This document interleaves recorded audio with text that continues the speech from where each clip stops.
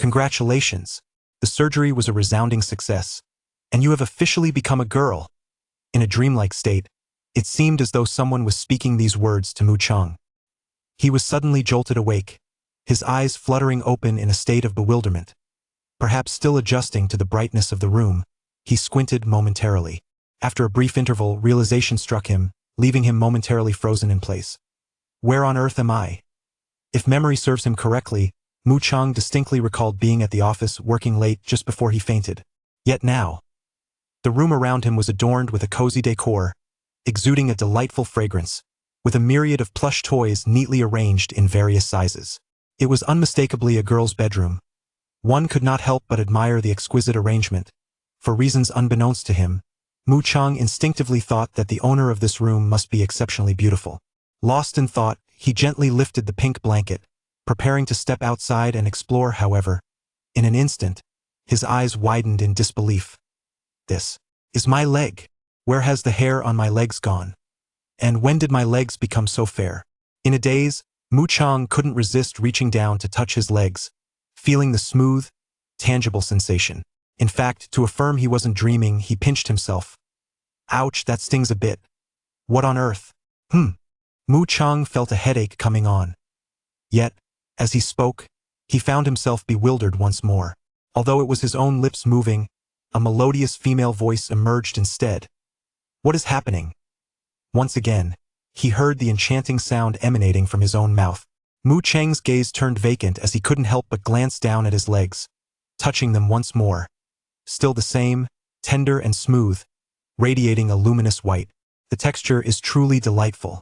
Ah, is this really the time for such thoughts? After a moment to compose himself, amidst a swirl of complex emotions, Mu Chang began to regain clarity. If he wasn't mistaken, phew. Taking a deep breath, Mu Chang rose and approached the mirror in the bedroom as the light illuminated his reflection. A look of astonishment mixed with a hint of delight crossed his features. Why am I feeling this surprise? Even he could not quite comprehend it, that he had never anticipated that a late-night work session would lead to an untimely faint and a sudden transition into another life. And not just any life, but that of a girl. Most strikingly, this girl was breathtakingly beautiful. Unable to resist, Mu Chang reached up to touch his face, gazing at her reflection. Even just out of bed, her skin was as smooth as that of an infant, and her slightly tousled hair exuded a sense of lazy elegance rather than disarray. Her fluttering eyelashes and bright, expressive eyes sparkled like hidden stars. When she smiled, the world seemed to radiate with newfound brightness. Mu Chang stared at himself, his gaze inadvertently drifting downward. It is said that when one looks down and cannot see their toes, they are truly a vision of unparalleled beauty. Yet Mu Chang felt that certain things seemed just right, and that sufficed. As he pondered, his heartbeat quickened. This was his own body, one should not, or rather must not. However, a quick glance should reveal no issues, right? Half an hour later, freshly bathed and donned in sleepwear, Mu Chang emerged. The warmth of the water had left her cheeks a delicate shade of rosy white, exuding an allure reminiscent of a beauty emerging from a bath. After a period of reflection, Mu Chang had come to understand all the memories of her predecessor. The girl's name was Mu Chang, a quintessential young heiress from the magical city. A few years prior, her parents had passed away, leaving her the entirety of their fortune. Not only several $100 million in cash, but also 2 buildings and 3 shops. Essentially, she could lead a life of leisure without concern. In June of this year, Mu Chang had just graduated from the Shanghai Drama Academy at the tender age of 22, having never experienced love or harbored affections for anyone. On the contrary, the number of suitors vying for her attention was incalculable. Having recalled all the memories of her past self, Mu Chang sighed with relief. She did not wish to suddenly find herself with multiple boyfriends or a husband. Yet, the loss of her parents still tugged at her heartstrings. In her memories, her father and mother had cherished her deeply. Prior to her 18th birthday, they had even established a trust fund, which became obsolete with their passing, for she had inherited all their wealth. Gathering her thoughts, Mu Chang exhaled softly. In truth, she could accept this reality. After all, had her parents remained alive, she would have been faced with a myriad of issues, such as pressure to marry and bear children. It was utterly inconceivable for a beautiful girl, possessing the heart of a man, to wed another man. She had no interest in such pursuits. In her slippers, Mu Chang wandered casually around the spacious home. It was undeniable that the residence was vast, nearly 300 square meters of open space, complete with an entertainment room, a mini bar, and even an expansive terrace garden filled with jasmine, her and her mother's favorite flower, and 2 koi fish cared for by her father. She crouched down. The 2 plump koi swam over eagerly, seemingly anticipating a meal. A smile blossomed on Mu Cheng's lips as she tossed some feed from a box into the water. In that moment, she experienced an unprecedented sense of tranquility and joy. Indeed, in her previous life, she had been a mere workhorse. Reflecting on her past life before her transmigration, Mu Cheng couldn't help but feel a twinge of nostalgia. In her previous existence, she too had worked in the magical city, earning barely enough to cover rent, frequently subjected to overtime and her boss' scorn. Even in the moments before her untimely demise, she had been tirelessly revising the 7th proposal presented by her employer's scoundrel. "May you choke on your own words," she muttered, growing increasingly frustrated. Yet, it must be said, even in her ire, her voice remained melodious. It would be a shame not to engage in online romance. Of course. Had it been in her past life, Mu Cheng might have contemplated matters of love. But in this life, she scoffed, she had no intention of engaging in a romantic relationship. What were men, after all? Was being single synonymous with unhappiness? Or was it merely a reflection of her own appearance? As for the notion of traversing realms, Mu Cheng harbored no aversion to it. In her previous life, her parents divorced, leading her to live with her grandmother from a young age. Tragically, her grandmother passed away when she was merely 16. Thus, compared to the arduous existence she previously endured, Mu Cheng felt an overwhelming sense of ease in her current situation. With no financial woes and ample housing, she could afford to live a life of leisure, merely collecting rent and coasting through life. This was the epitome of her dreams. As for her physical state, although she had transformed into a young woman, aside from feeling a tad heavier, there were no significant adjustments to which she struggled to adapt. Grumble. Her stomach protested, reminding her of its hunger. She realized this body hadn't consumed food in over a day. The previous owner had also met an untimely demise, but unlike her own late-night work sessions, this one had succumbed to a sudden binge-watching session. Thus, it was prudent to avoid sleepless nights in the future. Perhaps venturing outside for a meal would be wise. Contemplating her options, Mu Cheng decided to explore the outside world, especially since she had just arrived in this new realm. While her memories mirrored those of her past life, the nation remained the same, and the ethnicity unchanged. She felt a burgeoning curiosity within her heart. Just as she was donning her attire, her phone rang unexpectedly. Who could it be? Could it be a classmate or a friend? However, the caller ID revealed it to be a production team. "Hello?" With a cautious demeanor, Mu Cheng answered the call. The charming voice on the other end seemed to convey a light-hearted spirit. "Hello, Chengzi. I am Chun Xiong, the director of Falling in Love. I wanted to inquire if you are available today to record a pilot episode." Falling in Love? A dating reality show? Suddenly, Mu Cheng recalled that the previous owner had graduated from the Shanghai Academy of Drama just a month prior and had recently received an invitation to participate in a dating show. Indeed, it was this very program, Falling in Love. Now in its 7th season, the show had garnered high viewership, although its reputation was gradually declining. The contemporary audience had become increasingly discerning, prompting director Chen Xiong to adopt an unprecedented live streaming format this season to stabilize ratings. In a bid to enhance the show's appeal, he had scoured various prestigious art schools across the country to select a stunning young woman as a guest participant. Mu Cheng was the chosen candidate at first glance. Chen Xiong was struck by her extraordinary beauty and believed that her presence on the show would undoubtedly spark great interest. To this end, he offered a staggering remuneration of 1 million for the season. Eager to entice Mu Cheng to ask for whether she would genuinely find love on the show, he would refrain from imposing any restrictions. The previous owner viewed this opportunity as a pure windfall, as it merely entailed playing a role for a month of filming, all while earning 1 million. 1 million! Although Mu Cheng's little treasury already boasts several hundred million, who would ever complain about having too much money? Therefore, her previous self readily agreed. Little did she anticipate, however, that before the dating show even commenced, she would meet an untimely demise. Chapter 2. Almost entering the men's restroom, reflecting on the earlier events, Mu Cheng pondered for a moment and softly inquired, "I have some time this afternoon. Where shall we record? If it's convenient, it would be preferable at your home, Cheng Zi." Just as Mu Chang was about to affirm, unexpectedly, a voice resonated in her mind. Ding! Congratulations, host, you have triggered the heartfelt choice, activating the heartfelt choice system. A system? Mu Chang was momentarily taken aback, but her eyes soon sparkled with excitement. Those familiar with novels know such a device is essential for any traveler from another realm. To her astonishment, she possessed one as well. Ding! Please, host, make your heartfelt choice. Option 1. Participate in a dating show and secretly astonish everyone. Reward: top-tier women's self-defense techniques. Option 2.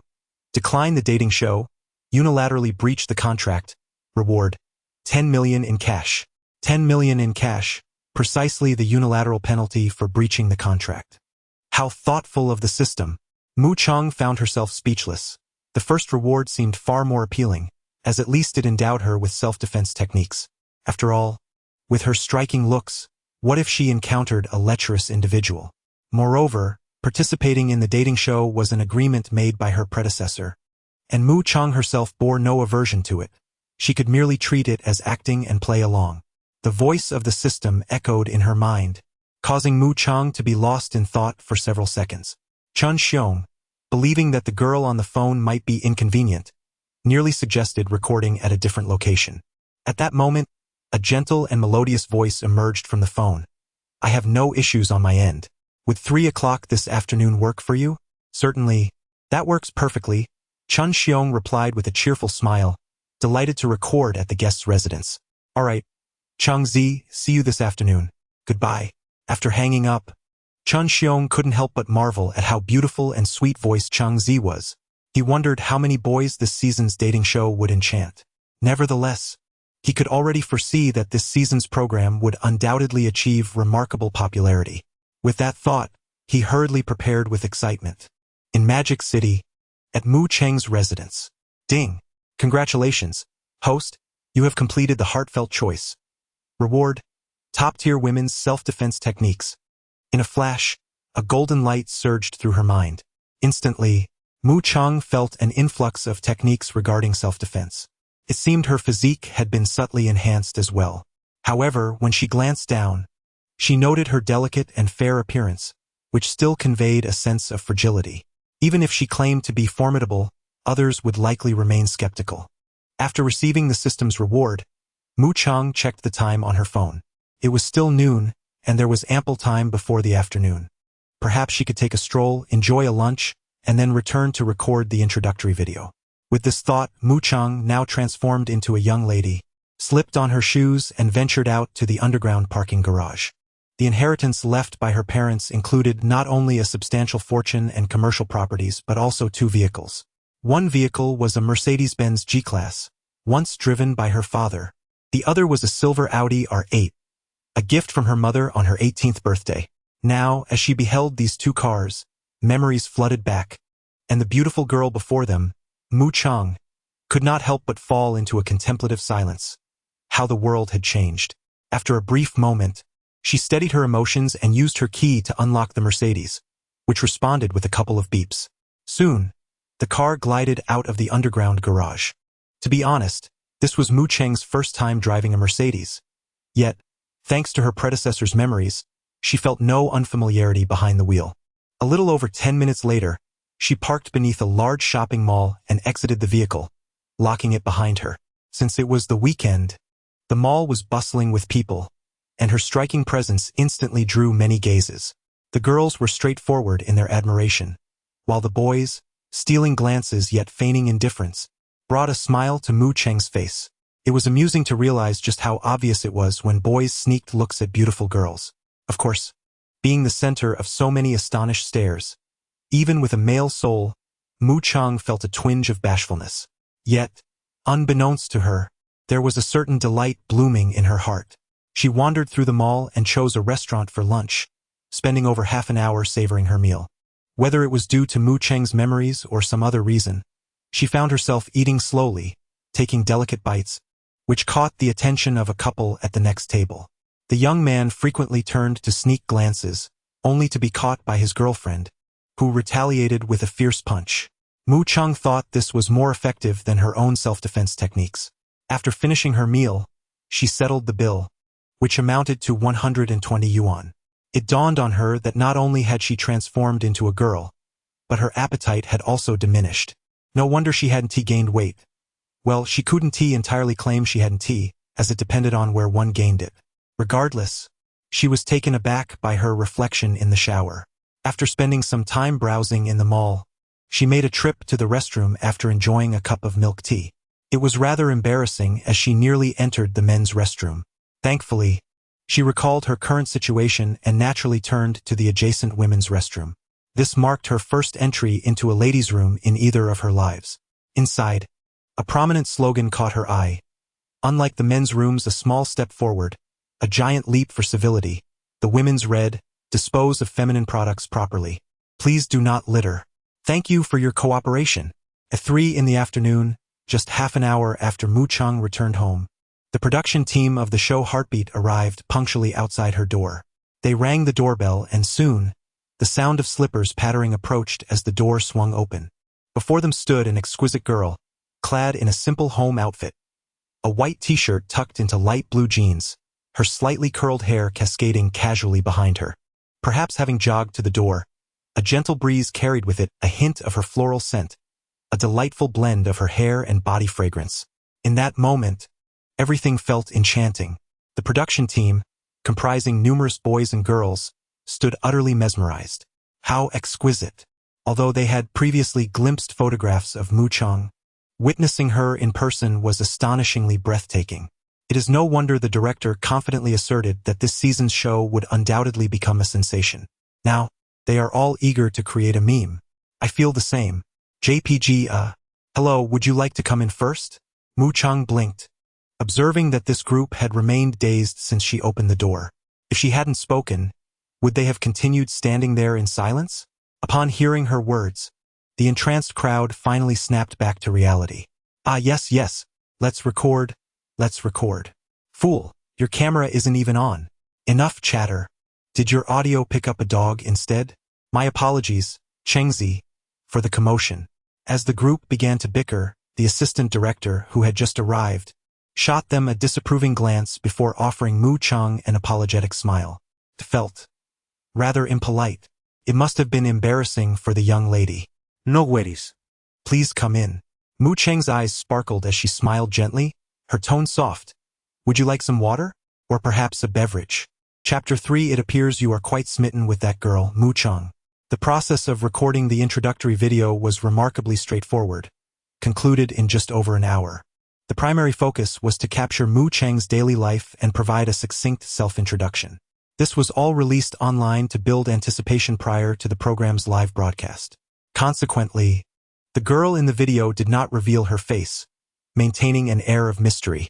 However, even without showing her visage, once the program announced all the male and female guests' introductory clips, Mu Chang's clip became the subject of fervent discussions among netizens. Her voice is simply enchanting. Although her face remains unseen, I have an inkling that she is quite beautiful. My goodness, her home is truly vast. I can't help but feel envious. I wonder if this young lady is attractive. I find myself eagerly awaiting more. The director certainly knows how to tantalize the audience, only showcasing her lips. Goodness, I spent 10 minutes lost in thoughts of kissing her, hardly absorbing anything else.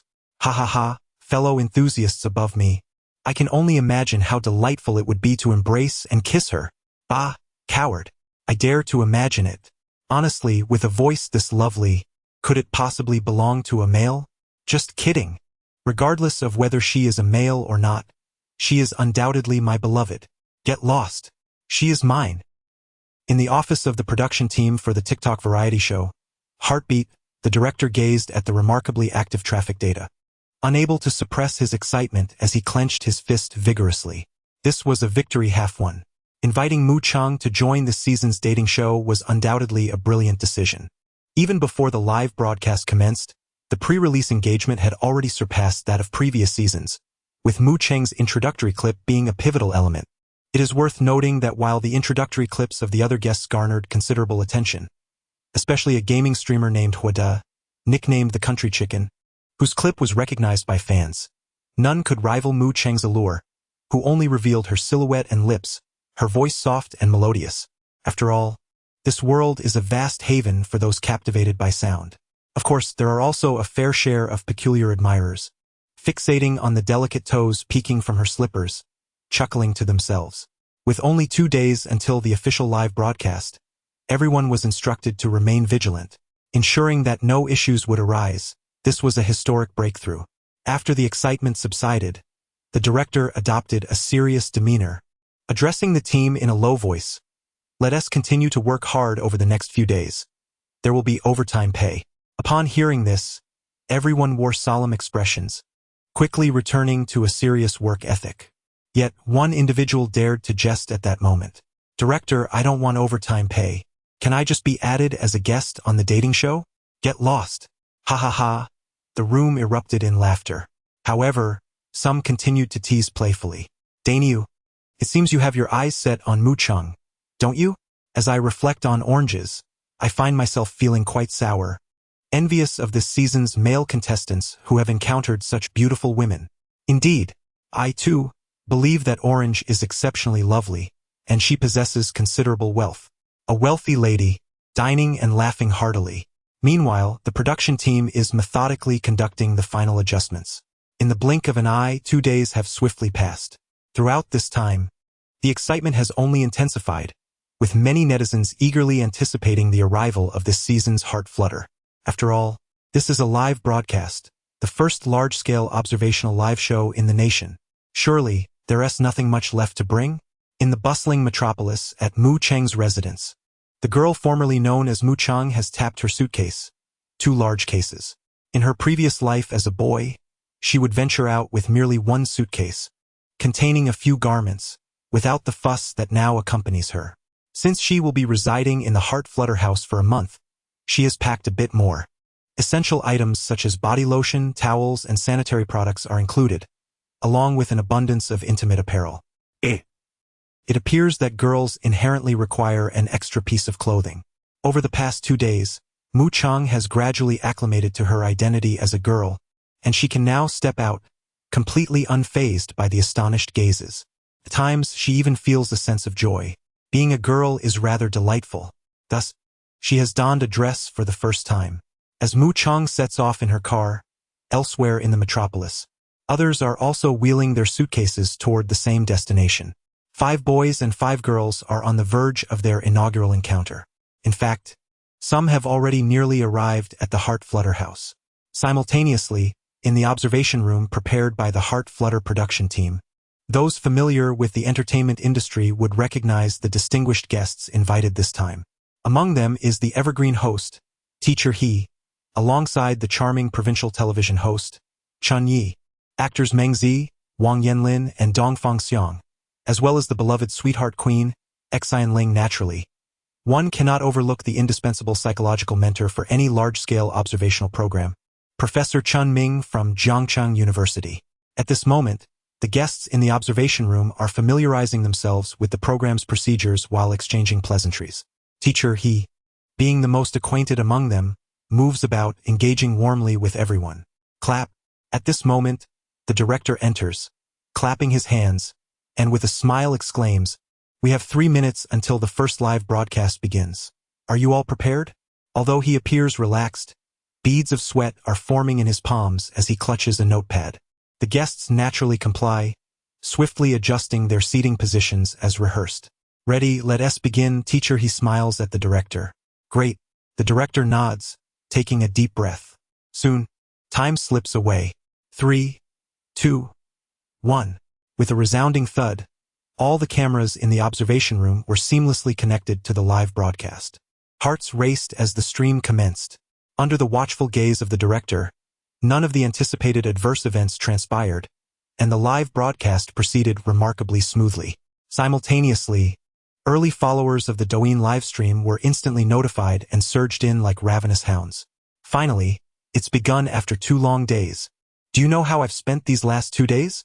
I can't wait to hear that enchanting voice of the beautiful host. Ah, Xinling, I adore you. Dong Fangxiang is so dashing. It feels like he hasn't aged a day since I first watched his dramas as a child. And he isn't the only one who remains youthful. Teacher, he hasn't aged either. Oh dear. When I heard teacher he mention his nearsightedness and reading glasses on another show, I couldn't help but feel a wave of sadness. If we lose teacher I truly don't know how to cope with the loss of my youth. Wow, Meng Z's makeup today is absolutely stunning, radiating goddess-like charm. Truly, she is exquisite without uttering a word. Ha ha ha, such a silly beauty. By the way, is no one going to compliment Grandpa Wang? I think he still possesses his charm. I can see you are genuinely hungry. In just 1 minute, the number of viewers in the live stream skyrocketed to over 10,000. This scene filled the director with uncontainable joy.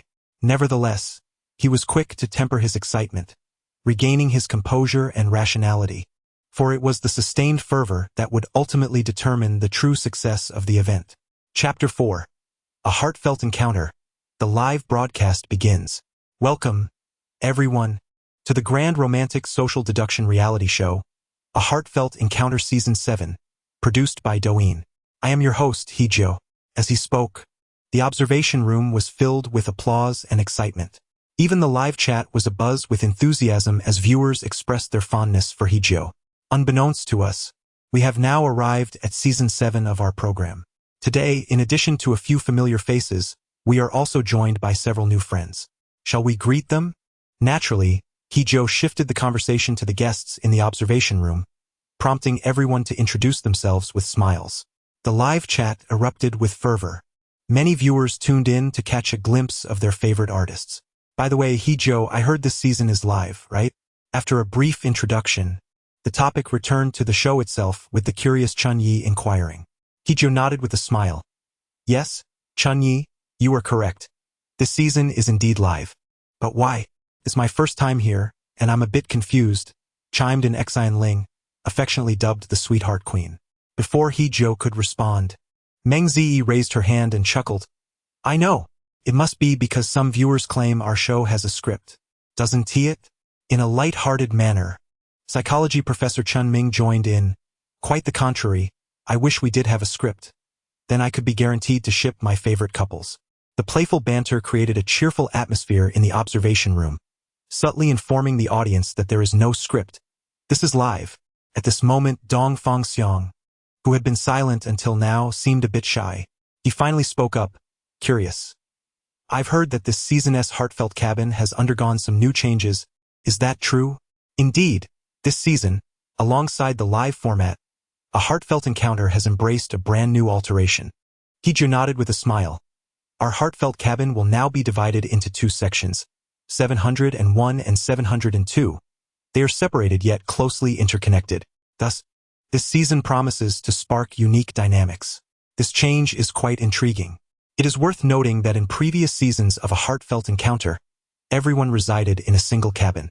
This time, however, it has transformed into 2. No wonder the preview featured 10 individuals. Previously, viewers speculated that the director was generous in revealing all the guests at once. It seems there may be more surprises ahead. Having said so much, I believe everyone is eager to see what life in the Heartfelt Cabin will be like. Observing the audience's reactions, Hee-jo remarked with a smile. Let us watch it together with our viewers in the live chat. Alright. The guests in the observation room eagerly donned their headphones. Beside them, just out of the camera's view, there exists a screen displaying the barrage of comments from the audience, enhancing the interactive experience. At this moment, as they witness this scene, the viewers in the live room wear expectant expressions. What will unfold next in the Heartbeat Cottage? What does the gentle-voiced lady from the trailer look like? Surely, she must be quite beautiful. This season, the director has chosen a quaint town in the suburbs of the bustling metropolis for the Heartbeat Cottage. The air is fresh and the scenery delightful. Captured by the program's drone, 2 small 2-story houses peacefully stand side by side. Their spacious yard is separated by a wooden fence, while a path of blue stone is blanketed with lush grass. Merely gazing at the scene evokes a profound sense of comfort. Outside the small courtyard, the door numbers are clearly marked, 702 and 701. It seems someone is arriving. A reminder from Wang Yanlin in the observation room prompts everyone to glance over. A taxi has slowly pulled up outside the Heartbeat Cottage. Will it be a male or female guest? Under the eager gazes of all, a young man steps out of the taxi, clad in a shirt and trousers with a refreshing and cheerful demeanor. He appears rather handsome at first glance. However, compared to the audience's expectations, he falls somewhat short.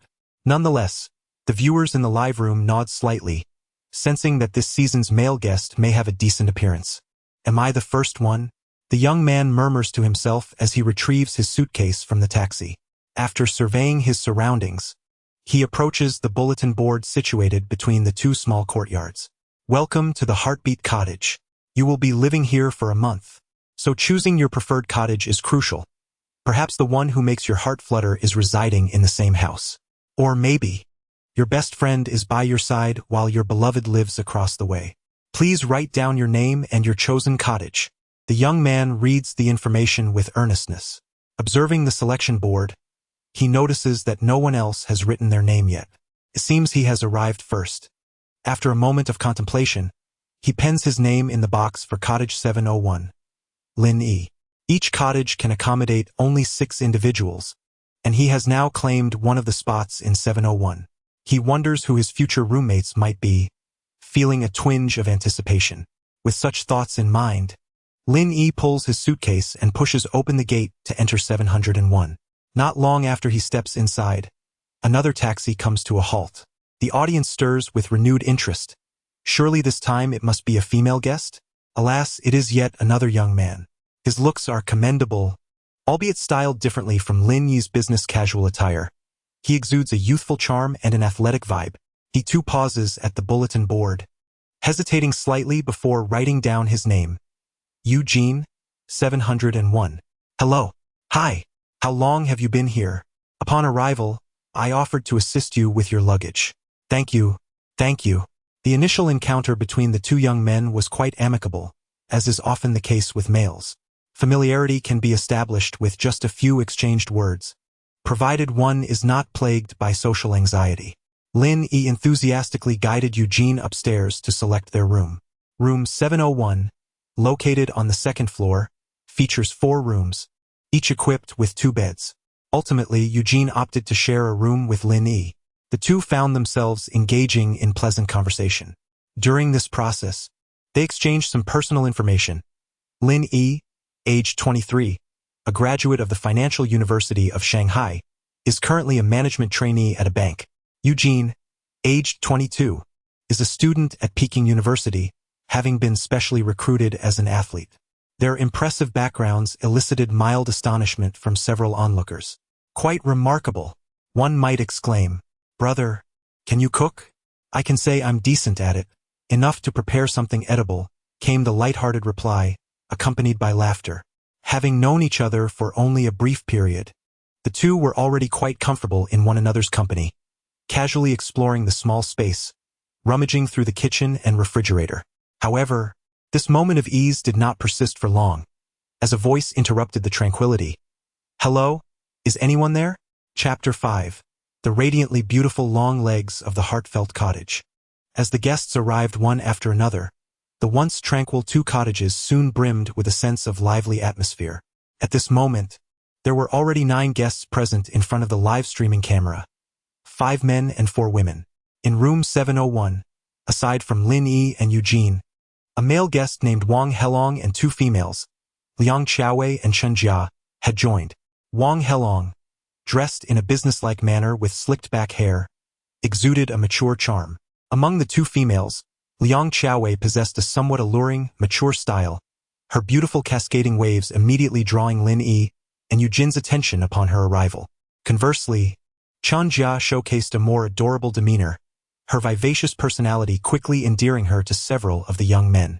Meanwhile, in room 702, 2 males and 2 females had also arrived, all boasting impressive looks, except for a certain gaming streamer named Huada. Frankly, in the presence of so many attractive individuals, he stood out in a rather unique way. Huada's entrance elicited laughter from numerous viewers in the streaming room, as his flamboyant attire seemed a tad ostentatious. With his hair tied up, he presented himself as a trendy young man. Among the guests in 702, aside from Huada, was a handsome young man named Zhang Junhan, who had arrived earliest at the cottage. He possessed a sunny charisma that quickly prompted the audience to compare him with Huada. Many fans expressed their sentiments, pondering how Hwada had mustered the courage to participate in this romantic reality show. Nevertheless, as devoted fans, they still supported him. Thus, when Hwada displayed charm towards the two newly arrived females, the barrage of mockery was minimal. Instead, viewers seemed to appreciate the two ladies. One of them, named Wang Yuchen, showcased her remarkable culinary skills, earning unanimous praise from Hwada and Jiang Junhan. The other female, named Miao Miao, exuded an air of scholarly elegance, appearing rather composed. As the program progressed towards the 3-hour mark, 9 exceptional guests had graced the scene, much to the astonishment and excitement of the live audience. The quality of guests this season was undeniably high, showcasing the production team's discerning selection. I adore Liang Xiaowei. Her mature style is simply irresistible. Ha ha ha, Tuji. What are you doing? Too busy eating, right? No wonder you're single. Wow, Sister Wang's culinary skills are truly impressive. Why does it seem like Chen Jia has no boundaries with the 3 young men? The commentary in the live chat was bustling with activity. Of course, it wasn't just the viewers who were engaged. The guests in the observation room were also watching and discussing. Now that all 9 members have arrived, what are your impressions of each?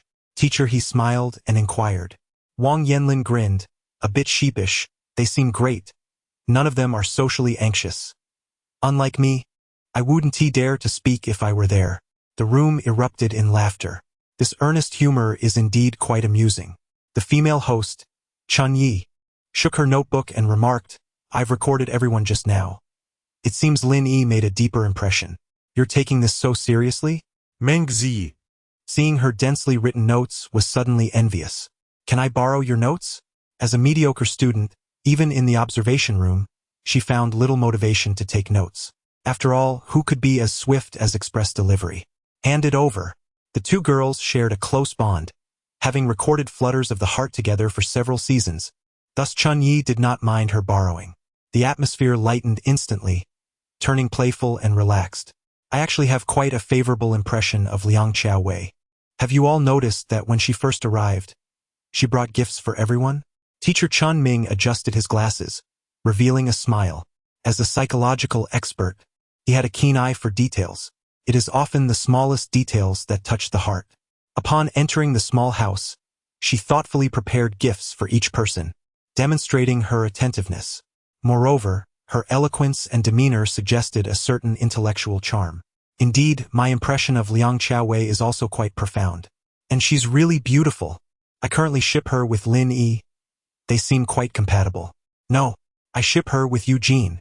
Upon hearing teacher Chun Ming's words, the audience in the live stream began to flood the chat with comments. In just a few hours, some had already begun to ship couples, showcasing the rapid rise of contemporary fandom culture. Now, it seems we are still missing one girl, right? Dong Fengxiang suddenly said softly, jotting down notes. He had seen the trailer released by the production team online, which featured 5 men and 5 women. Thus, there was still a girl's name missing from his notebook. Hearing Dong Fengxiang's comment, everyone snapped back to attention. Xine Ling wore a sweet smile, saying, yes, there should be another girl. I remember one girl had a high popularity in the trailer. Are you referring to that orange? Meng Zi asked with mild curiosity. In the trailer, to maintain an air of mystery, the director did not reveal the guests' names, opting instead for their online aliases. For instance, Hwada was referred to as Big Eyes, a nickname derived from one of his classic songs.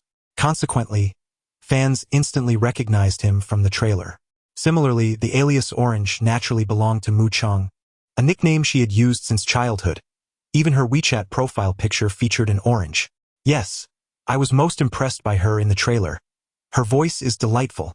Xine Ling nodded, continuing to smile. Teacher, he chuckled. Let us keep watching. She should be arriving soon. Upon hearing this, the guests in the observation room wore expressions of eager anticipation, awaiting the complete assembly of the small house's members. What sparks will ignite next? Meanwhile, the audience in the live broadcast room is filled with anticipation, as a flurry of comments cascades across the screen, and the viewer count continues to rise steadily since the broadcast began.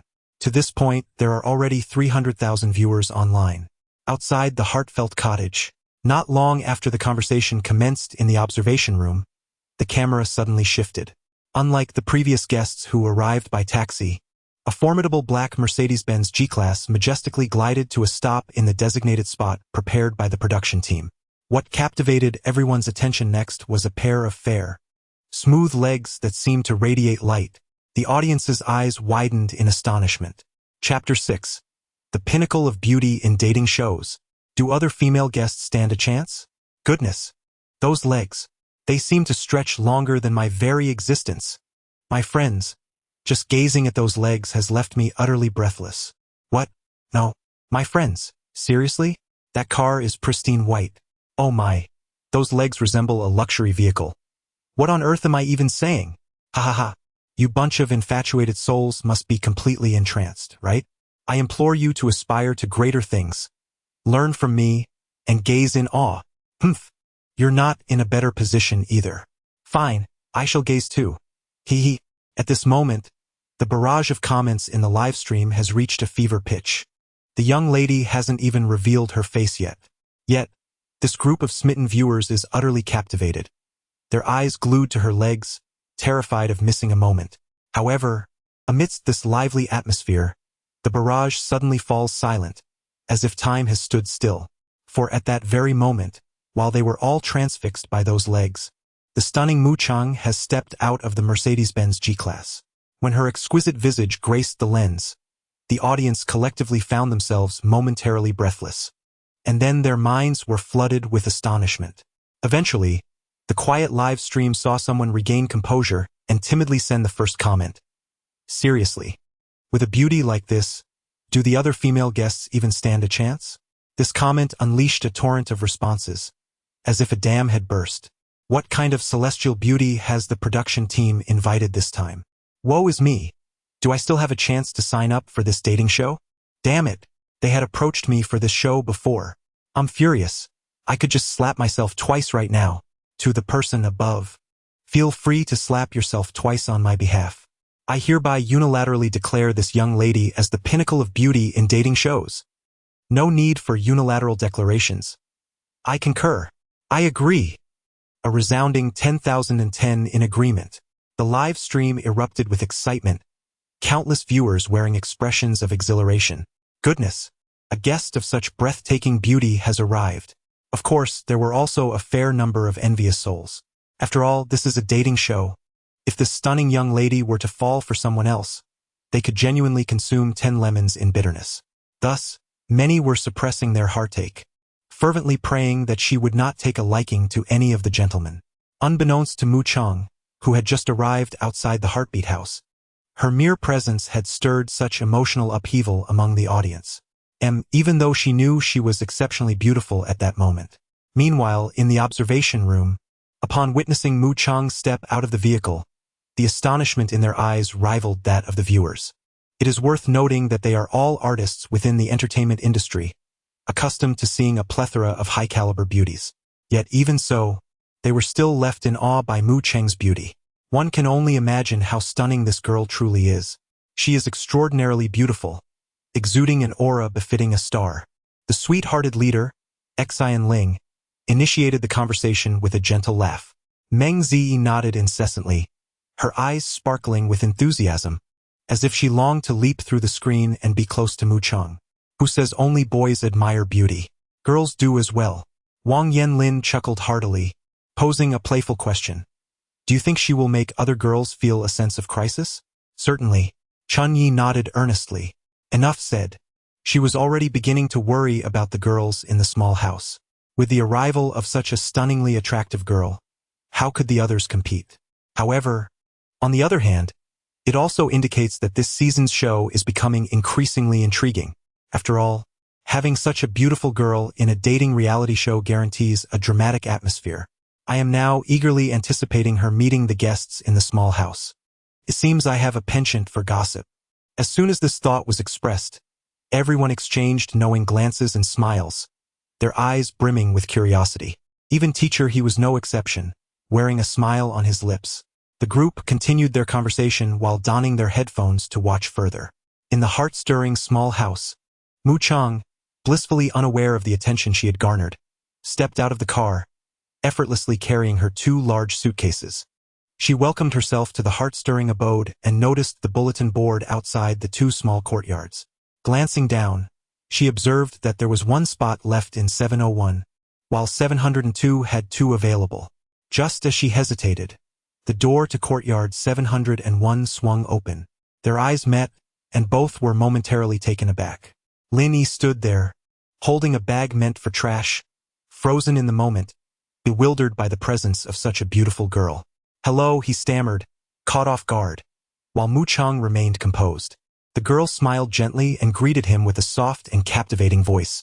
Lin Yi regained his composure, his cheeks flushing with embarrassment. "Ha! Hello? Are you the new guest?" "Yes, I'm still deciding which small house to choose," she replied. "I see." Unbeknownst to her, Lin Yi was struck by a sudden intrigue at her words. He feigned nonchalance and smiled, extending an invitation. "We in 701 happen to have one spot left." The girl blinked in surprise. However, before she could respond, a familiar voice echoed in her mind. "Ding! Please, host, make your heart-stirring choice. Choice 1. Move into heart-stirring small house 701 and receive the reward of top-tier musical talent. Choice 2. Move into heart-stirring small house 702 and receive the reward of top-tier dance talent." Another choice had been triggered. Both rewards sounded appealing. Yet, Mu Chang did not hesitate. She silently chose the first option. Compared to top-tier dance talent, she favored top-tier musical talent, as she had come to understand that many classic songs and film works from her previous life were absent in this world. Thus, if she aspired to pursue a career in the entertainment industry, possessing top-tier musical talent was indispensable. Moreover, just now, Mu Chang hesitated at the bulletin board, contemplating her desire to reside in room 701. Her intention was simple: to be amidst a larger group, to relish the vibrancy of companionship. Otherwise, it would likely become quite dull, wouldn't it?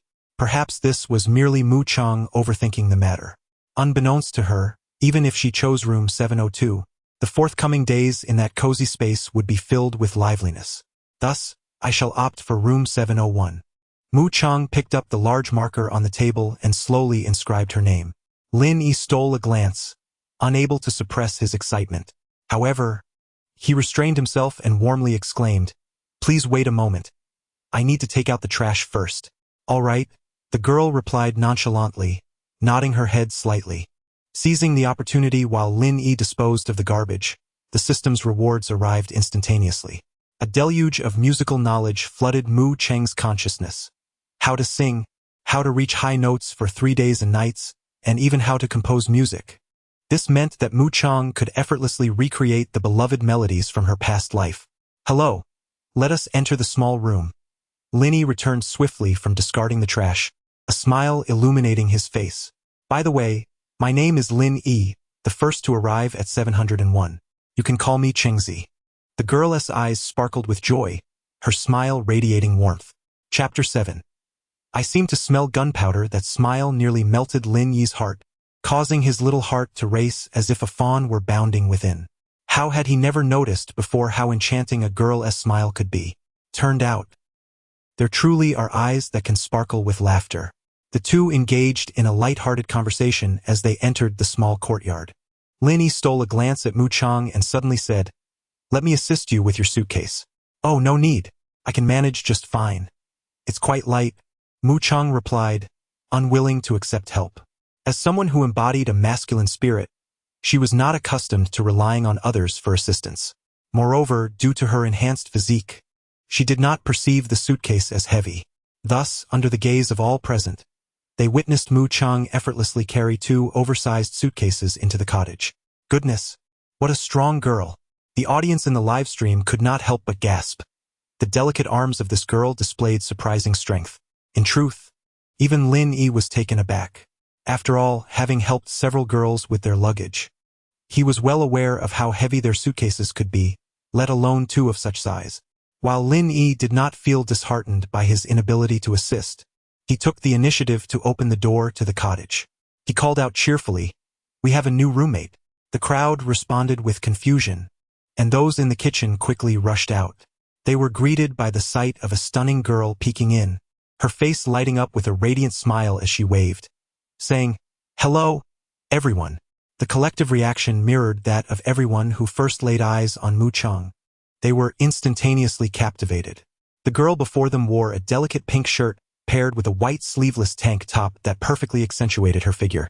Below, she sported a black pleated skirt that, given her height of 172 centimeters, ended just above her thighs, revealing her smooth, radiant skin, a sight that was irresistibly alluring. As a gentle breeze of early summer swept through, it tousled Mu Cheng's hair, revealing her petite, exquisite ears adorned with translucent earrings. In just a few days, she had comfortably embraced her femininity, donning not only a skirt but also earrings. In the warm glow of the sunlight, she appeared almost ethereal, as if a sprite had stepped into their midst. The playful strands of hair brushed against her face, prompting her to instinctively tuck them behind her ear, a gesture that seemed to enchant several boys present. "Hello, I am Liang Xiaowei," one of them introduced himself, prompting the others to quickly snap back to reality and greet her in return. "Hello, I'm Eugene. I am Wang Hilong. Welcome to 701. I'm Chun Jia. May I ask how you prefer to be addressed?" "I'm Mu Chang. You can call me Chung Zi." After a brief exchange of pleasantries, everyone warmly welcomed Mu Chang inside, and Wang Hilong instinctively reached out to help with the suitcase. However, in doing so, he nearly lost his balance. "Wow, this is heavy." However, men, to some extent, are somewhat vain. They cannot allow a mere weight to tarnish the impression they leave on a girl. Thus, Wang Helong exerted himself to the fullest. Despite his strenuous efforts, a calm expression adorned his face, though the veins on his arms betrayed him. This scene nearly elicited a laugh from Eugene, who observed from the side. He glanced at another box belonging to Mu Chang and instinctively offered his assistance, saying, "I'll help you carry it." "Ah. Thank you," Mu Chang replied, taken aback that both boxes had been whisked away in the blink of an eye, and she could only softly express her gratitude while changing into slippers as she entered. Liang Xiaowei fixed her gaze on Mu Chang's adorable little feet, a subtle smile creeping onto her lips. "Which room will you stay in, Orange? Will it be with me or with Jia?" Since Mu Chang had arrived a bit late, the two girls had already chosen their rooms, with Liang Xiaowei and Chun Jia residing separately. Thus, Mu Chang could only select one girl as her roommate. Quite fortuitously, the system prompt arrived as expected. Ding! Please make your heart-pounding choice. Option 1. Room with the elegant Liang Xiaowei. Reward: Master Hairstylist Skill. Option 2. Room with Chun Jia. Reward: Expertise in cute expressions, capable of being adorable and charming. "I'll choose to stay with you," Mu Chang said, glancing at Liang Xiaowei, her beautiful eyes sparkling with playful delight. Liang Xiaowei reciprocated with a joyful smile, exclaiming, "Great." Meanwhile, Chun Jia pouted slightly, playfully adding, "I want to stay with you too, Orange. How about you come over, and I'll sleep on the floor?" Liang Xiaowei teased jokingly. "Oh, let us not," Mu Chang replied. Ding! Congratulations, host, for completing your heart-pounding choice. Reward: Master Hairstylist Skill. At this moment, the few girls had just met and were enjoying cheerful conversation. On the other side, Eugene and Wang Helong, having heard Mu Cheng's words, silently carried their luggage upstairs and placed it at the door of Liang Xiaowei's room. As they descended the staircase, they exchanged glances, and the atmosphere felt somewhat charged. "Goodness, I seem to catch a whiff of competition," one remarked. "Wow, have they quickly turned into rivals? Just a moment ago, they were merely brothers. That's quite normal. If I were to encounter a girl like Orange, I'd also be smitten. Sigh, this season it feels like other girls will fade into the background. It's not that they lack excellence. It's just that someone is too formidable. Oh, Orange, please don't start dating. I would become so jealous. Rest assured. Up there, Orange is merely acting. In reality, she is my wife. Get lost. I told you to eat more vegetables and not just drink." In a span of mere minutes, the atmosphere between the two boys had shifted. This transformation took the livestream audience by surprise, yet it felt somehow inevitable. After all, in a dating reality show, if one does not act swiftly, they may find themselves regretting it later. And with a girl as beautiful as Mu Chang, it was evident that someone would inevitably be captivated. Orange, we've placed your suitcase at the door. As they descended the stairs, Eugene spoke with a smile. Mu Cheng returned the gesture with a gentle smile, saying, "Thank you. Next time I shall treat everyone to milk tea, so no need to be polite." Wang Helong waved his hand dismissively, also smiling. With his slicked-back hair, he exuded an inexplicable aura reminiscent of a domineering CEO. In the kitchen, Lin Yi was busily preparing dinner and casually inquired, "Chengzi, there are plenty of ingredients in the refrigerator. Do take a look and see if there's anything you fancy." Chef Lin mentioned he would showcase his culinary skills tonight, to which Chun Jia, grinning from ear to ear, added. Mu Cheng then approached the kitchen, softly stating, "I'm fine with anything as long as there's food." "You truly are easy to please," Lin Yi remarked, casting a fleeting glance at her before quickly averting his gaze. He felt as though his heart had not ceased its rapid beating. Chapter 8. No partner.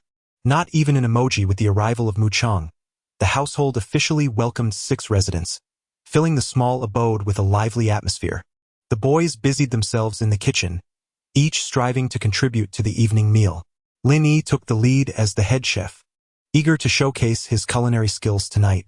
Wang Helong and Eugene assisted by washing vegetables and dishes, creating an orderly scene. However, beneath this seemingly harmonious surface, a subtle tension brewed as the boys occasionally directed their gazes towards the girl arranging the chairs and tableware in the dining area. Mu Cheng worked quietly, casually sweeping aside her loose hair. This moment was tranquil and beautiful. In comparison, the allure of the other 2 girls seemed to diminish significantly. Had they not been wary of Mu Cheng's awareness, the boys would have likely fixated their attention on her entirely. Once the tableware was set, Mu Cheng, clad in slippers, gracefully approached the kitchen, emanating a delightful fragrance. She gently inquired, "Would you like some milk tea? I brought some from home."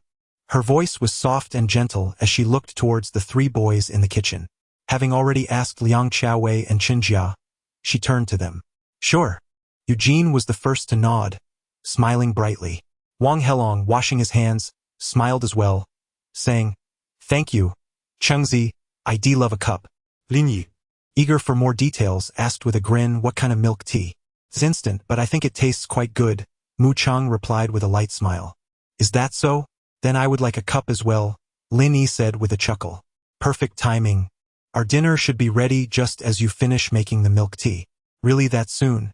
Mu Cheng stepped closer to the countertop, rising on her toes to take a look. She was genuinely hungry, and truth be told, Lin Yi's cooking did smell quite appetizing. Without lingering, Mu Cheng filled the kettle with water and set it to boil. Then, she headed upstairs to retrieve the milk tea packets. However, her departure left an inexplicable atmosphere in the kitchen. The boys seemed to lose their focus, their earlier chatter fading into silence. This scene nearly caused the audience in the live stream to burst into laughter. "Goodness, she just went upstairs, and you all look like you've lost your souls. Is it really that serious? Laughing so hard, and it's only her first day. Whoa, such a beautiful girl. I'd be delighted to spend even half an hour with her, let alone live in a villa and drive a Ferrari. Do you really want to monopolize all the good fortune? Honestly, I'd be satisfied with just 10 minutes of her time." 10 minutes? Cough, to be honest, 3 minutes would suffice for me. Well, I must mention a friend of mine who only needs 20 seconds. Making friends out of thin air, are we? In the lively atmosphere of the live stream room, the audience engaged in cheerful banter, unaware that they had already accelerated to a thrilling pace. The screen was filled with comments, predominantly centered around Mu Cheng. In stark contrast, the live stream from room 702 attracted significantly fewer viewers, even with a well-known gaming streamer present, as the audience's preference leaned towards watching charming ladies. What could possibly compete with the allure of oranges?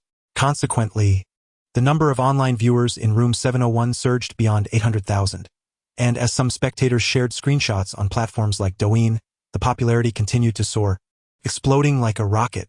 The director, witnessing the influx of data, could hardly contain his joy, realizing that Mu Cheng was indeed his lucky star. With over 1 million viewers on the first day of broadcasting, reaching 10 million in 10 days seemed plausible, and a staggering 100 million within a month appeared within reach. As the tantalizing dishes were served at the table, It marked the completion of the first meal for the gathering in the cozy room 701. However, a pressing question arose. How were they to sit? Those familiar with dating shows were well aware that many memorable and tense moments often unfolded around the dining table, where even the slightest detail of seating arrangements could shift the atmosphere. Dating shows are inherently fast-paced, and even the most reserved individuals might feel compelled to hasten the progression of events. Yet, this did not seem to faze Mu-chang at all. Oblivious to the subtle dynamics at play, she elegantly adjusted her skirt and settled into a seat at the edge, clearly more focused on satisfying her hunger than on romantic entanglements. Observing her, a few of the boys exchanged glances, and Liang Qiaowei and Chun Jia shared a knowing look. Being the older sister, Liang Qiaowei took the initiative and suggested with a smile, "How about the girls sit here, and you boys sit across from us?" The boys nodded in agreement, showing no objections. At that moment, Lin Yi announced his intention to head to the kitchen for food, casually placing his cup of milk tea opposite Mu-chang. Wang Helong and Eugene were momentarily taken aback, caught off guard by his unexpected maneuver. In the observation room, Teacher he couldn't help but burst into laughter at the scene. Wang Yanlin clapped his hands in delight, exclaiming, "Lin Yi is brilliant. I thought those three were going to vie for the seats. I've learned something today. I'll do the same when I encounter a girl I like." Dong Fangxiang smiled, taking notes fervently. Beside him, Xinling leaned in with a sweet smile, exclaiming, "So, you've never encountered someone you liked before? Oh, how intriguing." As this topic emerged, everyone felt a surge of energy. Chun Yi, visibly excited, turned to Dong Fangxiang, urging, do share. What's this about? Is it something we can discuss?" Meng Zi, equally eager, had a glimmer of anticipation in her eyes. Dong Fangxiang replied, "Wait a moment. How did we end up discussing my personal life while watching a dating show?" At this juncture, even Teacher he joined in the gossip with a knowing smile, suggesting, "If you can't divulge, we could always end the live stream and talk discreetly." Teacher Chun Ming chuckled heartily. "Aren't you afraid the audience might object?" Indeed, the viewers in the live stream were starting to express their discontent. After all, what could possibly be off-limits for us VIPs? With a resigned smile, Dong Fangxiang continued, "Truth be told, there isn't too much to share.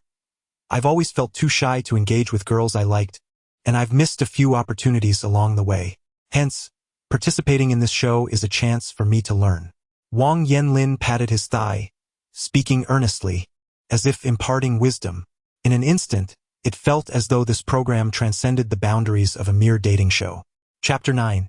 You're doomed. You've fallen in love. The Heartbeat Cottage, 702. Within this abode, only 4 guests lingered, rendering it somewhat desolate compared to 701. Nevertheless, Howard proved to be quite adept at cultivating a lively atmosphere, showcasing his usual charisma when engaging with fans, effortlessly eliciting laughter from everyone present. "By the way, we have only 4 people here now. Does that mean there are already 6 residing next door?" Wang Yuchen remarked as he closed the refrigerator, placing the leftover food inside. Miao Miao nodded in agreement. That seems to be the case. The announcement of 10 guests by the production team was common knowledge. As recording a show was hardly a secretive endeavor, they merely couldn't watch the live stream. In response, Jiang Junhan smiled and suggested, "Shall we take a stroll outside and perhaps visit our neighbors?" "Absolutely. I noticed a gym over there when I arrived today," Howard exclaimed enthusiastically, clapping his hands. The 2 girls had no objections. A walk outside sounded delightful. Moreover, among the few individuals present, some were harboring slight feelings of affection, and a stroll might provide an opportunity for deeper connection. They decided to visit first. The 2 cottages were separated by a wooden fence, dividing them into 2 courtyards. Exiting their small courtyard, they turned and found themselves in the one belonging to 701. At that moment, in the corners of both yards, stood a bright confession mailbox. Upon arriving earlier, Wang Yuchen had taken a peek at it. This contraption was designed to encourage guests to boldly express their feelings. Choosing to use the mailbox indicated an attraction to only one person, and if the confession was successful, they could embark on a romantic relationship within the show. It was undeniably enticing. Knock, knock. Jiang Junhan rapped on the door of the 701 cottage. However, as everyone inside was likely gathered in the dining area, No one heard the sound at the entrance. Consequently, Howard simply opened the door and stepped inside. "Is anyone here?" he called out. Instantly, the activities at the dining table ceased, and even Mu Chang, who was about to grab a large shrimp, looked up in curiosity. A group of people had suddenly entered, wearing smiles. It didn't take long for everyone to realize that they were the neighbors from Cottage 702. "Hello, have you eaten? Would you like to join us?" Wang Helong greeted them warmly. Others chimed in as well. "We just finished eating," Zhang Junhan replied with a smile, explaining, "We came over to say hello. We knocked earlier but didn't hear a response, so we didn't mean to interrupt your meal."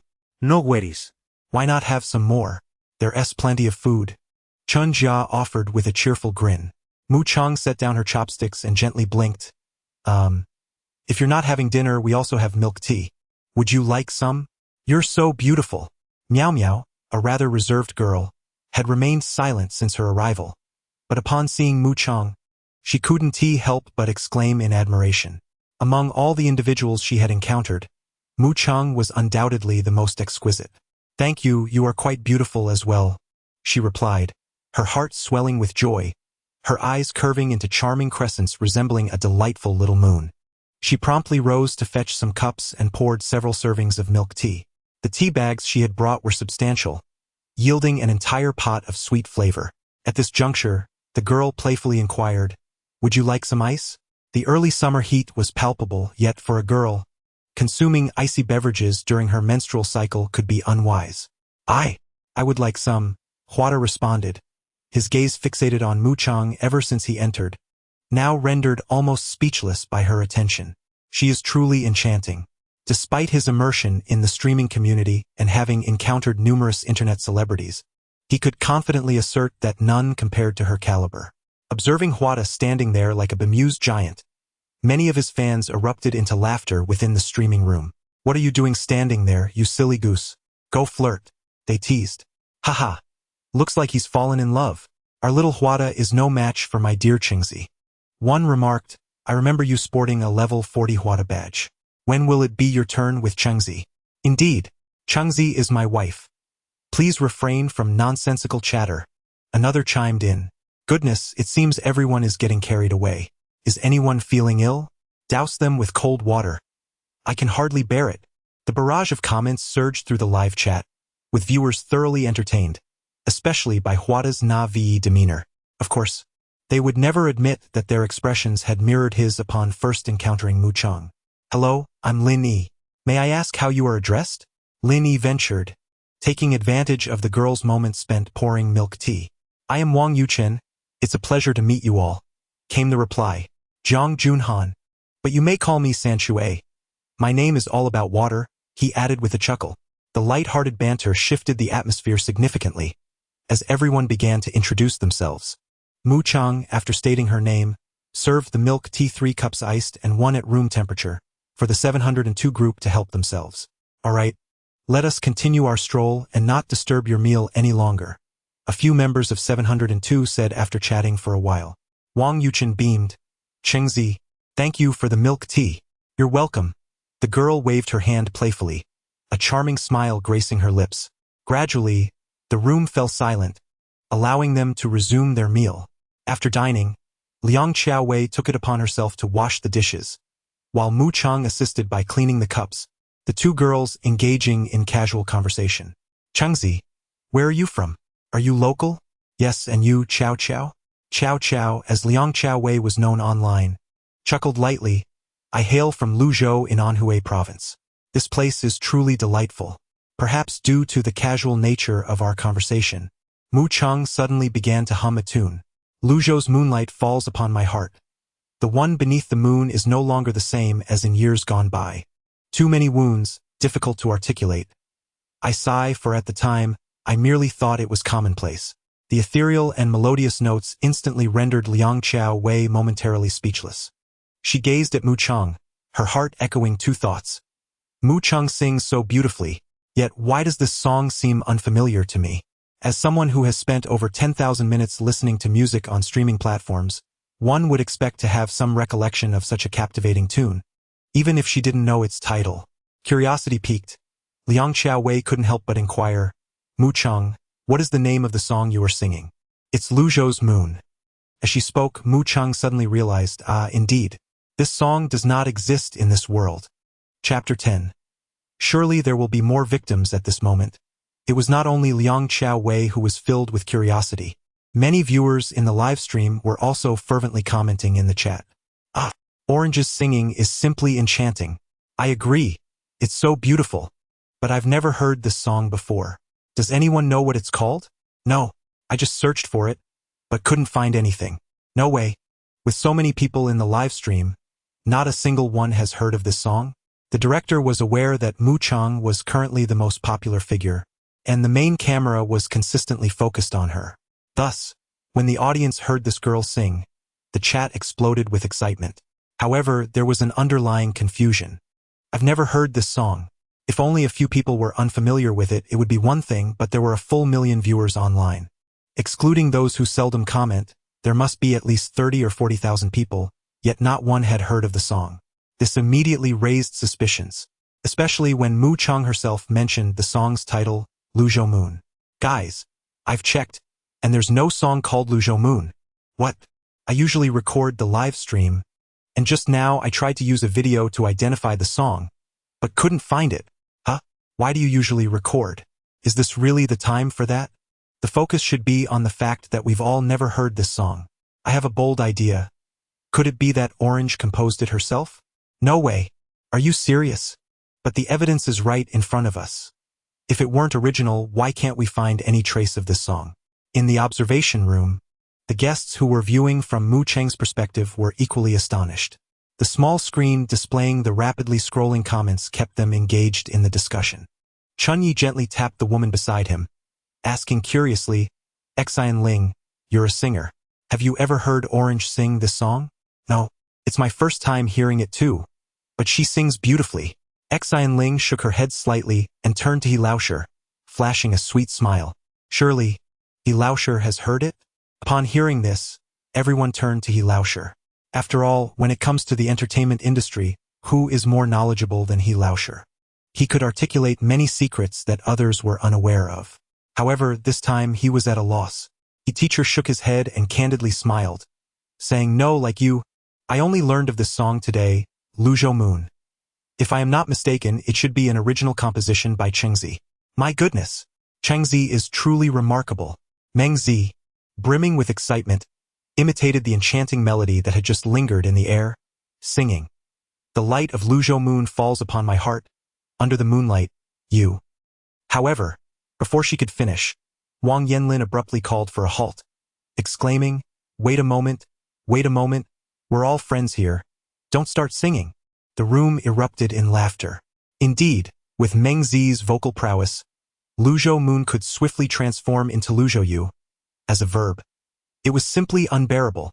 Meng Zi wore a slightly melancholic expression, feeling a tinge of helplessness. Sometimes, her lack of pitch was not entirely her fault. She simply adored singing.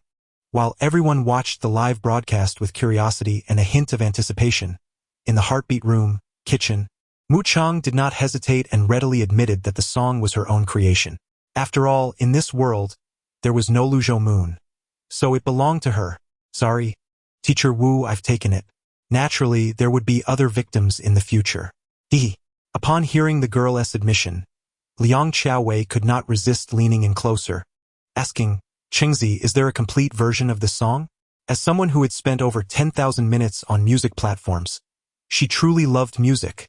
The snippet of Luzhou Moon that Mu Chang had just lightly sung was already delightful to her. It seemed she was not alone in this sentiment. The audience in the live stream was equally eager to hear the full version. The girl nodded her little head, confirming that there was indeed a complete version. Liang Xiaowei's eyes sparkled. Could you sing it for me, Chengzi? Otherwise, I surely won't be able to sleep tonight, she said, pretending to look pitiful.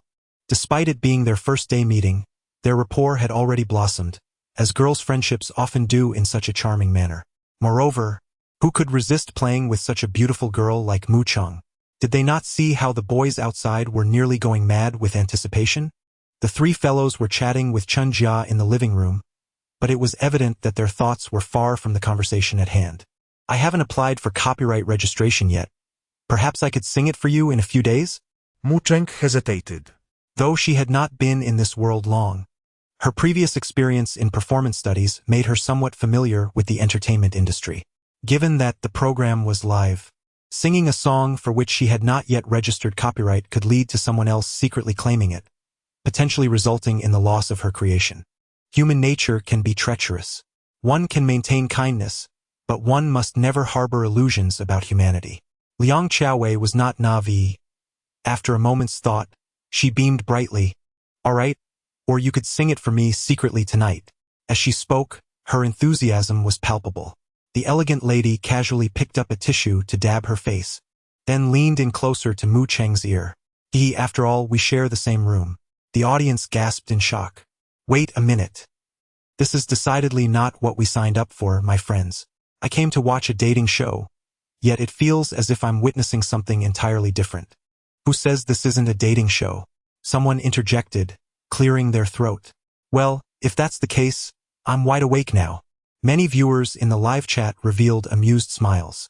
In this season of the dating show, it seems the girls are even more delightful than the male-female couples. Having tidied up the kitchen and dishes, the time was still early, just past 8 o'clock. Mu Cheng poured herself another cup of milk tea and, holding the cup, joined Liang Xiaowei in the living room. At that moment, the companions in room 701 were engaged in lively conversation. Upon seeing the two girls come over, their eyes brightened instantly, particularly Eugene, whose mood had transformed into one of sheer delight. For Mu Cheng had chosen to sit right beside him, separated by only one person, allowing him to catch a whiff of the fragrance that enveloped her. Chapter 11. The gathering at the heartfelt cottage just in time. We're ready to commence the inaugural meeting of our room 701. Wang Helong announced with a gentle smile, clapping his hands lightly. A Longines watch on his wrist seemed to glimmer unconsciously. Lin Yi surveyed the group and finally focused on a particular girl, prompting the conversation with a cheerful tone. Shall we start by discussing our professions? Absolutely. I'll go first. Chun Jia eagerly raised her hand, her smile radiant. After a brief pause, she continued, I work in an internet company as an operations planner. Is it a large company? Liang Xiaowei inquired with a hint of curiosity. Chun Jia nodded, something like that. A wave of surprise rippled through the crowd. After all, only a handful of companies could be deemed as major players in the internet sector. ByteDance, Tencent, and Alibaba were the most notable. Even the barrage of comments in the live stream began to buzz with excitement. This season's guests are indeed impressive. And you, Xiaowei? Chun Jia turned to the girl beside her. Liang Xiaowei swept her hair behind her shoulder and chuckled lightly. I'm a photographer, and I also do wedding and stage design on the side. If you ever get married, you can count on me. I offer a 20% discount. As she spoke, she suddenly turned to Mu Cheng and teased. If you ever tie the knot, I promise to make your wedding absolutely stunning. Mu Cheng, sipping her milk tea, nearly choked. What on earth? Why did it suddenly turn to me? The girl rolled her eyes playfully, exuding both exasperation and camaraderie. You should focus on your own wedding first. Laughter erupted among the group, their smiles brightening the atmosphere. For a moment, the cottage felt even more relaxed and warm, as these newly acquainted friends seamlessly integrated into the life of the heartfelt cottage. However, sometimes what is said in jest may resonate deeply. Upon hearing about Cheng's potential marriage, several boys inexplicably envisioned the girl in a wedding dress gracing the stage, imagining how breathtaking she would be. If only they mused, if they could be the other half. At that moment, Mu Cheng remained blissfully unaware of the daydreams unfolding around her. She simply cradled her cup, blinking at everyone. Well, I currently have 2 professions. I'm an actress and an independent musician. Perhaps I will take on even more roles in the future. Yet, she refrained from elaborating further. Nevertheless, her revelation left the group somewhat astounded. They hadn't anticipated that Mu Cheng was also an actress. A beauty like her must have already made waves in the entertainment industry, they thought. Sensing their curiosity, the girl's eyes sparkled playfully. I just graduated this year and haven't officially entered the entertainment realm yet. Which school did you graduate from, Cheng? Eugene asked, intrigued, as the others turned their attention toward her. Mu Cheng replied softly, Shanghai Theater Academy. At this, the group's expressions shifted to one of renewed astonishment. After all, the Shanghai Theatre Academy is among the top 3 art schools in the country. The same name also applies to Beijing Film Academy and Central Academy of Drama. The key point is that Mu Chang is not only an actress but also an original musician, possessing an abundance of talents. Even the barrage in the live stream erupted with excitement. Beautiful and talented. She is truly a treasure of a girl. I am utterly enamored. Following this, several young men introduced their professions. Lin Yi, a graduate from Shanghai Financial University, is currently a management trainee at a bank. Wang Helong, from Shanghai Jiaotong University, now serves as a product manager in a private enterprise, skillfully flashing his watch during his introduction. Lastly, there is Eugene. He stands the tallest among the young men, nearly 6 feet 3 inches, a sports student currently studying at Peking University, who has been invited to heart fluttering during his summer break. It appears he intends to explore romance over the vacation. While chatting, his gaze frequently drifts towards Mu Chang, revealing his keen interest. Ding dong, ding dong. Just as everyone finished discussing their work, suddenly, all their phones chimed simultaneously. Meanwhile, the members returning from their stroll next door to room 702 also received the notification. Heart Fluttering 7. The first gathering of the room. Heart Fluttering 7. Tomorrow evening at Morris Music Restaurant, the production team will invite rooms 701 and 702 for their first gathering. It's a chance for everyone to get acquainted. Heart Fluttering 7. Perhaps at this gathering, you might find your heart's desire. Oh dear. A gathering of the 2 rooms. Upon receiving the news, Huida felt a surge of excitement. This signifies that rooms 701 and 702 are about to truly merge. To be honest, although they had just visited each other for greetings, it was merely an initial encounter without formal introductions, making it rather awkward to forge connections. However, with this gathering, the dynamics would change entirely. In a moment of inspiration, Huida began to contemplate how he should present himself tomorrow. While he may not aim to be exceptionally handsome, he certainly wanted to appear compelling enough to pique a girl's curiosity. The thought of this made the corners of his mouth twitch upwards, resembling an exuberant dragon king. The fans in the live stream witnessed this and were nearly in stitches. Goodness, the silly expression of this country bumpkin. I've captured it, they exclaimed, laughing heartily. He truly looks like a fool. I must turn this into a meme to share everywhere. The anticipation for the first gathering of the 2 rooms is palpable. It is widely acknowledged that gatherings often lead to dramatic moments, hehehe. Not only the guests from the 2 rooms are eager for tomorrow's gathering, but even the audience in the live stream is buzzing with excitement. After all, a netizen aptly pointed out that gatherings are bound to bring about dramatic encounters. Especially with such a stunning girl as Mu Chang in this season's lineup, it certainly heightens expectations for the unfolding developments. In room 701, upon seeing the message from the production team, everyone engaged in further discussion. As the gathering gradually dispersed, everyone retreated to their respective rooms. Mu Chang maneuvered her 2 large suitcases into her room, placing them beside her bed. I'm going to take a shower, Liang Qiao said as she entered, greeting the girl. Each room boasted its own private bathroom, so she gathered her sleepwear and toiletries before heading off to freshen up. Mu Chang acknowledged her with a soft response and began to organize the contents of her suitcase, retrieving a set of pajamas. Just as she was about to pull out her intimate garments, she suddenly recalled the presence of surveillance cameras in the room. Instinctively, she glanced around, and indeed, 2 cameras were positioned diagonally across from each other. Beside the cameras hung an opaque black curtain, presumably intended for the guest's privacy, as everyone deserves a semblance of confidentiality while resting. Chapter 12. This lifetime has been ruined by Nanliang. Hello? Good night. Mu Chang approached to cover the camera with a cloth, playfully waving her little hand. She was aware that the program was being broadcast live, and perhaps someone was watching her. Thus, she gently offered a greeting. However, the girl remained oblivious to the fact that what she perceived as a mere salutation had incited a frenzy of excitement in the live chat room. Oh my goodness! My wife just wished me good night. Does this mean she likes me? Wow! Cheng's skin is flawless. You can hardly see any pores up close. And she's not even wearing makeup. I'm so envious. Why is she so beautiful and has such perfect skin? She is truly stunning. If I become her fan in this life, can I look like this in my next life? Sorry, but I have already reserved that. Aren't you a guy? So what if I am a guy? It's wonderful to become a girl. Wow, Nanliang is right beside me. Damn it, this lifetime has truly been ruined by Nanliang. TSK. This brother seems to have a story to share. Come on, tell us.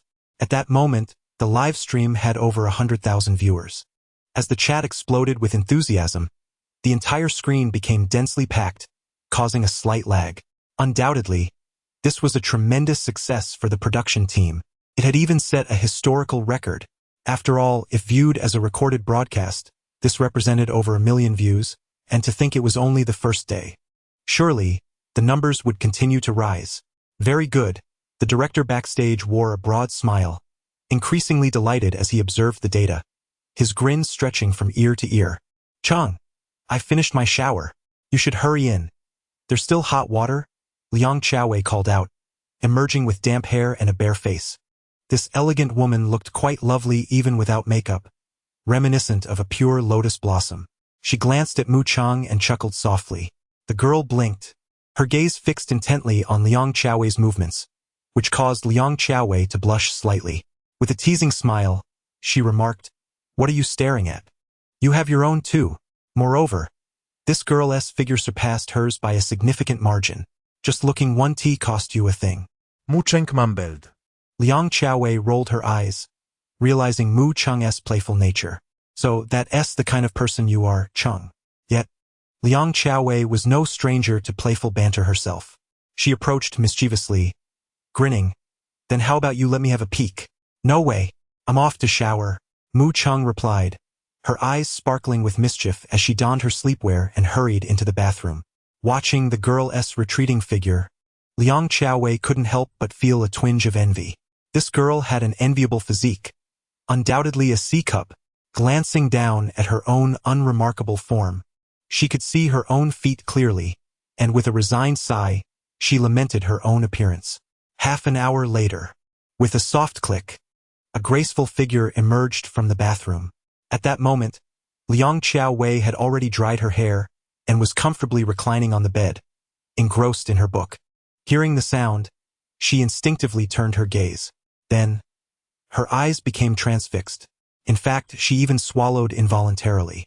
Before her stood Mu Cheng, freshly emerged from her shower, her delicate face flushed, slightly damp hair cascading casually over her shoulders, droplets of water gliding down her porcelain collarbone. Drip, drop. Mu Cheng remained blissfully unaware of her own allure. She merely noticed the peculiar gaze of Liang Xiaowei, clearing her throat. Aware of her own discomposure, the composed woman hastily redirected the conversation. "Changzi, could you sing that song Luzhou Moon for me?" With the camera and audio turned off, there was no need to worry about copyright issues. As Liang Xiaowei shifted the topic, a spark of curiosity ignited within her. She was eager to hear the complete version of the song, feeling a stirring anticipation.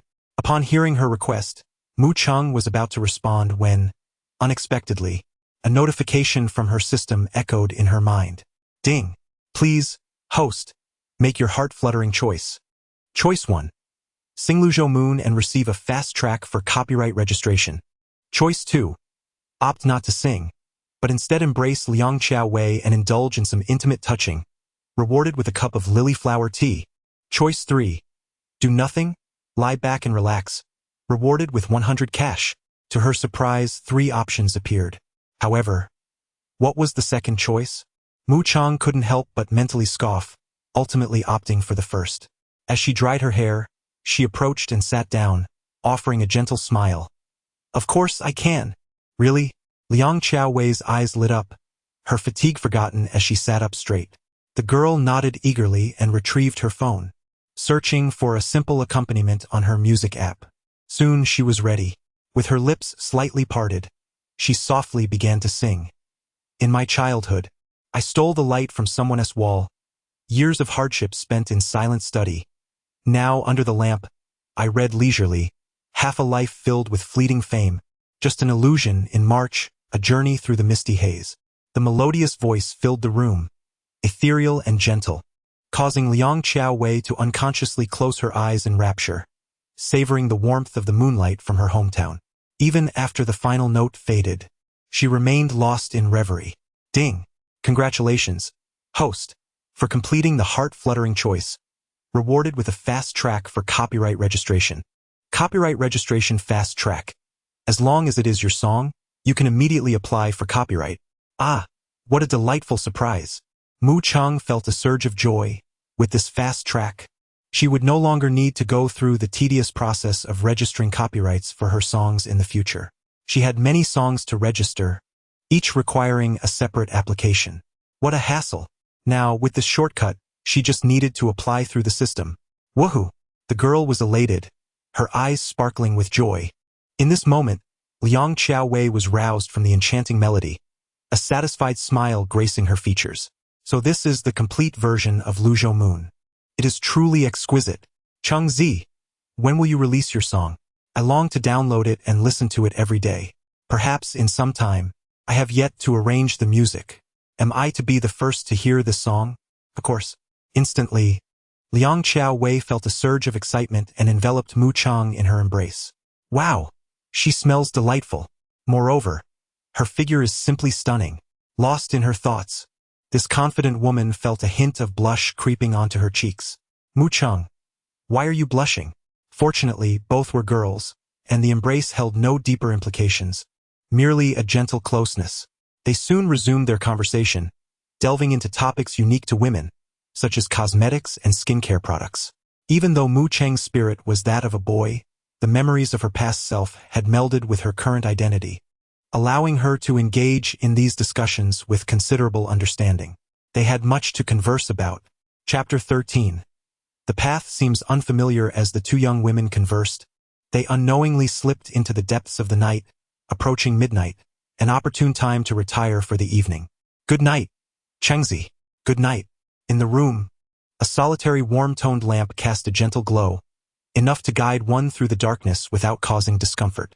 After exchanging their farewells, Mu Chang and Liang Xiaowei closed their eyes, ready to embrace slumber. However, Mu Chang found herself somewhat uneasy, clad in form-fitting sleepwear for the first time. It is a well-known truth among women, particularly those in relationships, that girls typically forego such attire while sleeping, as it can feel constricting. Yet, under the circumstances of filming, it was unavoidable. Despite the cameras being covered, a sense of vulnerability lingered. Fortunately, Mu Chang's quality of sleep was commendable. She enveloped herself in her blanket and soon fell into a tranquil rhythm of breathing. Should anyone have been able to observe her slumbering form, they would undoubtedly find her irresistibly adorable. Her long eyelashes rested like curtains, framing her exquisitely delicate features, resembling a sleeping beauty from a fairy tale, peacefully at rest. In the early hours, Liang Xiaowei awoke briefly and, by chance, caught sight of Mu Chang. Instantly, a smile tugged at her lips. What an adorable roommate she had. The impulse to plant a gentle kiss upon her cheek was nearly overwhelming. The next day, Mu Chang awoke naturally, roused by the gentle light filtering through the window's crevice. With a muffled sound, she blinked her eyes open and let out a soft yawn. It was a delightful sensation. She was not one to struggle with unfamiliar beds, and her sleep quality was consistently high. After turning over, she picked up her phone to check the time. It was only a little past 8, an early hour for someone not bound by work commitments. However, the others in the small dwelling were not as leisurely. Several had already departed, as their home was quite a distance from the bustling urban district. For instance, Liang Xiaowei had risen long before, around 7, and had already completed her breakfast. Despite the reduced number of occupants in the house, there were still those who did not need to rise so early. Hello. Good morning. Upon finishing her morning routine and donning her clothes, Mu Chang descended to find someone busily preparing breakfast in the kitchen. Upon spotting her, Eugène's eyes sparkled, and he greeted her with a smile. Good morning. How did you sleep? Quite well. Thankfully no nightmares. Mu Chang replied with a gentle smile, playfully engaging in light banter. Eugène couldn't help but steal another glance at her, suggesting, would you like some breakfast? I made an extra portion. In truth, he had not prepared more. He simply meant he could easily whip up another serving if she wished.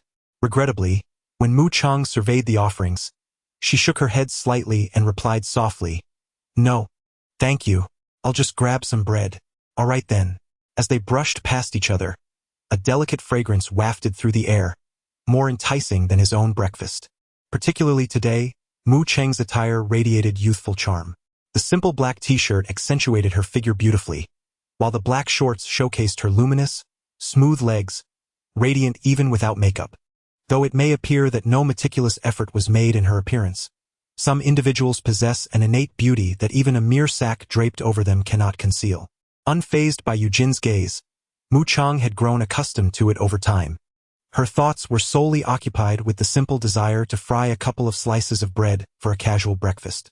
Once she finished her meal, she planned to record a song. Since she aspired to tread the path of the entertainment industry, recording music was an inevitable step. After all, she had an abundance of chart-topping hits from her past life to draw upon. Not to mention, the system had bestowed upon her a remarkable musical talent. Thus, this journey seemed quite effortless. The slices of bread sizzled in the pan, releasing a delightful aroma of butter that wafted through the air. Mu Cheng possessed a modest appetite. And this light breakfast sufficed for her. She complemented it with a cup of oat milk provided by the program's sponsor. Sitting at a corner of the dining table, the girl faced Eugène, who sat across from her, and he inquired with curiosity, "Are you heading out later?" "Indeed," she replied, her words slightly muffled as she chewed, her eyes blinking innocently, nearly causing Eugène's heart to race. Regaining his composure, he smiled and added, "I'm preparing for an internship at the International Trade Center." He instinctively probed further, "Is it along your route?" It doesn't seem to be very convenient." She pondered for a moment, then gently shook her head. Eugène felt a twinge of disappointment. All right then. After that, their conversation dwindled, and they both focused on their meals. Eugène had prepared a health-conscious meal of poached eggs and broccoli, which was precisely why Mu Chang had politely declined his offer earlier. After all, a dish of boiled broccoli hardly compared to the pleasure of 2 fried slices of bread. "I'm ready to head out. Bye." After finishing her breakfast, Mu Chang ascended the stairs to fetch her bag and waved a farewell to Eugène. He smiled and waved back. "Bye. Take care on your way." It was only after her figure disappeared from the small abode that Eugène reluctantly turned back. This scene evoked a wave of sentiment among the viewers in the livestream. "That poor guy, he has fallen in love," one remarked. "What can you do? Who wouldn't he be smitten by such a beautiful girl? If I were there sharing breakfast, I'd probably drop my eyeballs into her bowl. Ha ha ha. What a bizarre description. A bit terrifying, really, but it's true." Another chimed in. "This season seems to lack excitement now that Chengzi is around. Wait.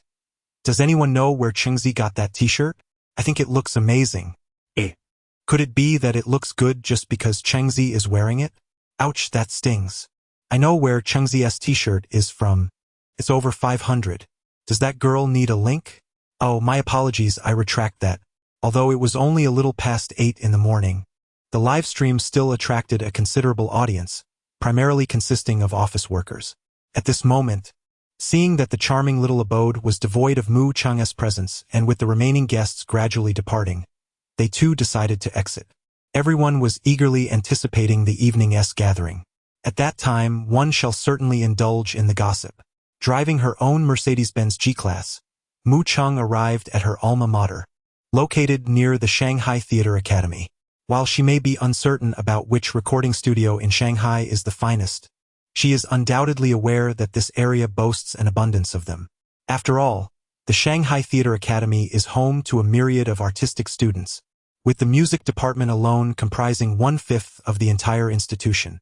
Consequently, the recording studios in close proximity to the school flourish in diversity, with one almost visible at every turn.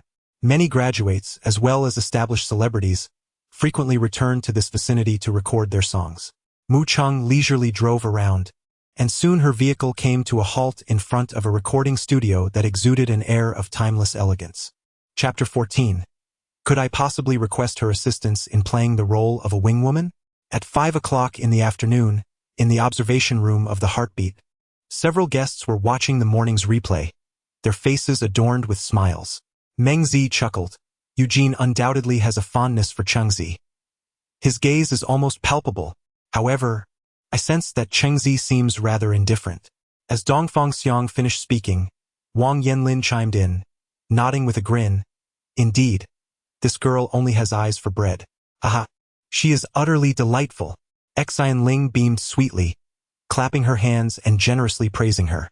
She has a great affection for Mu Chang, and she found the song Luzhou Moon, which Mu Chang performed yesterday, to be exceptionally melodious. Regrettably, the style does not suit her own. Otherwise, she might have been tempted to privately inquire about purchasing the rights. I wonder when tonight's dinner gathering will commence. I am so looking forward to it. Chun Yi, engaging in conversation with the group, could not help but rub his hands together in anticipation. Since their observation room was set up for the afternoon shift, they had missed some of the morning's live segments.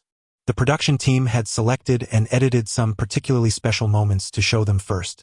They would change perspectives when new live footage became available. At this moment, upon hearing Chun Ye's eagerness, teacher he could not suppress a chuckle, gently saying, "Don't be so impatient. It sounds as if you are in a small room."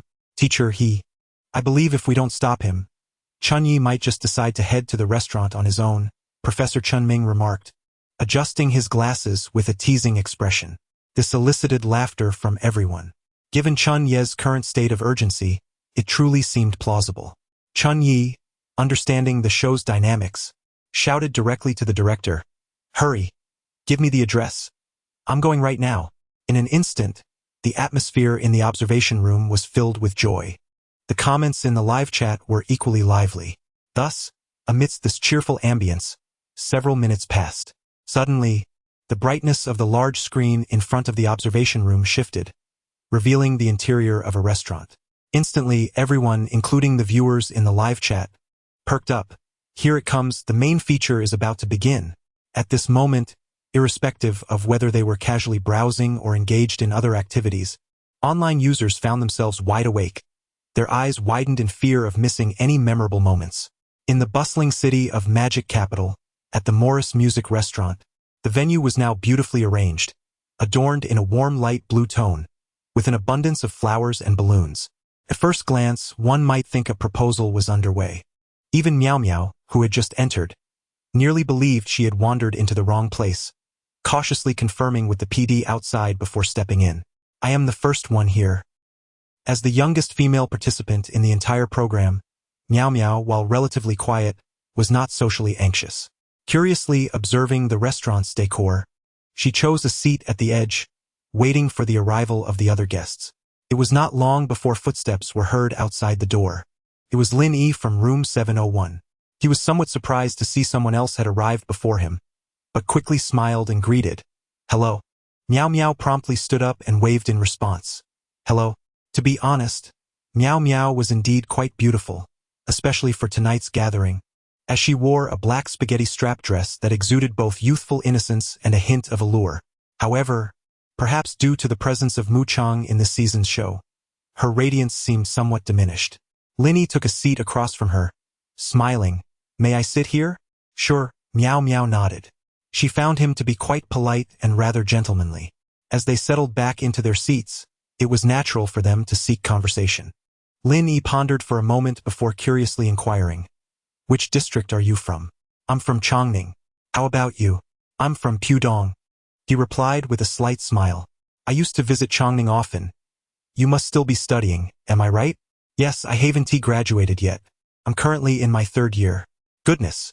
A third-year student attending a dating show. The viewers in the live broadcast sensed the generational differences among the participants, noting that dating shows had become increasingly youthful. Meanwhile, as they chatted casually, Lin Yi poured a glass of water for Miao Miao. "Thank you," she said, unable to resist glancing at him. He was actually quite handsome, though certainly not comparable to the readers of Tomato. Their initial meeting was marked by simple yet amusing conversation, which helped to create a warm atmosphere in the restaurant. It was only when the third person entered that their exchange came to a halt. "Hello, I hope I'm not interrupting," Chun Jia cheerfully announced upon entering. Miao Miao's cheeks flushed slightly with embarrassment as she quickly replied, "No, not at all. We were just discussing when you would arrive. Have you been here long?" After greeting Lin Yi, Chun Jia took the seat beside him and curiously asked, "Today, Chan Jia had also put in some effort into her appearance. Her slightly chubby cheeks appeared even more adorable after some touch-ups, and her slight pout resembled a playful pout. Her outfit leaned towards a sweet and cute style, radiating a charming youthful vibe. It hasn't even been long. We just arrived and chatted for a bit. Lin Yi poured a glass of water for Chan Jia as well, but his gaze could not help but drift toward the door, a hint of anticipation for the girl he had in mind. Unfortunately, the next few arrivals did not match his expectations. As more guests filled the small room, the atmosphere in the restaurant grew increasingly lively, especially with Huada, the comedic element of the group. Speaking of which, his attire today was undeniably flamboyant. Dressed in a suit, sporting a luxury watch, and with his curly hair tied back in a ponytail, he looked quite the part, resembling an artist. "Where are you from? Your accent sounds so familiar." Huada struck up a conversation with Chan Jia, as he happened to be seated diagonally across from her. Chan Jia leaned forward vivaciously and exclaimed, "I hail from Fujian province. Indeed, upon hearing your Mandarin, I wonder if you share my roots as well, fellow townsfolk." Huada's eyes sparkled with delight as he laughed heartily. Chan Jia, taken aback, responded, "Is that true? As a native of Putian, you must surely recognize my dialect, right?" The latter part spoken in local vernacular. "I can comprehend it, indeed. I am from the entire state. As the saying goes, when compatriots meet, if not with a gunshot from behind, then with tears in their eyes." The two immediately engaged in a joyful conversation. Moreover, Huada pondered inwardly whether he could enlist Chan Jia's assistance as a wingman, given that he was from room 701. Just as these thoughts crossed his mind, a sudden, crisp sound of high heels echoed from outside the restaurant. Instantly, a hush fell over the crowd. Several young men exchanged glances, unable to suppress their anticipation. Could this girl be Mu Chang? In truth, it was not only them. Even a few girls in the restaurant, along with the observers in the monitoring room and the audience in the live broadcast, held their breath, their gazes riveted on the entrance. Chapter 15. As the beads of the abacus slipped through her fingers, she contemplated her outfit. The high heels were rather uncomfortable. Perhaps it would be best to reconsider. After recording several songs, Mu Chang utilized the expedited copyright registration channel awarded by the system, successfully resolving the copyright issues for her songs and uploading them to her Douyin account. However, due to her lack of promotion and the absence of an MCN agency, her account did not garner immediate attention. The girl remained largely indifferent. After all, good things often take time to be discovered. Moreover, she was now quite affluent, with monthly rental income exceeding several million. By the time she finished recording, it was already past 2 in the afternoon. After a casual meal at a nearby shopping center, Mu Chang returned home to toss her recently changed intimate apparel into the washing machine. Subsequently, she lingered in her wardrobe, searching for an outfit to pair with her high heels for the evening. Yet, she soon realized that high heels, while aesthetically pleasing, were indeed quite painful to wear. As she pondered her dilemma, the system kindly presented her with a choice. Ding! Please make your heart-throbbing choice. Option 1. Wear the high heels and transform into the elegant Lu Ruyan, receiving the buff of never experiencing discomfort while wearing heels. Option 2. Pair knee-high socks with white dad shoes, receiving the buff of never facing wardrobe malfunctions. Both options were appealing to Mu Chang, but upon reflection, she deemed the buff against wardrobe malfunctions to be more essential. Thus, she chose option 2. With her decision made, she set aside the high heels and retrieved a pair of knee-high socks from the bottom of her wardrobe. She had just returned from a refreshing shower, her body fragrant and invigorated, and had changed into a lovely dress. As she prepared to leave, the system chimed once more. Ding! Congratulations, host, for completing your heart-throbbing choice. You have received the buff of never facing wardrobe malfunctions. At Morris Music Restaurant, the rhythmic click of high heels echoed closer. A striking figure clad in red appeared at the entrance. Contrary to expectations, it was not Mu Chang who graced the scene, but rather Liang Xiao Wei. Today, this elegant lady donned a stunning red split-hem evening gown, instantly becoming the center of attention upon entering the restaurant. Several young men gasped in admiration, while the women gazed on in awe. It must be said, her poise was truly remarkable. Hello, where shall I sit? Liang Xiao Wei greeted, holding her coat with poise and a charming smile. As her words faded, Huada promptly stood and pulled out a chair beside him, offering a gentlemanly smile. "Please, sit here." "Thank you," Liang Qiaowei said with a nod, surveying the gathering. She noticed the absence of that breathtaking figure. Chengzi had yet to arrive. Qiao Qiao looked splendid today, radiating such warmth and vibrancy. Seated opposite, Wang Helong jested lightly. To be honest, Liang Qiaowei was momentarily captivated by her entrance, for he had always been partial to the mature, confident type. However, the sheer allure he experienced upon first encountering Mu Chang the previous day was so profound that it overshadowed his attention towards her thereafter. In response to his remark, Liang Qiaowei chuckled softly. "It's quite warm." Even the skirts seemed to blush. "Here, have a glass of water." As the designated water server for the evening, Lin Yi was exceedingly diligent. Liang Qiaowei nodded and smiled. "Thank you." "Not at all," came the polite reply. The two exchanged glances, but in the next moment, Lin Yi instinctively averted his gaze towards the entrance of the restaurant, awaiting the arrival of the girl he eagerly anticipated. With Liang Qiaowei's presence, the restaurant buzzed with renewed energy. Yet this vibrant atmosphere was short-lived. Just a few minutes later, a gentle and melodious voice pierced through the chatter. "Hello? Am I late?" Instantly, everyone turned to look, captivated by the sound. In the next heartbeat, several young men stood up, their faces alight with astonishment and delight. Chengzi! Indeed, the girl who had arrived was none other than Mu Chang. She had initially thought she was tardy, but upon counting, she realized only 8 people were present, and she was not the last to arrive, much to her relief. Observing the boys rising, several girls also stood up politely. Compared to the striking beauty in the red dress, the girl before them was truly breathtaking. That evening, Mu Chang had donned a new ensemble, a light beige long-sleeve cardigan paired with a white chiffon skirt, complemented by white dad sneakers and knee-high socks. Instantly, her fresh and gentle aura enveloped the room. Especially with her exquisitely beautiful face adorned with a hint of makeup, she was utterly mesmerizing. The barrage of comments in the live stream exploded with cheers and excitement as viewers finally laid eyes on Chengzi, affirming their expectations. "Aw, sister, you are stunning. I thought the girl in the red dress would be the highlight of the night, but she is the real showstopper. Mom, I feel like I'm falling in love. Chengzi's outfits are always so lovely. Too bad we can't see the full ensemble. Hey, you up there? Your envy is showing." A bit disappointed, I was hoping to see Chengzi in heels.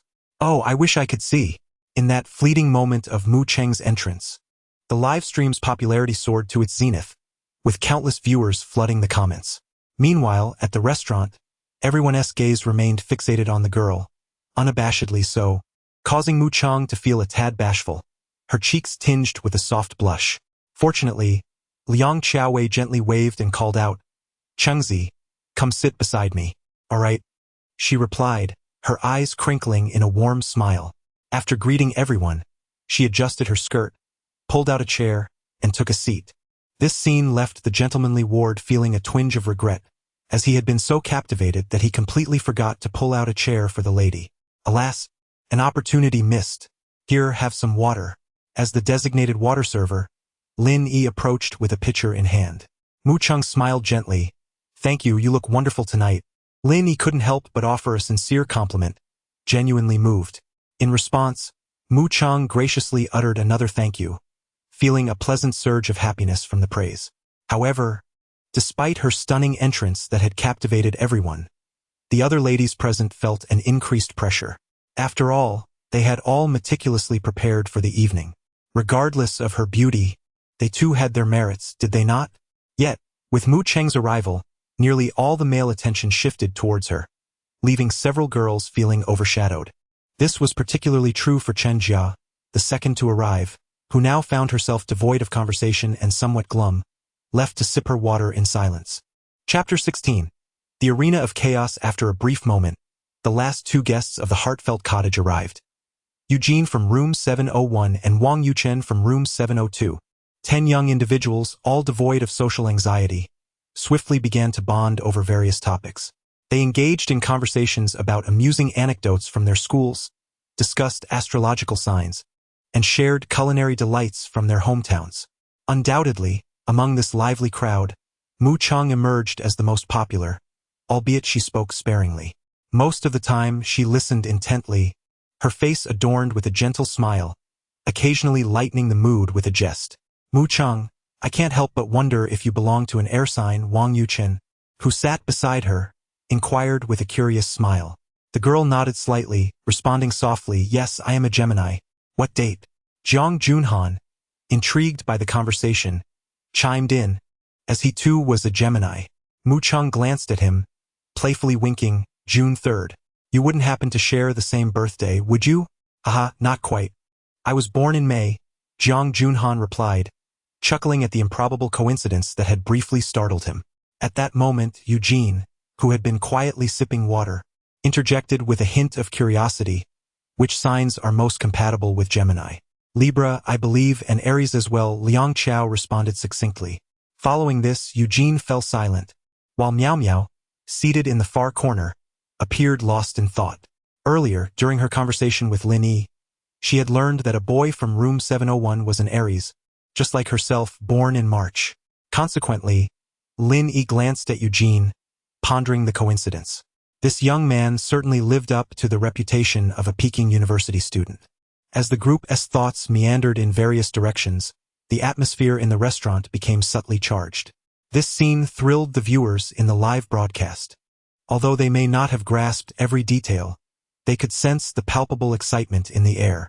There was amusement to be had, and juicy tidbits to savor. Fortunately, this tension did not linger for long. Shortly thereafter, the restaurant staff began to serve the dishes. One must commend the production team for their generosity. The long table was nearly laden with an array of culinary delights. Come on, let us dig in, friends. The food will get cold if we wait too long. Wang Helong was the first to pick up his chopsticks. Observing this, the others eagerly joined in, each selecting their desired dishes. Mu Chang, too, had her eyes on a particular platter of lobster balls. With deftness, she scooped some onto her plate using a serving spoon. Delicious. The flavors were mild, yet the lobster meat was firm and springy, making it quite delectable. To be honest, in her previous life, she had lived a frugal existence, constantly toiling away as a wage slave, and had never had the opportunity to indulge in lavish cuisine. Thus, during her first few days in this new world, Mu Chang found herself incessantly sampling dishes, driving to various five-star hotels and Michelin-starred restaurants. She now felt as if she had gained a bit of weight. Yet she could not resist, for the food was simply too delightful. As the girl dined, she took small, delicate bites, her manner of eating quite graceful. Occasionally, a few strands of hair would fall onto her cheek, prompting her to instinctively tuck them behind her ear, revealing the exquisite tip of her ear adorned with Cartier earrings. At that moment, Wang Helong cast a casual glance her way, and his heart fluttered ever so slightly. After a brief contemplation, he retrieved the plate of smoked duck slices from the table and offered it to her with a smile, saying, "Ladies, this is quite delectable. Do give it a try." Almost simultaneously, Huada presented a portion of pan-fried ribbonfish, explicitly addressing Chang. "Here's a couple of pieces for you and Yuchen." As his words fell, he and Wang Helong exchanged a knowing glance. Oh, it was happening. The audience in the live stream was in a frenzy. Was this not a classic scene of rivalry?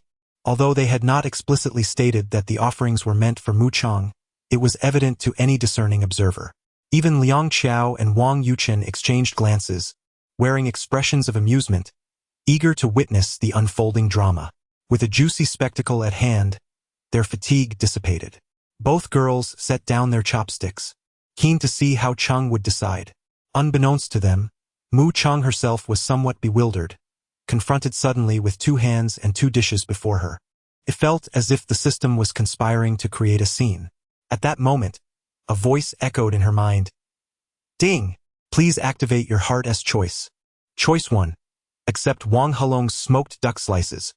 Reward: a decrease in burdensome attributes from C to C. Choice 2. Accept Huada's pan-fried ribbonfish. Reward: a physique that does not gain weight." 2 choices presented themselves. Yet was the first truly a reward? Mu Chang silently scoffed. Choice 2. Although she had decided, The young woman maintained her composure and stood up, slightly embarrassed. Thank you, I'll manage on my own," she said, accepting both dishes. However, after placing them before her, she promptly used the communal chopsticks to select a piece of ribbon fish, leaving the smoked duck slices untouched. After all, she was uncertain whether the system might interpret her choice as selecting both. The prospect of her attributes shifting from C to C was enough to make her want to weep. Fortunately, the system's reward arrived swiftly. Ding! Congratulations, host, for completing the Heart-S choice. Reward: a physique that does not gain weight. It felt rather unremarkable, yet it seemed she could indulge without worry. Thus, the concerns that had once plagued Mu Chang dissipated. She could maintain her figure while enjoying her meals without reservation. A delightful prospect. After savoring a piece of ribbon fish, the girl also took a slice of smoked duck, acknowledging Wang Helong's kindness with polite gratitude. She thought it best not to make a habit of such gestures, as they felt rather awkward. Meanwhile, the audience in the live stream, observing Mu Chang's subtle expressions, could not help but chuckle. So adorable. Chang is simply delightful. Her bashful little movements, and it seems everyone is watching the show. Ha! I couldn't contain my laughter when Chi Chiao and Yu Chen set down their chopsticks just now. Look at this guy. He is practically over the moon. TSK. Has the corner of your mouth nearly reached your ears? Yet, it is understandable, for the first dish that Orange picked was indeed presented by him. How could that not be considered a victory? Not only the audience in the live broadcast room, but even those in the observation room couldn't help but chuckle at this slightly electrifying scene. Teacher, he turned to a few girls here and remarked, if you were to encounter someone like Orange in reality, what would your feelings be? I would feel quite charming, hee. Meng Zi was the first to respond, her face adorned with a proud expression, which aligned perfectly with her character. However, Chunyi hesitated for a moment before stating, on one hand, I would feel liked, but on the other, I would find it somewhat awkward, much like Orange does. It is indeed quite embarrassing. Xian Ling nodded in agreement, endorsing Chun Ye's sentiments. The two girls immediately connected and joyfully exchanged a high five. Chapter 17. I have never been in love. The observation room buzzed with lively discussions, while on the other side, at Morris Music Restaurant, the production team had prepared a delightful surprise for the guests. Beneath each dessert plate, a small note lay hidden. It was Miao Miao who first noticed this and exclaimed, "Does anyone have one of these under their cup?" With that, she retrieved a rolled-up piece of paper from beneath her dessert. Contained a heartfelt question. Upon hearing this, everyone paused momentarily before hastily checking their own dessert cups. Indeed, each person had one. Curious, Mu Chang opened her note to find the question. How many times have you been in love? The production team's cameras were well aware of the moment, capturing the instant the girl unveiled her note, focusing on her delicate hand. Instantly, everyone erupted in excitement, exclaiming how lovely her hand appeared. When they read the note, their excitement and curiosity only intensified. Yes, indeed, I have been in love. After all, I am her ex-boyfriend, shouted one. How dare you drink so much up there, when Mu Chang is obviously my wife? Another chimed in. Ha! To all of you who merely fantasize online, let me tell you, Mu Chang's partner has long been revealed. He goes by the name of Sunset Glow, a handsome young man. Who is he? Who dares to steal my wife? Someone retorted. Perhaps you should check the ID of that informant. He is indeed Sunset Glow. Ignoring the lively banter from the audience in the live stream, the guests at Morris Music Restaurant examined their notes. They understood that this was a light-hearted post-dinner activity organized by the production team to foster camaraderie among the guests. Jiang Junhan adjusted his glasses and smiled, saying, I'll go first. My question is, if given another chance, would you choose a different room? This question was essentially a roundabout way of inquiring if he wished to move to room 701. The crowd wore amused expressions, anticipating Jiang Junhan's response. Naturally, as the eldest and most mature young man present, he would not express a desire to switch rooms, as that would imply dissatisfaction with his current roommate, unless, of course, someone in the neighboring room captured his heart. While there was a girl who had piqued his interest slightly, Jiang Junhan remained self-aware. He raised his voice triumphantly, declaring, No switching. Once a resident of room 702, always a ghost of room 702. His words instantly elicited laughter from everyone, even Mu Chang, who covered her face with her hands while smiling. After a familiar dinner, such playful antics only added to the humor of the evening. However, Wang Yuqin gazed at Jiang Junhan, a glimmer of amusement flickering in her eyes. Yes, she harbored a slight affection for him. All right, I'll take the next turn, Lin Yi said, naturally taking over the conversation.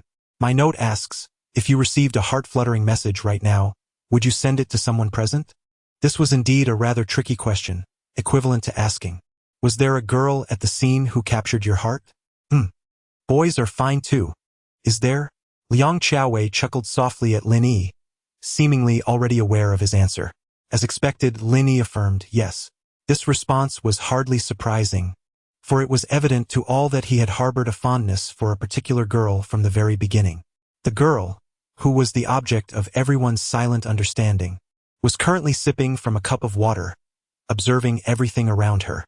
Mu Chang was rather hesitant to speak, fearing that the flames of attention might turn towards her. Fortunately, no one deliberately teased her.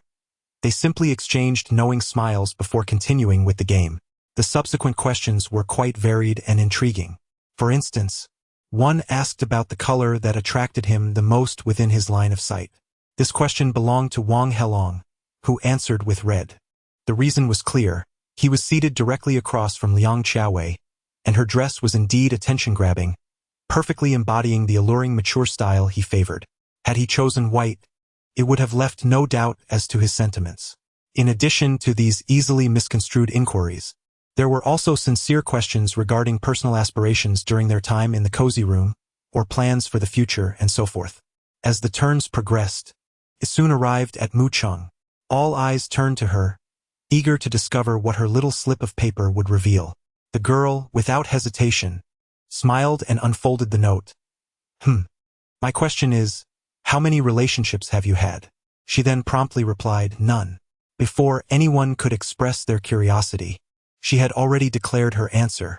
Instantly, the crowd gazed at her in astonishment. She had never been in a relationship. Even the audience watching the live stream and the observers in the control room were taken aback. It was quite unexpected for such a beautiful girl to have never experienced love in this day and age. Not convinced? Upon seeing the surprised expressions from the crowd, Mu Chang playfully smiled. She truly had never dated, not in this life nor in any past existence. Thus, her answer was devoid of any deception. Of course, I believe you. It's just a bit surprising considering your beauty, Eugene remarked, suppressing a hint of excitement while maintaining a smile. Upon learning that this girl had never been in a relationship, his first thoughts were filled with exhilaration. For the boys present, this sentiment was universally understood. Indeed, he was not alone. The other boys in attendance harbored similar thoughts. To summarize, boys are all a little bit LSP. As the gathering concluded with the game of truth or dare, the atmosphere transformed. It must be said that this dinner was quite effective. It not only allowed everyone to learn more about each other, but also strengthened the connection between the two rooms, 701 and 702, making future visits feel less awkward. Emerging from the restaurant, perhaps due to the exclusive booking by the production team, there were not many other guests present. Only 4 vehicles were parked at the entrance. Let us allocate the seating arrangements and see how we should sit, Wang Helong suggested, glancing instinctively at Mu Chang and then at Liang Qiaowei. This subtle detail went unnoticed by both Mu Chang and Liang Qiaowei. Yet the viewers in the live broadcast raised their eyebrows in curiosity. Why does it feel as though this fellow resembles a playboy? Chun Jia asked with intrigue. Who drove here? I did. I drove as well. Among the 4 cars, aside from Wang Helong, 2 others belonged to Jiang Junhan and Lin Yi, both of whom were male. They each approached their respective vehicles. Just as everyone was pondering whether the imposing G-Class belonged to someone else or perhaps to the production team, a graceful silhouette in white pressed the car key. With a playful demeanor, Mu Chang stood confidently before the G-Class, the formidable vehicle contrasting sharply with her delicate figure. Chapter 18. The Wealthy Woman, the Feast, the Hunger. I arrived by car as well. The girl shook her car keys, standing beside her imposing black G-Class, a radiant smile illuminating her face. Her delicate silhouette evoked a striking sense of contrast. The crowd stood momentarily stunned, and the viewers in the live stream were equally taken aback, their hearts racing in a tumultuous rhythm. Wow! It turns out that Orange is actually a wealthy woman. After a brief moment of silence, the barrage of comments erupted with astonishing fervor. Goodness! What a treasure of a girl she is! Not only is she stunningly beautiful, but she possesses a remarkable figure and talent. And now it turns out she is affluent as well. I cannot believe I missed the opportunity when the production team invited me. Oh dear. What kind of window has God opened for Orange? I don't know about anything else, but your chat window with her is certainly non-existent. Woe is me, I feel like crying. Why have I never encountered such a girl? If I did, I would be more than willing to drive a G-Class and reside in a lavish apartment. In truth, setting aside the G-Class, I believe that Orange and I share a striking resemblance as a couple. Are you sure you can let go of that thought? The wealthy woman, the feast, the hunger, the atmosphere in the entire livestream became vibrant. It could even be said that the moment they witnessed Mu Chang illuminate her Mercedes G-Class, the viewers' eyes widened considerably. The girl before them was simply a treasure, beautiful, talented, and, most importantly, wealthy. Many viewers were aware that this young lady resided in an upscale neighborhood in the bustling metropolis, in a spacious apartment, no less. Of course, they likely remain unaware that Mu Chang owns 2 buildings in that very community. Were they to find out, they would undoubtedly become even more exhilarated. So, Orange drove here as well. Outside the restaurant, Lin Yi was the first to react. A flicker of surprise crossed his eyes, but he was not astonished. After spending the past few days together, he had come to understand that this young woman was quite well off. Thus, he was merely surprised, albeit with a tinge of regret. He genuinely wished for Mu Chang to ride back to the cottage in his car, as it would afford them more opportunities to converse. However, at that moment, he turned to his companions and warmly inquired, "Does anyone wish to ride in my car?" Lin Yi's vehicle was a Volvo, worth several $100,000. Chun Jia immediately approached with a cheerful grin. "Then I shall hitch a ride. Welcome. Let us board as well, Yuchen," Zhang Junhan called out to Wang Yuchen. Upon seeing Mu Chang drive a G-Class, he realized that his chances were slim.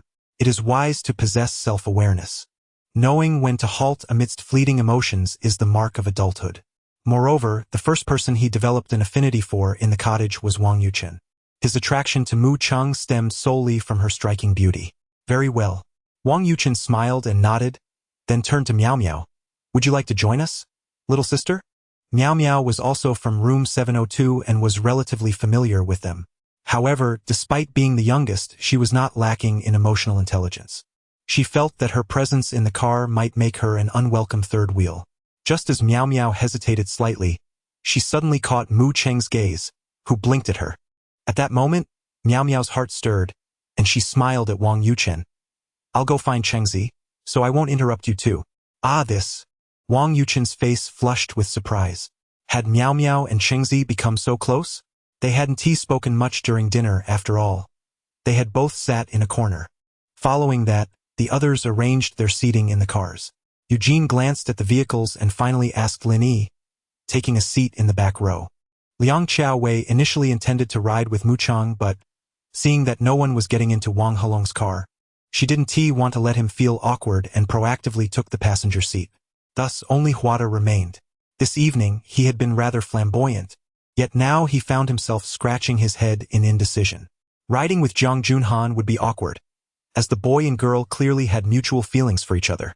Sitting with Lin Yi wasn't an option either, as they weren't that familiar and it felt uncomfortable. And Wang Helong. He had just competed with this guy for attention, creating a palpable tension that he couldn't quite ignore. Ultimately, Huada approached Mu Cheng's window, mustering a goofy smile. "Changzi, may I sit in your car?" "Of course," the girl replied with a radiant smile, not refusing. She didn't think much of it. After all, they were all heading in the same direction, so it was no big deal. "Thank you, Changzi." Huada felt a rush of delight and quickly opened the back door. This scene caused a flicker of displeasure in Wang Helong's eyes from a distance, as he noticed this guy had joined Mu Cheng's car. However, he didn't show it. Instead, he turned to Liang Xiaowei beside him and smiled, asking, "Is it cold?" Do you need the air conditioning turned down? I'm fine, it's quite comfortable now. Liang Qiaowei had already put on her jacket and wasn't feeling cold at all. Soon, amidst the chatter of everyone in the cars, Lin's vehicle slowly pulled out, prompting all to follow closely behind. By around 8 o'clock in the evening, after navigating through a bit of traffic, the 4 cars came to a stop outside the heartfelt cabin. I'll head back first. Chengzi, I'll come find you to play later. Miao Miao waved cheerfully. During the ride, she and Mu Chang had discussed numerous topics, and the more they talked, the more they clicked. This left Huada, sitting in the back, struggling to interject, feeling quite frustrated. Indeed, the boy, humorously nicknamed Country Chicken by netizens, finally had a chance to converse with Mu Chang, but alas, after parting his lips, all he could manage was, I'll head back first, too. Alright, goodbye.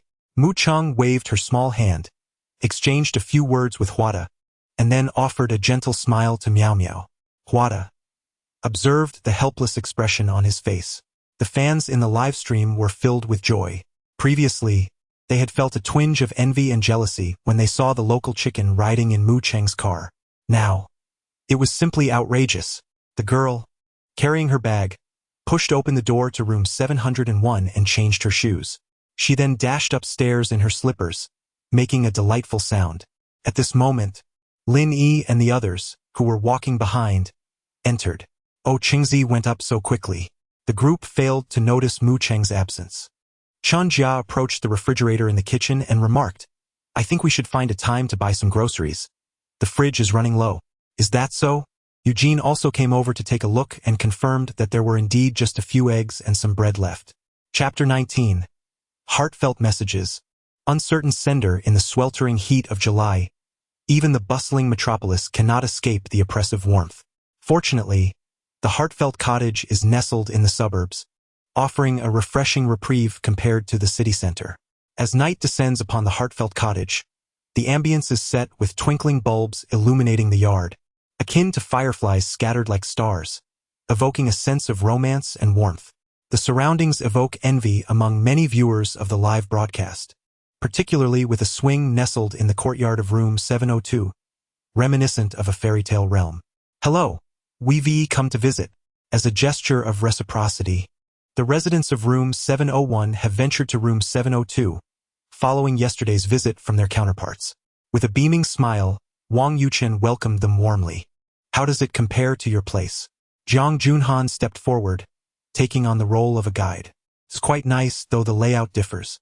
Indeed, your space is rather spacious, Liang Qiaowei remarked, admiring the elevated balcony on the first floor, adding with a soft chuckle, I can imagine enjoying a coffee and reading here in the morning. One must try it someday. Wang Helong smirked playfully, in that case, I'll borrow your balcony. To this, Huada interjected humorously, then I shall make breakfast for you at room 701. Oh really, are you actually coming to make breakfast? Chen Jia teased him. Huada. Ahem. We're all in on the joke. As the group exchanged banter and explored their surroundings, it became apparent that room 701 was indeed larger, featuring a small entertainment room complete with a television. Tap, tap, tap. The sound of footsteps descended from the stairs, revealing the stunning figure of Mu Chang. Your room is quite spacious. Upon her arrival, Miao Miao promptly led her upstairs, claiming she had a small gift to present. When she unveiled a little orange keychain, the girl initially believed it was a special purchase. Yet, Miao Miao explained it was a serendipitous find during a mall visit, perfect for gifting. After all, it's an orange. Mu Chang playfully winked. What should I gift you in return? 6 cups of water? If a water stands for 1 cup, then Miao Miao is indeed 6 cups. Miao Miao, slightly bashful from the playful jest, managed a shy smile. While she may be reserved, she exuded confidence when discussing her field of study, particularly in law. As the 2 girls descended, they instantly became the focus of everyone's attention, particularly Mu Chang. Wang Yuchen gave a knowing glance, smiling. If you find the room spacious, why not move in? There's plenty of space. No sooner had he spoken than Liang Qiaowei seized the opportunity, grasping Mu Cheng's hand with a mock pitiful expression. No, Orange, you cannot leave. Laughter erupted among the crowd, as they were thoroughly entertained. It must be acknowledged that Orange possesses an irresistible charm that captivates both men and women alike, evident in the affection she garners from all. After a brief exploration of the 702 cabin, the group bid farewell and made their way home. Before long, the clock struck 9 in the evening. Yin Yong, Yin Yong. The entire cast received a notification from the production team. Meanwhile, in the observation room, Teacher He wheeled in a small blackboard, beaming as he addressed everyone. Come now, we have arrived at the segment that delights us all, the heartfelt message moment. The heartfelt messages are a cherished tradition of the show Heartflutter. Boys send messages to girls, and vice versa. However, this season introduces a twist. Teacher He chuckled. Last season, our rule was to send without receiving, which sparked considerable discussion among viewers. It seemed many believed this approach was futile. So, this season we decided to do something different. Curiosity piqued among the group. Xinling eagerly inquired what's different. As a first-time guest in the observation room, she had watched previous seasons with keen interest. Please tell us, Teacher He. Pure Yi looked on with anticipation, awaiting the revelation. Teacher He, with a gentle smile, continued without further ado. This season, we will implement a system where messages can both be sent and received. The recipient will be able to view the content of the message. However, he paused, and before anyone could pose a question, he added, the twist is quite thrilling, for even if you receive a message, you will not know who sent it. Gasps of astonishment filled the room. The audience exclaimed, "Wok! Is this how we're playing?" The production team is truly mischievous. The notion of guessing the sender's identity added an exhilarating layer of complexity, raising the stakes to potentially mortifying heights. While the participants might view this as a mischievous ploy, the live audience soon erupted with enthusiasm, eager for the dramatic misunderstandings that would undoubtedly ensue. Not only the viewers, but the guests in the observation room exchanged knowing glances, their faces lighting up with mischievous grins. Wang Yanlin exclaimed, I just realized, if A sends a message to B, and B mistakenly believes it's from C and discusses it with C, wouldn't that be utterly embarrassing? Indeed, Teacher He nodded with a smile. In an instant, Meng Zi covered her face and stomped her foot, exclaiming, no way, I would truly go mad. Just the thought sends shivers down my spine. It was undeniably thrilling.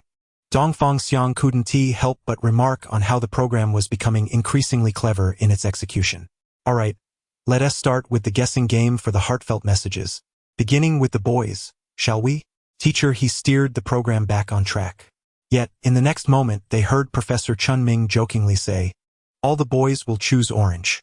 Laughter nearly erupted as the group responded, though truth be told, it wasn't entirely improbable. After observing everyone's performance tonight, it is evident that Chengzi will undoubtedly receive a plethora of heartfelt messages. However, setting aside the jest, let's return to a more serious tone. Chunai, with a smile gracing his lips, remarked, I believe Junhan will send a message to Yuchen, as they returned together this evening. Indeed, I concur. Meng Zi quickly nodded in agreement. This connection was one that everyone seemed to share a consensus on. But who would be sending messages to Chengzi? Teacher He directed his brush toward a stunning photograph of a beautiful girl affixed to the board. In the heartfelt cabin, at 9:30 p.m., everyone received a notification from the production team. Mu Cheng naturally noticed it as well. The task was to send heartfelt messages. Having been invited to participate in this program, she was already familiar with the process. As her role differed from the others, she was primarily performing as a guest in the cabin. Chapter 20 features an adorable orange emoji, rendering the act of sending a heartfelt message to anyone rather inconsequential for Mu Cheng. However, despite her performance being an act, she is keen to avoid any misunderstandings, particularly given her past life as a male, where the three great illusions of she likes me could easily lead to confusion. Consequently, the content of this heartfelt message requires careful crafting. The girl is seated on a swing chair in the entertainment room on the first floor. Her pristine white chiffon dress cascades gracefully, revealing a pair of delicate legs akin to jade. Her petite feet sway gently, lightly propelling the swing. Mu Cheng appears lost in thought, unconsciously nibbling at the corners of her lips, occasionally puffing out her cheeks like a little hamster filled with treats. This scene causes the hearts of countless viewers in the live stream to race, pounding relentlessly. How stunning she is. Even sitting there, she resembles a character stepped out of a painting. Ding. Please, host, make your heartfelt choice. Just as everyone admires the girl, a voice suddenly resonates in Mu Cheng's mind, momentarily startling her. Option 1. Send a heartfelt message to Lin Yi. Reward: efficient banking techniques. Option 2. Send a heartfelt message to Eugene. Reward: professional basketball skills. Option 3. Send a heartfelt message to Wang Helong. Reward: mastery in salesmanship. Option 4. Send a heartfelt message to Hua De. Reward: rapid exposure of Douyin account. Option 5. Send a heartfelt message to Jiang Junhan. Reward: intermediate marketing experience. Ah, there are actually 5 options. This is undoubtedly the most choices Mu Chang has encountered since acquiring the system, leaving her slightly astonished. She carefully examines each reward option. After a moment, she comprehends that the choice she makes regarding whom to send the heartfelt message to will yield rewards pertinent to their professions. This feels rather intriguing. Option 4 seems promising, Mu Chang muses.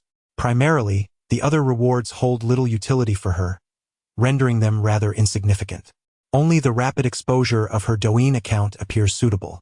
Although she could casually mention her Douyin in the show or invest in buying traffic, she is quite eager to see what effect the system's reward might have. Moreover, today, her interactions have predominantly been with Hua De, given that they shared a ride back together. Sending it to him would not seem overly abrupt. However, the wording of the message must be chosen carefully to avoid any misunderstandings. Alright, let us proceed with that. Meanwhile, while Mu Chang is momentarily lost in thought, the others in the heartfelt house are also contemplating whom to send their messages to and what to say. For the few boys, this is not a difficult task, as they already have their choices in mind. However, the girls are in a quandary, especially Miao Miao, who is deeply immersed in contemplation. Why can't one send a message to someone of the same gender? Regardless, they must decide. The program team allotted a mere 10 minutes for everyone to send their heartfelt messages.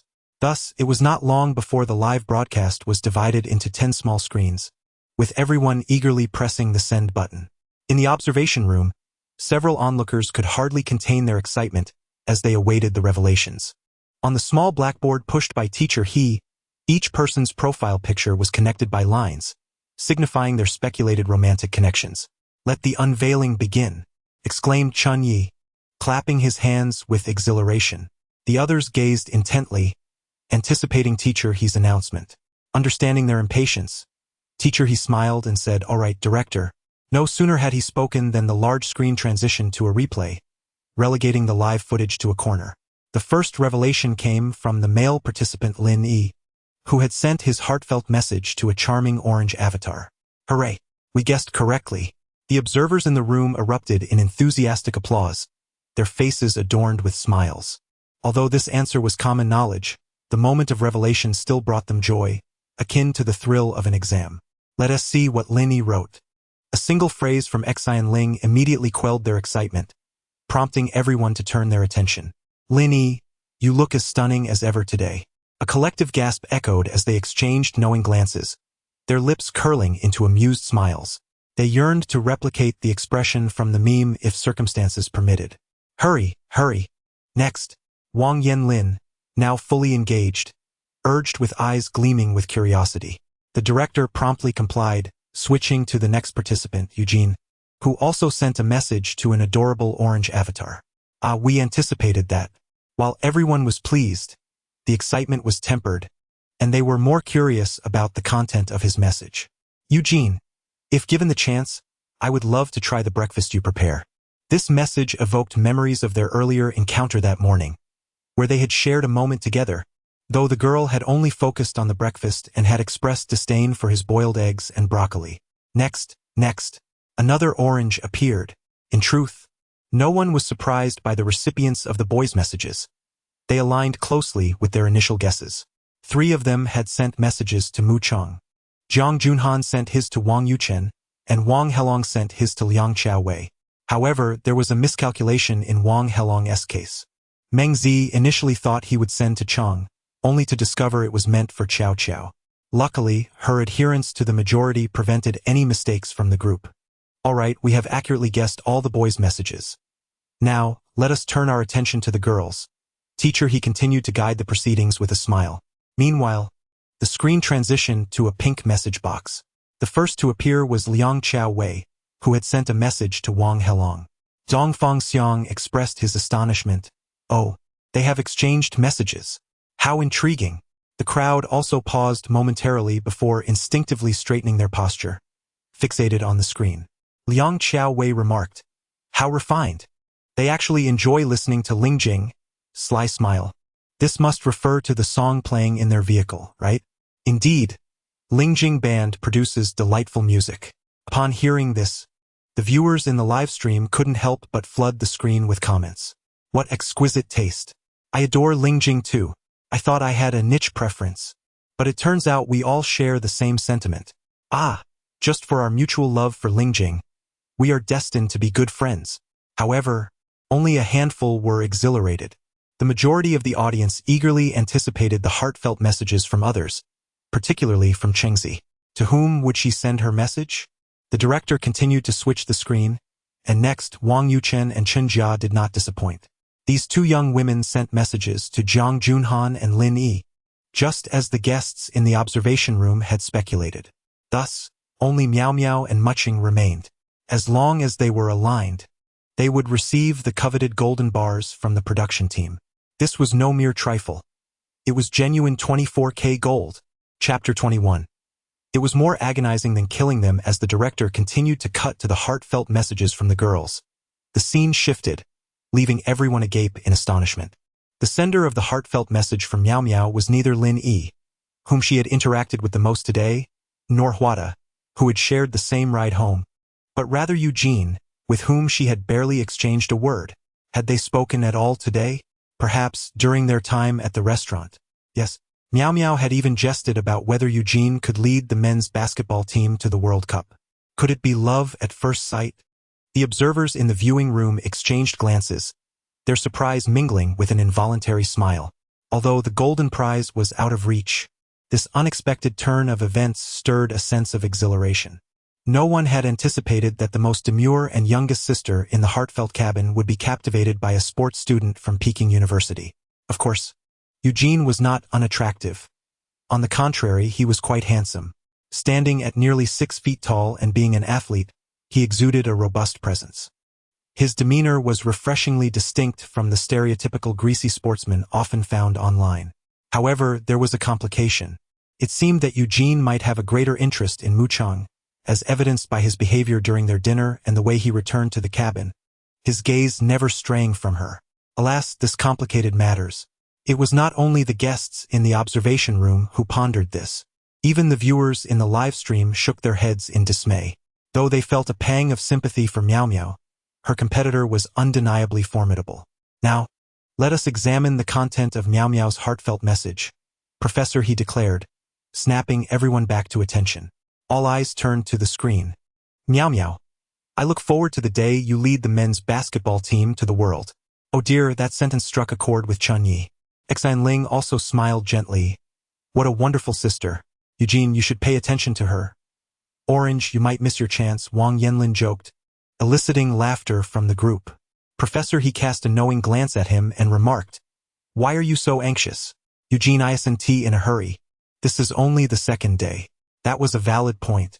Indeed, it was merely the second day. They had ample time in the cabin, nearly a month, and anything could happen. Now, for the final revelation, let us see Orange's heartfelt line. Here it comes. Everyone straightened in anticipation. This was what they had all been eagerly awaiting. Even the barrage of comments in the live stream had quieted, all waiting for the unveiling of the heartfelt message. On the big screen, the scene shifted once more, returning to Mu Cheng's perspective. As she composed her message while seated on a swing, her head lowered as she typed on her phone. Suddenly, her pink envelope was sent to a profile featuring a dog icon. It was none other than Huada. At this moment, everyone was left in stunned silence. The scene before me is far more astonishing than the heart-fluttering message that Miao Miao sent to Eugen moments ago. After all, how could it possibly be this fellow, Huada? He is hardly handsome. At this moment, many boys in the live stream feel as if they have been dealt a greater blow than death itself. They feel utterly dejected, as though they have consumed an excessive amount of lemons. Why? Why must it be this unremarkable fellow? Ah, I refuse to accept this. I can already envision the smug expression on his face during his live stream tomorrow. But hold on. Perhaps he is unaware that the message was actually addressed to him by Chengzi? I cannot bear to watch any longer.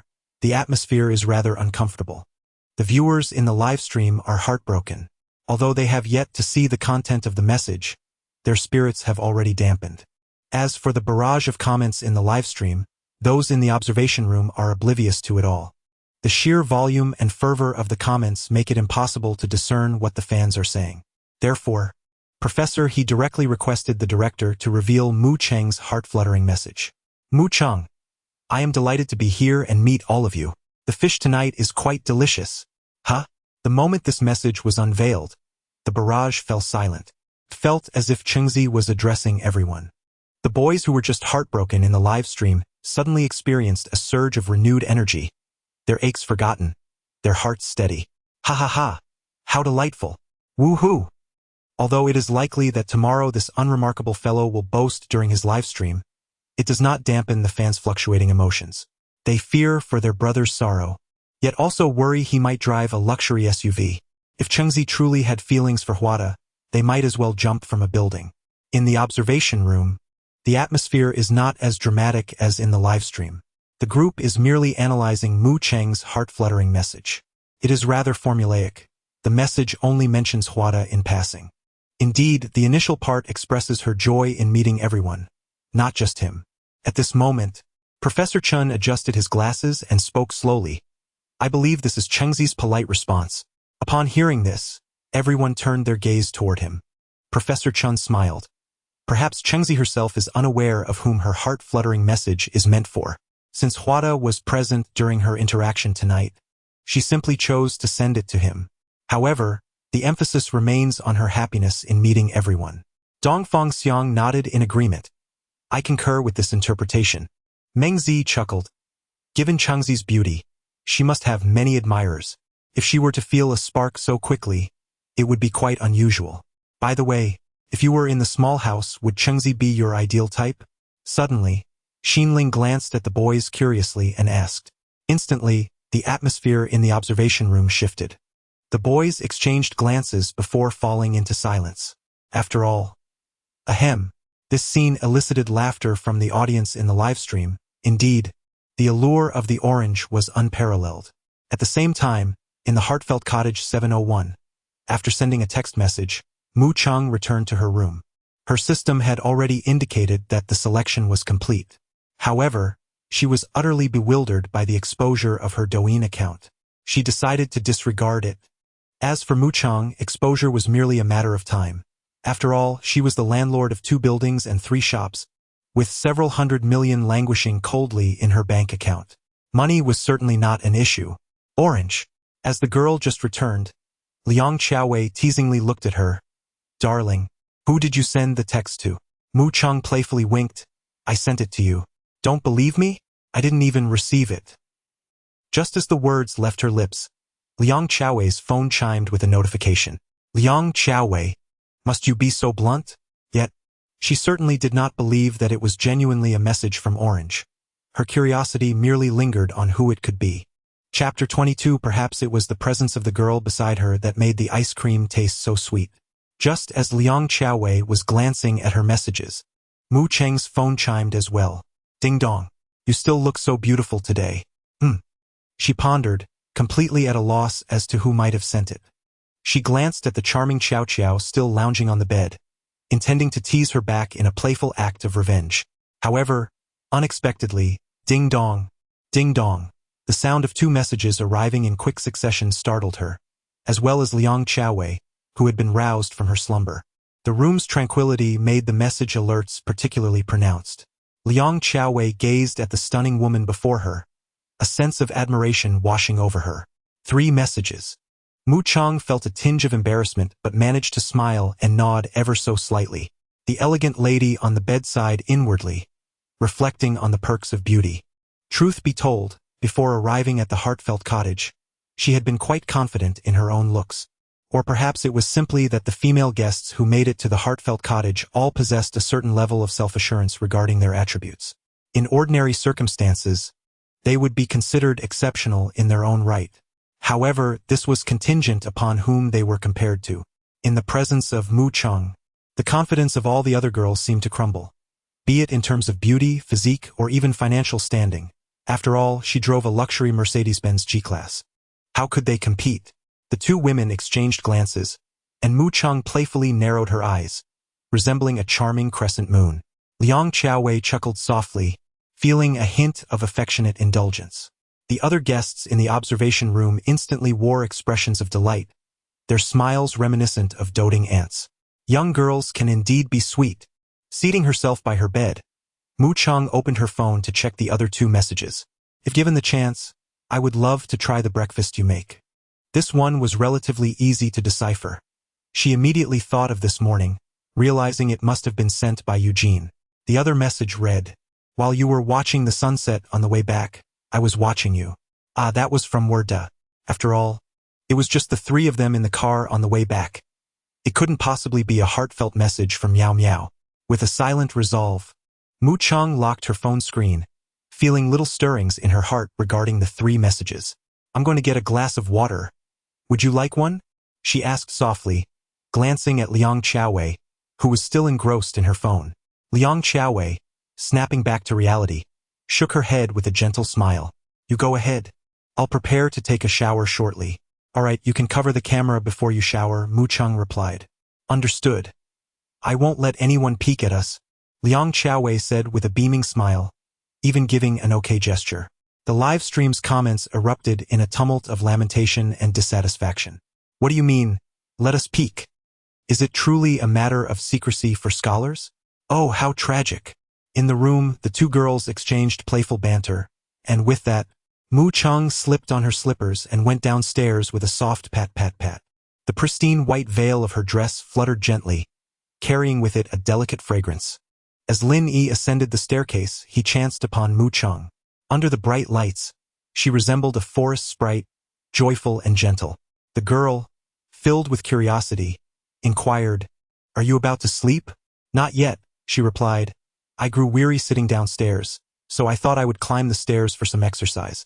With a playful chuckle, Lin Yi responded, Then why not head to the gym outside?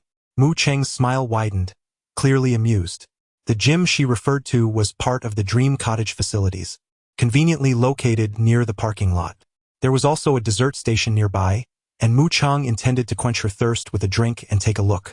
Lin Yi felt a stirring in his heart upon hearing her words. He sensed from her expression that she had not realized he had sent a heartfelt message. Although a hint of disappointment lingered, he had mentally prepared himself and thus felt little sorrow.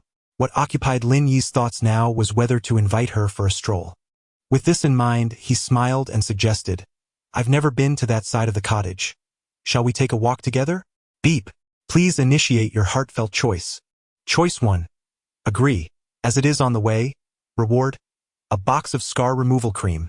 Choice 2. Decline. It's too dark and windy for a walk. Reward.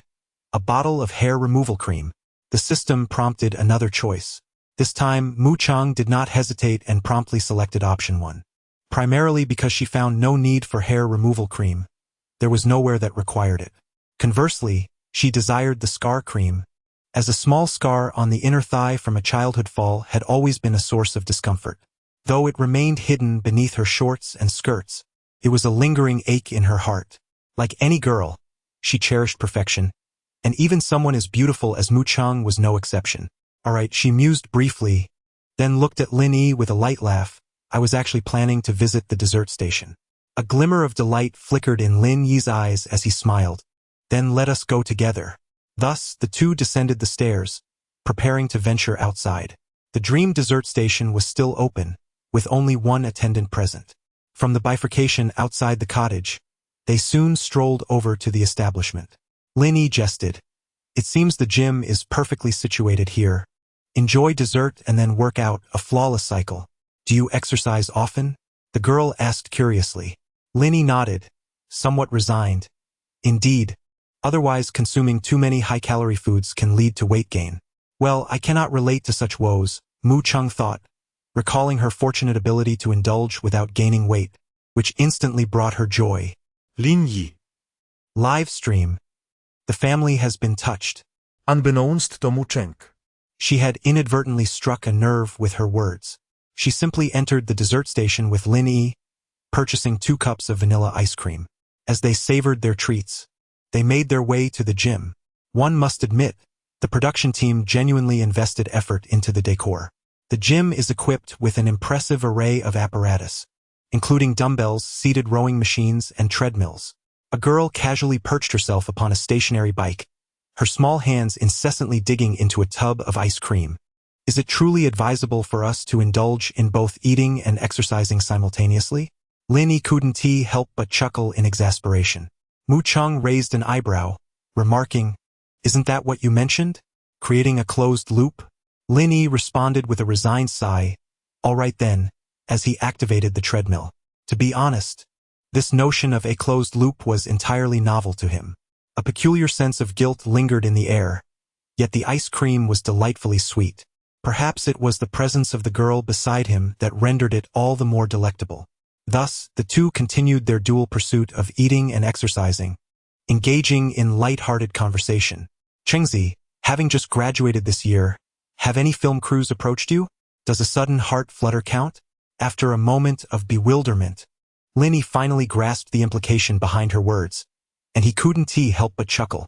He assumed Mu Chang was merely jesting, unaware of the deeper truth. Chapter 23. I wonder if you are up to no good ding-dong. As there were only 4 residents in this abode, each enjoyed the luxury of a private room. At this moment, Wada lay on his bed, and upon hearing the sound of a text message, he glanced at his phone, only to spring up with exuberance. Goodness! Orange had sent him a heart-stirring message. Although the content comprised merely a single sentence, the initial part seemed directed towards everyone, which Wada recognized. Yet, this in no way diminished his excitement. Ha ha ha ha! In the confines of his room, he danced about like a child weighing over 200 pounds, exuberantly flailing his arms. Meanwhile, in the live stream, the fans wore a sour expression. They were truly irked. Could someone please bring in a yellow-bellied individual to dampen this fellow's spirits? They were fed up with him. "I'm delighted to meet you too." Wada instinctively wished to respond to the message but forgot that the recipient was the production team. Indeed, the next moment arrived with a swift reminder. Heart-stirring 7. Bro, you sent it to the wrong person. Wade. Ha ha ha ha. Now it was the fans in the live stream who could no longer contain their laughter. According to the law of conservation of energy, smiles merely shifted. At 10 o'clock that evening, the ice cream had been devoured. After a brief workout at the gym, Mu Chang and Lin Yi decided it was time to return. During this time, Lin Yi had intended to showcase his muscles, for he regularly engaged in fitness and possessed an admirable physique. However, upon witnessing a certain girl effortlessly lift a dumbbell weighing several dozen pounds with one hand, he felt utterly deflated. Even the viewers in the live stream exclaimed in astonishment. What a girl of extraordinary strength. Could Orange possibly strike them into the ICU? Yikes. This is terrifying. Orange, rest well. Good night. Alright, you two sleep early. The girl waved her small hand, a gentle smile gracing her face. Lin Yi felt a tinge of regret for not hearing Mu Chang's good night, yet he was quite pleased at heart. He had spent some time alone with this girl tonight and gotten to know her better. Although there seemed to be no significant progress, it was certainly better than dealing with those few rivals, wasn't it? With this thought, a broader smile spread across Lin Yi's face. The two parted ways on the first floor. Mu Chang went to the kitchen to pour herself a glass of warm water before heading upstairs. The sound of her slippers pattering and her flowing hair spoke volumes of the girl's vivacity. Click! Mu Chang turned the doorknob of her room. Peeking her head in, she discovered Liang Chaowei had finished her shower and was applying something by the bedside. The sound of the door startled Liang Chaowei, who looked up with a playful smile. What are you sneaking around for? The girl's eyes sparkled mischievously as she chuckled. I'm just checking to see if you are up to no good. What mischief could I possibly be up to? Liang Chaowei replied, somewhat helplessly, while continuing to apply cream to her calves. Suddenly, she turned her gaze to Mu Chang. By the way, do you need this? Orange. What? The girl asked with curiosity. Then she heard Liang Chaowei say, hair removal cream. This brand is quite effective. Would you like some? Once again, it is hair removal cream. I do not use this. Which brand do you use? Please recommend one to me. Liang Chaowei thought that Mu Cheng's was more effective. After all, this girl's beautiful legs are so fair they seem to glow, leaving no trace of hair. However, when she looked at Mu Cheng, she noticed the girl stifling a laugh, innocently blinking her eyes. I've never used it. Then you. I'm sorry, it seems to be natural. Liang Chaowei. I will say no more. Envy is already brewing within me. How is it that she gets to enjoy all the good fortune? Beautiful looks, a splendid figure, and she doesn't even need hair removal. Ah! Dark crawling. JPG, however. Liang Chaowei suddenly had a lightbulb moment and paused, as a thought struck her. She glanced at Mu Cheng with a mischievous glint in her eyes. Chengzi, do you not need it there as well? The girl was bewildered by the question. Until she followed the gaze of the other, her cheeks flushed a bright red in an instant. Liang Chaowei seemed to have discovered a new continent. Her eyes sparkling. No way, really? Mu Cheng remained silent, her face growing increasingly crimson. Finally, unable to withstand the intensity of this woman's gaze, she grabbed her pajamas and a new set of undergarments, retreating into the bathroom. Meanwhile, Liang Chaowei stayed behind in the room, chuckling to herself. She had unraveled Qingzi's secret. Hee. In the capital, at the headquarters of ByteDance, within the Douyin Technical Development Department, a programmer working overtime was preparing to pack up and leave. Just as he tucked his headphones into his bag, he suddenly noticed that the traffic for a certain account seemed to be surging. The programmer furrowed his brow, hastily setting down his bag to check the data for any bugs or anomalies. In the meantime, he sent a voice message to someone in the operations department. Old Zhang, take a look at this account. What's going on? The traffic for this account is skyrocketing, as if propelled by a rocket. I don't see anything wrong on my end. Could someone be buying data? The man known as Old Zhang was momentarily taken aback, then also began investigating. The results were quite astonishing. There were no purchases of traffic, as all data sources were remarkably clear. What's going on? Having worked at Douyin for so many years, Old Zhang was suddenly intrigued. He quickly clicked on the account's homepage. An orange? At midnight, upon witnessing the live broadcast of Heartthrob 7 gradually quieting down, Yu Zhihui, wearing a smile, exited the live room. He stretched, surprised to realize that several hours had passed. But one must say, Chengzi is truly beautiful. Since the show began 2 days ago, Yu Zhihui had already developed a fondness for this gentle and adorable girl. Many of the comments in the live stream about snatching a wife were made by him. The main reason is, he genuinely envies her. He envied the young man in the heartthrob cabin, who could interact closely with such a beautiful girl. As a result, he found it impossible to develop any affection for Mu Cheng or any other male. Scrolling through Douyin, he, a night owl, would not succumb to sleep before 2 in the morning, even with work awaiting him the next day. For him, browsing Douyin was the most delightful form of entertainment as he approached his 30s. Recently, he had also taken to watching reality dating shows. Yu Zhihui scrolled through Douyin with remarkable speed. The videos he encountered were either about alluring women or international news, alongside peculiar competitions like donkey hooves and knife forging, as well as the imminent launch of a Xiaomi automobile. However, the once impressive edge of the seat women he used to admire now appeared utterly expressionless, prompting him to swipe away in disinterest. Indeed, compared to Orange, these women, while not entirely unattractive, evoked no feelings within him. Moreover, there were numerous T0 versions of enchanting fairies, none of which he could bear to watch. Just as he pondered whether to seek out some edited videos of Orange or perhaps revisit a live stream to refresh his eyes, suddenly, a music-only account appeared. Chapter 24. It's on fire. Absolutely on fire. Utterly chaotic. What captured Yu Zhihui's attention was not merely the few songs, but rather the account's username, an orange. Furthermore, the avatar appeared to be the same delightful cartoon orange used by Mu Cheng.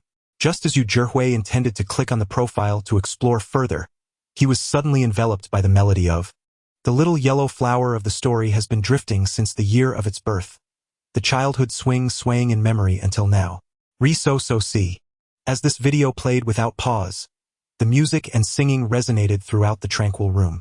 It commenced with a tender, simplistic guitar strumming, evoking a nostalgic ambience reminiscent of school days, brimming with youthful exuberance and joy, causing Yu Zhihui's lips to unconsciously curve into a smile. The mere prelude was already quite captivating, instilling a sense of anticipation within him. His hand, poised to click on the profile, hesitated momentarily. Let me listen first, then.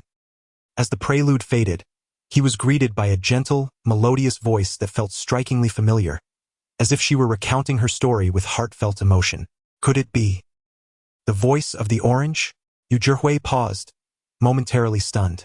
He had been avidly following Mu Cheng's live streams and watching edited videos over the past few days. Thus he was exceedingly familiar with her voice. On the day I skipped class for you, the day the flowers fell. Unexpectedly, the courage I thought I lost still lingers. I long to ask once more, will you wait or will you leave? On that windy day, the song continued, yet Yu Zhihui was already convinced. This was indeed the orange. A surge of excitement coursed through him. He hastily opened the comments section to express his exhilaration, only to find that it was filled with enthusiastic netizens. The count had skyrocketed from just over 100 to more than 2,000 in no time. It was soaring like a rocket. Ah, this song is so beautiful. The young lady's voice is utterly enchanting. Wow, is that the orange? That voice is indisputable. Is someone upstairs also feeling the thrill? Ha ha ha, me too. Although I have no clue what you're all discussing. This song must be an original by the user named Orange, right? Its quality is staggering, completely rivaling the top 10 on current music charts. I feel you have understated it. This song is a complete knockout. It's filled with youthful, campus vibes. Suddenly, I am reminded of the girl who used to ask me math questions every day in high school. Ah, high school, such foolish times. Why is this song titled Sunny Day when it keeps describing rain, leaving me feeling melancholic? Wait, why does it seem like everyone here has a story, while I am just engrossed in the music? The orange is incredible. She wrote the lyrics, composed the music, and arranged it all by herself. I have suddenly realized that this girl is a treasure. How blissful it would be to marry her. I sincerely apologize for the inconvenience, but I am indeed the husband of Cheng. It seems you are quite persistent. A fool indeed. From the moment Yu Zhihui stumbled upon this video and opened the comments section, in just a few fleeting minutes, over 5,000 netizens were fervently flooding the screen. The number of likes has already surpassed 30,000 and continues to ascend at an astonishing pace. With each refresh, an additional 1,000 likes appear. The comments from these netizens have confirmed one thing for him. This Douyin account truly belongs to Mu Cheng. With this thought, he hurriedly followed the account and even set it to special attention, ensuring that he would receive immediate notifications whenever Mu Cheng posted a new Douyin video. The little yellow flower has been drifting since the year of its birth. Unbeknownst to him, the video had already replayed twice, and the girl's gentle voice instantly enveloped Yu Zhihui in nostalgia. It seemed as if he was witnessing the story of his own youth. As he listened, suddenly, Yu Zhihui opened his eyes, for he seemed to recall that when he had just entered the homepage to set the special attention, he had glimpsed other songs as well. In an instant, he felt a surge of excitement and promptly re-entered the homepage. Indeed, beneath the video of Sunny Day, there were 5 additional videos. Each cover bore only a black background and the title of the song. Lu Zhou Moon, No Matter How Far We Are Together, Breath Decides, Mermaid, and Alaska Bay. Suppressing his inner exhilaration, Yu Zhihui first clicked on Lu Zhou Moon, recalling that it was the song Mu Cheng had sung in the kitchen yesterday. He had lamented when he would be able to hear the complete version, never expecting it to be available today. In his childhood, he had stolen the light from someone's wall, and now, under the lamp, he leisurely read with the fragrance of the red sleeve. The ancient melody accompanied the girl's voice, flowing softly and gracefully, seemingly infused with a hint of playfulness. Unlike the slightly somber tone in Sunny Day, in Lu Zhou Moon, her voice was distinctly more cheerful. What a versatile girl she is. A smile unconsciously crept upon Yu Zhihui's lips as he closed his eyes once more, savoring the melodious tunes emanating from his phone. How delightful it would be if she could sing right beside him. It is beyond imagination how enchanting that would be. At the same time, It was not just Yu Zhihui who had stumbled upon Mu Cheng's Douyin account. Virtually anyone scrolling through Douyin during this time could encounter it. In fact, many who had just exited the live stream of Heartthrob 7 found Mu Cheng as the first account upon opening Douyin. Consequently, this account's traffic surged. Late into the night, with sheer determination, the 6 songs amassed millions of likes on each video and hundreds of thousands of comments, skyrocketing to the top of Douyin's trending list, all while igniting excitement and enthusiasm among the netizens, which in turn influenced other apps as well. For instance, the combination of Weibo and Sweet Potatoes has taken the internet by storm, even flooding WeChat Moments with an overwhelming presence. It has exploded, utterly ignited, a chaotic sensation, so much so that, around 3 in the morning, several business owners were roused from their slumber by their assistants, who conveyed this astonishing news.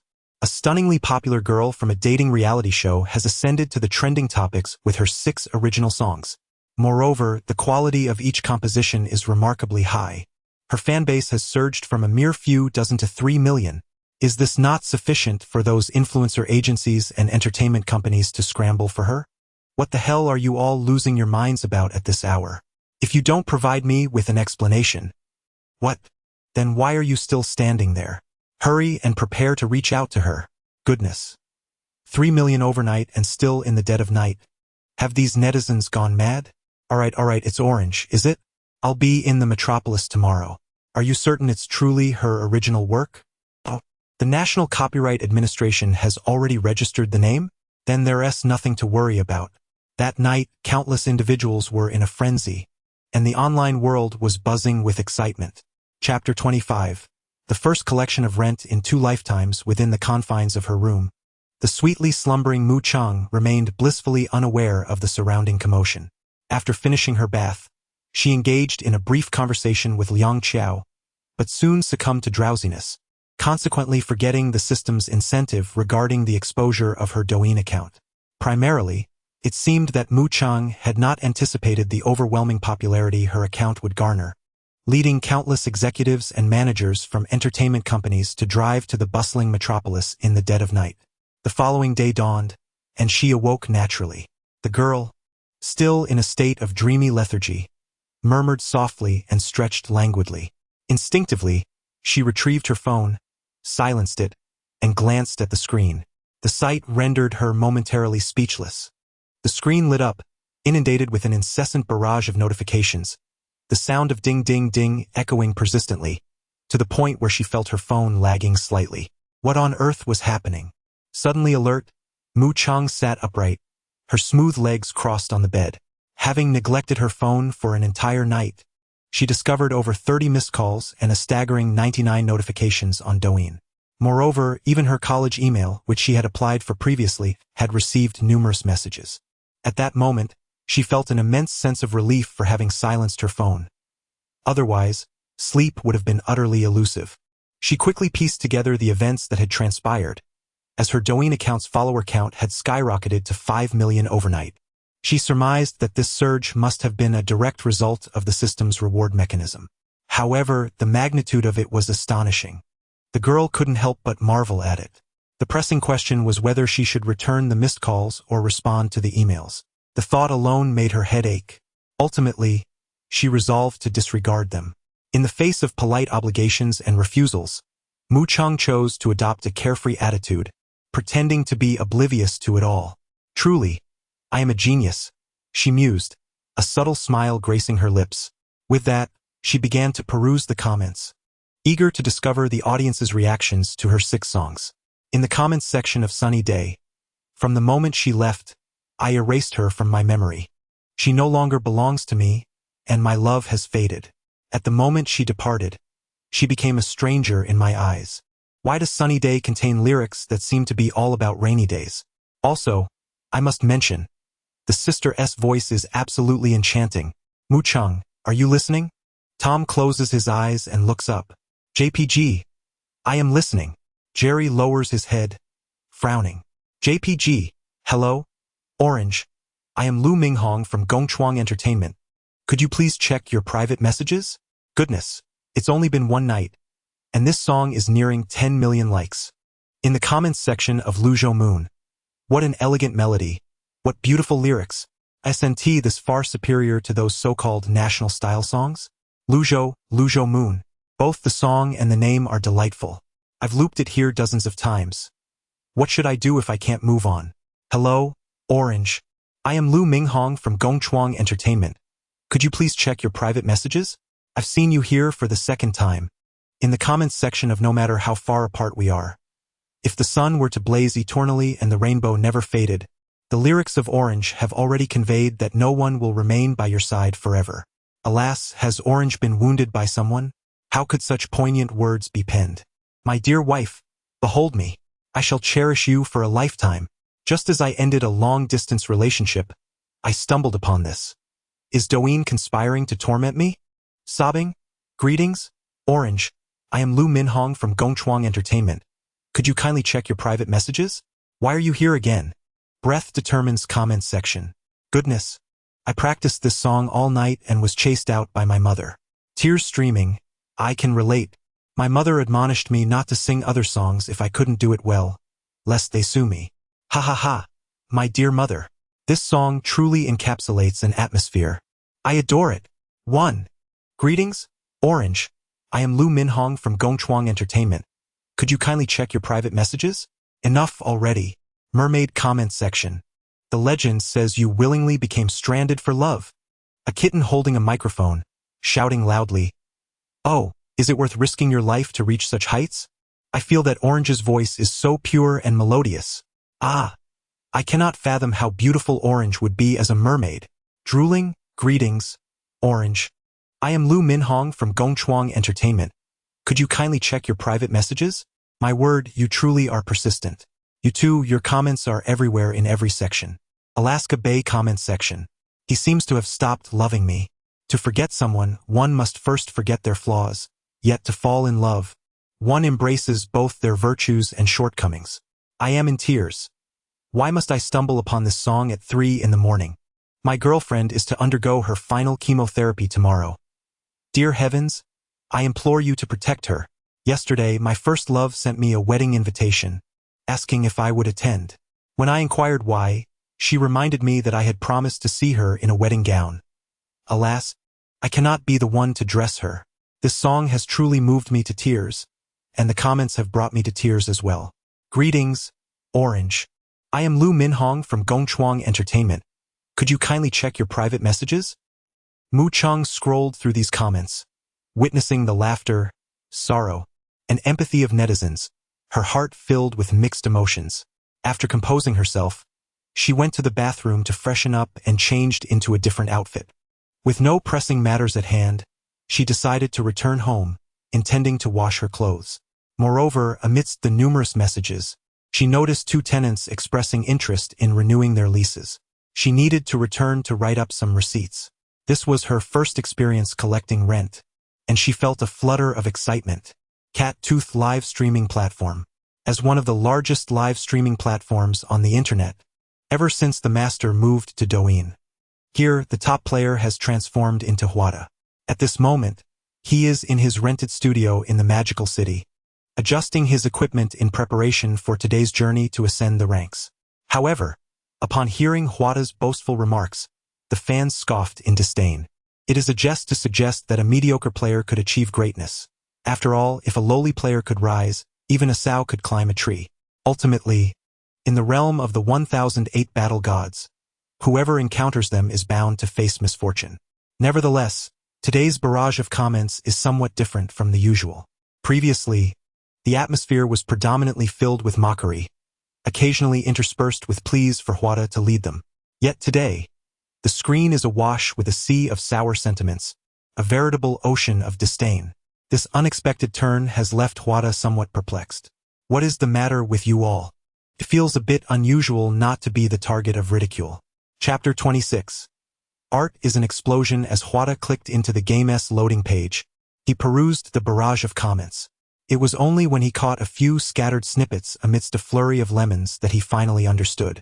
This group of individuals was sending him heart-fluttering messages. Ha ha ha. Alas, you cannot envy what you cannot attain. It's simply a matter of personal charm. With a confident toss of his hair, Huada beamed. his smile stretching almost to the base of his ears. Previously, he had often been chided by these infuriating fans for lacking female admirers and charm. Now, however, he was determined to prove his prowess to the online community. Just like this time, he was ready to carry the team with the beloved character, Xianjiang, Bombcat. Art, indeed, is an explosion. Boom! Defeat. As his team's blue crystal shattered, the screen displayed the dreaded word, failure. Huada felt as though he might implode. Ah, what is this group of teammates doing? I secured 4 kills in the early game, and we still lost. In a fit of rage, he slammed his phone onto the table like a cleaver chopping vegetables. Only after his fury subsided a little did he collapse weakly into his chair. This scene evoked a familiar sensation among his fans, who erupted in laughter. The comments flooded in, mocking Huada. Can you even handle this, little dog? Alas, this is so pointless. Huada skillfully scrolled past the barrage of comments, shaking his head. The current environment in the game is atrocious. If it weren't for my teammates constantly throwing the match, I would easily have carried us to victory. To speak candidly, disregarding other matters in matches of this rank, Huada did possess a modicum of skill. His previous teammates had indeed been quite the burden. Despite securing a triple kill and 4 kills early on, which set a favorable pace, his teammates had faltered midway. However, if not playing as a king, Huada was at a loss for what to do. His profession was that of a game streamer. Though he had become a prominent figure on the Maoya platform, restrictions were not insignificant. Yet he had no other skills. Returning to the Heartbeat Lounge, it was barely past noon, and he had just ordered takeout through his assistant. Besides, the lounge was likely empty at this hour. Brothers, how about we check out the dance area? After much contemplation, this seemed the only way for Huada to unwind. After all, dancing could elevate one's spirits. Upon hearing this, the comments in the live stream erupted with excitement. Let us go, I want to see Aimee. What about Aimee? ISNT Xiaoyuan better? Cute face and all winks. Ahem. I still think Dong Dong is the prettiest with those long legs. A portion of the fans was visibly thrilled. They were well acquainted with the dance streamers on Maoya and offered suggestions. However, amidst the comments yearning to see beautiful streamers, another faction's remarks stood out starkly. What dance streamers? Is Orange not more attractive? Indeed, watching these is less appealing than scrolling through TikTok clips. Whoa, it's so boring without Orange in the lounge. I wonder what my wife is up to. It seems it is time to find a tranquil space to compose a song, for a piece of such exquisite quality undoubtedly requires considerable time to create. By the way, dear friend, have you not yet listened to the melodies of Orange? You must indulge yourself. The sudden barrage of recommendations from this fervent fan left others in a state of enlightenment, and instantly, the comments surged with even greater enthusiasm. Everyone urged Huada to search for a Douyin account named One Orange. Huada, along with the oblivious audience, found themselves perplexed by the multitude of endorsements for this account. However, with nothing pressing to attend to while waiting for takeout, Huada decided to acquiesce to the fans' wishes and began to search right before their eyes. Initially, he assumed it would be a compilation of videos by some influencer featuring Orange, but to his surprise, upon searching, he was met with the sound of crashing waves and an inexplicably melancholic piano accompaniment. The two elements melded together, conjuring an image of a dimly lit shoreline where a girl was walking toward the depths of the sea. Oh heavens! Can you not see how deeply I adore her? Why must you tear apart two souls who are undeniably in love? The voice of Mu Chang resonated through the screen, reaching Huada and all the fans in the live stream. Suddenly, the barrage of comments appeared to clear in swathes. Huada himself silently ceased his movements, closing his eyes to listen intently. Within the song, the girl's voice remained as gentle and melodious as ever, ethereal and pure. Yet, he sensed a profound loneliness and sorrow, accompanied by an ineffable anguish. Could this be the story of Orange herself? She, who is so vibrant and spirited. As he continued to listen, the image of Mu Chang floated through his mind. Her every glance and smile radiated beauty, reminiscent of the girl who had captivated him from the very first encounter. In a luxurious district of Magic City, Mu Chang returned home and first placed her clothes in the washing machine. Her intimate garments were carefully placed in a laundry bag. Although it is commonly said that delicate items require hand washing for thorough cleanliness, She believed that hand washing cannot compare to the efficiency of a machine. Moreover, living alone, she was not overly concerned. After all, her washing machine was a combined wash and dry model, allowing her to simply hang the clothes once they were dry. Done. The girl clapped her hands and began to pack her clean clothes into her bag before opening WeChat to contact her tenant. Hello, I just got home. Are you there? Oh. Alright, the other party replied, indicating they would come up. Mu Chang pressed the intercom to notify the property management downstairs to assist with the access card. Her building operated on a system where one must swipe a card to enter, and this tenant was coming from the adjacent building. Before long, by just past noon, the tenant's lease renewal was completed. The individual signed a contract for another year and immediately paid a quarter's rent, $15,000 per month, totaling $45,000. As for utilities, Mu Chang, being somewhat indifferent, allowed the tenant to handle those expenses independently. Regardless, she does not rely on collecting rent from tenants to make a living. After completing a lease renewal for one tenant, the girl ordered takeout on her phone, as the sweltering heat deterred her from dining out. Ding dong. Is that you, the beautiful landlord? You've returned, haven't you? I wish to renew my lease. This morning, another tenant she had contacted also replied. It was an elderly lady. The girl gently responded with a voice message.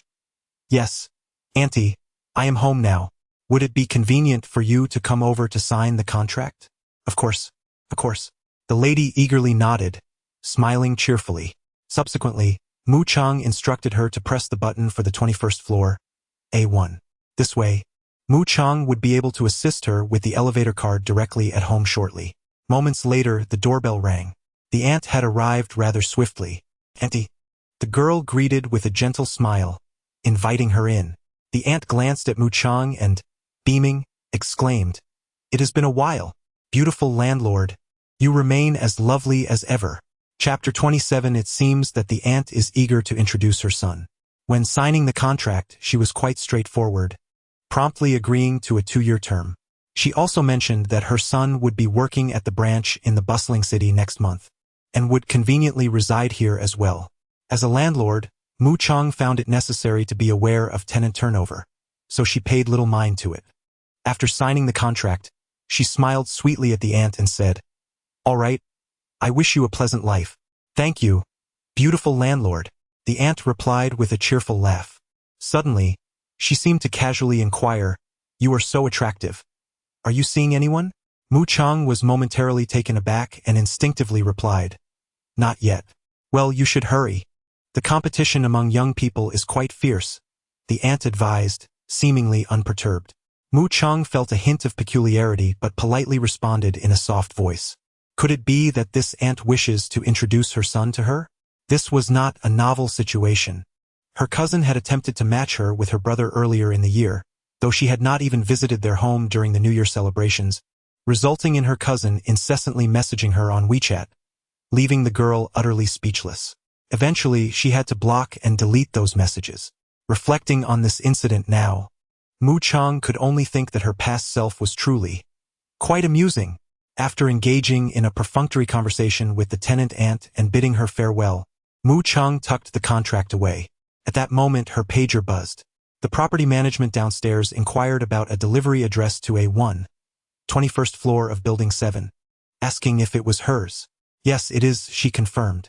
All right, Miss Mu, I will bring it up to you right away.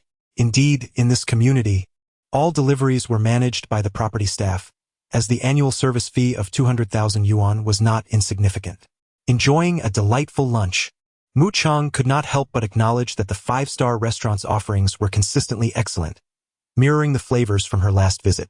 In the afternoon, with no pressing matters, she remained at home tending to her flowers and feeding the koi fish. Occasionally, she would open her Douyin account to check the comments from netizens.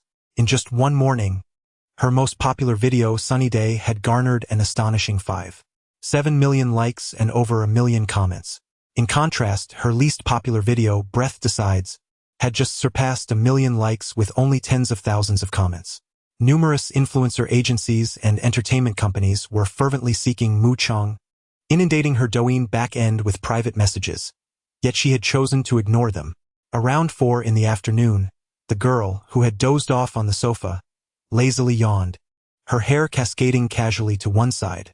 At some point, her phone had fallen onto the carpet. She picked it up and glanced at it, noticing the platinum bracelet shimmering under the light, adorning her delicate wrist. Shaking her hand gently, she flicked it back onto her arm.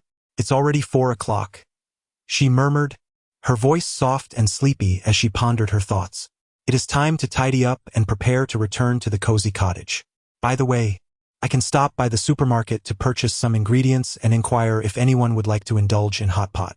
For those who have never cooked in their lives, hot pot is the simplest of dishes, and it is quite delectable, especially since Mu Chung excels at concocting dipping sauces for hot pot. The thought of food instantly invigorated the girl, prompting her to rise quickly and freshen up in the bathroom. Ultimately, in her laziness, she simply donned a baseball cap and headed out, forgoing any hairstyling. Setting off from home, Mu Chung first visited a gas station before making her way to the supermarket on her return to the cottage. "Hello, do you have a membership card?" "No." "All right, that will be 1,030. The cashier, observing the substantial amount of items packed into 2 oversized bags, hesitated, contemplating whether to offer assistance to the stunning girl. To her surprise, the next moment, Mu Chung effortlessly lifted the 2 heavy bags. The cashier thought to herself, relieved she had remained silent, narrowly avoiding a situation that could have made her appear foolish. She was nonetheless astonished. This girl was not only breathtakingly beautiful but also remarkably strong.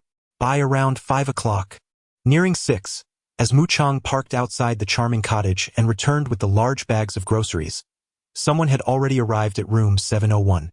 "Hello." Wang Helong, busy with work in the living room, turned at the sound and his eyes brightened instantly. He smiled. "Hello, Chengzi, you're back so early today." Noticing the bags, he hurried to assist, saying, "Let me help you with that."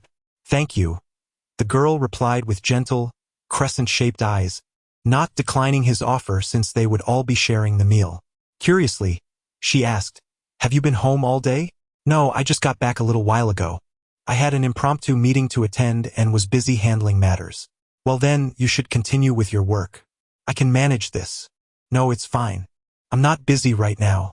Seeing Wang Helong's enthusiasm, Mu Chung felt reluctant to insist otherwise. Together, they carried the items into the kitchen.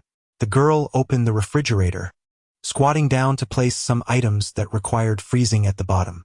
Wang Helong instinctively glanced down and noticed the girl's collar was quite snug. Even her well-developed figure was concealed by a mysterious, loose-fitting white knit sweater, leaving little to the imagination. Some in the live stream lamented this unfortunate concealment. However, a portion of the online audience frowned, sensing that Wang Helong was acting a bit lewdly. It was not just them. Even several guests in the observation room exchanged knowing glances. Teacher He, maintaining his composure, shifted the topic. "Last night, Wayne sent a heartfelt message to Xiao Xiao. Do you think he still has feelings for Chengzi?" "I think it's hard to say. Chengzi's allure is simply too compelling," Wang Yanlin replied playfully. The others nodded in agreement. Meng Zi's eyes seemed to shimmer with brilliance as she exclaimed, "She is truly exquisite, resembling the very essence of Enhua." Even Meng Zi, who typically reveled in her own beauty, could not help but be awed. One can only imagine how stunning Mu Chung must be to elicit such admiration. The comments in the live stream were a chorus of agreement. "Xiao Shi, Chengzi is absolutely beautiful." In the cozy little abode, Mu Chung placed the ingredients in the refrigerator and slowly rose to her feet. Wang Helong promptly averted his gaze, feigning surprise as he jested, "Chengzi, have you purchased so many items with the intention of cooking tonight?" "I was thinking of making hot pot," the girl replied with a gentle smile. Wang Helong, hearing this, seemed pleasantly surprised. "Hot pot sounds great. I wonder if the others would like some. I'll ask them when they return." Mu Chung believed that it would be hard for anyone to refuse hot pot. She washed her hands and casually remarked, "You continue with your tasks. I'll check room 702 to see if anyone is back." "That sounds good," Wang Helong replied with a smile and a nod. Chapter 28. At this moment, how could one not be utterly enchanted by the orange? As the door to room 701 swung open, the silhouette of the girl gradually faded from Wang Helong's view. In the living room, only a delightful fragrance lingered, accompanied by a soul disinclined to work. The allure of the computer seemed to have waned. Meanwhile, Mu Chang had reached the small courtyard of room 702, stepping onto the cobblestone path. Her gaze lingered momentarily on the swing, stirring a hint of desire within her. Yet, she resolved to indulge in it another time. The girl was in high spirits, softly humming a tune, her beautiful eyes concealing a glimmer of radiant joy. Today, Mu Chang donned a loose-fitting white knitted sweater paired with gray sweatpants, a combination that was both simple and refreshing. Her slender waist was subtly accentuated by the waistband of her pants, lending her an air of youthful exuberance, further complemented by a baseball cap. Frankly, one might easily mistake her for a college freshman or even a high school student. Her youthful appearance was undeniable. Knock, knock. Mu Chang tapped lightly on the door of room 702 twice. Without waiting for a response, she pushed the door open and stepped inside. Hello? The girl glanced around, searching for any sign of life. Hearing the sound from the terrace, Wang Yuchen hurriedly emerged, her face lighting up with surprise upon seeing Mu Chang. Oh, Chengzi, I bought a lot of ingredients to make hot pot. Would you like to join us for dinner tonight? Mu Chang blinked and smiled gently. Wang Yuchen paused for a moment, then her eyes sparkled as she nodded eagerly. Sure. I also picked up some asparagus and lotus root. They'll be perfect to bring along. With that, she dashed into the kitchen. Observing this, Mu Chang opted not to follow her inside, choosing to stand at the doorway. She was reluctant to put on shoe covers for such a trivial matter, yet she also wished to avoid dirtying the floor. Moments later, Wang Yuchen returned, carrying 2 bags of asparagus and lotus root. Let us go, Chengzi. All right. The 2 girls exchanged smiles, their enthusiasm for hot pot evident. As they walked, they engaged in conversation. I saw your singing video online. You're amazing. Chengzi, your songs are so beautiful. Wang Yuchen exclaimed, her excitement palpable. She adored all 6 songs, even recommending them to her colleagues at work that very day. Mu Cheng's eyes sparkled with delight as she replied, Thank you. Now, as a musician, I'd like to interview you. Which song do you like the most, dear sister? The girl spoke with earnestness. Wang Yuchen, being 3 years older, found the term sister quite fitting, though Mu Chang was unaware of this. The sweetness of the address nearly melted Wang Yuchen's heart. Can you call me that a few more times? Clearing her throat, Wang Yuchen, recognizing the playful nature of the girl, pondered seriously for a moment. Well, I particularly love the song Breath Decides. It's just that the notes are too high for me to sing. She chuckled, a hint of lament in her voice. Today, I learned a song in the company restroom. My colleagues outside thought someone was slaughtering a pig and almost called the police. Wang Yuchen recounted this embarrassing incident, causing Mu Chang to stifle a laugh, letting out a soft chuckle. From this, one can easily discern Wang Yuchen's amiable and cheerful disposition, as she delights in jest. Mu Chang enjoys the company of such spirited individuals, finding it refreshing and devoid of fatigue, unlike the online portrayals of dormitory life where 8 girls form 10 groups, resembling a dramatic court intrigue. As the 2 women chatted and laughed, they soon arrived at room 701, where Wang Helong was no longer working, busy in the kitchen preparing ingredients for hot pot. Upon seeing Wang Yuchen, he remarked, Are you the only one in your little room? No worries. I've left a note for them. They'll come back soon. A clever, Wang Helong said, giving a thumbs up. He set aside the washed vegetables, wiped his hands and smiled. Since the esteemed chef has arrived, I shall refrain from embarrassing myself. Wang Yuchen is a food blogger, a fact well known after their gathering in the 2 small rooms the previous night. Chengzi, may I play your song? Of course. Delighted by the affirmation, Wang Yuchen felt quite pleased. She had a habit of playing music while cooking, as it made the process more enjoyable. After all, as a food blogger, her creations were not only for her enjoyment but also for her online followers. However, her current video content leaned more towards exploring eateries, and she found herself cooking less frequently. At that moment, overhearing the conversation between the 2 women, Wang Helong became curious and intrigued. You're playing Chengzi's song? Chengzi, you sing? Mu Chang replied, her beautiful eyes fluttering, a hint of pride evident. Wang Yuchen shared a knowing glance with her, and they both chuckled. Then, with a playful smile, Wang Yuchen said, Just listen. It's so enchanting it might make you fall in love. Is it really that impressive? Initially, Wang Helong was skeptical. He believed it might be pleasant, as Mu Cheng's voice was already lovely, but to claim it was captivating enough to induce love seemed excessive. However, hey, how can it be so mischievous? Just 2 days in and I'm already in love. Sounds like true love. I ask you, hey, have you fallen in love today? As the girl's ethereal yet lazily seductive voice resonated, Wang Helong's eyes widened in astonishment. This was beyond his expectations, especially when she sang the line, "Have you fallen in love today?" He could almost envision Mu Cheng playfully winking, her beautiful eyes exuding a blend of languor and allure.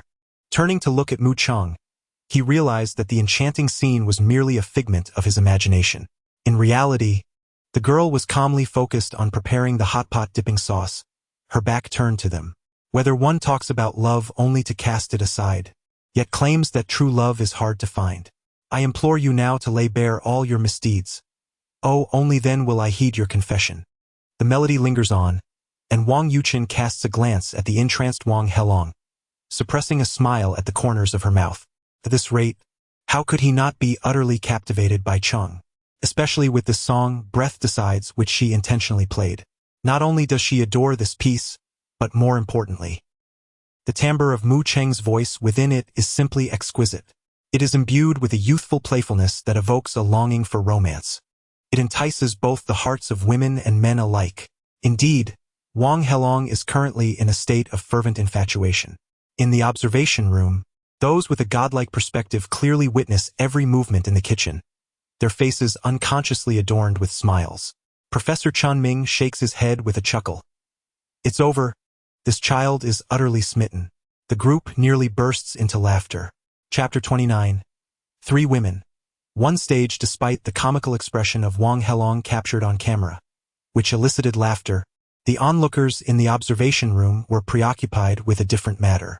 Chun Yi turned to Xian Ling and inquired with curiosity, "For you singers, is the song written by Cheng Zi considered good?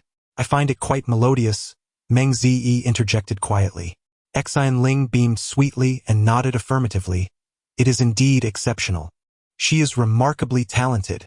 Not only this song, but I have also listened to Cheng Zi's other works, and both the lyrics and melodies are splendid, with her vocal prowess being consistently impressive. When I first heard these songs, I shared them with several industry colleagues, and they asserted that Sunny Day and Mermaid undeniably possess the potential for a Golden Melody Award." She continued passionately, "Moreover, Luzhou Moon has a distinctly traditional style, rich in charm. A professor of Chinese literature remarked that many of its lyrics could be included in literary textbooks." Xian Ling spoke with fervor, praising Mu Cheng profusely. Upon first hearing the songs composed by this girl, she was left astounded. Consequently, she promptly downloaded the video and consulted with her lyricists and collaborating musicians. To her surprise, they unanimously agreed that Mu Cheng has a boundless future in music. Merely with Sunny Day, she vividly showcased her lyrical and compositional foundation. Following that, Luzhou Moon shattered many preconceived notions regarding traditional Chinese music, achieving an extraordinary beauty in its lyrics. The remaining 4 songs were equally well-crafted, holding their own against the first 2. In both lyrics and composition, Mu Cheng exhibits a unique understanding. However, this young lady is distinctly different from most singers. Her style is remarkably versatile. Paradoxically, it is this very quality that leaves Xian Ling in awe of her innate talent. At this moment, after listening to Xian Ling's extensive praise, many in the audience and the live stream gasped in astonishment. While the viewers online were more composed, the guests present were truly taken aback. After all, being part of the entertainment industry, they understood the immense difficulty of crafting songs deemed golden hits. It requires not only excellent lyrics and melody but also widespread acclaim. Furthermore, the fact that these 2 golden hits originated from the same individual, encompassing lyrics, composition, arrangement and performance all by Mu Cheng, was nothing short of extraordinary. To be candid, at that moment, Teacher, he chuckled with a hint of exasperation and remarked, "This morning, as soon as I woke up, my phone was inundated with calls. Many friends from the entertainment industry were seeking Cheng Zi's contact information. They must be looking to invite her to debut, right? I understand. If I were a company executive and discovered such a talent, I would do the same. The crowd shared a knowing smile. Dongfang Xiang turned to teacher He and asked, "Did you provide it?" "No. I do not possess Chang Zi's contact information. However, I informed them that our director is aware." As the conversation unfolded, teacher He suddenly shifted his tone, a sly grin adorning his face, which elicited laughter from the audience. With a gentle smile, teacher He remarked, "Just wait and see. I suspect it won't be long before Qingzi joins our ranks as a fellow artist." Although the program Flipping Hearts exclusively features invited amateur guests, it does not preclude the possibility of someone transitioning to a performer. Furthermore, Mu Chang is merely releasing songs at this stage and has yet to officially debut.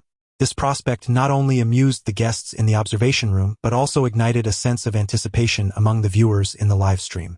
Let's continue watching. It seems someone has returned to the small house. Everyone promptly donned their headphones, their gazes fixated on the large screen ahead. In the heartfelt house, just as discussed in the observation room, another individual returned, though not from room 701, but rather from room 702 Meow Meow. Upon her return, she found the small house unusually quiet and soon spotted a sticky note on the staircase railing. "Tonight, Chengzi is making hot pot. I'm heading to 701. Friends who see this, hurry over." Yu Chen. Meow Meow was somewhat surprised, her eyes sparkling with delight at the thought of hot pot. Who could resist such a delectable feast? Certainly not she. With that thought, Meow Meow hurried upstairs to drop off her belongings, eager to see if help was needed in room 701. However, just as she was about to leave, she suddenly turned back and signed her name on the sticky note. Meow Meow has received this. How adorable she is. Wang Yanlin in the observation room could not help but smile. This girl was increasingly endearing. Before long, Meow Meow arrived at room 701. The door was ajar, so she pushed it open and immediately spotted Chengzi and the others in the kitchen. Raising her voice slightly, she greeted them. "Hello, I'm here." "Ah, Meow Meow. Hello." The others in the kitchen responded in unison, with Mu Chang waving her hand with a warm smile. Now, there were 3 girls in the room. As the saying goes, 3 women make for a play. Wang Helong, fearing he might not be able to contribute to the conversation, quickly sought a topic and asked Meow Meow, "Just off work?" "Yes, I saw the sticky note from Sister Yu Chun and came over. Is there anything I can help with?" Wang Yuchen glanced around and replied, "Indeed, there are quite a few tasks. Feel free to find something to do." As she spoke, she couldn't help but chuckle. Meow Meow's slightly bewildered expression was rather charming. "Do you need an apron?"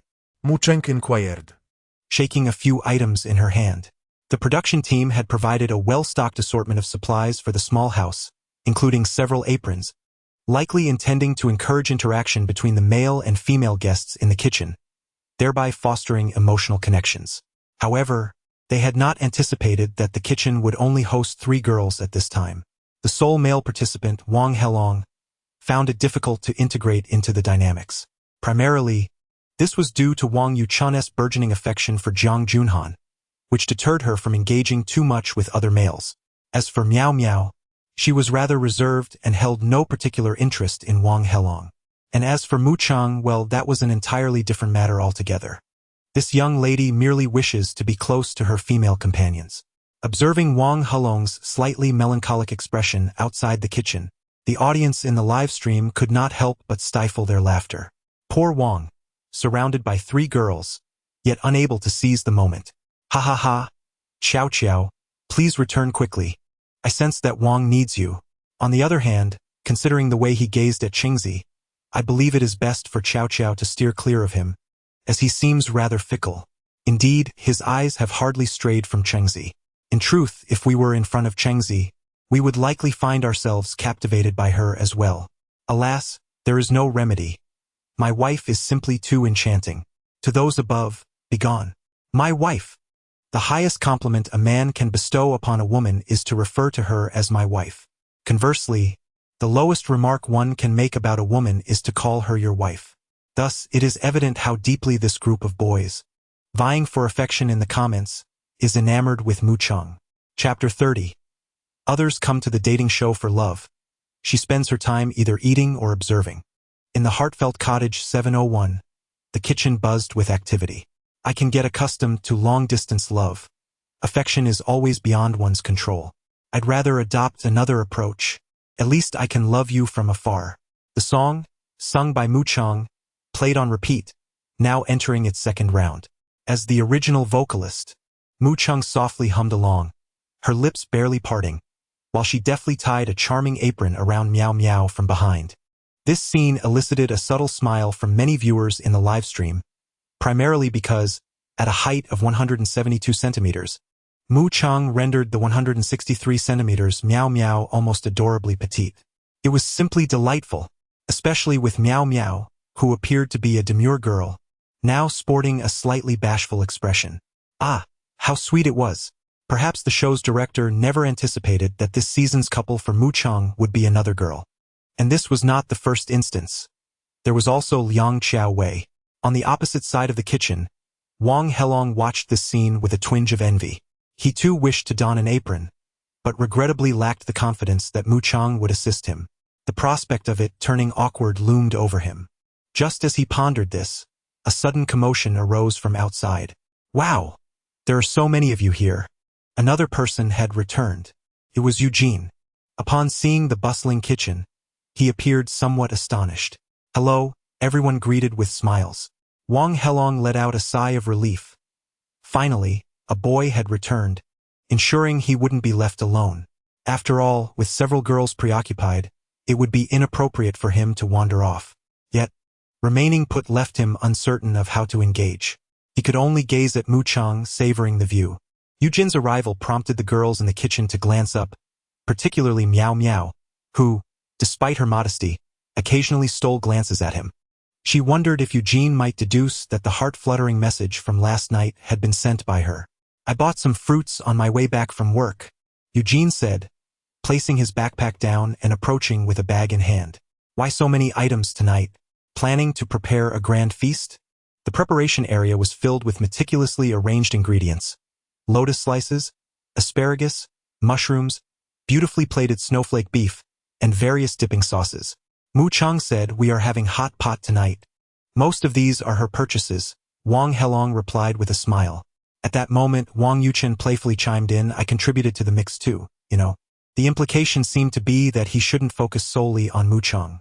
The girl seemingly addressed merely pretended not to comprehend. Meow Meow, however, couldn't suppress a faint smile as she secretly delighted in the exchange. Yet her amusement was short-lived. As Eugene prepared to wash the fruits, Mu Chang suddenly whispered in her ear, "Shall we switch places?" "What?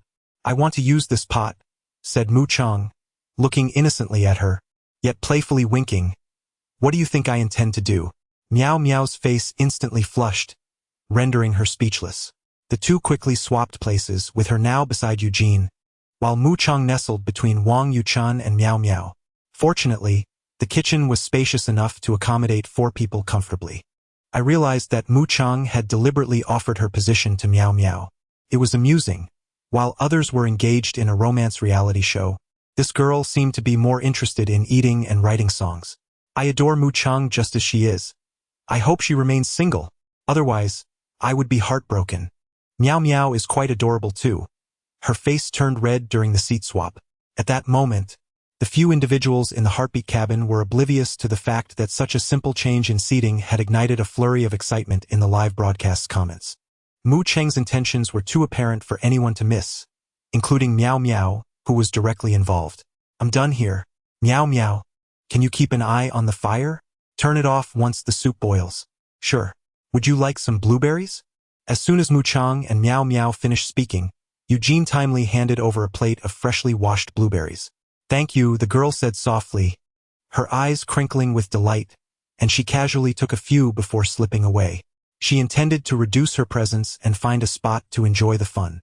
Mu Chang had noticed when Eugene returned that Meow Meow was frequently stealing glances at him, which prompted her to change seats. However, sometimes even when a girl aims to diminish her visibility, she remains unaware that her charm radiates in mysterious ways. Like Mu Chang, who, despite wearing simple sweatpants and a knitted top, exuded an undeniable allure that irresistibly drew attention. The door of the cabin creaked open. Chen Jia had returned. "It smells so good. What are you all cooking?" She was practically drooling. Who could blame her?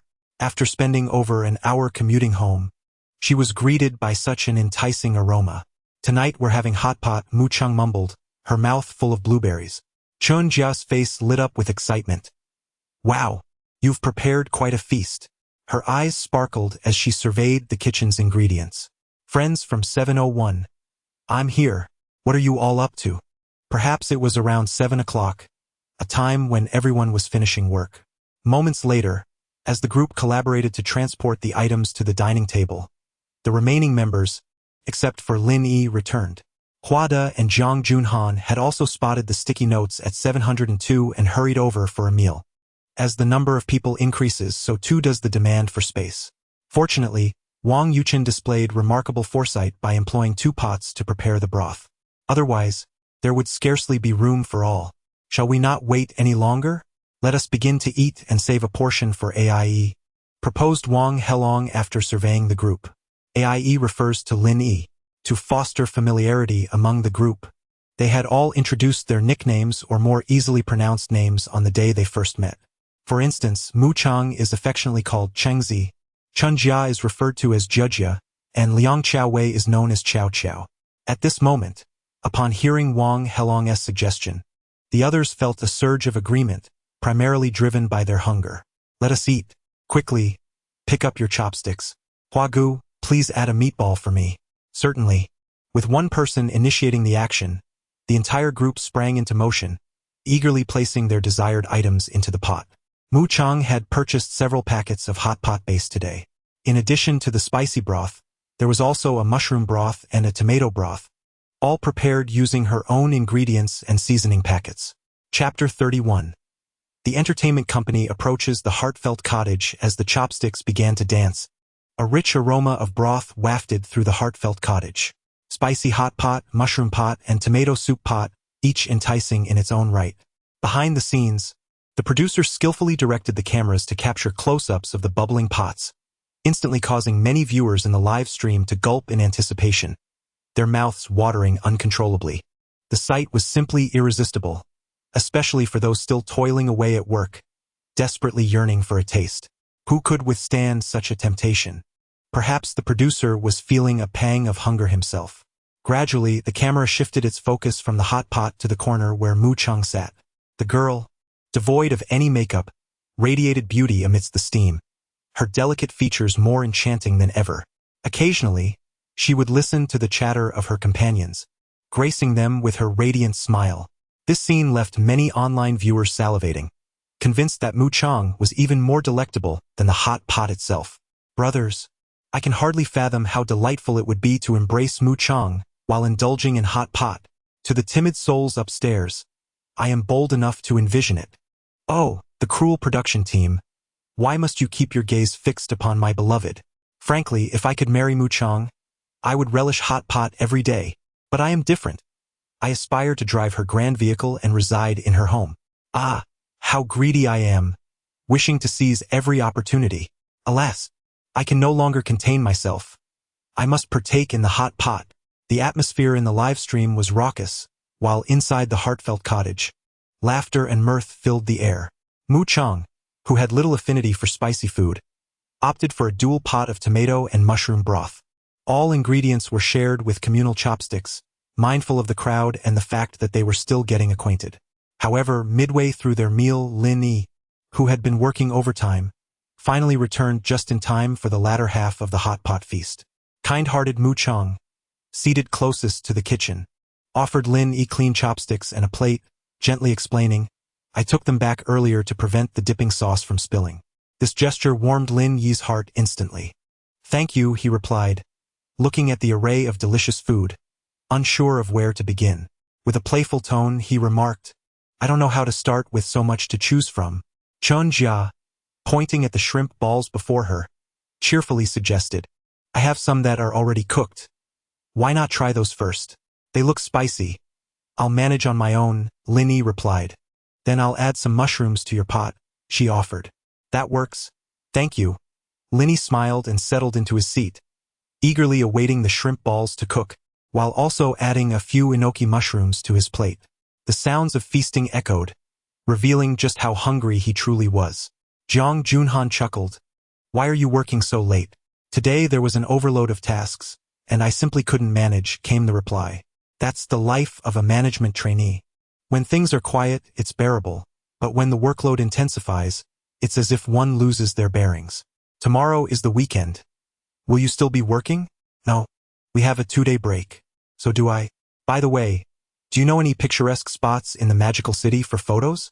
I happen to know a few.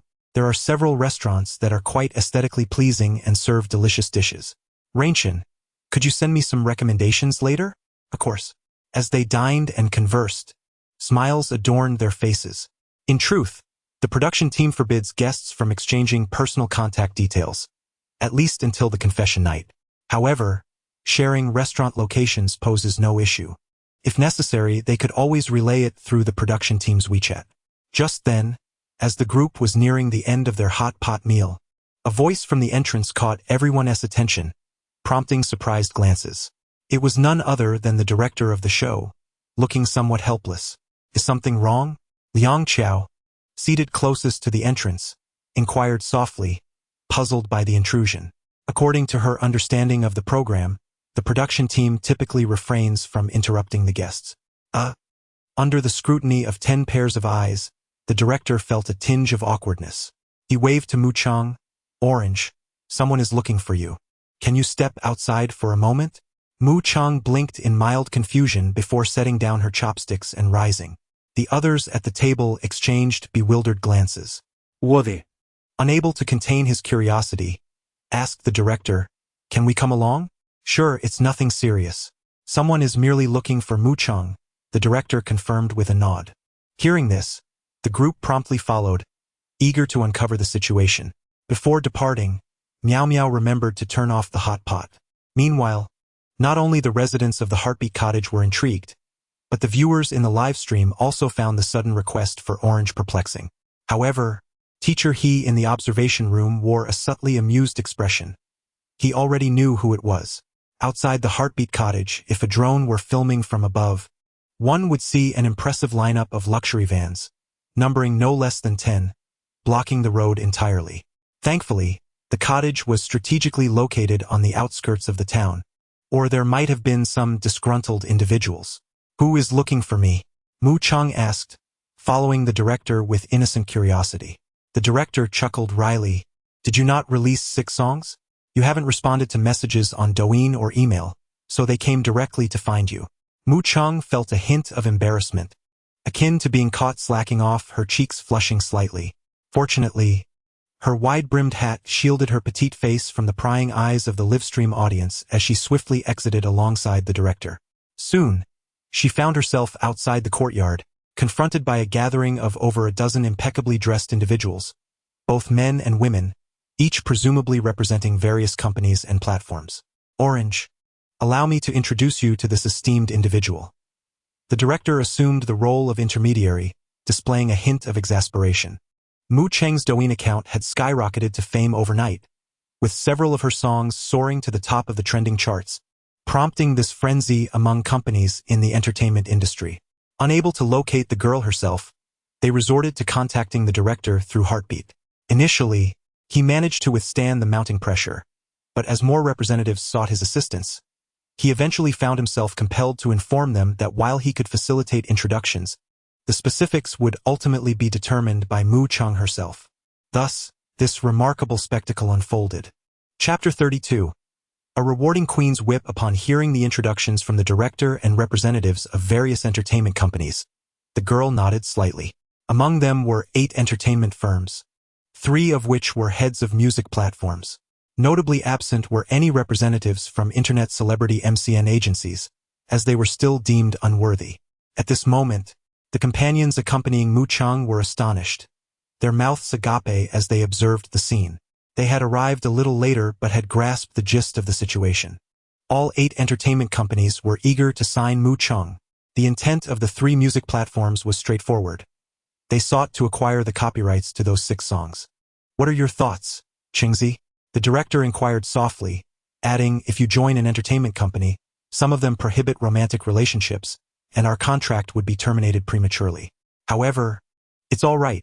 The production team will not require you to pay a penalty for breach of contract. Mu Chang had already generated significant traffic for the program, and the director was not unscrupulous.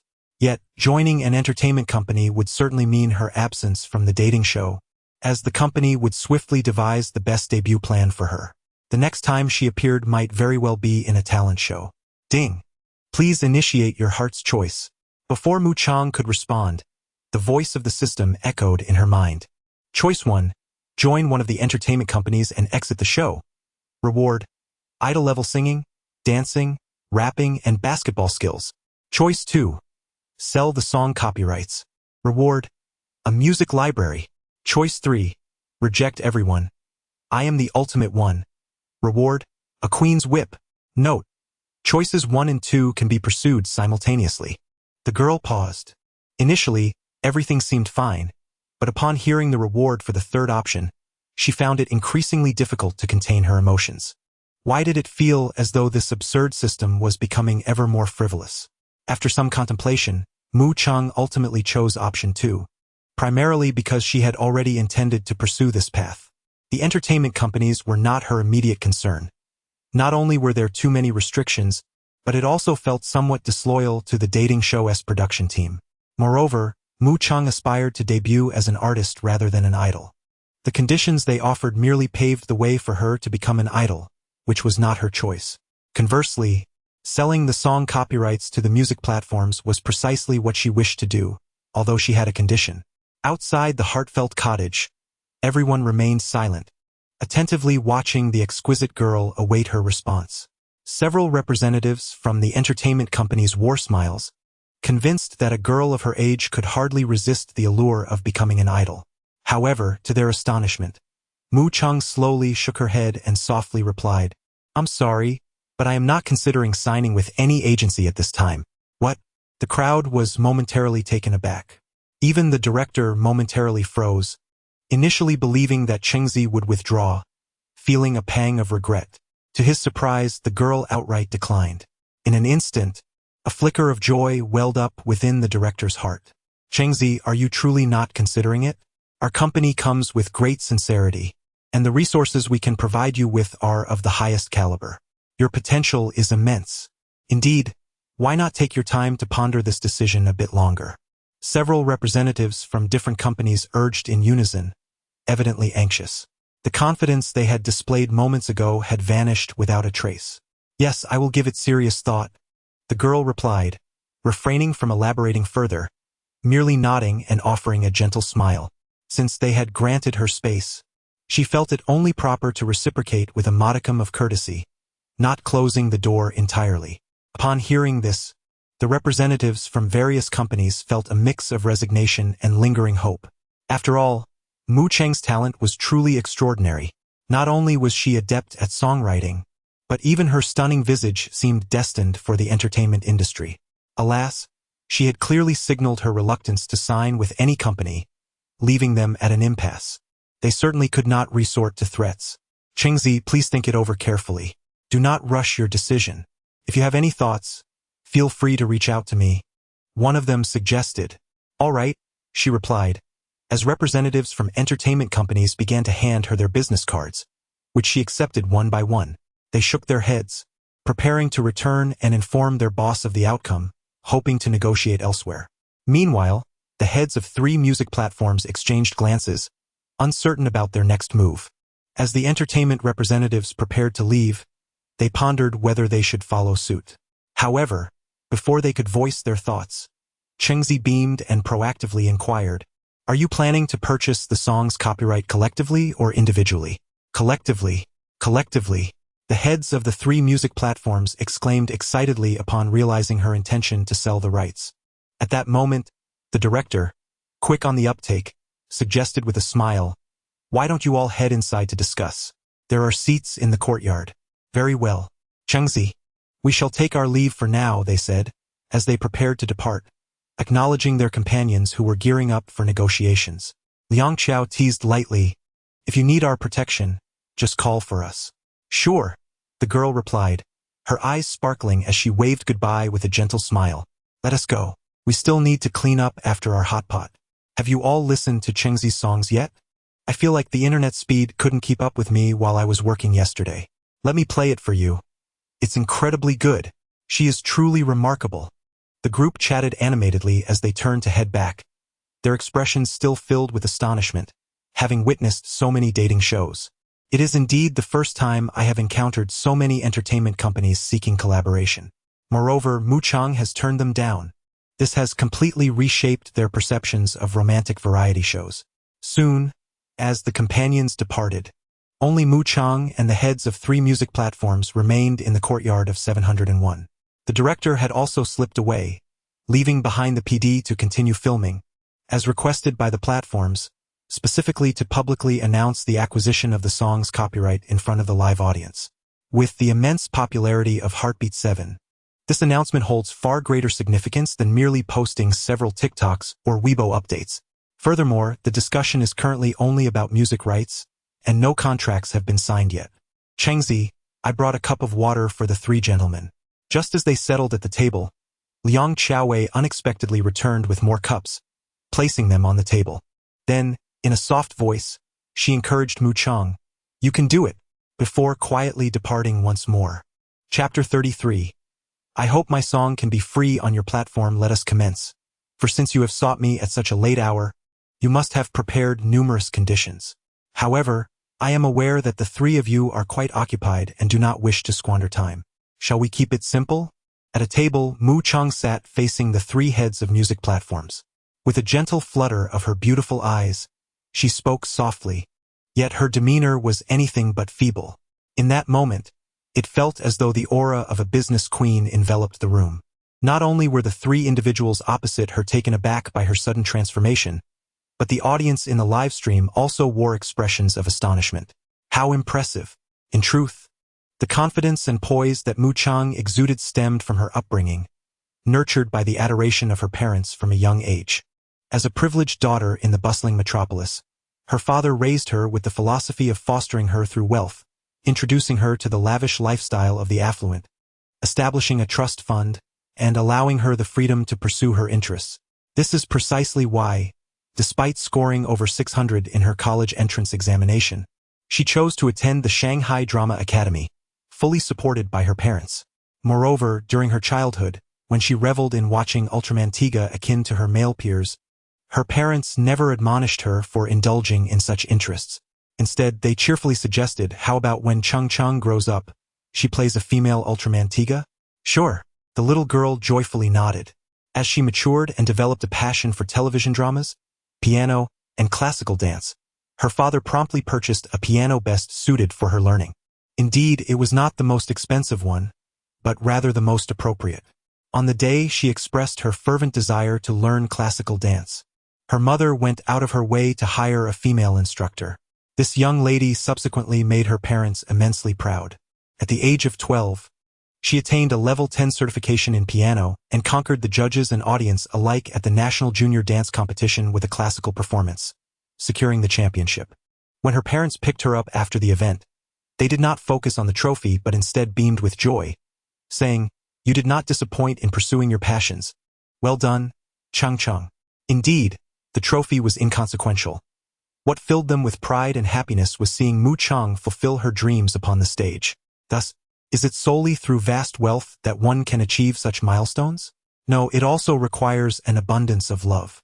It is this love that has cultivated Mu Chang's confidence and grace, leading her to never develop feelings for any boy. She is independent, free-spirited, and possesses a clear self-awareness. When others compliment her beauty, she graciously accepts without shyness, embodying beauty without self-consciousness. To return to the matter at hand, since they genuinely wish to acquire the music rights from Mu Chang, the 3 platforms have undoubtedly come prepared. Upon hearing her words, they recognized the futility of superfluous pleasantries and opted for sincerity instead. Thus, the manager of Penguin Music spoke directly, smilingly declaring, "Orange, we are willing to acquire the rights to all your songs, including those you have yet to release." "Indeed," echoed another manager, who had initially intended to voice additional thoughts but could only muster a few brief words in response.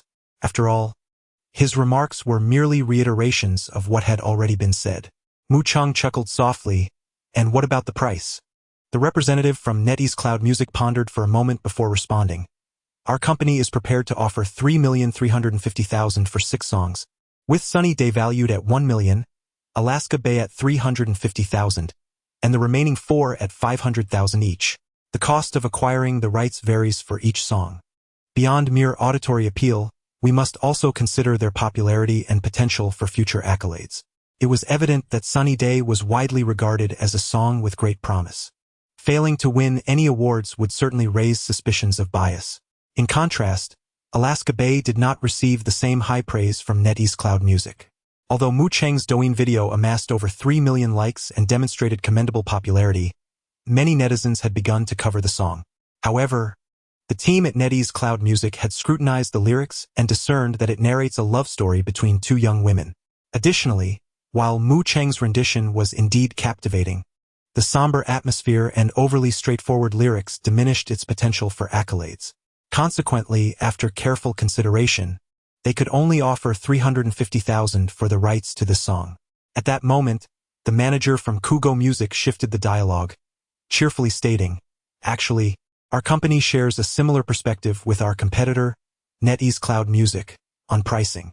However, since you, Orange, are willing to negotiate with us, we would be delighted to make a generous offer for you, our esteemed friend.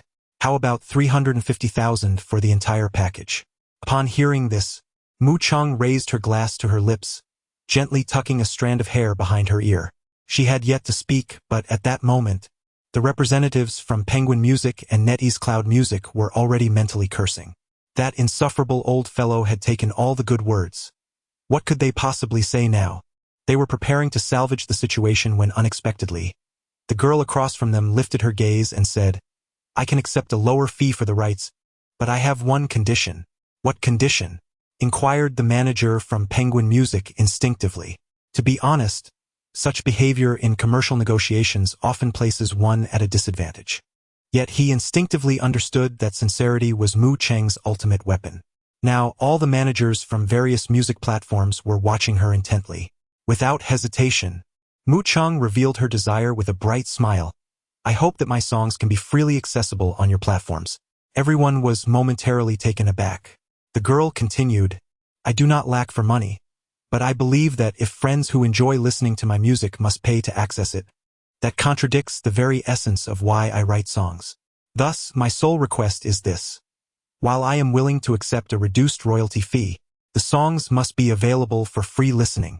Although Mu Cheng's voice remains as tender and enchanting as ever, her tone carries an unusual gravity.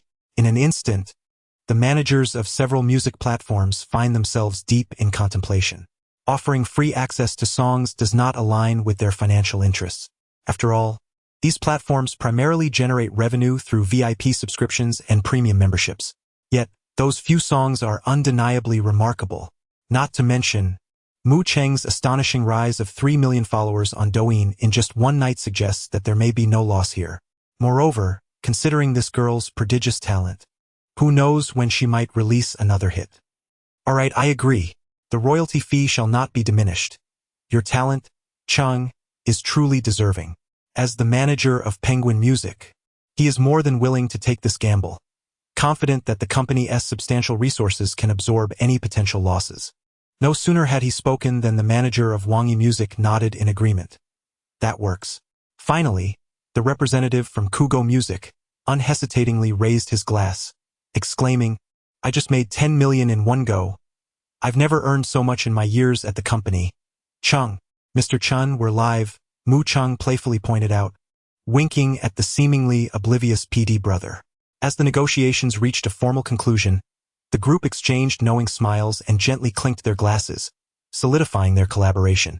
Once the contract is sent for signing, it will officially transfer the rights to these 3 music platforms. Here, the rights refer specifically to promotional play on music platforms, not all-encompassing rights. Chapter 34. The first heartfelt date has arrived. To be candid, spending over 3 million to acquire the rights to these 6 songs is hardly a loss for them. Setting aside the superb quality of the songs, the traffic generated by Mu Cheng herself is astonishing. They had never witnessed an artist who, upon releasing a new song, could gain 3 million followers overnight. And with the day's continuous momentum, Mu Chang's fanbase has swelled to 5 million. It is indeed remarkable. Let me not delay you any further. Do take care as you leave. No need for farewells. You should return quickly, lest your friends grow anxious. One of them laughed. Here we are.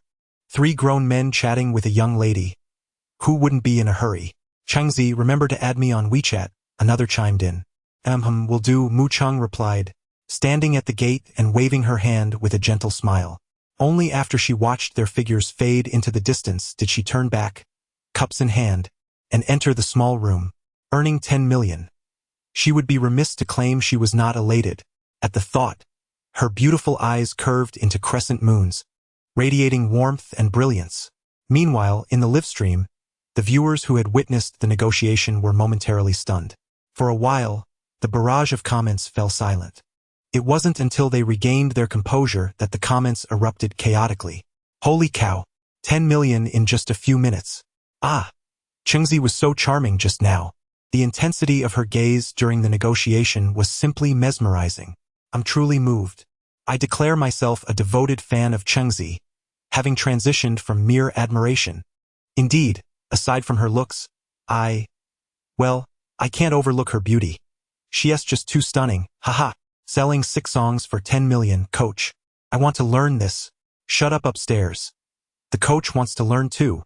By this logic, marrying Chengzi would mean an additional 10 million as a dowry? Goodness, I am jolted awake from a dream with such shocking revelations. Countless viewers in the live stream gaped in disbelief. Can we still join this dating show? The director responded, not quite feasible at the moment. Ignoring the seemingly frenzied audience, Mu Chang returned to the small room, soon surrounded by her eager friends. Did the negotiations go well? What happened? Changzi, I just listened to your songs. They are beautifully written. Everyone spoke over one another, transforming the small room into a bustling market. With a soft laugh, Mu Chang replied, they are already sold. You'll soon find my songs on Penguin Music, NetEase Cloud, and Crying Dog. A collective gasp escaped the crowd.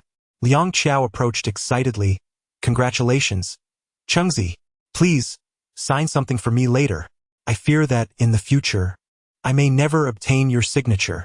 This alluring woman, in this moment, surprisingly resembles a child. Yet, her genuine happiness for Mu Chang is evident. In her eyes, Chang is stunningly beautiful, an exceptional songwriter, and possesses a melodious voice. Undoubtedly, she will become a leading figure in the entertainment industry. Of course, the notion of asking for an autograph is largely a jest. Perhaps Liang Qiaowei has yet to realize that her words may one day materialize into reality. After exchanging a few words with her companions, Mu Chang heads to the kitchen to wash the cups. At this moment, the dining table and kitchen counter have already been tidied up. The small room is equipped with a fresh air system, leaving no lingering aroma of the hot pot, save for the remnants in the trash can, which attest to the dinner everyone just enjoyed. Linny, having returned the latest, feels guilty for having done little but indulge in a hot pot meal. With a smile, he offers, let me take out the trash. I'll join you. I might as well stop by the dessert station for some ice cream. Chen Jia suddenly adds, all right, let us go. Linny glances back at Mu Chang, noticing her lack of reaction, and lets out a soft sigh in his heart. Soon, only 6 individuals remain in the small abode. Wang Yuchen and Jiang Junhan had previously mentioned leaving for 702 when Mu Chang returned. Meanwhile, Huada and Miao Miao linger to chat. The atmosphere in 701 is indeed lively, as everyone enjoys being here. In the observation room, Wang Yanlin chuckles. Pure Yi immediately casts him a knowing glance, grinning, need I say more? Just look who's in 701. Chang. Meng Zi excitedly interjects, appearing to have transformed into Mu Cheng's most ardent admirer. The group shares a knowing smile. Xian Ling, seated on the sofa, murmurs softly, why don't we go for hot pot after work? Indeed, she is tempted. The observation room's closing time is around 11 in the evening, leaving ample opportunity for more hot pot. In July's Shanghai, the evenings remain quite cool. Mu Chang and Liang Qiaowei return to their room. The girl tosses her hat aside, and with a swift motion, it lands on her bed. This action is quite dashing, causing Liang Qiaowei to slightly raise her eyebrows. Taking a deep breath, she massages her neck, Finally, the weekend is upon us. I can finally get a good night's sleep. During her days in the heartfelt cottage, she has been waking up at 7. There's no choice. Her workplace is in the urban district of Shanghai. Even with the program's bus service, which is free, it still takes nearly an hour to reach. The commute is utterly exhausting. With work commencing at 9, she must rise 2 hours earlier, which is quite taxing. I feel that according to the program schedule, there may be some tasks awaiting us tomorrow. Mu Cheng remarks while tidying her hair in front of the mirror. She then turns to Liang Qiaowei, a glimmer of amusement flashing in her beautiful eyes. Liang Qiaowei is momentarily taken aback. No way? Cheng, how did you know? Intuition, the sixth sense of a girl, often proves remarkably accurate, particularly in matters of love. At the very moment a thought crosses your mind, perhaps the event has already transpired. The two girls exchanged silent glances, and Liang Qiao let out a soft, melancholic sigh. Is it true that the delightful Saturday ahead must be sacrificed for the sake of seaweed? Just then, amidst their contemplations, the sound of notifications chimed. Both their phones vibrated gently in unison. Mu Cheng sat before the vanity, curiosity piqued as she opened WeChat. Her slightly disheveled hair cascaded carelessly over her arms, embodying a certain fragmented beauty. However, as she awaited clarity on the message, her expression shifted to one of astonishment. The girl's lips parted slightly. A first heart-fluttering date? Indeed, the moment had arrived. Dear friends. In the observation room, teacher he remarked with a smile. Given that this is a dating reality show, how could the production team possibly forego scheduling a date on the weekend? And now it has arrived. Chapter 35. The production team is quite nice. The first heart-fluttering date. Upon hearing the news, the audience in the live broadcast room was momentarily stunned before erupting into a wave of excitement. Finally, the date had arrived. If one were to ponder which segment of a romantic reality show is most beloved, it would undoubtedly be the guest dates. In fact, numerous dates from such shows have become iconic moments cherished by viewers. For instance, the delightful interactions between Nang Nang and La Jia from Half-Cooked One, the charming dynamics of De Gu and De Saw, as well as the enchanting moments shared by Bei Er and Zhen Yuan from Heart-Fluttering 5, and Yang Jie with Ho Gu from Heart-Fluttering 6, have all left an indelible mark. Although some of these couples have since parted ways, it is undeniable that the memorable dates of these pairs remain vivid in the minds of avid fans. Thus, the anticipation for the dates in this season of Heart-Fluttering 7 is palpable. And now, it has finally arrived. In the observation room, as the barrage of comments flowed across the screen like untamed stallions, everyone could empathize with the fervor, their expressions mirroring the excitement. Now, as per our usual custom, let us connect, Mr. He announced, presenting the familiar little blackboard with a gentle smile. As a veteran of the heart-fluttering show, Meng Zi couldn't help but curiously inquire, what are the rules for this date? Each season of Heart-Fluttering brings with it a unique set of rules, much like the heartwarming little abode. Last season featured a 3-story house, while this season has transformed into 2 cozy rooms, 701 and 702. Thus, Meng Zi was at a loss. Here's the arrangement. This time we will divide into 3 dating groups. The girls will draw lots first, and then the boys will choose which group to join. Groups 1 and 2 will consist of 2 girls and 2 boys each, while Group 3 will be a one-on-one pairing, Mr. He explained with a smile. Nods of understanding swept through the crowd, indicating their comprehension. It's quite straightforward, really. In simpler terms, we have 2 groups of 4 and 1 duo. It all hinges on luck, who will end up paired with someone they have a mutual attraction with, Xian Ling remarked with a sweet smile. At that moment, Professor Chun Ming added thoughtfully, could it be that most boys are hoping that the one-on-one pairing is with Cheng Zi? Quite possibly. Dong Fengxiang promptly nodded, a grin spreading across his face. That was precisely the scenario he hoped to witness. Mr. He. Chun Yi suddenly raised her hand, signaling that she had a question. Everyone turned their attention to her, and Mr. He, intrigued, asked, what is it? Well, since we are connecting now, we still do not know how the girls will be grouped for their dates. Is this round particularly challenging? Indeed, if we were to guess blindly at this moment, the odds of winning would be virtually non-existent. After all, who can predict how luck will play out for the girls? What if Cheng Zi ends up in Group 3? And what if another girl draws that group? In response, Mr. He flashed a reassuring smile. Rest assured, we will connect only after the girls have drawn their lots. Ah, that is a relief. Friends, let us do our best. This time, we must secure that little golden ticket. Here it comes. The moment for drawing lots is upon us. At this moment, the large screen illuminated the room, and all the girls received a message from the production team, prompting them to head towards the announcement area outside the two small courtyards. There, a small table had been set up, adorned with several blind boxes containing figures from the series Iron Armor Little Treasure. It was quite considerate of the production team to employ a blind box method for the draw, thereby discreetly gifting each girl a small figure. In room 701, Mu Chang and Liang Xiaowei emerged, encountering Chun Jia on the first floor. The three girls exchanged glances. Shall we head out? Of course. But my luck is notoriously poor. I feel so anxious about the draw for the date. I have a way to ease your nerves. What is it? Let others draw first. When only one remains, face it without fear. If you're unhappy, just go for it. A chorus of laughter erupted from the girls, and the atmosphere turned jovial.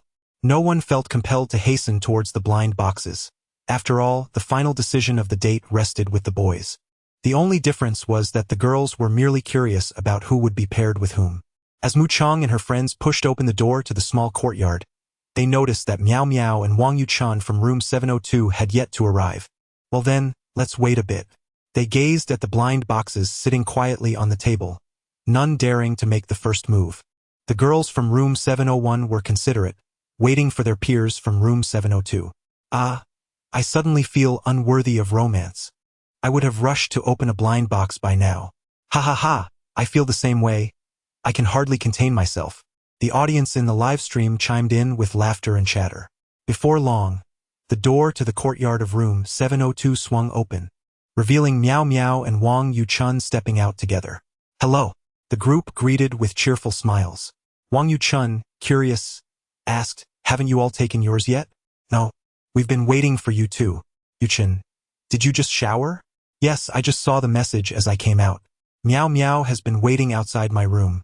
Wang Yuchun appeared slightly embarrassed, her hair still damp, clearly not fully dried. Mu Chang gently suggested, how about we draw quickly? Once we finish, you can hurry back to dry your hair. All right, but how shall we draw? How about rock, paper, scissors? The winner goes first. Sounds good. All the girls agreed, finding this method the most equitable. Thus, they engaged in a spirited game of rock, paper, scissors. In the end, Miao Miao went first, followed by Chun Jia, Mu Chang, Wang Yuchun, and Liang Xiaowei last. Mu Chang, you were right. Liang Xiaowei cast a wistful glance at Mu Chang, feeling the weight of being the last to choose. No need to feel anxious now, the girl said with a playful wink, though a hint of mischief lingered in her tone. I can't say for sure. Perhaps I'm a lark. No, you're a harbinger of misfortune. A lark. Who calls a good person a harbinger of misfortune? The two girls began to bicker playfully.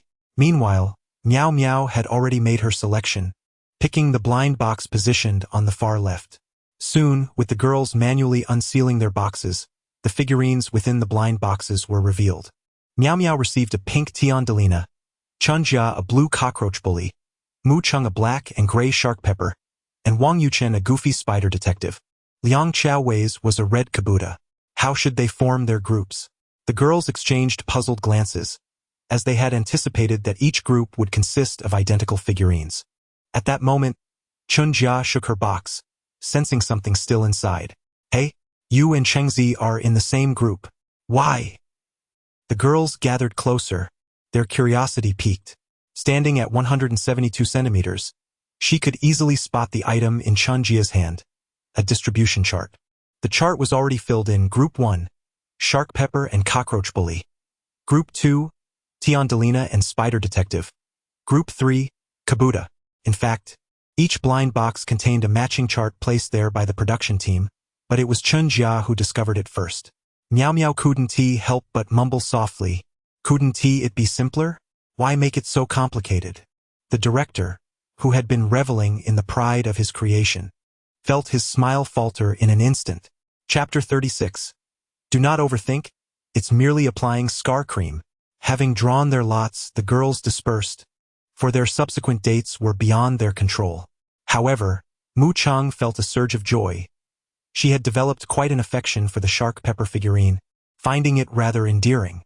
In contrast, Chun Jia's emotions were somewhat convoluted. The pressure weighed heavily upon her, especially being grouped with Chengzi. After all, that girl was nothing short of perfection. So much so that even in her quietude, all eyes gravitated towards her.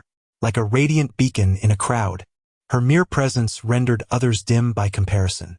Simultaneously, a series of notifications echoed in rooms 701 and 702, as the boys' phones buzzed with incoming messages. Eugene and Wang Helong shared a room, and they instantly turned to each other. "Shall we go? Let us go." Before their conversation could reach completion, Eugene had leapt from his bed, swiftly arranging his attire. Though their expressions remained somewhat composed, they suppressed their excitement, bursting through the door in a frenzy, as if fearing they might arrive too late and be outpaced by others. Coincidentally, nearly all the boys shared this sentiment. In the observation room, witnessing the eager antics of these young men, the onlookers couldn't help but chuckle at the spectacle. So impatient. Goa-e, hurry up, or Chengzi will be snatched away. This distinctly illustrated the contrast between the genders, as the girls exhibited a demeanor of calmness and restraint. "Come on, friends. It's our turn now."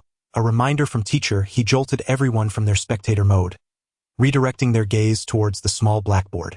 There, the board displayed 3 groups based on the girls' earlier draws. The only remaining task was to connect the boys' profiles. Let us first consider Chow Chow, as she is alone. Who do you think will choose her for a one-on-one date? I believe it's Wayne. His last heartfelt message was directed at Chow Chow. All right, let us finalize that. The atmosphere in the observation room buzzed with fervent discussion, with many viewers from the live stream joining in the excitement. Meanwhile, outside the Heartbeat cabin, at the notice board, Lin Yi had received the news on the first floor and swiftly made his way there. Upon discovering that Group 1 included Mu Chang and Chen Jia, he unhesitatingly placed his profile sticker at the back of Group 1. Just then, Eugene and Wang Helong arrived at a brisk pace. Upon seeing Lin Yi's avatar affixed to Group 1, their expressions subtly shifted. Neither made a move, momentarily frozen in place. Before long, from room 702, Huada and Jiang Junhan hurried over, perhaps delayed due to the distance they had to traverse from their own room. Wade was still panting, appearing utterly exhausted. He glanced up and asked who put that up. I did. He wants to join the first group. The first group. Initially, the rustic fellow was somewhat indifferent, but upon catching sight of the 2 girls in the first group, he was utterly taken aback. There's Chengzi. What to do? Eugene and Wang Helong exchanged hesitant glances, contemplating their options. However, Jiang Junhan seemed rather unconcerned. He placed his own sticker on the second group and stepped back, standing to the side as if watching a spectacle, a grin of amusement gracing his face. This is entertaining. He felt a bit relieved, glad he had suppressed his urge to pursue Chengzi. Otherwise, he might be among those caught in the web of intrigue at this moment. I'll join Chow Chow in the first group. You all do as you wish. Ultimately, Wang Helong abandoned his thoughts of competing with them. Upon hearing this, Eugene was forthright with Wade, saying, rock, paper, scissors. Whoever wins goes to Group 1. 1 round or best of 3. 1 round. Wade fell silent, turning away to clench his fist with a serious expression. Lin Yi, however, felt a twinge of surprise. He had expected those 2 to involve him in the competition as well. Yet, Lin Yi was unaware of a crucial detail. The reason Eugene and Wade did not let Lin Yi compete was their mistaken belief that he was there for Chen Jia. After all, they had taken out the trash together earlier that evening, returning in high spirits. Hence, they thought little of it. Meanwhile, the audience in the live broadcast room, observing from a godlike perspective, could hardly contain their laughter. This was a monumental misunderstanding. One could only wonder what thoughts would arise when they revisited this moment. Rock, paper, scissors. Rock, paper, scissors. As for the final groupings for the date, none of the girls were privy to the information, as the production team acted swiftly. Immediately after the boys departed, they removed the grouping cards. The observers in the observation room and the audience in the broadcast were filled with surprise and excitement, clearly not expecting this outcome. Wang Yanlin shrugged, exasperated, Our golden opportunity has slipped away. No worries, we shall strive harder next time. Dongfang Xiang maintained a positive attitude, smiling as he patted Wang Dia's shoulder. The group exchanged knowing glances, unable to suppress their laughter. Then, it was time to clock out. Is anyone up for hot pot? It's on me. As if I'm the kind of person who can afford to miss a meal of hot pot. Where shall we go? Ha ha ha. Although everyone had finished their work, when it came time for hot pot, they couldn't help but discuss the upcoming date. Much like the viewers in the broadcast room, they were all eagerly anticipating it. In room 701 of the heartfelt cottage, Mu Cheng's abode. At this moment, the girl had just finished her bath, her hair still carrying a fragrant aroma that wafted delicately past Liang Qiaowei's nose. She felt a twinge of envy. Orange. How are you so fragrant? Perhaps it's the essence of the shower gel, Mu Cheng casually replied. Liang Qiaowei pondered. She too used a wonderfully scented shower gel every day, yet had never noticed such lingering notes. Moreover, she could distinctly perceive that the delightful fragrance emanating from orange was certainly not the result of the shower gel, as she had previously used that very brand and found it entirely different. As time flowed gently by, it soon reached midnight. It was about time for sleep. Good night, Orange. Good night. In the dimly lit room, softly illuminated by a warm glow, the girl's voice, laced with gentle amusement, resonated. Liang Qiaowei, with a sense of satisfaction, closed her eyes. Having a roommate with such a melodious voice was indeed a source of immense joy. However, if she were to turn around at that moment, she would undoubtedly witness Mu Cheng engaged in some peculiar antics beneath her covers. And well, it wasn't anything nefarious. She was merely applying scar cream. The reason the girl chose to stealthily apply it under the covers when the lights were turned off was primarily due to the location. Chapter 37. Could it not be my wife even if we take a step back? The following morning, Saturday, the weather was splendid. A perfect day for a date.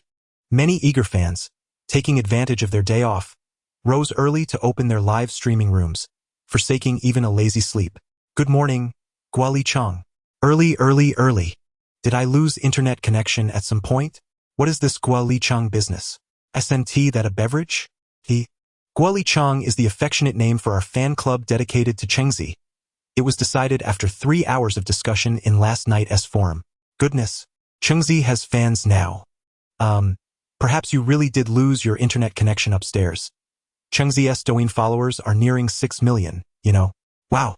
Under the explanations of some fans, those viewers who had only been focused on the dating show were left astounded. To think that this program had only been airing for a few days, and yet already amassed 6 million followers? Not even a rocket could ascend that swiftly. However, upon further contemplation, it seemed quite logical considering Mu Cheng's stunning beauty and physique, coupled with her musical talent and the fact that she was already a wealthy young lady. All these factors combined made everything appear rather reasonable. After all, there's a saying, attraction begins with beauty, deepens with talent, and remains loyal to character. Though their acquaintance with Mu Cheng had been brief, one could already glean her character from her demeanor and performance on the show, suggesting she possessed a remarkably good nature. Moreover, let us not forget that she willingly chose to forego some of her royalties so that her fans could enjoy her music for free. This single act endeared her to countless netizens, transforming them into devoted fans. Thus, the term Guoli Cheng was born. In the cozy little room 701, as the barrage of comments in the live stream grew increasingly lively, Mu Cheng awoke to find Liang Qiaowei already present. Good morning, Qiao. Aren't you going to sleep a little longer on this Saturday? The girl rubbed her eyes, murmuring sleepily, her gentle voice tinged with a hint of languor. Liang Qiaowei sighed. Good morning. I can't sleep anymore. I'm accustomed to waking up early. As she spoke, she continued scrolling through her phone, showing no inclination to rise. After all, habits are habits, but one must still lie down for as long as possible, except when nature calls. The two girls exchanged a few words, and Mu Cheng decided to get out of bed first. She slipped on her slippers and headed to the bathroom to freshen up, planning to change into something nice before heading downstairs in search of food, as she felt a bit hungry. However, upon seeing the dress she would wear today in the mirror, she contemplated and resolved to style her hair beautifully. Otherwise, it felt as though her newfound skills in hairstyling would go to waste. Besides, Letting her hair flow freely didn't quite complement the dress. Although she would look good no matter what she wore, girls are, after all, creatures who have cherished beauty and enjoyed playing with fashion since childhood. Mu Chang was no exception. In the room, Liang Qiaowei was originally nestled under the covers, engrossed in her phone, oblivious to Chengzi. Suddenly, a rustling sound emanated from the dresser, piquing her curiosity enough to steal a glance. In that instant, she was utterly mesmerized. "Chengzi, you look stunning." The words slipped from Liang Qiaowei's lips instinctively. It was her first time seeing Mu Chang adorned in such a manner. "What's wrong?" the girl asked, applying her lipstick, and immediately turned around upon hearing the voice. The phrase felt reminiscent of a playful banter among boys in a dormitory, where a cross-dressing friend would receive compliments like, "Bro, you smell amazing." It was all rather peculiar. The awe in Liang Qiaowei's eyes had yet to fade. She was fixated on Mu Chang. Feigning a bittersweet tone, she remarked, "If only I were a boy, I would surely take you home as my bride." To which Mu Chang, with her eyes sparkling mischievously, teased back, "Oh really? But I just finished putting on lipstick. Would you like to give me a kiss?" Feeling a wave of unexpected fluster as Mu Chang approached, Liang Qiaowei's face began to warm. She had to admit, she was genuinely taken by this girl. "Ah, my heart is racing." Of course, in the end, Mu Chang did not kiss her. The two girls were merely jesting, engaging in playful banter that filled the room with their laughter. With a gentle tug, the girl, now with her hair styled and subtle makeup applied, drew back the curtains and gazed out at the light filtering through the leaves. "The weather is quite delightful today. Chow Chow, I'm heading down now. All right, go ahead and enchant those boys." Since the cameras and microphones in the room were not yet activated, Liang Qiaowei felt free to say whatever she pleased with a cheeky grin. However, she couldn't shake the thought that among those boys was Wang Helong, whom she secretly admired.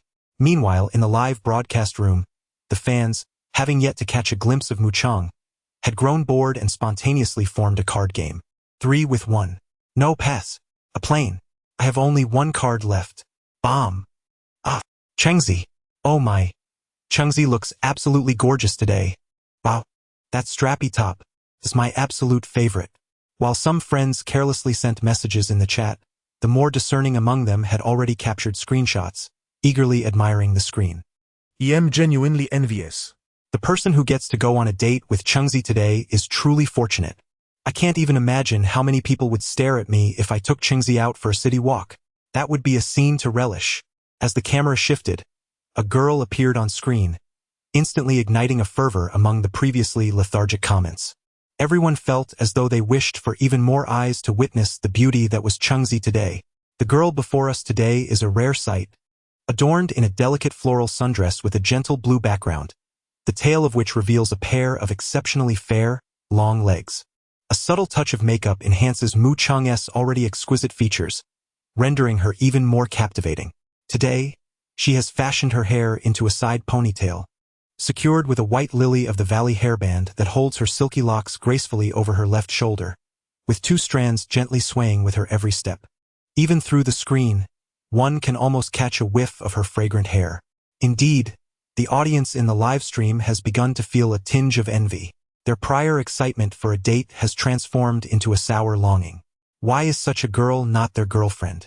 Even if we were to take a step back, if she is not a girlfriend, could she not at least be a wife? Alas! Meanwhile, Mu Chang, who has just descended to the kitchen, remains blissfully unaware of the astonishment she has inspired in her fans. Little does she know that she is now the beloved figure of a fan club named Fruit Orange. Chapter 38. Her lips were as sweet as honey at 9 o'clock in the morning. The first floor of the small house was deserted.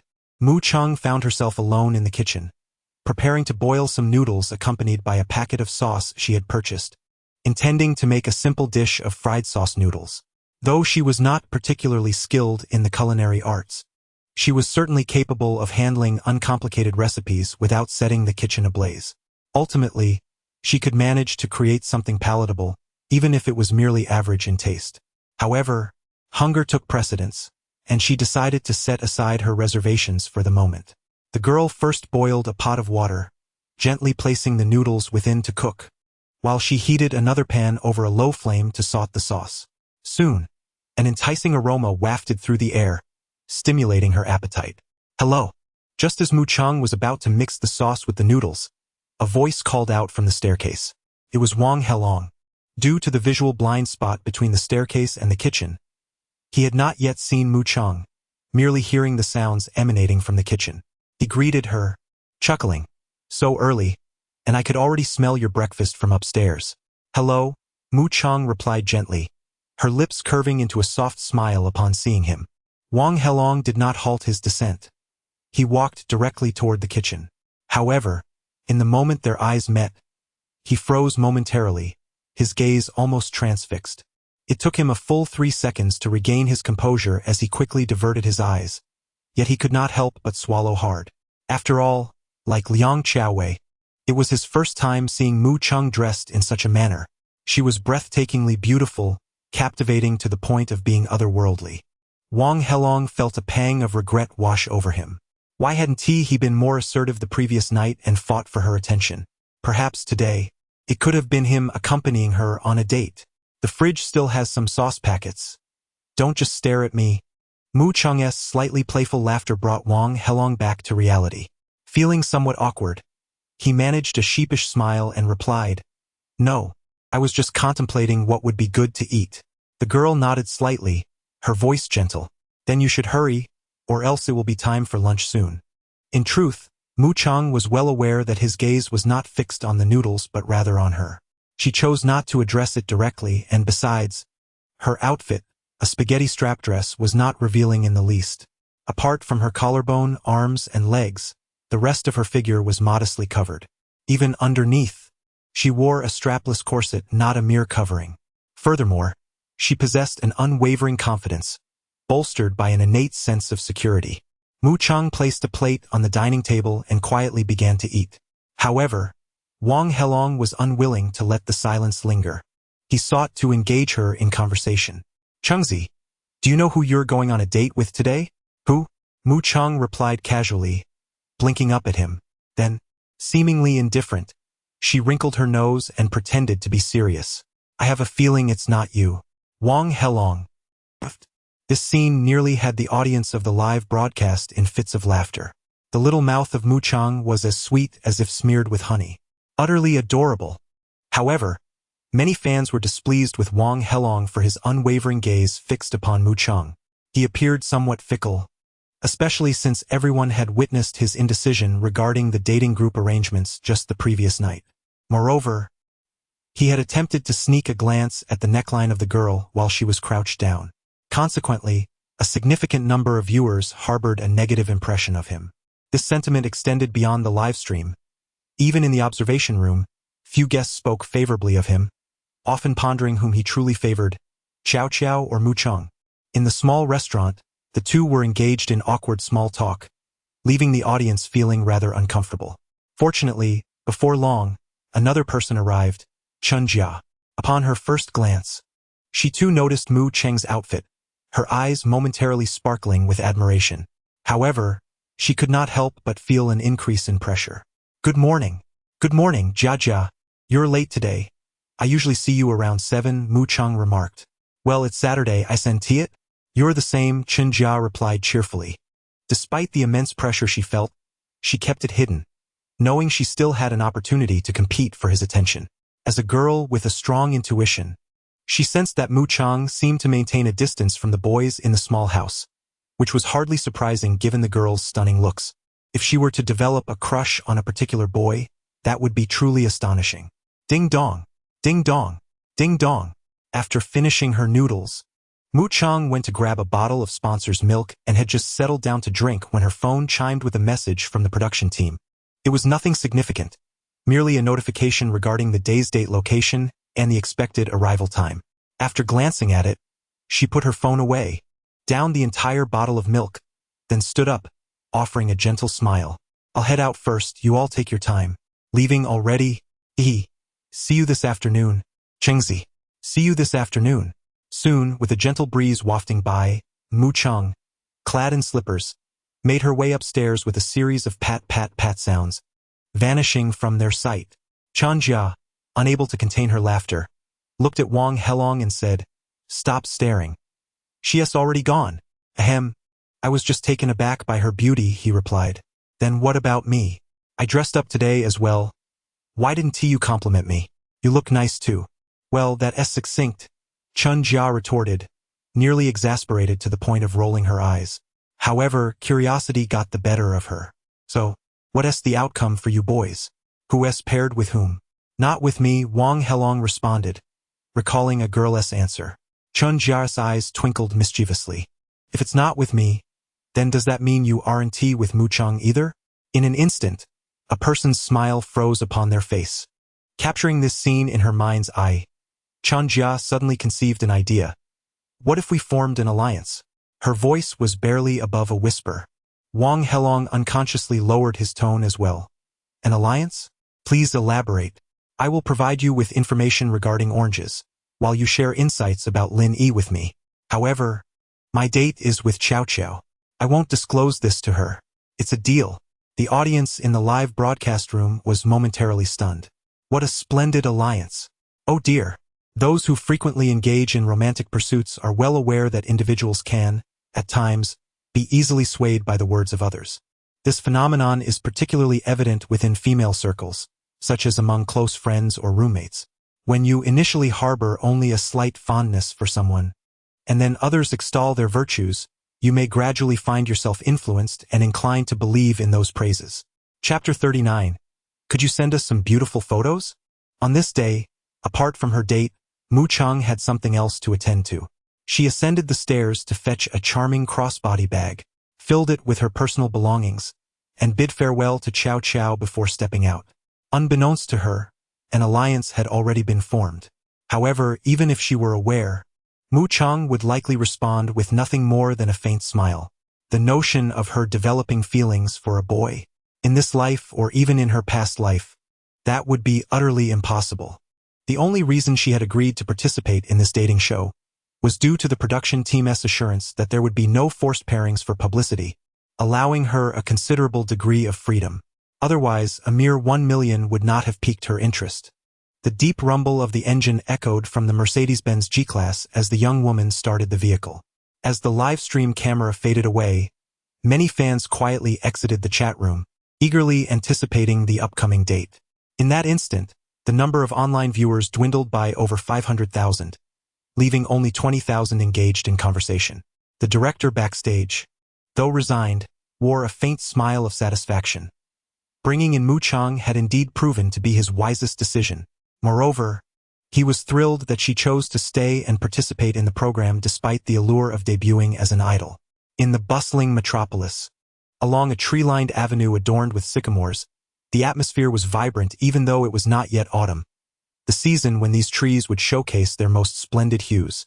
Yet, at this moment, the street, infused with greenery and a hint of French charm, remained a favored spot for tourists seeking picturesque moments. At 1 o'clock in the afternoon, Mu Chang switched to her silver Audi R8.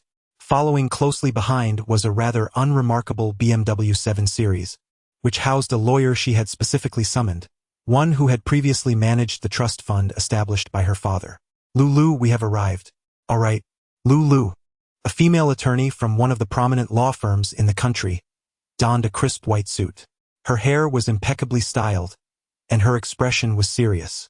However, in the presence of Mu Chang, a subtle smile inevitably graced her lips. After all, she had witnessed this young woman grow up. Since joining the firm, she had taken charge of the trust fund, and she was also responsible for handling the inheritance of Mu Chang's parents. Logically, today was meant for Mu Chang to sign a copyright contract with 3 music platforms, a matter concerning intellectual property that did not align with Lulu's area of expertise. Nevertheless, she chose to accompany her. The signing location was a quaint CAF situated on this charming street, and as Mu Chang gently pushed open the glass door, the delicate sound of wind chimes filled the air.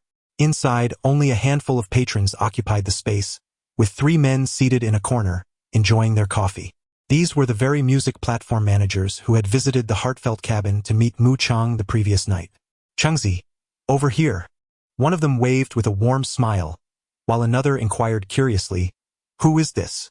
directing his gaze towards Lulu. Lulu revealed a polite smile and extended her hand.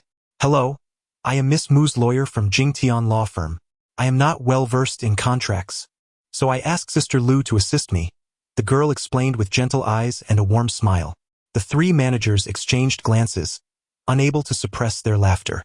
They felt no anger at being mistrusted. Rather, they were surprised by the girl's cautious demeanor. After all, one would expect that a sudden windfall of 10 million would leave most people ecstatic and disoriented. Yet, Mu Chang maintained an air of calmness, her beauty the only noteworthy emotion on her face. It was evident that she would undoubtedly carve out a niche for herself in the entertainment industry. At that moment, as the managers admired the girl's beauty and talent, they also felt a burgeoning sense of appreciation and anticipation. After half an hour of meticulous discussions and revisions, Mu Chang successfully affixed her signature to all three contracts with Lulu's nod of approval. The 10 million copyright fee would be directly credited within 7 working days, and it would be after tax. However, the managers from several music platforms had a small request. The manager from Penguin Music chuckled. Chengzi, do you happen to have some aesthetically pleasing photos we could use? Huh? Mu Chang was taken aback, her expression somewhat perplexed. Lulu frowned slightly, nearly voicing her confusion. Sensing the misunderstanding, the manager from Wang Yi quickly interjected. Don't think too much into it. We simply mean ordinary artistic photos, nothing inappropriate. We just wish to use them to promote your songs on our platform. He rolled his eyes at the manager from Penguin Music, clearly indicating that his previous comment had raised eyebrows. The Penguin manager responded with a chuckle. Well, that was certainly misinterpreted. Mu Chang found their antics amusing, and with a slight nod, she replied, No problem. I will send them to you before the songs go live on the platform. Thank you, Chengzi. Since that's settled, we'll take our leave now. We have a flight to catch back to headquarters tonight. Right, Chengzi, you likely have another appointment today, don't you? Haha. The three were not from the Shanghai branch but had traveled from Shenzhen, Guangzhou, and Hangzhou, demonstrating their earnest commitment to securing the copyrights for Mu Cheng's songs. With that, the group bid farewell at the CAF. Moments later, only Mu Chang and Lulu remained. Lulu smiled. So, would you like to visit my office while you're here? Perhaps another time. I have an appointment shortly, the girl replied with a gentle smile, gracefully declining. She was reluctant to visit Lulu's office, as each visit reminded her of the days spent dealing with the inheritance after her parents' departure. Lulu seemed to understand, nodding in acknowledgement. Then I must be off. I have a case to attend to this afternoon. All right, Sister Lu, you go ahead. I'll stay here a little longer. Don't drink too much coffee. It's not good for you. I know. They shared a knowing glance, both instinctively breaking into smiles. Then Lulu departed ahead of the others. Upon exiting, she casually purchased the ticket. The previous group, in their excitement after signing the contract, had momentarily forgotten the tenets of gentlemanly conduct. Fortunately, she was not lacking in funds. Time swiftly elapsed, and before long, it was 3 o'clock in the afternoon at the observation room of Heart-Fluttering 7. By this time, all the guests had arrived and donned their headphones. They were intently watching the large screen, which displayed the second group that had already reached the date venue, consisting of Miao Miao, Wang Yuchen, Jiang Junhan, and Eugene. Indeed, Eugene had not succeeded in winning against Huode in last night's game of rock, paper, scissors. Reluctantly, he had to join the second group. Are we playing badminton today? In the vast badminton court, only the 4 of them were present, creating a somewhat desolate atmosphere. Wang Yuchen looked at Eugene and jested. You're a sports student. Please go easy on us. I am not a professional badminton player. Eugene chuckled in response. At that moment, Jiang Junhan suggested, how about we play mixed doubles and start with a few warm-up shots? Chapter 40. Transforming oranges into cake. All right, how about rock, paper, scissors? Miao Miao inquired, lightly waving her badminton racket, a spark of eagerness in her demeanor. However, Eugene's expression shifted slightly as he repeatedly gestured dismissively. Let us play black and white instead. That works, the 2 girls agreed, albeit perplexed. Meanwhile, Jiang Junhan could hardly suppress his laughter, realizing that this fellow must harbor some psychological scars. Simultaneously, while the second group had commenced their date, the third group, Liang Chaowei and Wang Helong, arrived at an ice skating rink. Indeed, their one-on-one date involved the playful art of skating. The director had intentionally placed this activity in the third group, as the physical closeness it fostered could swiftly enhance the bond between the male and female participants. Yet, it seemed he had underestimated Liang Chao's prowess, for this confident young woman was more adept at skating than Wang Helong himself. As Wang took a tumble, Liang Chaowei couldn't help but chuckle. Gliding over to him, "Shall I teach you?" "No worries, I feel I am on the verge of mastering it," he replied, attempting to maintain his dignity in front of the girl. However, this bravado resulted in yet another fall, two more to be precise. In the observation room, onlookers were treated to the sight of the two dates, and smiles inevitably crept onto their faces. Thus far, the pairing of Wang Yuchen and Jiang Junhan appeared quite delightful. Though their mixed doubles badminton skills were rather mediocre, their glances hinted at a budding connection, eliciting involuntary smiles from the audience. On the other hand, Liang Chaowei and Wang Helong were a source of endless amusement, particularly given his insistence on preserving his pride. The girl had offered to help him, yet he remained obstinately resistant.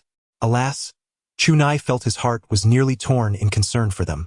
As the director deftly switched between the two scenes, they finally arrived at the most eagerly anticipated pairing. The screen shifted dramatically to reveal a young girl standing serenely outside a shopping mall in the heart of Magic City. Dressed in a light blue floral sundress that fluttered gently in the breeze, the hem of her skirt danced behind her, seemingly stirring the hearts of passers-by. Almost every tourist inadvertently glanced her way, some with eyes wide in astonishment, while others let out soft gasps of admiration. Curiosity piqued, they wondered whom this beautiful girl awaited. "Every time I see Orange, I think how stunning she is. She resembles a divine creation among mortals," one remarked wistfully. "Oh, how I dare not imagine if I were to grow into such beauty. I would be pursued by countless admirers," another mused.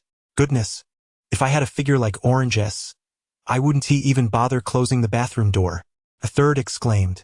"Brothers, if such a girl were to pursue me, should I kiss her first or embrace her? You should first dream. Orange is my wife. In the past, while I was a mercenary in Damascus, bullets whizzed past my ears.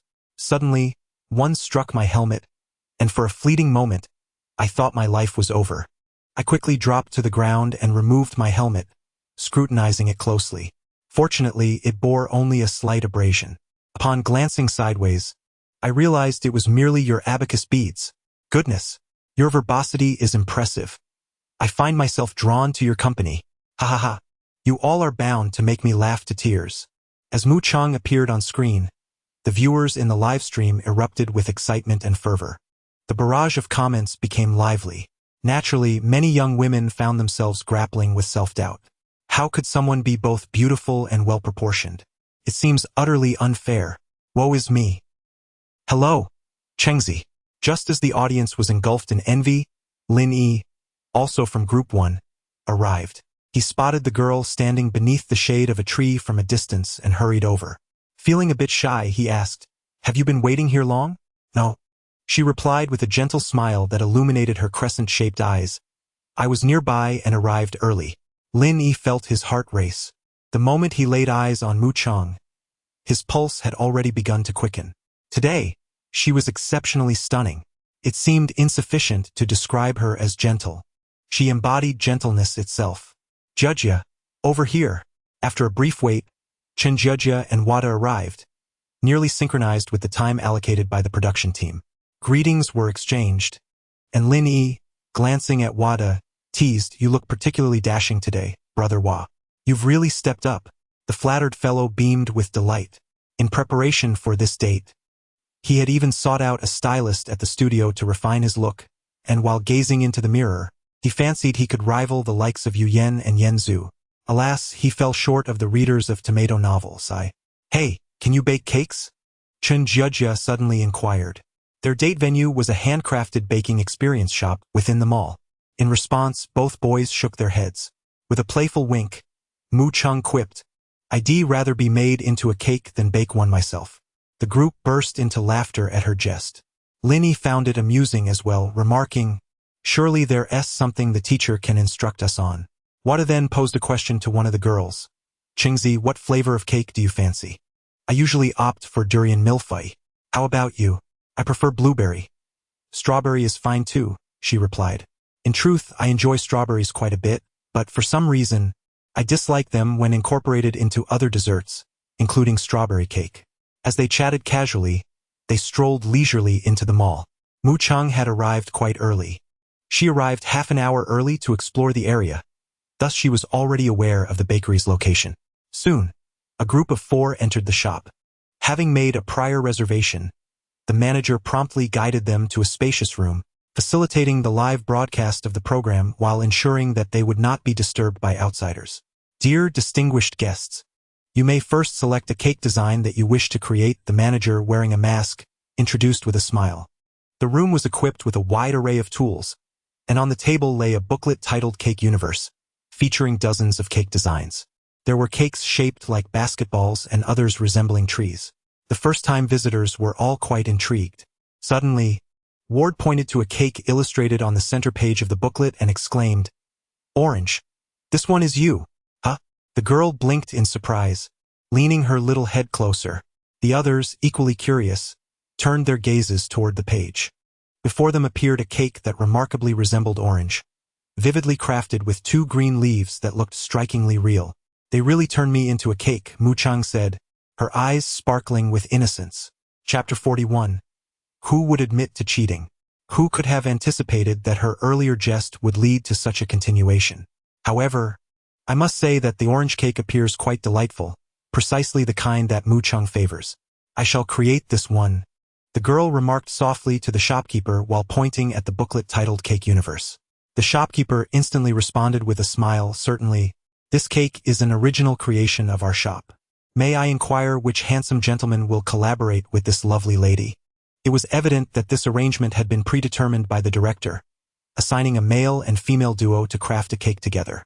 Everyone paused momentarily, but Lin Yi reacted swiftly, declaring, "I shall do it. I'm quite eager to make this cake." He added teasingly, "By the way, Qingzi, if it doesn't turn out well, please don't blame me." After saying this, he playfully joked with Mu Chang. The girl, however, responded earnestly, "Don't worry, I will definitely hammer you." The unexpected use of the local dialect nearly caused everyone to double over with laughter, and a few struggled to suppress their amusement. It felt rather peculiar and endearing to hear such a sweet and gentle voice utter such masculine words. The shopkeeper, her lips curving in a concealed smile beneath her mask, cleared her throat and turned to the other 2 individuals. "All right then, which of you 2 handsome gentlemen and lovely ladies will choose a cake to create?" "Ah! Oh, I'll choose," Huada said, still slightly taken aback. He hadn't anticipated that Lin Yi would be so quick with his words. Reluctantly, he and Chen Jia perused the entire Cake Universe booklet together. After some discussion, they decided on a Doraemon-themed cake. Thus, the shopkeeper provided them with 4 sets of aprons, instructing them to put them on. Mu Chang, nimble and efficient, donned her apron and quickly tied a bow at her back. Observing this, Lin Yi had intended to offer his assistance but promptly refrained. It was Chen Jia who seized the opportunity, turning her back to Lin Yi with a cheerful smile. "Brother, could you help me with this? My arms are a bit short, and I'm struggling." Lin Yi found it difficult to refuse. Otherwise, the situation would have become rather awkward. He positioned himself suitably, maintaining a respectful distance. "All set. Thank you." Meanwhile, Mu Chang, having fastened her apron, proceeded to the nearby fruit section to select the ingredients for their cake. Naturally, she inquired of her teammate, Lin Yi, "Do you eat lychee and mango?" "Yes." "What else is there?" Lin Yi replied, hastily setting aside what he was holding and joining her. Seeing this, Chen Jia and Huada promptly approached as well. The 4 of them collaborated to choose a delightful assortment of fruits for the cake. Mu Chang selected lychee, mango, cherries, and cantaloupe to incorporate into the orange cake. Once sliced open, it would reveal the succulent flesh encased within the orange exterior, accompanied by 2 leaves. The cake is crafted with matcha cream enveloping chocolate. Just the thought of it fills her with anticipation. At that moment, Ward, who walks behind the girl, cannot help but squint and smile, remarking, "Orange, the color of your apron complements your dress quite well." His words carry a slight accent, eliciting involuntary laughter. Mu Chang also smiles gently, glancing down at her dress. "Perhaps it's because they're both light colors?" "Yes." My apron is also a soft hue, akin to a creamy white. It indeed harmonizes beautifully with the dress beneath. Regardless, it looks splendid. Ward, if you think it looks good, why not wear a dress yourself next time? A dress? Then your streaming effect would be phenomenal. The playful banter exchanged between Chun Jia and Lin Yi causes Mu Chang to struggle to maintain her composure, breaking into a light laugh, which she feels might be a tad impolite. She quickly covers her mouth and, with sparkling eyes, playfully remarks, "If you genuinely wish to wear one, I can send you a link to the dresses." No, no, no. Ward responds with an exasperated expression. He simply wished to engage in conversation with Orange, not to don women's attire. As the group continues their light-hearted chatter, they follow the manager's guidance and begin the true endeavor of cake making. It is their first time, and they are quite intrigued by the art of baking. The manager instructs them, "All right, we can start by whipping the cream. We use animal cream here, which is quite delicate and requires some time to whip. Simultaneously, you can divide tasks. One person can cut the fruit to fill the cake." Upon hearing this, Lin Yi turns to Mu Chang, "I'll whip the cream, you can cut the fruit." All right, the girl nods, readily agreeing. However, an unexpected blush graces her cheeks as she shyly inquires, "Can I sneak a taste of the fruit?" Chun Jia chuckles, who admits to stealing a taste. Laughter erupts among the group, their gazes softening at the girl's adorableness. Even the viewers in the live stream find themselves inexplicably captivated. Let her eat. Oh, did Orange just blush?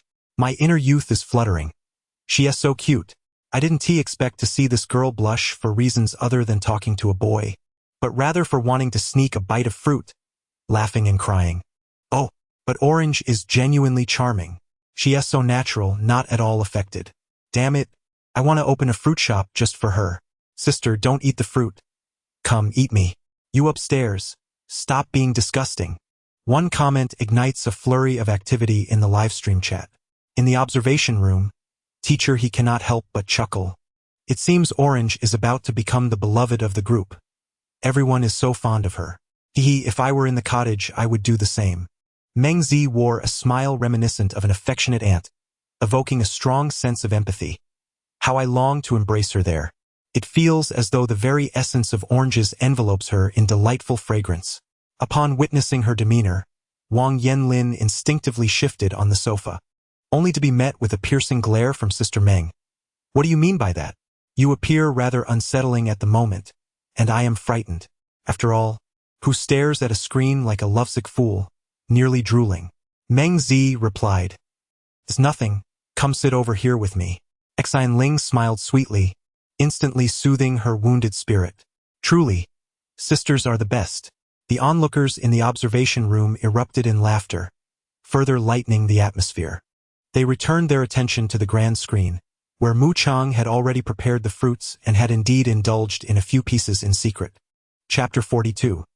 The unconcealed gaze of a blade wielder, the considerate girl had placed an assortment of fruits on a nearby plate, complete with a fork, allowing Lin Yi to help himself. However, a certain individual engaged in whipping cream momentarily exhibited a flicker of disappointment, as he had hoped for the chance to receive a morsel of orange. Alas! As the task progressed, the next step involved assembling the cake fragments into a semi-spherical form, akin to a puzzle. The manager periodically checked on everyone's progress. While Huada and Qinjia were somewhat lagging, Mu Chang and Lin Yi had already completed the initial phase and were ready to advance. What shall we do next? The pair paused their work, their curiosity piqued as they turned to the manager. In response, the latter donned a pair of gloves and smiled.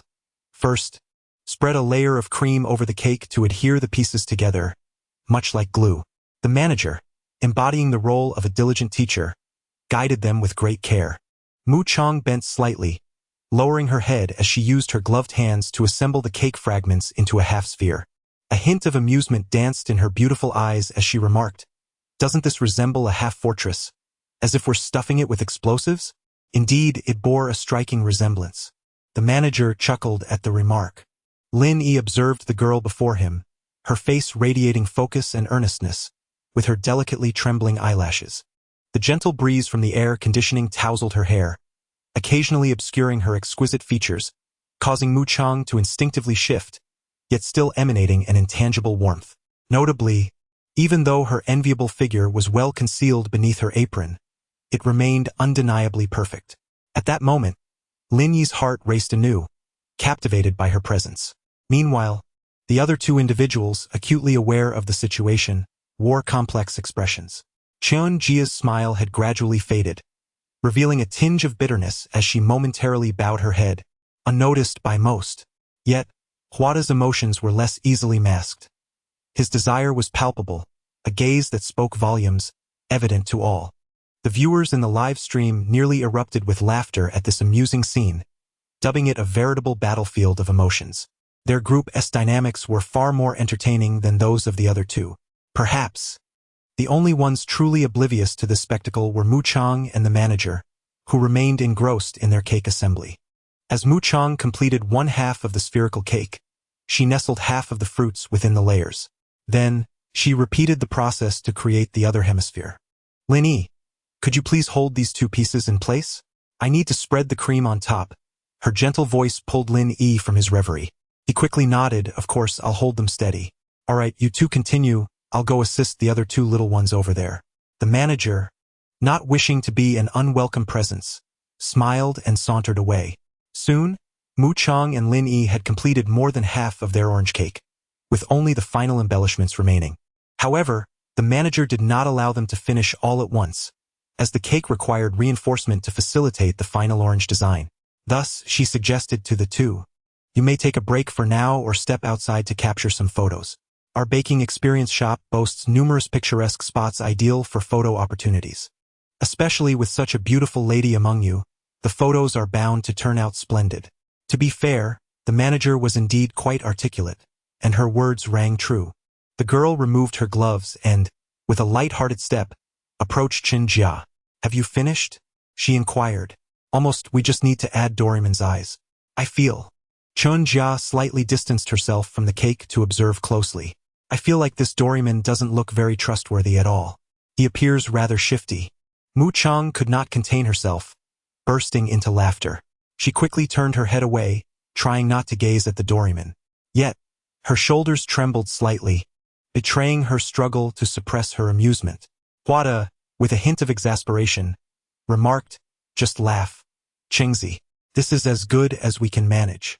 The issue was that they had elongated Doraemon's face too much, giving it a pointed appearance, reminiscent of a little thief. Oh well, let it be, Chun Jia said with a carefree attitude, also removing her gloves. Are you going out to take photos? Yes, I want to. For a girl, donning a beautiful dress, applying makeup, and styling her hair without capturing any photos would be a travesty. In fact, Chun Jia shared this sentiment. Thus, the two girls harmoniously decided to step outside, aprons still on. Observing their retreating figures, Huada felt a swell of pride as he produced a vintage camera from his bag. Fortunately, I was well prepared. He had won a game of rock, paper, scissors the previous night, which had kept him buzzing with excitement. He had been contemplating how to capture Chengzi's attention during their date. Later, he had also sought advice from his fans in a group chat, ultimately concluding that attentiveness and the ability to photograph beautiful moments would be key. Interestingly, Huada had inquired using a pseudonym in the fan group, so his followers were completely unaware that it was him seeking advice, or they might have refrained from offering their suggestions. As expected, the live stream's comments exploded at this moment. What the heck? This rascal even brought a camera? Wait. I recall someone asking in the group last night about what to bring on a date with a girl. Can't be that fool. Can it? What? I spent an entire night providing him with ideas, and he used them to woo Chengzi? I can't believe this. The fans of Huada in the live stream were on the verge of losing their minds. So you have chosen to play this way with a secondary account. Have you? Very well. You truly exhibit your character. Of course. There are indeed numerous fans who find solace in this misfortune. It matters not. Let him take the photographs. What splendid images could his skills possibly capture? However, the one behind the lens is orange, and given orange's flawless beauty, are you certain the results will not be captivating? Fans. At this moment, some have fallen into silence. Suddenly, their defenses have crumbled. Oh dear. Simultaneously, at the cake baking experience shop, I ordered a selection of snacks and beverages. You all can indulge in something cold, I presume? Lin Yi approached from the serving counter, carrying an assortment of items, and smiled. He had stepped out a moment earlier to fetch some refreshments. After all, he had spent over an hour crafting the cake. Even if he were not hungry, the two girls surely would be. Regardless, ordering was certainly a safe choice.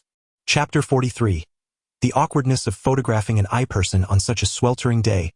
A sip of ice-cold beverage is truly delightful. The two girls expressed their gratitude as they each took a drink.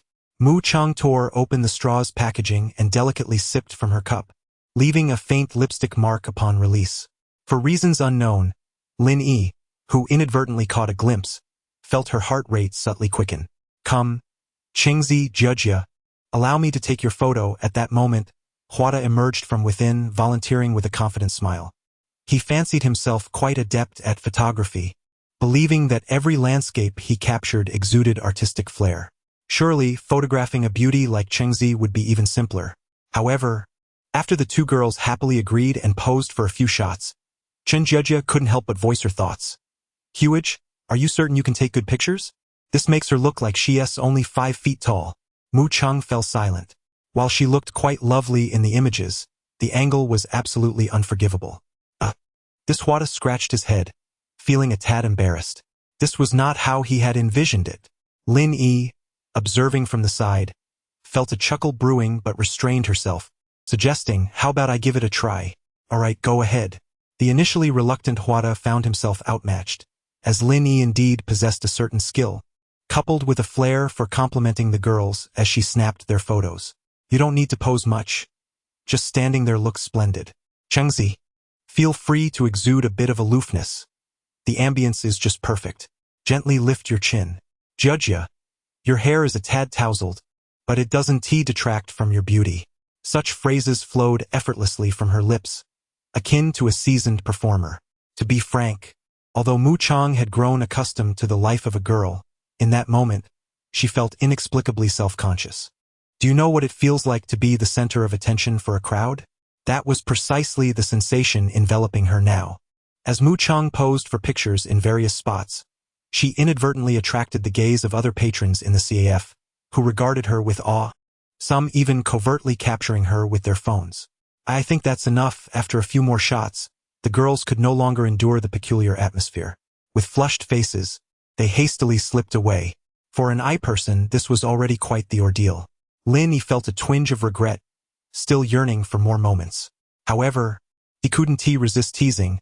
But Qingzi, what will you do if you decide to become an actress? The scenes would likely be far more awkward than this. The group couldn't help but envision that scenario, erupting into laughter. Mu Chang adjusted her ample attire, her beautiful eyes fluttering with a gentle smile. Acting is different. It is merely work. I have previously graced the covers of magazines, and my sentiments then were entirely distinct from now. She was someone who could compartmentalize her life effectively. Personal life was separate from her profession. Clearly, the girl had begun to embrace her days in the small cabin as a part of her existence, no longer merely going through the motions of acting. She regarded everyone as friends. Chen Jia expressed her surprise. Orange, you have appeared on magazine covers? Which magazine? Can we take a look? Huada also exhibited a hint of excitement. The girl paused, then nodded. Of course. I believe I still have a copy on my phone. It was related to charity. At the time, the magazine's charitable nature meant it garnered little attention, and Mu Chang did not concern herself with its sales figures afterward. Primarily, she had not earned much from this endeavor, merely 200 yuan. In fact, she later donated 100,000 yuan to the charity team. Consider it an act of kindness. She mused. Lin Yi suggested, shall we go eat something and chat as we do? Sounds good, the group agreed, casually finding a corner to sit. The table was adorned with the snacks Lin Yi had ordered: fries, salad, bread, and various tidbits. They did not intend to indulge too much, as they had dinner planned for later. Mu Chang removed her apron and set it aside, retrieving her phone to search for the magazine. She recalled that it was still available for purchase online. Sure enough, in a short while she found it. The girl promptly handed her phone to them while continuing to sip her drink and nibble on some fries. The three, however, were not in the mood for eating. They leaned in closer, intrigued. Chen Jia glanced at the magazine's title and took out her own phone to search. Together with love, caring for children and adolescents in mountainous regions. Their dreams are merely a mountain away. The magazine's cover depicted Mu Chang, who appeared to be newly enrolled in university, with a touch of youthful innocence and radiance. She was simply attired, yet her eyes sparkled with brightness, illuminating the darkness within hearts. Behind her profile, a group of children, some accompanied by their grandparents and others caring for younger siblings, ran joyfully around the towering mountains. They seemed to see Mu Chang, as if she were their beacon of hope, their faces blossoming with smiles of anticipation. In the lower right corner of the magazine cover, a small note read, "All proceeds from the magazine will be converted into items needed by children in mountainous regions. Feel your compassion." In that moment, Lin Yi and the others fell silent, the live stream's comments appearing to be momentarily hushed. They had noticed the magazine's sales figures and pricing. Only 50 copies had been sold, and the price was astonishingly low, merely 8 yuan. Is there any point in purchasing it now? Hva det suddenly remarked. I want to buy some to give away as prizes during my live streams for my fans. It should be feasible. Mu Chang nodded her little head. Since this charitable team still exists, it signifies that they are continuing their work. Upon hearing this, Lin Yi and Chun Jia fell silent, each promptly placing an order for a copy. On one hand, it was for the sake of charity, as 8 yuan was hardly a considerable amount. After all, the salad on their table was priced at 25 yuan, merely covered by the production team. On the other hand, it was also to support Mu Chang. The individuals from the heartfelt cottage recognized the significance of the magazine they were shooting. Such a worthy endeavor undoubtedly deserved their backing. Simultaneously, the audience in the live stream appeared to awaken from a dream, realizing they too wished to purchase a copy. Not to mention, this was the first magazine cover shot by Cheng Zi, a piece of immense collectible value. The crucial point was that even with her simple attire and profile view, the girl remained extraordinarily beautiful. Bringing it home as a poster would certainly be a delight to the eyes. Thus, amid the frenzy of eager buyers, the traffic to the With Love store on Taobao surged dramatically. The magazine, which initially had a stock of 50, instantly skyrocketed to 1,000 and continued to rise exponentially. This scene left the members of the With Love charitable team utterly bewildered. They were merely a studio of 10 individuals without any operational experience, completely unaware of what was transpiring. It wasn't until later that someone in their social circle shared a screenshot of their order that they began to comprehend the situation. It turned out that the girl who had donated 100,000 yuan to them several years ago had amassed millions of followers. Chapter 44. The best evaluation of a photo from a girl. Just edit it if you can. At this moment, Mu Chang and her companions were unaware of the events that would soon unfold. However, this minor incident did not dampen their spirits as they enjoyed their outing, indulging in food while engaging in casual conversation. Laughter would occasionally erupt at the mention of something amusing. To be honest, I had considered taking the art examination before, yet I was apprehensive about whether I would be suited for an artistic discipline. Chun Jia, curious, glanced at the girl beside her and inquired, "Cheng Zi, in your acting studies, do you solely focus on acting?" "Well, not entirely. There are numerous specialized courses." Mu Cheng's delicate fingers unconsciously stirred the ice cubes in her cup. Her hands were truly beautiful, slender and graceful, resembling tender green onions, with unadorned, translucent nails tinged with a subtle pink hue. The girl gently blinked her eyes, explaining, for instance, "We also study physicality, vocal techniques, and dialogue." The others nodded in comprehension. Linny chuckled, "I've heard that actors also do voiceovers." "Cheng Zi, do you do that as well?" "I know a bit. Would you like to hear?" "Yes." The group's eyes sparkled with anticipation. At this, the girl cleared her throat and suddenly adjusted her voice, adopting a more mature tone. "You speak of emptiness, yet you keep your eyes shut. If only you would open your eyes and look at me. I refuse to believe your gaze is devoid of substance."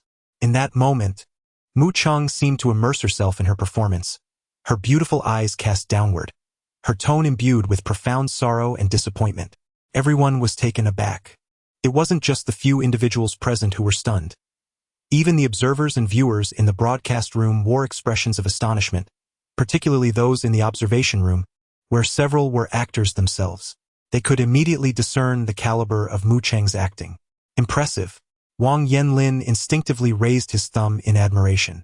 Chun Yi couldn't help but exclaim, Cheng Zi, your gaze just now truly reminded me of the king of the Daughter Kingdom. I heard she graduated this year among the top 3 in her acting class. And many teachers have praised her. Teacher, he remarked, clearly possessing more information than the others. Primarily, when the production team sought guests at the Shanghai Drama Academy, it was Mu Chang who was recommended to the director by her mentor, so he was well aware of her accomplishments in the acting discipline. At the baking experience shop, the girl had emerged from her acting state, her gaze playful as she smiled and said, wasn't that dialogue quite familiar? Surely anyone who has seen the 86 version of Journey to the West would recognize it. I genuinely think you could pursue voice acting. Cheng Zi, you're incredible. Our King S voiceover team needs you, haha. They exclaimed, marveling at her talent. For these novices, the only words fitting their sentiments were simply remarkable. By the way, would you like to see the photos we just took? Lin Yi suddenly remembered and suggested. Chun Jia smiled cheerfully, declaring, it's fine, as long as we can edit the photos. This is the highest praise a girl can give to a photograph. Mu Chang, intrigued, reached for the camera. Here, you can press the button on the right to take another shot. All right, the girl nodded enthusiastically and began to review the images. Chun Jia leaned in closer. This one is good for editing, quite nice. Oh no. This one won't do, why is my face so large? Wow. Chengzi, this one looks stunning. I believe it could serve as wallpaper. The 2 girls instantly cast aside the boys across from them, engrossed in their conversation. This left many viewers in the live stream feeling restless, especially upon hearing how beautiful Chengzi's photos were. Then why don't you share it with me? Why keep it to yourself? Hello. Just as the 2 girls finished reviewing the photos and returned the camera to Huada, 2 other girls approached cautiously to greet them. Time rewinds 2 minutes. It is Saturday. As a university student, Yang Xiuxiu has met up with a close friend from another school to explore this shopping mall. Naturally, shopping for girls means visiting stores like Miniso and Muji to browse without purchasing anything, saving their money for bubble tea and meals. Thus, Yang Xiuxiu and her friend followed suit. Feeling tired from their shopping, they decided to find a place to enjoy a drink. Coincidentally, they stumbled upon a baking experience shop, which not only offered refreshments but also plentiful photo opportunities, something they had planned for in advance. However, they did not expect to encounter the filming of a popular dating reality show, Heartbeat 7. This program was not only being followed by Yang Xiuxiu but also by her entire dormitory and her close friends. The main attraction was one of the female contestants, whose beauty was so striking that it left even her, a fellow girl, in awe, wishing to be close to that girl every day. Shouting, it's Chengzi and the others. Yang Xiuxiu exclaimed excitedly, vigorously tapping her friend's arm, her enthusiasm akin to that of a devoted fan. Her friend, shouting, responded dramatically, wide-eyed and covering her mouth. Oh my goodness. I feel like she looks even more stunning in real life than on the live stream. Yes. Lin Yi is quite handsome too. Jia is adorable. And Huada, well, he's wearing clothes. The 2 friends chattered excitedly, their gazes never straying from Mu Cheng's table. Then, seemingly out of nowhere, one of them impulsively suggested, do you think we could ask them for a photo together? That should be fine, you go ask. No, you do it. What if we disturb them? How about we go together? I'm not brave enough. Thus, the previous scene unfolded, with the 2 girls cautiously approaching to greet them. At this moment, Mu Chang and the others were preparing to return to their baking. They were somewhat surprised by the sudden appearance of the 2 girls. Wade initially believed they were his fans, and he squinted his eyes, laughing heartily. Hello. However, much to his dismay, their gaze remained fixated on a particular girl. Yang Xiuxiu, upon encountering Mu Chang at such close proximity, felt her breath quicken significantly. Overwhelmed with nervousness, she stammered, did we interrupt your filming? Oh, not at all. If you have something to say, feel free, Mu Chang replied, her face adorned with a gentle smile, her tone soothing as if to comfort the 2 young women. As Yang Xiuxiu's close friend, Xiaoting decided to muster her courage and boldly asked, Chengzi, may we take a picture with you? I absolutely adore your songs. This is my best friend, and we are both your fans. Yes. Yang Xiuxiu eagerly nodded in agreement. This unexpected request left Mu Chung slightly astonished. She had not anticipated encountering fans in such a setting. Although she was aware that her Douyin account boasted millions of followers, meeting fans on the street was still a rare occurrence. Wasn't it? Chapter 45. Well, now I am not the only one feeling miserable. When fans requested a photo together, Mu Chung naturally could not refuse. Thus, amidst a barrage of envious comments in the live stream, the two girls stood beside her. All three young women wore radiant smiles, captured perfectly by Lin Yi's camera. Subsequently, the two girls took another photo with the four of them, their eyes sparkling with excitement, almost speechless. They suddenly felt the thrill of successfully adoring a star, an indescribable joy enveloping them. Indeed, they were elated. However, the audience in the live stream was rife with envy. Yet, what transpired next sent the comments into a frenzy. Mu Chung parted her crimson lips and suggested, "How about I treat you to some milk tea? What would you like to drink?" The live stream erupted. Countless fans widened their eyes in disbelief. Is this real? The two girls were momentarily stunned, followed by an uncontrollable surge of joy. Mu Chung is treating us to milk tea. Oh my goodness! Xiao Ting's eyes sparkled as she eagerly replied, "We can have anything. We're not picky. Then I'll order you 2 cups of the one I just had. I found it quite delightful." Perfect. Perfect. They dared not voice any objections. If Mu Chung deemed it delicious, it must be. After all, she is so stunning. The two girls clenched their fists in excitement, exchanging glances. They were not merely thrilled about receiving free milk tea. Rather, it was the fact that it was a treat from Mu Chung herself. However, simultaneously, the comments in the live stream erupted into chaos. I'm so jealous. Truly. Where's this shop? I need to go right now. I'm breaking down, folks. I'm not feeling too well, alright? I was already feeling miserable working overtime today, and now I'm not the only one suffering. Sunglasses. Smiling, crying emoji. Don't worry, ladies. Jealousy S&T sweet. Sob sob. That thieving rascal took the milk tea my wife gave me. Muchenk. I'll pretend I didn't TC this time, but do not let it happen again. Lemon emoji. Perhaps if you release a new song, I shall forgive you. Humph. The flood of comments was overwhelming. Thousands of unique messages poured in, each one distinct. The fans, like sun-dried cow dung, crumbled at the slightest touch. Meanwhile, in the baking experience shop, the two girls, blissfully unaware of the jealousy they had incited among thousands of online viewers, waved goodbye to Mu Chung with glee. Mu Chung gently advised, "Be sure to return to school early tonight." Okay, they replied, at a loss for words, filled with exhilaration, nodding incessantly. After Mu Chung and Linny headed inside to bake cakes, they hurriedly took photos with their milk tea, preparing to share them on Douyin. They had already crafted the perfect caption. "Today, I am the happiest little girl. I met Mu Chung for the first time, and she is truly beautiful and so gentle. They even worried that their photo editing skills might tarnish Mu Chung's image. They all planned to release it directly, without even a hint of revision. However, these two young fans are likely unaware of what their Douyin account is about to face. They nearly thought they were being subjected to online bullying. In the following rendezvous, Mu Chung and her group completed the creation of a cake, a particularly sweet orange cake, alongside a somewhat quirky Doraemon cake. This was their first experience in cake making, and it was quite fulfilling and engaging. They decided to place the cakes in the store's refrigerator for the time being, intending to return later to collect them and share with their friends back at the cottage. But for now, it was time to enjoy dinner, as it was nearly 6 o'clock. The dinner arranged by the production team was at a rooftop restaurant in the mall, adorned with lights, roses, and candles. The ambience was exceptionally warm and romantic, with a few small rabbits kept in a corner. Chun Jia exclaimed in delight, "Wow, how adorable!"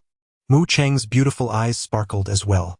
The two girls walked over and then they simultaneously asked, "Can we hug them? Can we eat them?" Chun Jia? The two boys? The audience. After a 3-second silence, everyone burst into laughter. The girls looked a bit perplexed. What? Can't we eat them? Are they expensive rabbits? The restaurant staff chuckled helplessly. These rabbits are our restaurant's longtime employees. If you wish to eat them, I can arrange someone to buy some. No, I was just joking. They're really cute. Mu Chang quickly realized her faux pas and waved her hand apologetically. How embarrassing. She felt her cheeks begin to flush. Yet, unbeknownst to her, such innocence in front of attractive individuals is not embarrassing but rather endearingly charming. At least, that was how Lin Yi and Huda perceived it. In that moment, they were even more smitten by Mu Chang. If he were to marry her, he would probably wake up smiling from his dreams every day. After amusing themselves with the little rabbits for a while, everyone took their seats, enjoying the nearly sunset view of the magical city and casually engaging in conversation. During the wait for the dishes to arrive, they were provided with hot towels to wipe their hands. This rooftop restaurant was likely reserved exclusively for the show, as they were the only table in such a spacious venue. Since they had already eaten some treats at the bakery earlier, they weren't particularly hungry now. The focus was primarily on chatting about future plans and relationship topics. Among the group, it was evident that everyone was most interested in Mu Chang. Lin Yi decided to be straightforward, swallowing a bite of foie gras before casually asking, "Have you ever thought about the type of partner you desire?" Although it appeared he was addressing everyone, his aim was singular. Wade hesitated for a moment before speaking. As for the type of my other half, he was tempted to exclaim something as simple as an orange, but the words caught in his throat. What if saying it would lead to an awkward situation? Thus, he took a moment to reflect and replied earnestly, "I haven't really considered the type of my other half, as my job limits my interactions with the opposite sex. I suppose it ultimately depends on fate. But when you play games, don't you encounter quite a few girls?" Mu Chang countered, not agreeing with his earlier statement. Her beautiful eyes fixed on him. "I recall that female players constitute half of the ranks in honor of kings. And isn't it true that boys love to team up with girls?" Having been a boy in a past life, she was all too familiar with these tendencies. Coughing slightly, the country bumpkin nearly choked on his own saliva, taken aback by Cheng Zi's unexpectedly sharp retort. Meanwhile, the other two watched with keen interest, eager to see how he would wriggle out of this one. Chapter 46. Kawasaki H2. At this moment, Huada found himself somewhat at a loss for words. Typically, he engaged in live gaming sessions and had previously interacted with female fans. There was even a time when he was enchanted by a lovely voice, momentarily believing that love had come knocking at his door. Alas, it turned out that the individual was a hefty girl weighing over 180 pounds, leaving him disillusioned about online romance. Wait a minute. Online romance? Suddenly, Tuji had a light bulb moment, narrowing his eyes in realization. A grin spread across his face as he replied, "There may be many girls who play King of Glory, but I am not one to believe in online relationships. Otherwise, I wouldn't have come to this little gathering to meet you all, would I?" One must admit this statement was quite commendable. Even the viewers in Huada's livestream regarded him with newfound respect. He had taken a leap from the ground, demonstrating a remarkable intellect. Indeed, I too harbor doubts about online romance. The girl did not press him further but rather smiled sweetly in agreement. Lin Yi effortlessly redirected the conversation, posing the same question to Mu Chang. "And you, Qingzi, what are your criteria for a partner?" "Well," Mu Chang pondered for a moment. To be honest, since becoming a girl, she had not given this matter much thought, considering she could never be attracted to boys. As for girls, ding. Please make your heartfelt choice. Host. Choice 1. Admit that you are not attracted to boys and are a narcissist. Reward. Kawasaki H2 R Track Edition. Choice 2. Be vague and deflect the question, asking Lin Yi in return. Reward. Kawasaki H2 Legal Road version with a license plate from the magical city. Kind reminder. Both choices include mastery of motorcycle riding skills, a license, and a safety helmet. The system's voice echoed in her mind, stirring something within Mu Chang. The Kawasaki H2R? It was a legendary machine cherished by countless motorcycle enthusiasts. However, being a track edition, it could not be legally ridden on the streets. The second option, the Kawasaki H2, was evidently far more appealing. Not only was it a version permissible on public roads, but the system also generously offered a license plate from the magical city. It is worth noting that in this city, motorcycle regulations were stringent. Many aspired to acquire a license plate from the magical city but could not. Choice 2. Mu Chang silently affirmed in her heart. Then, she blinked subtly, as if contemplating something. The girl picked up a shrimp dumpling and softly stated, I haven't really thought much about my requirements for a partner, but I believe the most important aspects are shared values and personality. So simple? The crowd was momentarily taken aback. Even many viewers in the live stream wore expressions of astonishment. After all, compared to the lofty and often superficial demands that many girls had for their partners, such as a height of 1.8 meters, abs, and good looks, Chengxi's criteria seemed remarkably attainable. It almost gave everyone the impression that they could easily meet her standards. Yet, upon further reflection, it appeared that this girl had never been in a relationship. It seems reasonable to have modest expectations of a partner, which further illustrates that Chengxi truly favors pure love. Wow! In that moment, everyone felt a surge of excitement. The two young men present were no exception, their hearts racing uncontrollably. However, they failed to ponder deeply. Is it truly that simple? For Mu Cheng, this might be the most challenging criterion. Of course, she chose to respond ambiguously, keeping her thoughts concealed. Internally, Mu Cheng reveled in her amusement and then turned to Lin Yi and Chun Jia with a gentle smile, expressing her curiosity. What about you two? Congratulations, host. You have completed the heart-throbbing choice, and as a reward, you receive the Kawasaki H2 motorcycle license. A friendly reminder. The Kawasaki H2 has been discreetly placed beside your Audi R8. The license plate is affixed, and your driving permit is tucked within your bag, while the safety helmet awaits in the passenger seat of your Audi R8. Simultaneously, a continuous stream of motorcycle riding techniques began to flood Mu Cheng's mind, gradually forming muscle memory. This process unfolded swiftly, almost instantaneously. What an impressive system! The girl felt a rush of joy mingled with a hint of excitement. She was eager to test drive the Kawasaki H2 right away. However, upon glancing at her dress, her excitement waned. Clearly, her attire today was ill-suited for riding a motorcycle. Mu Cheng's mood shifted rapidly as she puffed her cheeks and took a big bite of the shrimp dumpling. Lin Yi was charmed by her adorableness and couldn't help but chuckle. I haven't given much thought to my partner either. I firmly believe in fate. Sometimes, when fate arrives, even the most unsuitable circumstances can be overturned. It seems I'm the only one pondering too much. I prefer someone who is assertive and ambitious, and of course, it would be even better if he were tall and slender. As Chun Jia spoke, she cast a glance at Lin Yi, her words laden with meaning. This scene left Mu Cheng in contemplation, finding it quite intriguing. Unbeknownst to them, as the conversation flourished, an undercurrent of tension seemed to emerge. Meanwhile, the viewers in the live stream and the observation room were utterly captivated, their expressions filled with amusement. With an omniscient perspective, they could perceive far more than the few individuals present. Particularly, there were moments when Lin Yi and Huada subtly competed against one another, nearly sending everyone into fits of laughter. Dinner continued on the terrace until nearly 8 o'clock.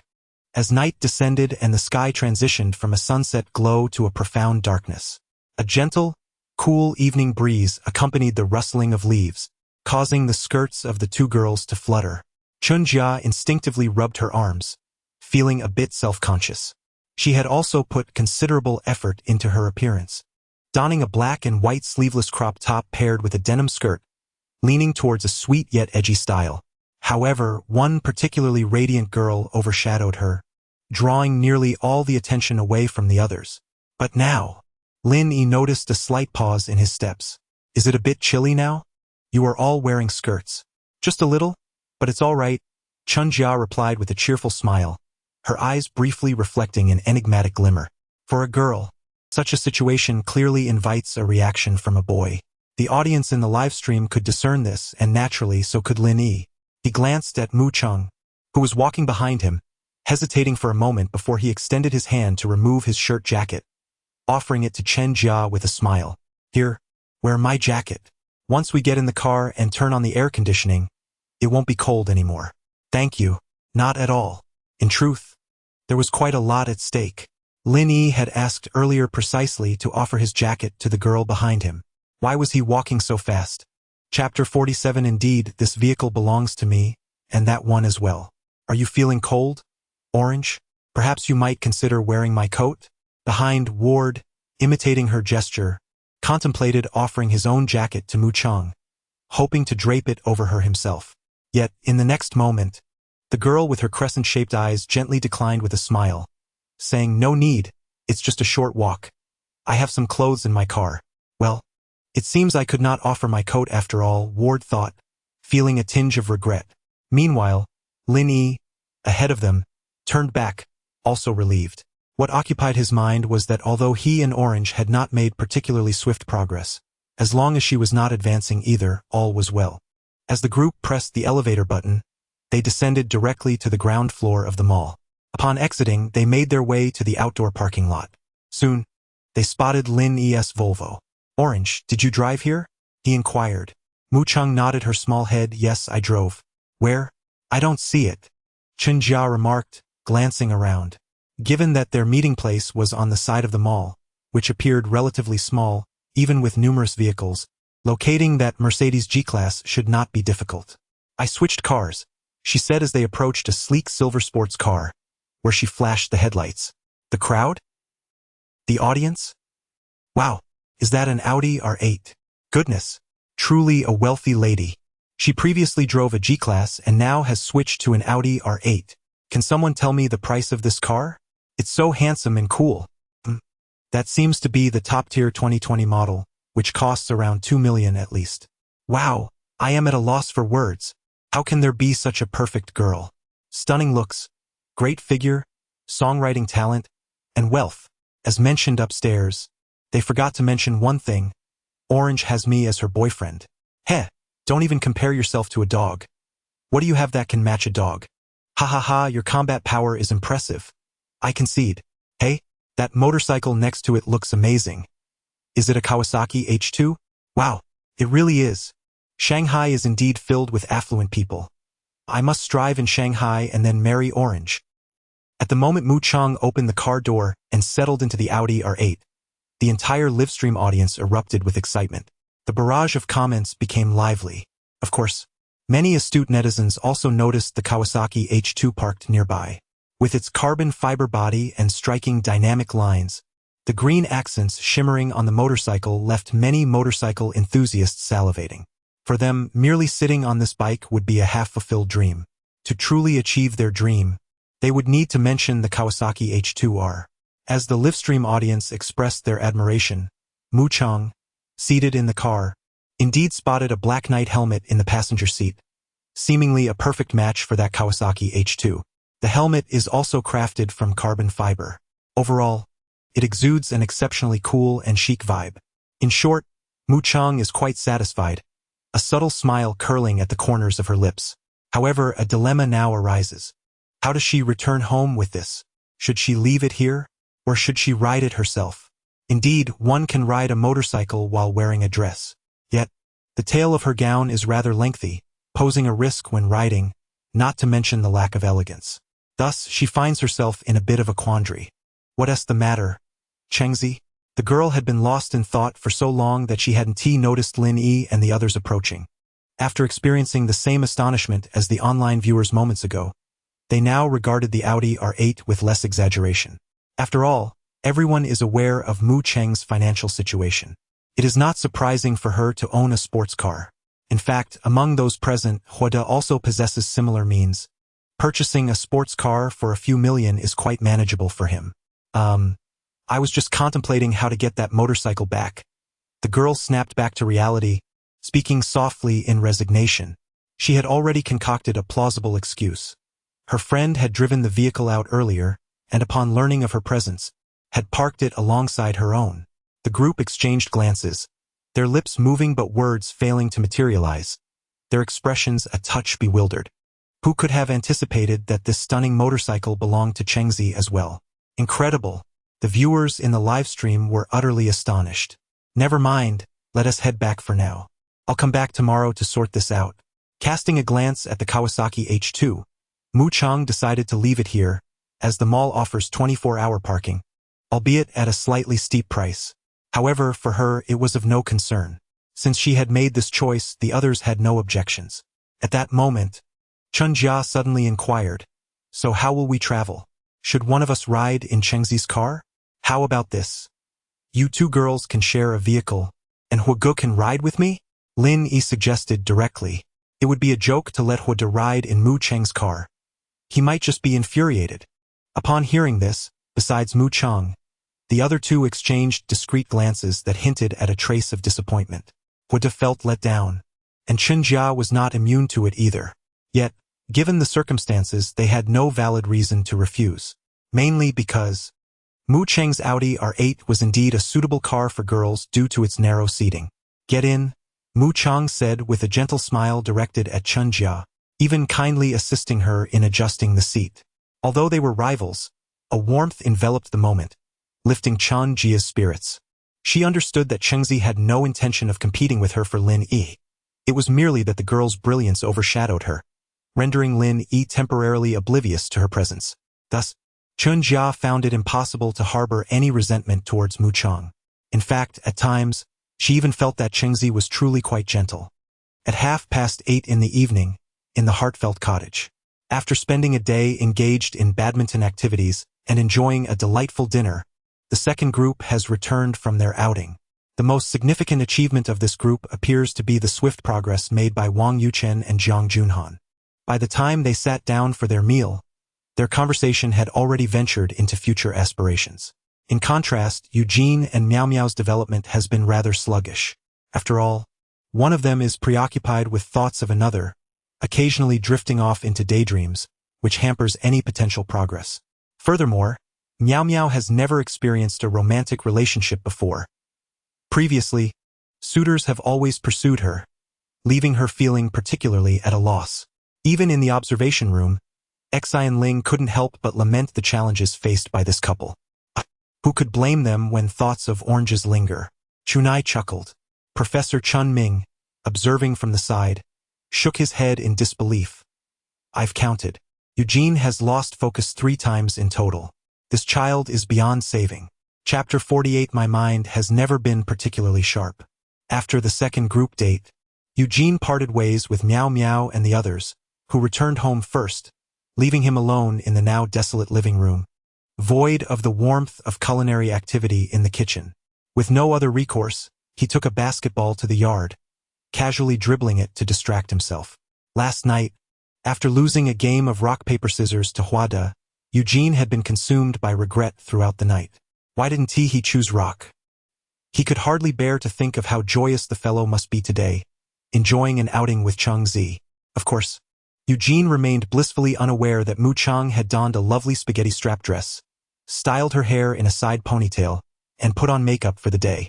Oh dear, how utterly hopeless this boy was, consumed by infatuation. Poor Lu Shui, it seemed that Miao Miao had been rather proactive today. Why couldn't Eugene take notice of her? After all, both were inexperienced in love, and Miao Miao was not lacking in beauty. I must say, this group of onlookers is rather meddlesome. While Miao Miao is indeed delightful, if there is a more captivating Chengzi, why should Eugene not pursue her? True, we are merely spectators. At least Eugene has the chance to interact with Chengzi, while we, on the other hand, are unable to even contemplate such pursuits. Oh, how it stings, dear friends. Time passed unnoticed until it was 9 in the evening. They still hadn't returned? Eugene glanced at his phone, a pang of melancholy settling in his heart. Where could they be to take so long?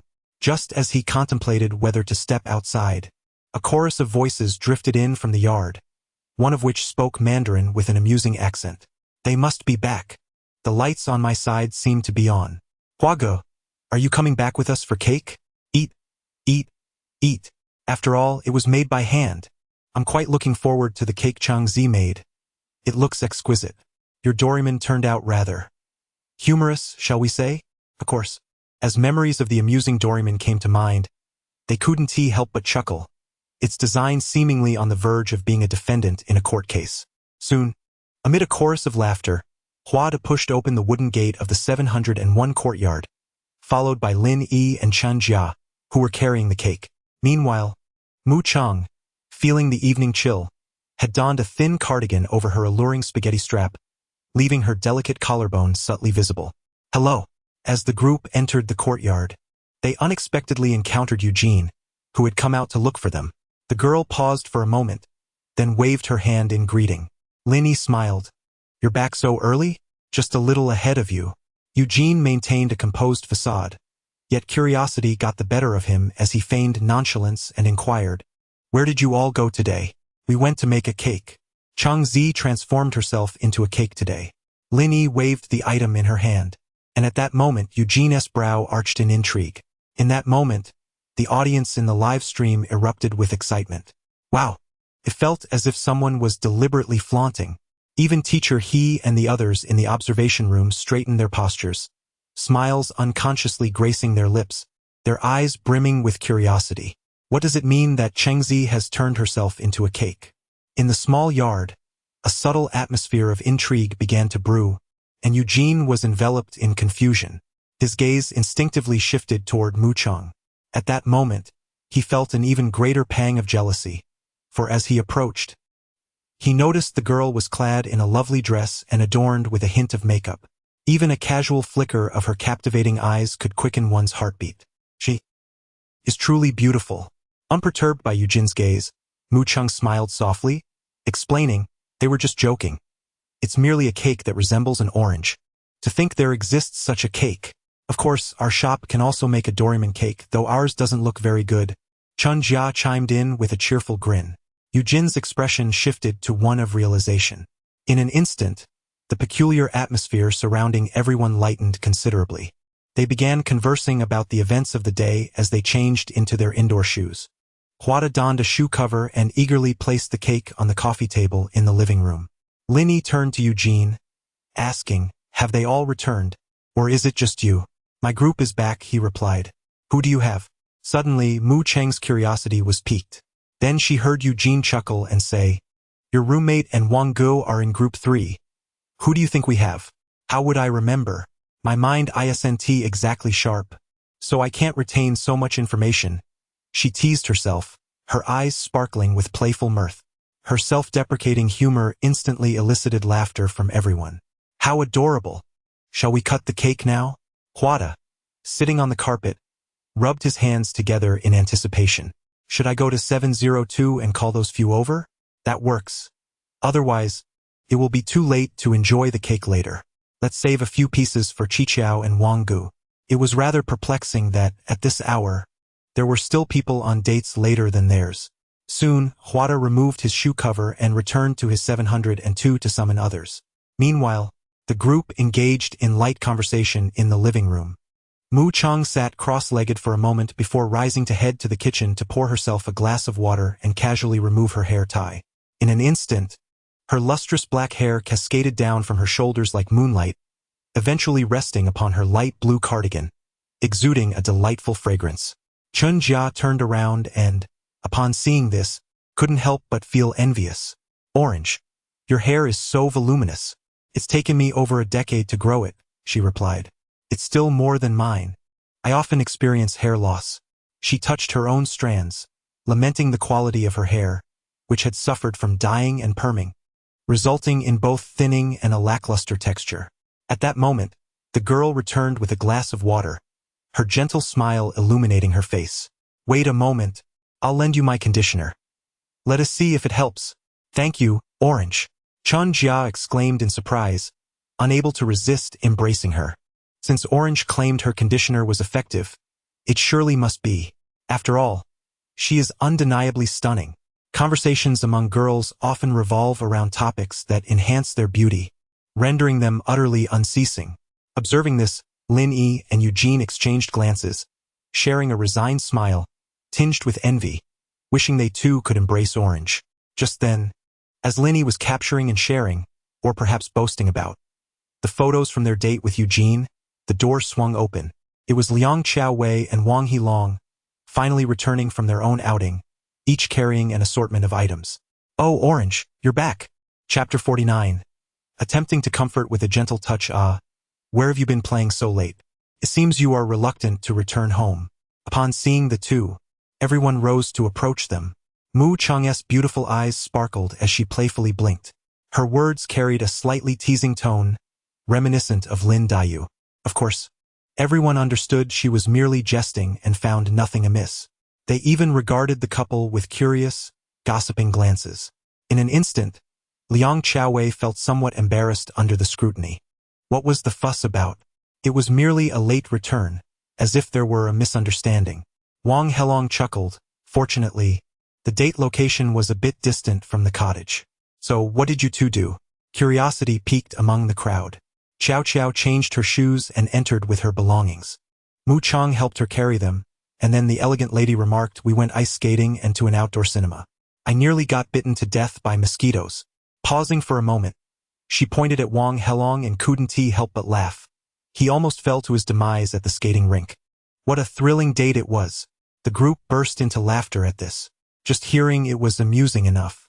Liang Chaowei glanced around, particularly at Mu Chang, and inquired, what about you two? Thus began another round of information exchange, seamlessly leading to the unveiling of the cake on the coffee table. Wow, your cakes look incredible, Who made this one? Liang Chaowei initially expressed delight upon seeing the orange cake. But suddenly, an unfamiliar object resembling Doraemon appeared before her. Chun Jia smiled cheerfully. That was made by Lin Yi and Orange, and this one is from me and Huagu. It's a bit of a mess. Hearing this, Wang Helong's gaze shifted, first to Lin Yi, then to the girl beside him who wore a gentle smile. The audience in the live stream quickly recognized the alliance at play. TSK, such a clever maneuver. Some viewers felt it was morally questionable for Chun Jia to divulge information after just accepting Orange's hair conditioner. Yet, others rationally analyzed that it was common knowledge and did not breach any privacy. Indeed, upon reflection, it seemed that way. However, they remained curious about whether Chun Jia valued the alliance or her sisterly bond with Mu Chang more. Moments later, Huada arrived with several individuals from 702. Without needing much conversation, they exchanged pleasantries. Miao Miao naturally sat close to Mu Chang, her eyes widening at the orange cake. She quietly asked, did you make this? It's beautiful, I sent it? The girl felt a hint of pride. Miao Miao smiled in return, it looks delicious. Then her gaze shifted to another cake, her mind slowly forming a question.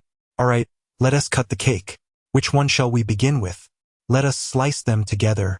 I feel it would be fair for everyone to have a piece from both cakes.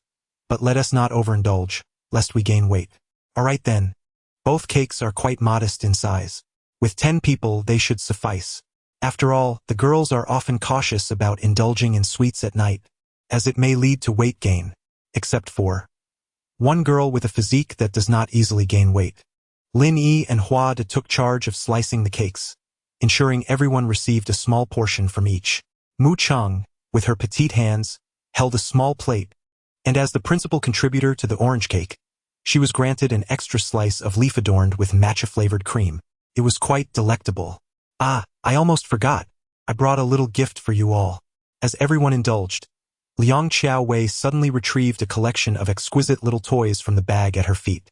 They were an assortment of small figurines, including a tiny shark and a monkey holding a banana. She chuckled lightly, stating, I won these from the claw machine today. Each of you can choose one. Wow, you managed to catch so many, exclaimed Wang Yuchen, astonished. Anyone who has played with claw machines knows that acquiring such a bounty would cost at least 100 yuan, especially since the machines in Shanghai are not cheap, and the quality of these figurines is rather impressive. Jiang Junhan smiled and, without hesitation, picked a small crocodile. Soon, everyone expressed their gratitude and chose their own. Eventually, only Mu Chang remained, deliberating between the baby shark and the banana monkey. She scrutinized the monkey, which bore the inscription, Please do not touch my banana. Then I shall, declared the spirited Mu Chang, who seemed to possess an insatiable appetite, snatching the banana from the monkey's grasp. In an instant, a cacophony erupted. Ah, what on earth? The girls were momentarily taken aback, their expressions frozen in astonishment at the seemingly frenzied monkey. Across the table, Liang Chaowei and Wang Helong exchanged amused glances, struggling to suppress their laughter. Clearly, they had anticipated this moment, though they were surprised that the one to be startled was Mu Chang. Their laughter finally erupted. Recovering her composure, Mu Chang frowned slightly, her face a tableau of exasperation and disdain, tinged with a hint of resignation, as she remarked, This thing is too terrifying. If I leave it in my room tonight, I might just die of fright. As she spoke, she pressed her small hand against the monkey's forehead, attempting to soothe it. However, it seemed to only exacerbate the commotion. Ultimately, It was Meow Meow who retrieved the banana and returned it to the monkey's hand, finally bringing silence to the ruckus. Mucheng. Meanwhile, the audience in the live stream, witnessing this scene, was nearly doubled over with laughter. It was the first time they had seen such an expression on Mu Cheng's face, and it was utterly hilarious. She was indeed quite disdainful, laughing and crying. I have played with this toy before. It is exceedingly noisy and sometimes doesn't cease its clamor. Once, I nearly tossed it off the 17th floor. It seems that Orange was genuinely startled just now. Even the banana was tossed aside in the commotion. Oh, how amusing. I simply must wait for the replay of today's live stream, for Orange's expression was utterly delightful. Chow Chow, that mischievous girl, deliberately withheld information from Orange. The viewers in the live chat erupted in laughter. Inside the small room, the atmosphere was equally jovial. Everyone was entertained by the girl's expressive face and her disdainful glances. Ultimately, Mu Chang chose not the lifeless monkey, but rather the quietly charming baby shark, perfectly complementing her spicy shark plushie. Alas, she remains a solitary soul, while even the plush toys seem to have companions. This little interlude brought a wave of joy to the 701 room, as laughter resonated among the crowd. Yet, in the blink of an eye, the clock struck 10:30, signaling that it was nearly time to depart. Yin Yong, Yin Yong. Just as everyone was preparing to bid farewell and return home, a sudden cacophony erupted from everyone's phones. Chapter 50. The Battle God, and once again, we find ourselves at a much-anticipated segment. When teacher he produced several familiar small blackboards, a smile gracing his face, everyone knew. The moment had arrived. It was time for the thrilling, heart-pounding messages. Instantly, the crowd became invigorated, each individual fully focused. After all, they had failed to acquire the coveted golden bars twice before. This time, they were determined to secure at least one. I trust you all know what comes next, right? Teacher he smiled gently, but then shifted his tone. However, this time it will not be a team battle. It will be an individual contest. An individual contest? The essence of humanity is that of a parrot. The group echoed this sentiment in unison. Yes, an individual contest. Teacher he nodded, continuing to explain with a warm smile. Each of us will receive a small blackboard to connect the lines ourselves. The individual with the most correct connections will win a golden bar. But if someone manages to get them all right, congratulations, you will receive two. Wow! Upon hearing this, the crowd erupted with excitement. 2 golden bars. The production team was indeed generous this time.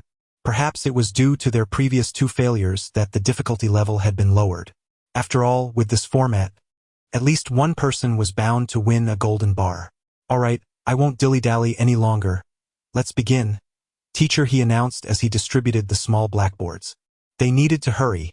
Soon the heart-pounding messages in the small room would be finished. In an instant, the observation room fell into an unprecedented silence as everyone pondered how to connect the lines. A few simpler connections were quickly completed. For instance, Liang Qiao sent a message to Wang Helong, Wang Yuchen and Jiang Junhan exchanged messages, and then Lin Yi and Huada connected with Chengzi, among others. After a moment, Wang Yanlin was the first to put down his pen and looked up at everyone, chuckling. I'm done. Yujin, who did you connect with? Nearby, Dong Fangxiang leaned in, inquiring softly. Wang Yanlin, brimming with confidence, replied, It must be Chengzi. It was so obvious when we returned in the evening. However, he had just gone on a date with Miao Miao today. Even if he liked Chengzi, shouldn't he also send a heart-pounding message to Miao Miao to express his feelings? Xinling joined the discussion. To be honest, Yujin was indeed the most challenging individual to connect with. On one hand, he clearly liked Chengzi, which everyone could see. Yet, on the other hand, Xinling had a point. Today he had interacted the most with Miao Miao. I don't care. I'm choosing Chengzi. I'm her #1 fan. Since you say that, I'll choose Chengzi too. Meng Zi exclaimed, unable to contain herself upon hearing Wang's declaration. After all, she was the true fan. Thus, in the end, everyone surprisingly chose Chengzi, except for Professor Chen Ming, who merely smiled silently. Heart-pounding small room, 701. Upon receiving the message from the production team, a subtle stir resonated within everyone's hearts. Subsequently, they seized the opportunity presented by their earlier pretext to disperse. The requirement for sending a heartfelt message dictated that each individual must seek a private space, ensuring that no one else could discern to whom the message was directed or its content. Ding. Please, host, initiate your heartfelt selection. As Mu Chang departed, she found herself seated on a swing chair in the entertainment room. The system's prompt echoed in her mind as expected. Option 1. Send a heartfelt message to Lin Yi. Reward: Anti-Warrior. Option 2. Send a heartfelt message to Hua De. Reward: the artifact for carrying a king, a national server Ma Chao account. The girl sat on the swing chair, her gaze fixed on her phone as she began typing. Her slightly disheveled hair cascaded over her delicate visage, obscuring half of her face, as if playfully evading the camera's view. Yet, even in this guise, her high-bridged nose and long eyelashes, visible through the strands of hair, rendered onlookers breathless. How could anyone possess such breathtaking features even in profile? However, the curiosity of netizens was piqued regarding whom Chengzi would send her heartfelt message. Would it be Lin Yi or Hua De? As for other young men, the audience in the live stream and those in the observation room shared a consensus, deeming the likelihood slim.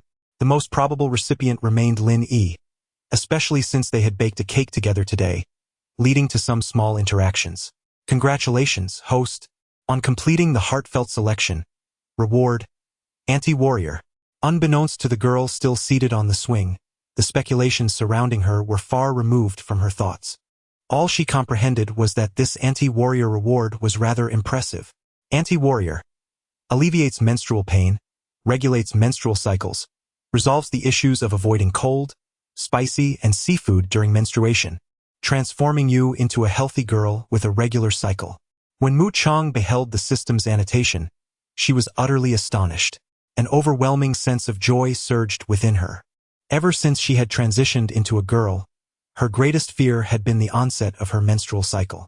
Past memories haunted her, recalling how her previous self had endured severe discomfort. Particularly, consuming cold beverages in the days leading up to her period would result in excruciating pain. Thus, Mu Chang had been under considerable stress lately, dreading the unknown. Although she had yet to experience the pain herself, the memories were vivid. To her astonishment, these issues were mere bugs in the system, readily resolved with the acquisition of this reward. Ecstatic, the girl could no longer remain still. With a hint of exhilaration, she slipped on her slippers and dashed to the kitchen. She intended to indulge in some ice cream to celebrate, while also alleviating her anxiety. As she calculated the days, she realized that her period was due in a few days. During this time, Mu Chang had been meticulously controlling her cravings, wary of consuming too many cold treats. At this moment, the audience in the live streaming room, who had been intently watching the screen, were taken aback. Why did it seem as though Orange was so exhilarated after sending her heartfelt message? Moreover, her gait was simply captivating, especially as she walked briskly. A gust of wind lifted the hem of her tailcoat skirt, causing it to flutter gracefully. From behind, her fair thighs were tantalizingly glimpsed, leaving many fans parched with desire. Of course, there were also some girls expressing their confusion. Why, despite purchasing the same dress, could they not achieve the same effect? Oh! In the observation room, as they watched the 10 small screens on the large display, each sent their respective messages with a swift whoosh. It was time for Teacher He and the others to reveal the results. Everyone rubbed their hands together, filled with anticipation. Now, as per usual, let us first observe the boys segment, Teacher He remarked with a smile. The director, displaying keen insight, promptly switched the focus to Lin Yi. There, as a blue envelope was sent forth, it quickly bounced to the charming Orange's avatar. The crowd could not help but break into smiles. They had guessed correctly. Chapter 51. Let us discuss matters of monetary interest. In truth, with the exception of Eugen, the male participants were quite predictable. Unsurprisingly, everyone successfully matched their heartstrings. Now, it all hinged on Eugen. Come on, will it be a bicycle or a motorcycle? This was the moment of truth. Wang Yanlin, like a gambler, was fixated, while the others held their breath, fearful that a mere blink would cause them to miss the unfolding spectacle on the large screen. In the next instant, as Eugen's blue envelope turned, it landed upon the avatar of a white Yorkshire Terrier. Instantly, Several individuals in the room widened their eyes in disbelief. Professor Chun Ming, observing the astonished Wang Yanlin, could not help but chuckle. It's time to quit gambling, my child. Indeed, Yujin had not sent his message to Mu Chong, but rather to Miao Miao. This was almost too incredible to fathom. Teacher He, equally taken aback, hurriedly urged the director to reveal the contents of the heart-throbbing text. What does it say? Let us take a look. Yujin, your badminton skills are impressive. Together, we dominate the court. Yay! Why on earth would he send it to Miao Miao? At this moment, all eyes turned to Professor Chun Ming, the only person in attendance who had correctly guessed the outcome. Curiosity filled the air. Adjusting his glasses, Professor Chun smiled and said, the reasoning is quite simple. Really, there is no particular reason. No reason. Yes, today Yujin had no justification to send a message to Cheng Zi. Much like Maine, who also harbored feelings for Cheng Zi yet opted to message Chow Chow instead. I don't quite understand. If Yujin likes Cheng Zi, why not just send it directly? Xian Ling furrowed her brow, feeling a bit perplexed. Professor Chun gestured for her to hold her thoughts, as he had yet to finish. The truth is, their acquaintance was still too brief, merely 5 days in total. In the absence of a distinctly defined context, one often finds themselves in a quandary. Perhaps Yujin genuinely wished to message Cheng Zi, yet hesitated, fearing it might be too forward. As he spoke, the group began to ponder this notion. Meanwhile, the large screen shifted back to Yujin, who indeed wore a conflicted expression, hesitating as he occasionally glanced at his phone, only to set it down again with a sigh. Truly a testament to your expertise, Professor. Whoever you choose next, I shall follow suit. Dongfang Xiang exclaimed, thoroughly impressed, giving a thumbs up. Professor Chun chuckled, waving his hand dismissively. Oh no, not at all. You all simply adore Cheng Zi too much. We must maintain some rationality. Laughter erupted among them, as it was undeniable they genuinely cherished Cheng Zi. This girl was irresistibly charming, appealing to individuals of all ages and genders alike. Teacher He smiled gently. Now, let us continue watching. Next comes the segment for the girls. Very well. As expected, in the end, only one person walked away with the coveted golden bars, and astonishingly, there were 2 in total. Due to Professor Chun Ming, she managed to answer every question correctly. In the heartwarming little abode, room 701, after savoring an ice cream, Mu Cheng returned to her room with a sense of satisfaction.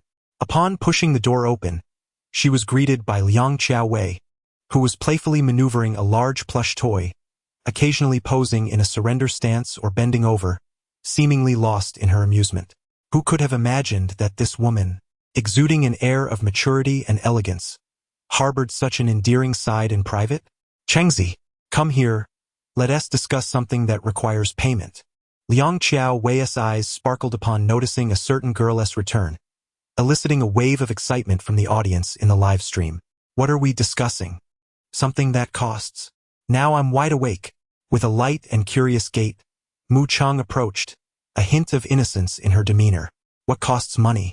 Can I borrow your Penguin Video membership? Sure. Audience. Damn, what a letdown. It really is a paid discussion. In the early summer of late July, under the veil of night, the moon seemed to shyly retreat behind the clouds, choosing not to reveal itself. At midnight, having finished her bath, Mu Cheng reclined on her fragrant bed, her small hand casually scrolling through her phone. Beside her lay a woman clad in a cream-colored nightgown. Indeed, it was Liang Xiaowei. She found it quite simple to lie on Mu Cheng's bed, simply drawn by the delightful scent of the girl.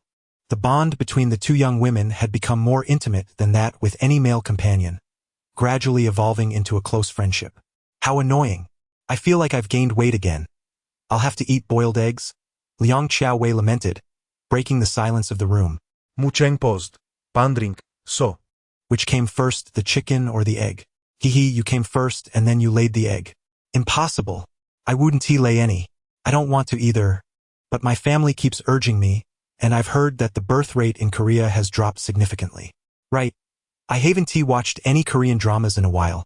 Are there any new ones lately?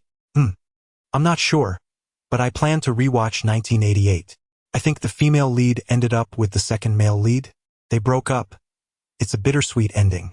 Well, if you're going to lose weight, you should cut back on sweets.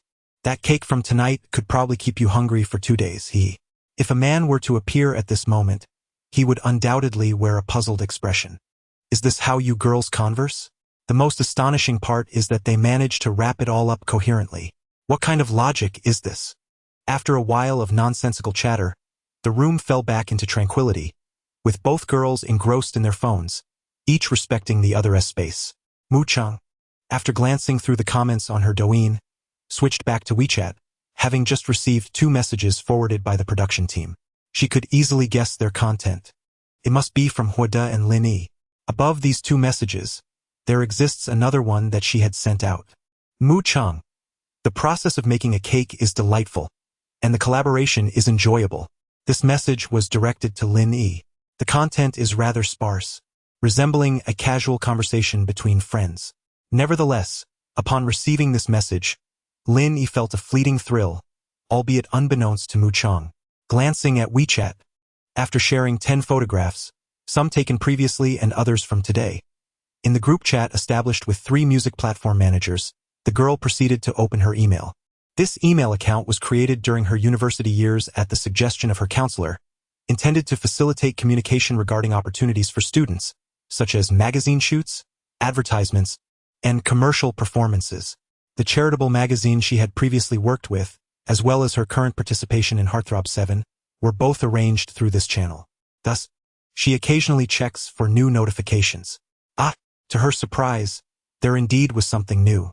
Upon opening it, the girl felt a hint of astonishment. Chapter 52. Are you here to admire the ladies or the cars? Mu Chang opened her email, momentarily astonished to find a notification awaiting her. However, upon perusing its content, her expression darkened instantly. The messages conveyed invitations that were rather inappropriate. Hello, our online store is in search of a model to try on various stockings, including black and white silk.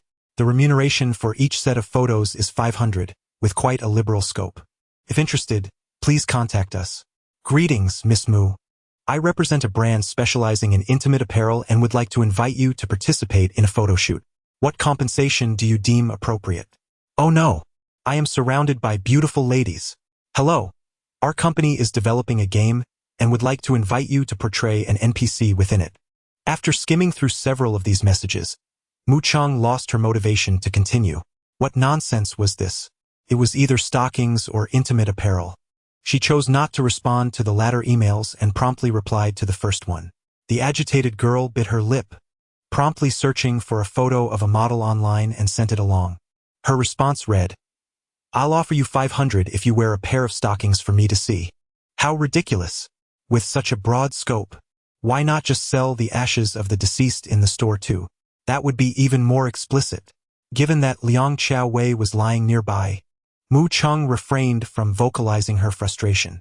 Yet, the commotion still caught the attention of her companion. Liang Xiaowei, intrigued, asked, What are you looking at? Look, stockings. Stockings. The elegant woman cast a glance at Mu Chang's perfectly slender, flawless calves, immediately filled with envy. Your legs would surely look stunning in stockings. Really? I think they're just okay, Mu Chang replied, gently pinching her thigh, which was delightfully firm, akin to jelly. If I had legs like yours, I would wear stockings every day. Liang Xiaowei gazed at her with longing. Standing at 166 centimeters, she was not considered short among women. She usually dressed in a stylish and sophisticated manner and occasionally wore stockings. Yet, in comparison, her legs paled to insignificance beside Mu Chang's. This girl seemed to radiate light. One could only imagine how beautiful she would look in black stockings. Well, it's getting late. I should return to sleep now. Okay. Good night. Good night, Changzi. You smell delightful. As night deepened, and the lights in the 2 girls' room were extinguished, the small abode returned to its tranquil state, save for the cicadas of early summer occasionally producing their non-irritating calls. The night passed in silence. The following day, Sunday, dawned with pleasant weather, sunny yet devoid of glaring sunlight. Rain was likely in the coming days, but for now it felt quite refreshing. Having stayed up late the previous night, Mu Chang awoke past 10 in the morning. After freshening up and changing her attire, she decided to take the Kawasaki H2 back home, opting for a casual black tank top instead of a dress. Dressed in an identical black shirt and stylish black frayed denim shorts, she exuded an aura of cool sophistication. The moment she appeared on camera, she captivated the early morning audience in the live stream, leaving many girls on the verge of squealing. Indeed, when a girl embraces her striking style, it seems to overshadow the presence of any boy. Orange's fashion sense is simply remarkable. How does she manage to coordinate such stunning outfits every time? Could it be that she possesses an innate beauty? I feel as though you are dealing me a crushing blow. Oh Nuwa, I can no longer place my faith in you. What harm would it do to share a bit of your beauty with me? Honestly, even as a male, I find Orange incredibly striking. There is something to be said about charm. In fact, I would even consider her as a potential partner. When one enthusiastic viewer expressed what could only be described as infatuated admiration, the male audience was left astounded. Oh, how amusing! Now even girls are vying to claim their affection. Amidst the playful banter in the chat, in the heart of the charming little house, Mu Chang had already prepared breakfast and was ready to step out with her crossbody bag. Oddly enough, the residents of room 701 were also leaving early today. It was a Sunday, and not a soul remained at home. The distinctive roar of an Audi R8 ignited, creating a wave of excitement. In a flash, the silver sports car transformed into a streak of lightning, vanishing from the parking lot of the charming little house. Simultaneously, the online viewer count in the livestream dipped in unison. At the commercial plaza where she had her date yesterday, Mu Chang found her sleek and impressive Kawasaki H2 still parked in place. Her eyes sparkled with excitement as she retrieved her black helmet from the front trunk. The keys and her driving license were already nestled within her bag, so as soon as she settled onto the bike, she effortlessly revved the engine of the Kawasaki H2. The roar was just as melodious as that of her Audi R8. At that moment, the resounding noise attracted the attention of several passersby, who curiously turned to watch. One boy's eyes lit up. What a sleek bike. Wait, so long. That's not right. His friend, with a look of disdain, retorted, "Are you admiring the legs or the bike? Why not both?" He replied with a grin. "If I'm not mistaken, that must be a Kawasaki H2. It looks fantastic.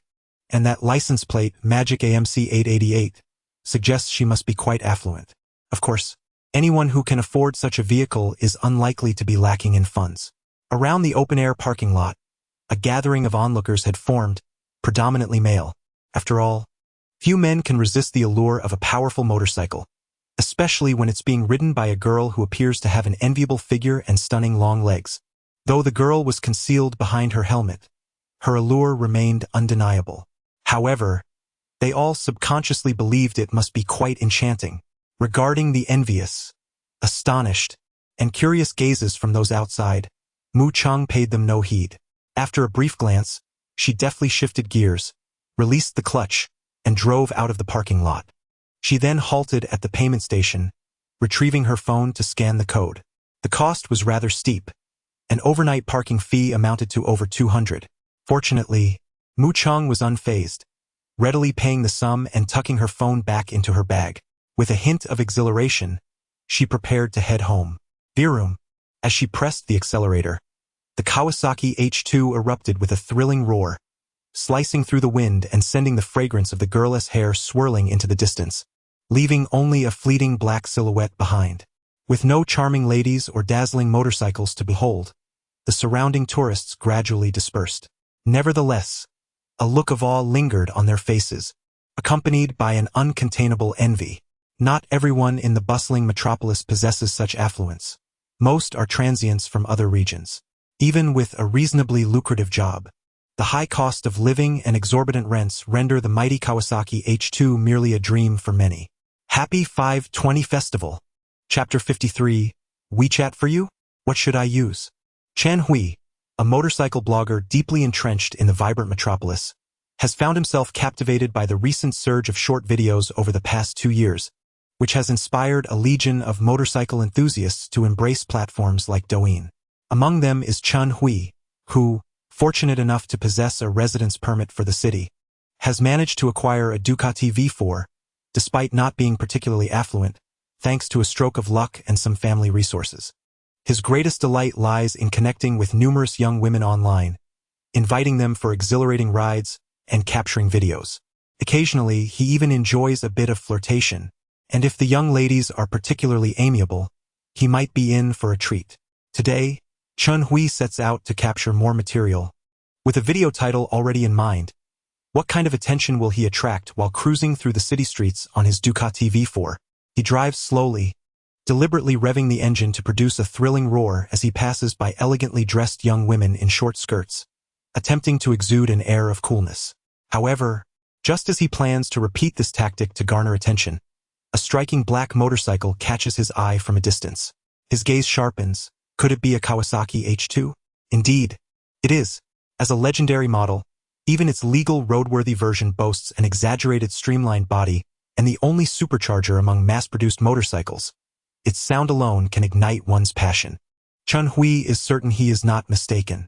Yet, to his surprise, the rider is a young woman. His eyes widen in admiration at her stunning legs. As the Kawasaki H2 approaches, Chun Hui, who has often been the one to take young women for rides, finds himself unexpectedly smitten. He resolves to seize the moment and obtain her WeChat contact. Without a second thought for the young ladies in skirts by the roadside, he accelerates, determined to follow the Kawasaki H2. He is still mindful of recording his footage, and as he speeds up, he glances at the action camera mounted on his motorcycle, muttering to himself, "Brothers, I've encountered a captivating young lady, and I'm genuinely interested. Let us see if I can get her WeChat." Meanwhile, Mu Chang, riding her Kawasaki H2, speeds through the heart of the metropolis, exhilarated at first but now feeling far more composed. No wonder so many people revel in riding motorcycles. It truly is exhilarating. The only downside is the fuel consumption, as nearly a tenth of her tank has been depleted after just half an hour, covering almost 20 kilometers. Moments later, as she approaches a traffic light, she begins to slow down, contemplating whether to stop by a specialty store to purchase some accessories. After all, aside from her helmet, she currently possesses no motorcycle gear, no phone mount, gloves, or dashcam. She decides to pull over nearby and search for a specialty store on her phone. The red light has 5 seconds remaining. Mu Chang grasped the clutch and shifted gears, her vibrant eyes peering from beneath a sleek black helmet, focused intently ahead. In the next moment, a striking red motorcycle, resembling a Ducati V4, halted in the lane beside her. The rider nodded in her direction. Mu Chang, perceiving a fellow enthusiast, reciprocated the gesture with a polite inclination of her head. Then, as the traffic light turned green, she released the clutch and surged forward with exhilarating speed. "Wow, that's quite impressive," Chun Hui exclaimed, momentarily taken aback before instinctively raising an eyebrow and hastily following her. On her end, Mu Chang found a suitable spot to park, turned off her engine, and removed her helmet. Instantly, her fragrant hair cascaded down like a waterfall, revealing a breathtaking visage. Unbeknownst to her, this captivating moment was captured by Chun Hui's action camera as he trailed behind. When he beheld Mu Chang's unveiled beauty, he was utterly astonished, scarcely believing that the girl concealed beneath the helmet could possess such striking looks. In that instant, he genuinely felt himself falling for her. "I must get her WeChat," he mused as he parked a short distance behind, removed his helmet and gloves, and approached her, wearing a self-assured smile. "Hello, miss," he greeted. Mu Chang was busy searching for the address of a motorcycle parts store. Upon glancing back, she recognized him as the individual from the traffic light. A hint of confusion crossed her mind. Could he possibly be a fan? He certainly didn't appear the part. Nevertheless, Mu Chang maintained her courtesy, blinking her large eyes at him. "Hello, is there something you need?" "Not really. I noticed you suddenly stopped and thought I'd check if you were in any trouble." Haha, that's good to hear." Chun Hui felt a bit awkward due to her aloof demeanor, yet he remained undeterred and continued his attempt at conversation. "That bike of yours must be a Kawasaki H2, right?" "Yes." "How much did it cost?" "I don't know, it was a gift." "From a boyfriend? A girlfriend?" Chun Hui was momentarily rendered speechless. A girlfriend? Was she truly a lesbian? No way. How could such a beautiful girl possibly be? He felt a twinge of annoyance yet maintained a sense of confidence, convinced he could sway her. Thus, he revealed his ulterior motives. "Actually, I ride in Shanghai as well. May I have your WeChat? We could go riding together. You want my WeChat? Mu Chang found his request perplexing. If I give you my WeChat, what will I use? Chen Hui, feeling somewhat helpless, replied, No, I meant I'd like to add you. Not interested. From earlier, Mu Chang had sensed that he was not a genuine fan but merely attempting to flirt. Hence, she decided to deny him without hesitation. Without waiting for a response, he glanced at the approximate address displayed on the navigation system, swiftly donned his helmet, and ignited the motorcycle. The Kawasaki H2 emitted a cold roar, seemingly issuing a warning to the individual behind him. In an instant, its figure vanished from the roadside. Chen Hui felt a pang of reluctance. He truly was not willing to concede. After all, he had encountered such a beautiful girl, and he yearned to win her over. Yet, she had firmly rejected him. With a sigh, he returned to his Ducati V4, intending to start it up and pursue her along the same route, hoping for another chance encounter. However, in that moment, he suddenly noticed the sport camera still blinking with its recording light. Of course, I can post it on Douyin and enlist my followers to help find her. As a motorcycle enthusiast on Douyin with over 300,000 followers, Chen Hui believed that since she was also a motorcycle rider, she must possess a Douyin account as well. He could create some engaging topics to interact with her. He was confident she would desire the exposure. A hint of self-assuredness graced Chen Hui's face. He was certain that Mu Cheng's followers could not surpass his own. After all, he followed numerous motorcycle bloggers in the Magic City, each boasting over 100,000 followers, and Mu Cheng was not among them. To respond to the reader's inquiries, this book features no other female lead aside from Qingzi, who embodies the essence of a narcissist. However, she will have several close friends, and the author will strive to produce engaging content. Your support is greatly appreciated. Chapter 54. Truly, a toad pursues a frog, and the ugly plays with the beautiful. Greetings. Could you assist me in settling the bill for these items? In a motorcycle accessory boutique nestled within the bustling metropolis, a girl of unparalleled beauty, clad in a striking ensemble of black, pointed delicately at the items on the counter. The staff momentarily stood in awe, and once they regained their composure, they quickly suppressed a flutter of excitement and focused on their task, scanning the items with the register. Greetings. That will be a total of 3,750. Very well. Without hesitation, Mu Cheng opened a payment application and allowed the attendant to scan her device. The interface of her payment app was sleekly black. After completing her purchase, Mu Cheng turned to leave, the lingering scent of her presence remaining in the air, captivating those around her. Upon stepping outside to where her Kawasaki H2 awaited, she promptly installed the dashcam she had purchased, 2 in total, one for the front and another for the rear.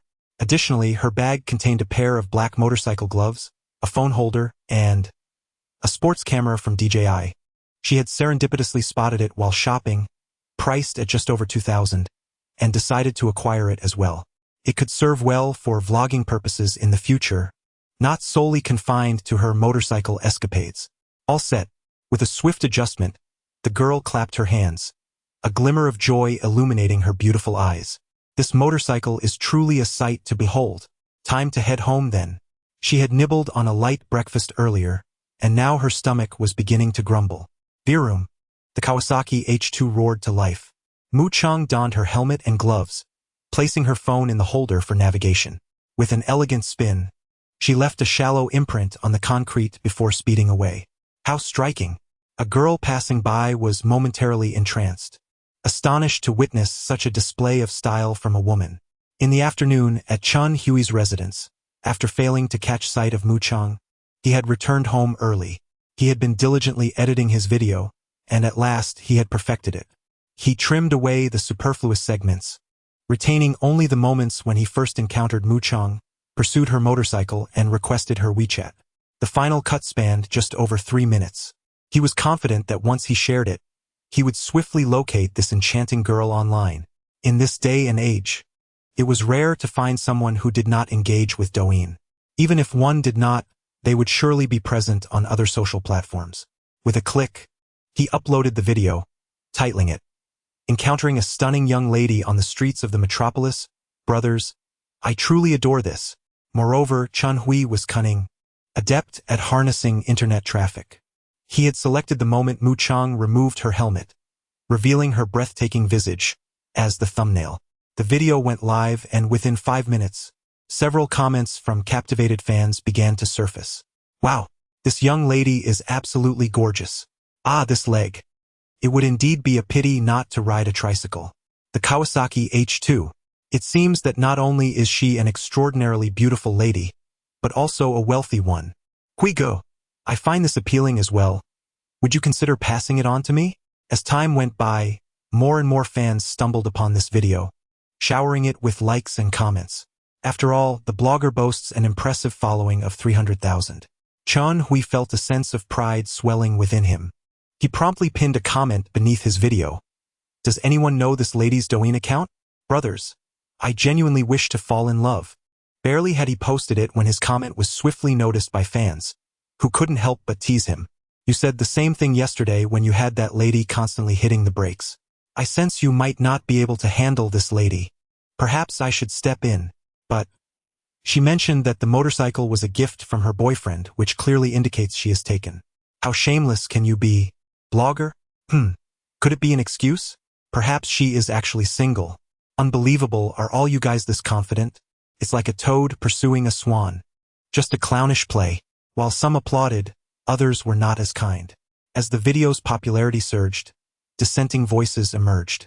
Apart from those mesmerized by the lady's beauty, many were baffled by Chun Hui's behavior in the video.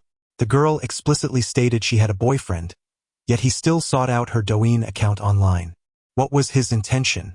Was it merely lust disguised as a desire for romance? Disgusting. Chan Hui continued scrolling through the comments, noticing the rising tide of criticism, which caused his brow to furrow slightly. The situation seemed dire. If it were just a few negative remarks, he could easily delete them, but now there were far too many. What was happening?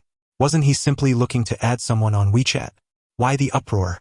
Accusations of being an average man or a pretentious one who had never encountered a lady like her abounded. Meanwhile, in Changzhou, a city known for online dating, Xiao Kun, who worked at a large supermarket, carried on with his day as usual. After only half a day's work, he changed his clothes in the locker room and packed 2 big hairy crabs and a serving of braised noodles from the supermarket. He settled in the break area, relishing his meal. Xiao Kun had started working at this supermarket last month, which offered excellent pay and benefits. He only needed to work 1 shift a day, either morning or afternoon, allowing for ample rest, with a monthly salary exceeding 7,000 after deductions. Wasn't this a far better deal than the so-called 996 work culture?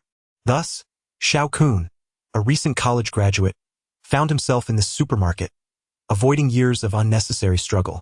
With one hand gloved, he skillfully cracked open a hairy crab to savor the rich crab roe, occasionally enjoying a bite of braised noodles with crab meat. The combination was utterly delightful. With his other hand, he swiftly opened the Douyin app, scrolling through today's short videos.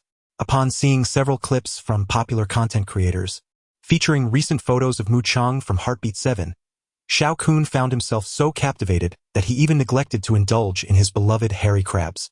He promptly saved the images to use as his wallpaper. Indeed, he has become one of Mu Chang's admirers, albeit a latecomer to her fanbase, only discovering this dating show just yesterday. During the live broadcast, he was struck by the girl's extraordinary beauty. She was simply stunning. Later, he learned from the comments in the chat that Mu Chang had a Douyin account, prompting him to search for it immediately, thus becoming one among her 8 million followers. Sighing at the thought, Xiao Kun lamented, "If only I could find a girlfriend like her." He gazed at her picture and couldn't help but let out a resigned chuckle, shaking his head.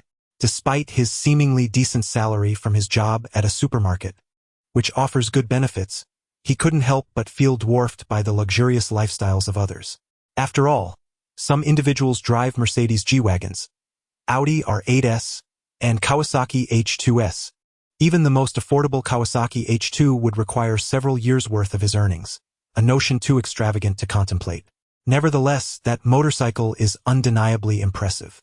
Having watched the date segment featuring the Kawasaki H2 on Heartbeat 7, Xiao Kun was astounded to discover its price on Douyin, realizing that such a motorbike costs over 400,000.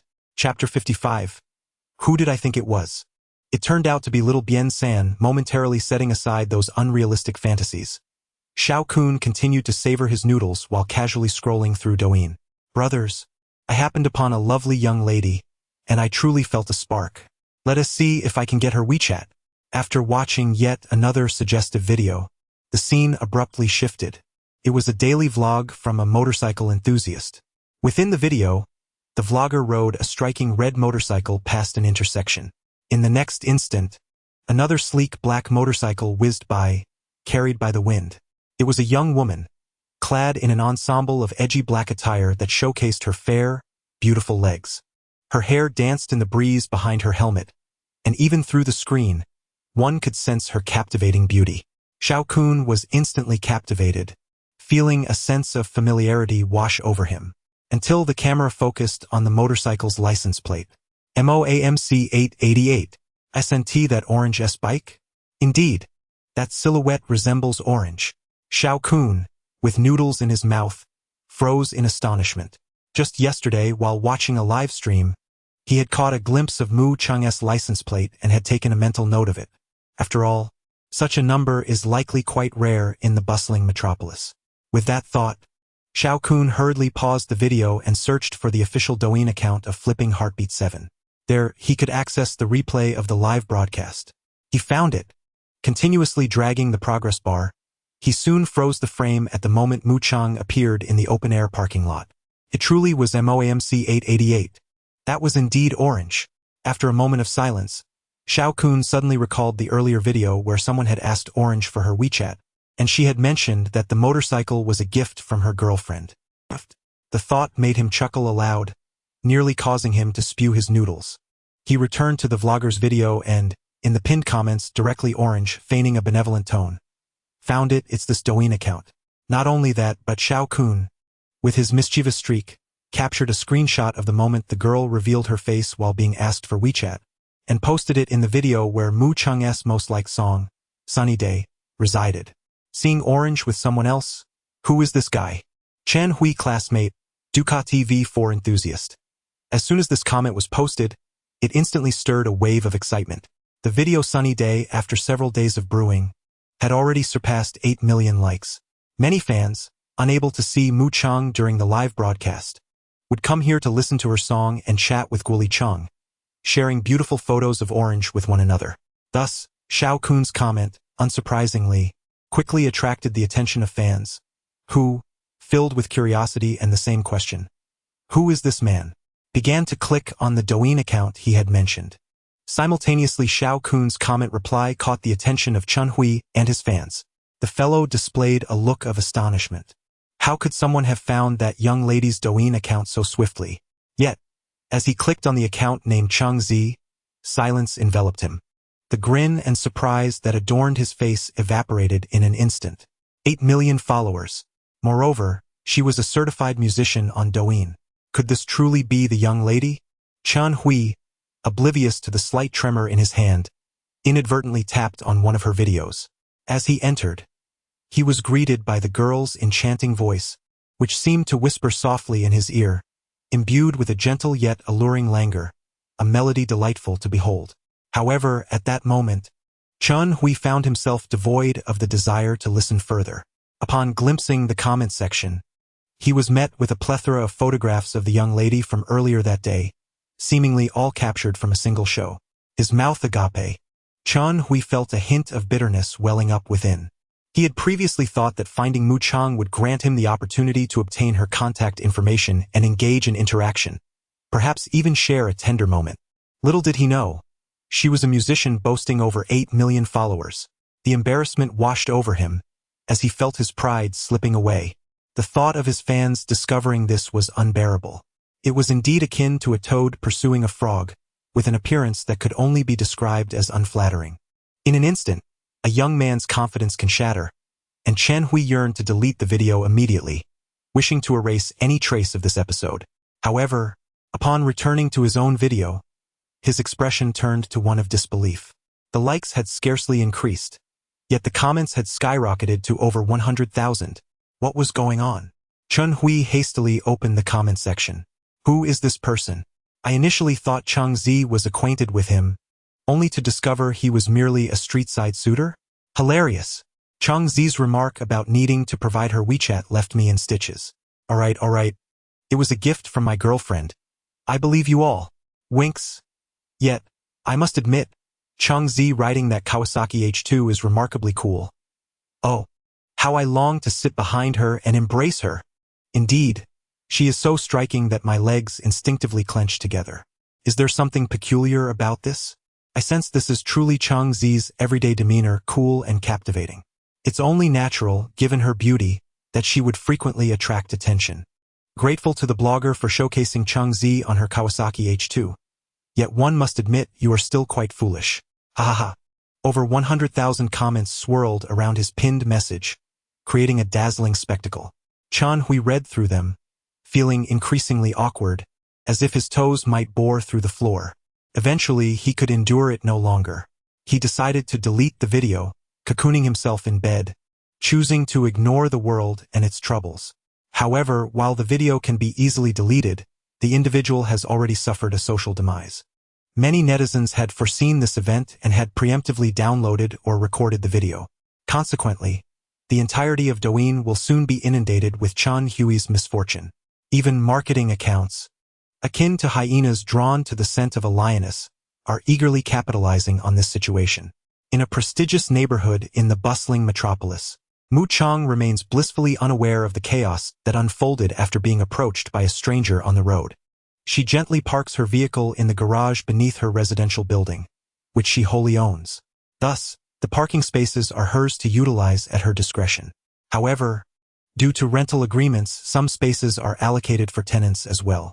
Naturally, if a tenant requires 2 or more parking spots, they must pay extra for additional spaces, which are not inexpensive.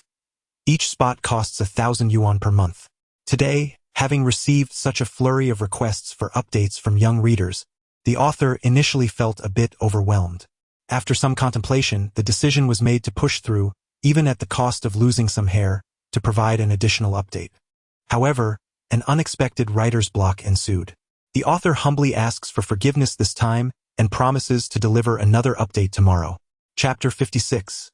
The Pure Girl Squad. A flurry of affection among the girls as dusk settled at 6:10.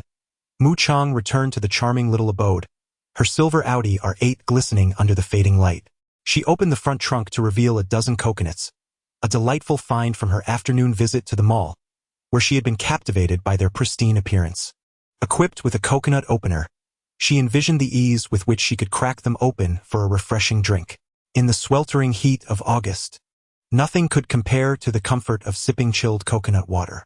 Having cast aside any worries about the discomfort of her monthly cycle, she boldly indulged in her tropical treat. With remarkable strength, reminiscent of a spirited heroine, she cradled the coconuts in her arms and made her way back to the small house. Upon entering room 701, she found it empty. Dismissing the absence of her friends as a mere coincidence of busy schedules, she slipped off her sandals, the soft sound of her feet padding against the floor echoing in the stillness, and placed the coconuts in the refrigerator, eagerly anticipating their shared enjoyment later that evening. However, nearly an hour passed before Chen Jia and Liang Chao Wei returned, yet the boys remained conspicuously absent. Isn't it a bit strange? Chen Jia pondered aloud, perched on the sofa as she playfully patted a cushion.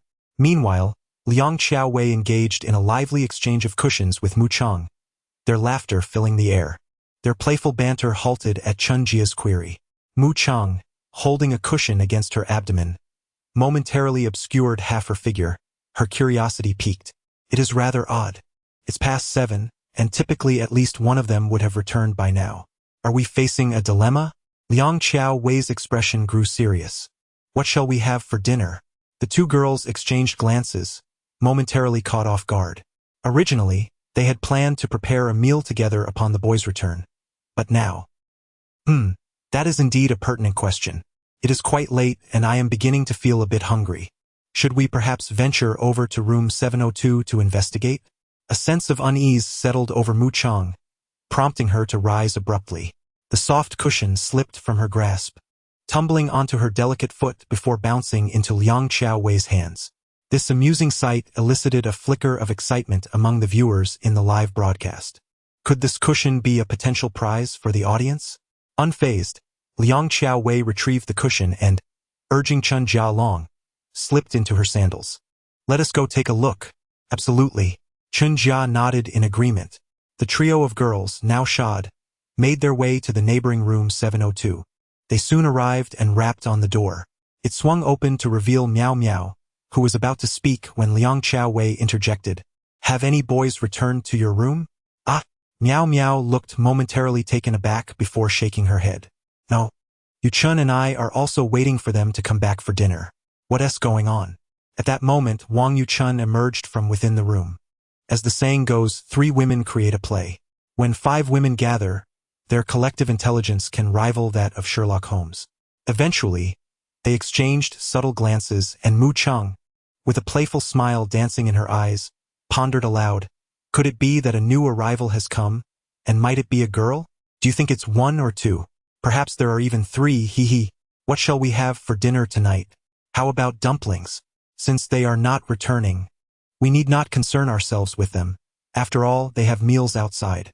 All right, sisters, let us get to work.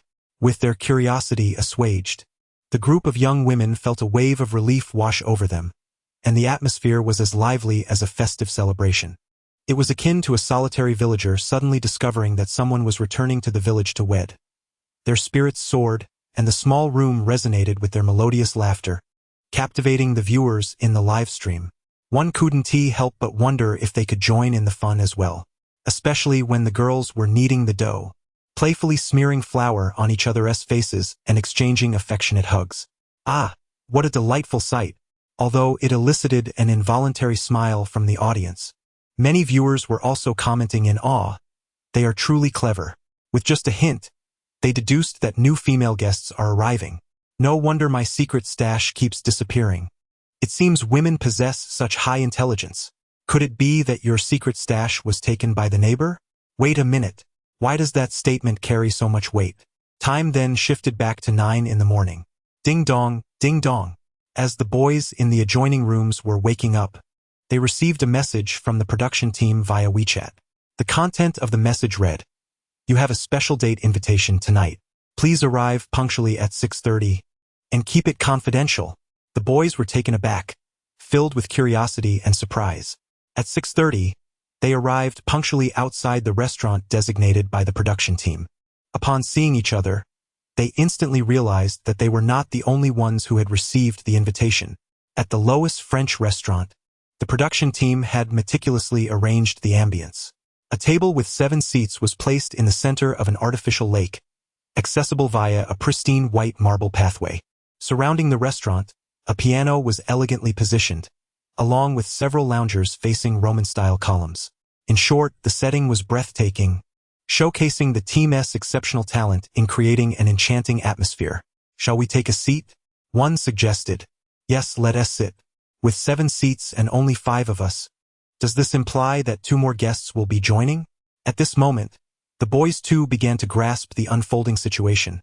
For in a dating show, new arrivals are often a delightful surprise. However, none of the individuals present, including those in the observation room and the audience in the live broadcast, anticipated the arrival of 2 young ladies this time.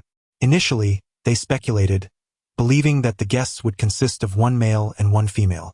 With the arrival of 2 females, the gender ratio within the heartfelt cottage would become decidedly imbalanced. Several gentlemen stood by the dining table, promptly taking their seats. They displayed commendable courtesy by leaving the central 2 spots at the 4-person table vacant for the impending guests. This thoughtful gesture ensured that the newcomers would not feel marginalized or awkward upon their arrival, allowing for a swift acquaintance with everyone present. Is there anyone among us who can play the piano? Eugene inquired, glancing at the white piano nearby. Huada immediately shook his head. I cannot, nor can I, came another response. Thus, the person who is arriving shortly must be proficient at playing the piano, correct? Lin contemplated for a moment before articulating her thoughts. Otherwise, why would the production team have prepared a piano here? It must serve a purpose. Upon hearing this, Wang Helong chuckled. As for the newcomer, I am uncertain of their abilities, but Orange should certainly be capable, right? This remark elicited raised eyebrows from the gentlemen present. Chapter 57. The absence of Orange. Yet her legends abound, however, before they could delve further into the discussion. A sudden clatter of high heels echoed from the entrance of the restaurant. Here she comes. Could it be a beauty? Wow, a lady in a white dress. The viewers in the live stream were instantly exhilarated, eager to peer through the screen to catch a glimpse of the newcomer. The young men present inhaled deeply, exchanging glances with one another. Ultimately, as Eugene rose first, the others promptly stood up to graciously welcome her. Welcome, welcome. Hello. The young men took the initiative to greet her. The lady in the white dress, sporting a warm smile, nodded graciously in return. Hello, everyone. Please take a seat. Wang Helong chuckled. Are you sitting here in the middle? Yes, is this spot for me? She asked, pointing to the 2 seats at the center. Indeed, we thought you might feel more comfortable here as you're new, allowing everyone to get acquainted quickly. All right. Thank you. The girl cast a smile at Lin Yi, having a favorable impression of him so far. He was quite handsome and tall.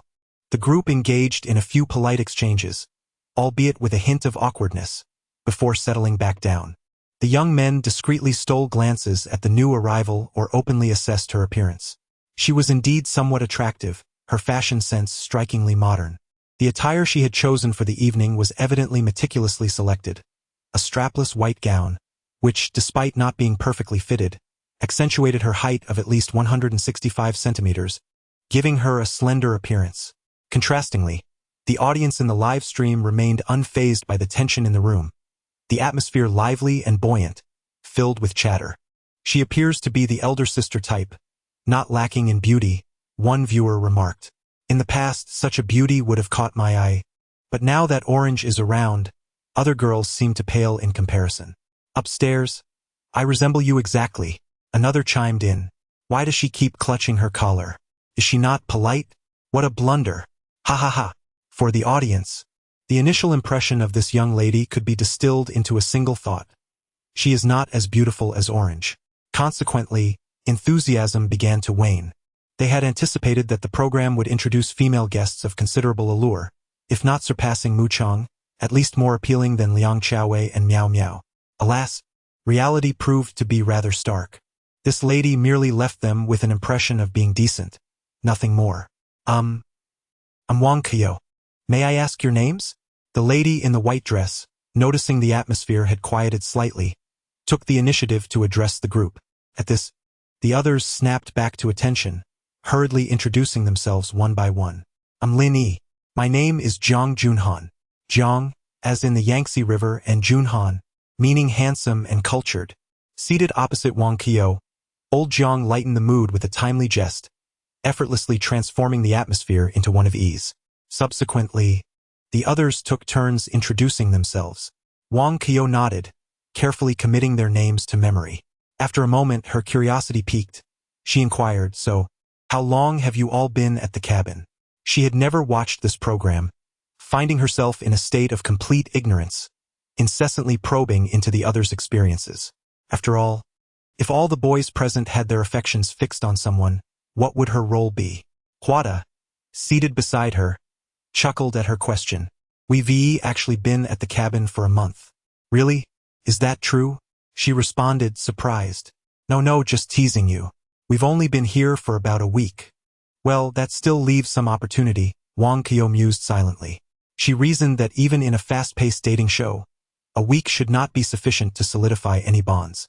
As light-hearted banter continued, the group gradually relaxed, and the conversation flourished, until another set of footsteps echoed from outside the dining area, signaling the arrival of another guest. Eugen glanced over, prompting everyone else to shift their gazes toward the distinctive marble pathway of the restaurant. A young woman, adorned in a light blue gown reminiscent of the previous outfit worn by Muching, approached with caution. The marble path lay atop the surface of an artificial lake, and she was clad in high heels. A misstep could easily send her tumbling. Thus, the diners remained silent, standing in respectful anticipation as she made her way over. Hello? I'm late. Sorry, she called out. Hello, it's quite all right, came the responses. Yes, I arrived just a bit before you. Please take a seat. Without further ado, they exchanged pleasantries once more. The latest arrival introduced herself as Lu Sijuan, her beauty seemingly surpassing that of Wang Kaiyou, at least in the eyes of the audience watching the live stream. With everyone present, it was time for the meal to be served. The waiter presented exquisite French cuisine, inviting the group to savor it at their leisure. They then embarked on a quest for conversation. "What year were you all born?" someone inquired of the two young women. Wang Kaiyou contemplated playfully responding with guess, but Lu Sijuan had already chimed in, laughing, "I was born in 99. Surely I'm not the oldest here? I'm the same. When's your birthday?" Jiang Junhan picked up the thread of conversation. As Lu Sijuan delicately sliced her steak, she replied softly, "I'm a June baby." "June?" The three boys exclaimed in unison, causing the young woman to look puzzled. "What's wrong?" Yujin quickly clarified, "Oh, it's nothing, just that we have another girl in the cabin who was also born in June." "Oh, I see." The atmosphere momentarily fell into silence, becoming rather delicate. Lin Yi sensed the need for a change in topic. His gaze inadvertently swept over the piano positioned beside the artificial lake, and he remarked with a smile, "Surely, one of you can play this?" I can, though perhaps not very well," Wang Kaiyou responded with a smile. Lin Yi immediately glanced at her, casting a knowing look towards the piano. "How about it? Right now?" A stir of excitement coursed through the girl. She had indeed noticed the piano upon entering. However, she refrained from mentioning it, wishing not to appear overly eager. Now, it seemed, was her moment to shine. "All right, I shall play a piece." Under the curious gazes of her peers, Wang Kaiyou rose gracefully and made her way to the white piano by the artificial lake. The others eagerly followed her lead, applauding and cheering, primarily to alleviate the previously awkward atmosphere that had enveloped them. I will perform a song that I have recently grown fond of. It is titled Mermaid. I hope you will forgive me if my singing is not up to par." Wang Kaiyou felt a twinge of confidence as she sat at the piano and began to play. Yet, at that moment, she was oblivious to the expressions of the boys, who looked on in utter bewilderment. Chapter 58. The heart-wrenching performance. Who can endure this? Indeed, it was not merely the young men present. Even the audience in the live stream and the guests in the observation room wore expressions tinged with peculiarity. Goodness, is this not an extraordinary coincidence? Alas, I have once again succumbed to the embarrassment of others. What would that young lady think if she knew that this song was penned by our orange from the little house? Oh, I must confess, I am exceedingly eager to witness her reaction. Ha ha ha, you lot truly revel in the spectacle, don't you? Nonetheless, I am equally curious. It seems to me that although Orange is not physically here, her presence lingers still. Orange. I'm making dumplings. Please do not disturb. Thank you. The audience in the live stream found this scene utterly amusing. Some enthusiastic onlookers even recorded the moment. Meanwhile, in the observation room, Teacher He and the others struggled to suppress their laughter, exchanging knowing glances. Ahem. I wonder if these young men will inform Kuyu that the song she sang belongs to our female guest from the little house. Ha ha ha. Now everyone could no longer contain their mirth and burst into laughter. Just the thought of it is particularly entertaining. As the crowd chuckled, their eyes remained glued to the large screen, brimming with curiosity. At the lowest French restaurant, Wang Kuyu had just stepped away from the piano. She had not sung the entirety of Mermaid, only a brief segment. Huada opened his mouth, seemingly about to say something, but the next moment, his pants were tugged by Lin Yi, who slightly shook his head, then broke into applause with a smile, exclaiming, "That was beautiful." No, no. It is the song that is exceptional. Wang Kuyu smiled gently. The young men exchanged glances but said nothing further. Wang Helong hastily shifted the topic. "Let us return to our meal. They have served a few more dishes." Very well. The group resumed their seats, and Lu Sijuan could not help but inquire about the situation in the heartfelt house. "So, how many girls are there in the little house now?" "There are 5. "And the boys?" "Just us few, we are all here." In other words, there are 5 boys and 7 girls, an imbalance in numbers. It is likely that some may find themselves attracted to the same person. The mood among the 2 girls became somewhat delicate. They then began to casually probe about the girls in the heartfelt house. Before long, after a bit of conversation, they noticed that one particular name surfaced quite frequently, referred to by these young men as Orange. Moreover, it seemed that whenever her name was mentioned, a subtle smile would grace Lin Yi's lips. At that moment, the previously self-assured Wang Kuyu suddenly felt a wave of pressure, her mind racing with calculations. Meanwhile, in the heartfelt house, room 702, after an hour of arduous effort, the dumplings were finally ready to be boiled, and Wang Yuchen had prepared several dishes, igniting the appetite of the already hungry girls. They hardly had time to sit down and eat, instead opting to pick up the food with chopsticks and blow on it before savoring every delightful bite. This is absolutely delicious, exclaimed Liang Qiao, unhesitatingly giving Wang Yuchen a thumbs up, truly a testament to her prowess as a food blogger. Her culinary skills were on par with those found in five-star hotels. Wang Yuchen chuckled. The dumplings still need 5 more minutes to finish cooking, so don't gobble up all the dishes first. No, we want tea, Chun Jia replied with a cheerful grin while enjoying her meal. Meanwhile, Mu Cheng was diligently washing her little face, having exerted herself the most while making dumplings, ultimately causing the board to fall and sending flour cascading onto her face. This was not all. Her clothes and pants were also covered in the white powder, rendering her a pitiful sight, akin to a stray cat. Meow Meow, upon seeing her sorry state, could not help but laugh, and after a moment's thought, she picked up a bit of food and offered it to her. This is really tasty, Orange. Would you like to try it? Well, would you feed me? The girl, having just washed her face, had water trickling onto her hair, enhancing her already adorable appearance. Her large, sparkling eyes fixed on Meow Meow, reminiscent of a wounded little fox, evoking sympathy. Her acting skills were truly remarkable, and this expression had Meow Meow blushing and her heart racing. An exciting sight for the live stream audience as well. I'll do it. I'll feed you. Please don't give me that look. I might just fall in love with you. Orange, why must I be a girl? I wish I could be a boy. Enough of that, folks. I need to use the restroom for a moment. What on earth do you want, you silly fool? Meow Meow, being a rather innocent young girl, flushed a deep red at the comment. Nevertheless, she obediently fed Mu Cheng, offering small bites. Unable to resist, she asked, "Is it good?" The girl nodded enthusiastically, a glimmer of joy in her beautiful eyes. Teasing Meow Meow was quite amusing, indeed. After a while, as Mu Cheng wiped her face and dried her hair with a towel, Wang Yuchen joyfully called out, "Dinner is ready, sisters. The dumplings are cooked." Yay! The girls had worked tirelessly all night, and this meal of dumplings was the reward for their efforts. Everyone hurried to scoop up the dumplings, with Chun Jia pouring a bit of fragrant vinegar onto each plate.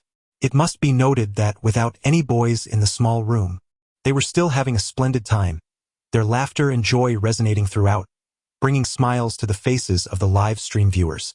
This season of Heartthrob had provided ample moments for the girls to bond, perhaps even more so than with the boys.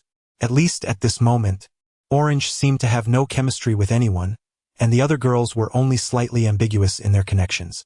Aside from Wang Yuqing and Jiang Junhan, this pair can be regarded as the elder brother and sister within the small house, and they are quite amiable. What time do you think they will return? While enjoying their dinner, several girls began to discuss this topic. After all, being in the heart-fluttering house, such conversations are inevitable. Liang Qiao playfully dipped a dumpling skin in vinegar and chuckled. "I wager they will be back by 9. Then I shall say 10, another replied. Just a moment, let me consult my fingers." As they all turned to look at Mu Cheng, the girl flashed a playful smile, theatrically setting down her chopsticks and delicately twirling her fair fingers. Everyone's eyes widened. Could it be that Chengzi possesses the ability to tell fortunes? Meow Meow could not help but ask, "What have you divined?" "I haven't divined anything, but they will surely return tonight," she replied. Audience. Yesterday, I promised an update. The author knows that this book has its admirers as well as its critics, but that's perfectly all right. I am simply content with receiving a little support from you all. Hee. Good night, everyone. Chapter 59. What kind of girl is Orange? By the way, I bought some coconuts and put them in the refrigerator. Let's go over there to open one and have a drink, murmured Mu Cheng, her mouth busy chewing, her words slightly muddled, perhaps from devouring 2 dumplings at once. Her little face puffed up, resembling a tiny hamster, utterly adorable. Upon hearing about the coconuts, The girls nodded without hesitation. We'll come over to your place once we've finished eating. Does anyone know how to open a coconut? It's quite simple. There's a latch on top, just press down and it pops open. How sophisticated. The girls laughed and chatted while tidying up the dishes on the table. A faint smile crept across Wang Yuchen's face. For someone who can cook, this is the greatest affirmation. As dinner stretched into the evening, past 9 o'clock, the boys had yet to return. The girls didn't leave the leftovers for them to clean up. Instead, they took it upon themselves to scrub pots and wash dishes. Once everything was spotless, they prepared to head over to room 701, waiting for the boys to return with the new female guests. At the same time, shortly after they entered room 701, 3 cars parked outside the Heartbeat Cottage, and 5 boys, along with 2 girls carrying luggage, stepped out. So, you all live in room 702, right? Yes, I was just about to ask who among you resides there. It's just me and Huada. The other 3 are in 701. Oh, I see. Wang Qiu felt a flutter in her heart. The person she was fond of, Lin Yi, happened to be in 701. It seemed less convenient to get to know each other quickly. It appears she would have to visit that side more often. As everyone got out of the car, they walked toward the Heartbeat Cottage. The boys were quite chivalrous, with Eugene and Wang Helong each helping a girl with her luggage. Lin Yi glanced at the 2 cottages ahead. It seemed that the lights in 701 were significantly brighter. She turned back to ask the 2 girls, "Are you going to room 702 to drop off your luggage first, or to 701 to greet them? We can do either, right? After all, they aren't carrying the luggage, so there's no pressure." Huada, speaking with a slight accent in Mandarin, suggested, "Why don't we head to 701 first? No need to run back and forth." Okay, I think that makes sense. I wonder if they've already eaten. I should have brought back some food. Eugene and Wang Helong whispered to each other, a hint of concern on their faces, worried that the girls were waiting for them without having had dinner, especially Orange. If the viewers in the live stream were privy to his thoughts, they would likely respond with a bemused, "Don't worry, bro, they're having a blast making dumplings." Though the flour on their faces was a bit pitiable, it was particularly amusing. Thus, with the 2 new girls and their suitcases in tow, they pushed open the wooden door to room 701 and stepped inside. "Friends, guess who we brought back?" the boys exclaimed loudly upon entering. Upon hearing the commotion, the girls in the living room, clutching coconuts, curiously gathered around. "Hello, everyone," they greeted, exchanging glances.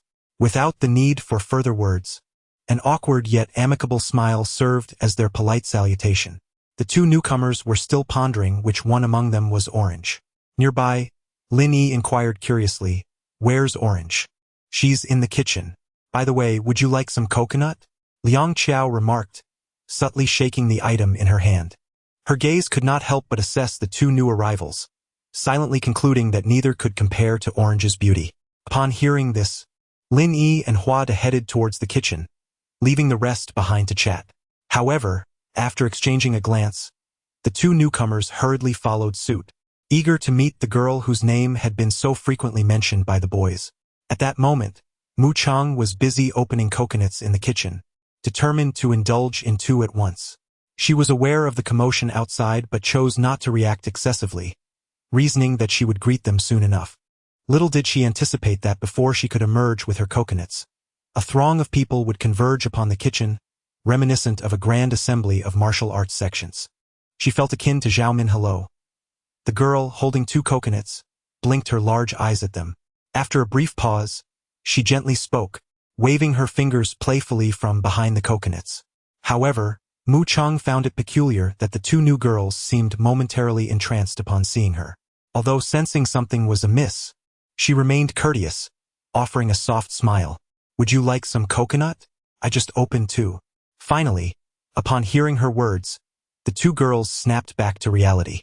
"I'm sorry, I spaced out for a moment. You're so beautiful. It's a bit awkward to take your coconuts right away." "No worries," the girl replied nonchalantly, smiling warmly as she handed the coconuts to them. Like a curious child, she inquired, "What are your names?" "I'm Mu Chang, but you can call me Orange." "I'm Wang Kaio, and you can call me Kaio or Yuyu." I am Liu Xiyun. "Orange, you truly are stunning," Lu Sijun reiterated, unable to contain her admiration. The moment the two girls laid eyes on Mu Chang, they were captivated by her beauty. It was no wonder the boys frequently mentioned her. Lu Sijun thought that in future conversations with her friends, she would undoubtedly share this encounter. Kyo, Sijun. Got it. Mu Chang nodded, lightly tapping her fingers together. For a moment, the three girls stood there, all feeling a bit uncertain. Primarily, the aura exuded by Mu Chang as she stood there was remarkably potent. Despite her gentle demeanor, the two newcomers felt hesitant to engage in conversation. However, the girl herself was preoccupied with thoughts of whether the coconuts she had purchased would suffice. Initially, she had been unaware that new female guests would be arriving at the cottage that evening. Fortunately, upon reflection, she realized that Mu Chang's supply was indeed adequate, and she could indulge in a few more drinks. With this in mind, the girl turned to Lu Sijun and her companion, gently blinking her beautiful eyes with a warm smile. Why don't you two head outside for a moment? I will prepare a few more coconuts. All right. Thank you for the coconuts. The two girls responded eagerly, nodding in agreement as they took their leave with the coconuts in hand. Mu Chang then pivoted and approached the refrigerator, retrieving all the remaining coconuts. The quantity appeared substantial and somewhat heavy. Lin Yi contemplated offering assistance, but paused at the next moment, observing how effortlessly the girl cradled the entire storage box from the refrigerator, showing no signs of its weight whatsoever. Chapter 60. A smile hiding a blade. Ha ha ha. A blade. Ha ha ha. Chengzi, allow me to assist you with this. How does one even open it? Wade observed as coconuts were being brought out, and he promptly spoke up. Mu Chang cast a glance at him, a soft chuckle escaping her lips. You simply need to press the clasp at the top. Okay, I understand now. Then you gentlemen shall be in charge of these, she said, her eyes sparkling playfully. With assistance at hand, she felt a sense of ease. At that moment, Lin Yi, perceiving his idleness, stepped into the kitchen to wash his hands and casually inquired, Have you all eaten at home? Yes, we made dumplings with them. Considering you were dining out, we didn't save any for you, the two boys replied, their expressions suddenly turning awkward. Wade exchanged glances with Lin Yi, realizing that it seemed Chengzi and the others were aware that new guests would arrive today. How astute. Ahem. Lin Yi cleared his throat to mask his discomfort and wiped his hands. Chengzi, I'll head out to chat with them. You should join us too. All right. The girl nodded, her small head bobbing as she watched him carry 3 opened coconuts out. In truth, Lin Yi wished to linger, but with no tasks at hand, he figured everyone would soon gather in the living room after the coconuts were opened. So, he decided to take a few coconuts out to share with everyone. Meanwhile, Wade felt a surge of delight, unable to resist the urge to strike up a conversation with Mu Chang. After some contemplation, he decided to share a corny joke. Chengzi, have you watched Transformers? Mu Chang's hand paused on the coconut, sensing something amiss. Nevertheless, she replied, yes. You know Optimus Prime and Megatron, right? Of course. What of them? I came across a humorous anecdote where Optimus Prime and Megatron were battling in the city, and Optimus lost, leaving behind a pile of parts. Bumblebee then collected the pieces and sought out a mechanic to repair him. At this point, the girl appeared somewhat bewildered, yet Wade was thoroughly enjoying his joke, continuing his tale. Then the mechanic looked at the heap of parts, utterly perplexed, and asked Bumblebee what it was. Do you know what Bumblebee replied? What did he say? Mu Chang instinctively responded. Wade could hardly contain his laughter. Bumblebee said, If you are well, then so is Optimus. The girl. Suddenly, a chill swept over her, leaving her momentarily speechless. Noticing her silence, Wade stifled his laughter and hastily asked, Was it not funny? It was all right. Then let me tell you another one. I assure you this one will be amusing. Go on. Do you know how to express the phrase a smile hiding a blade? I do not if you're unsure. Just watch me. At that moment, Wade could no longer contain his laughter, grinning widely. Ha ha ha. A blade. Ha ha ha. Girl. I initially thought this fellow could come up with something impressive, but to my surprise it turned out to be rather trivial.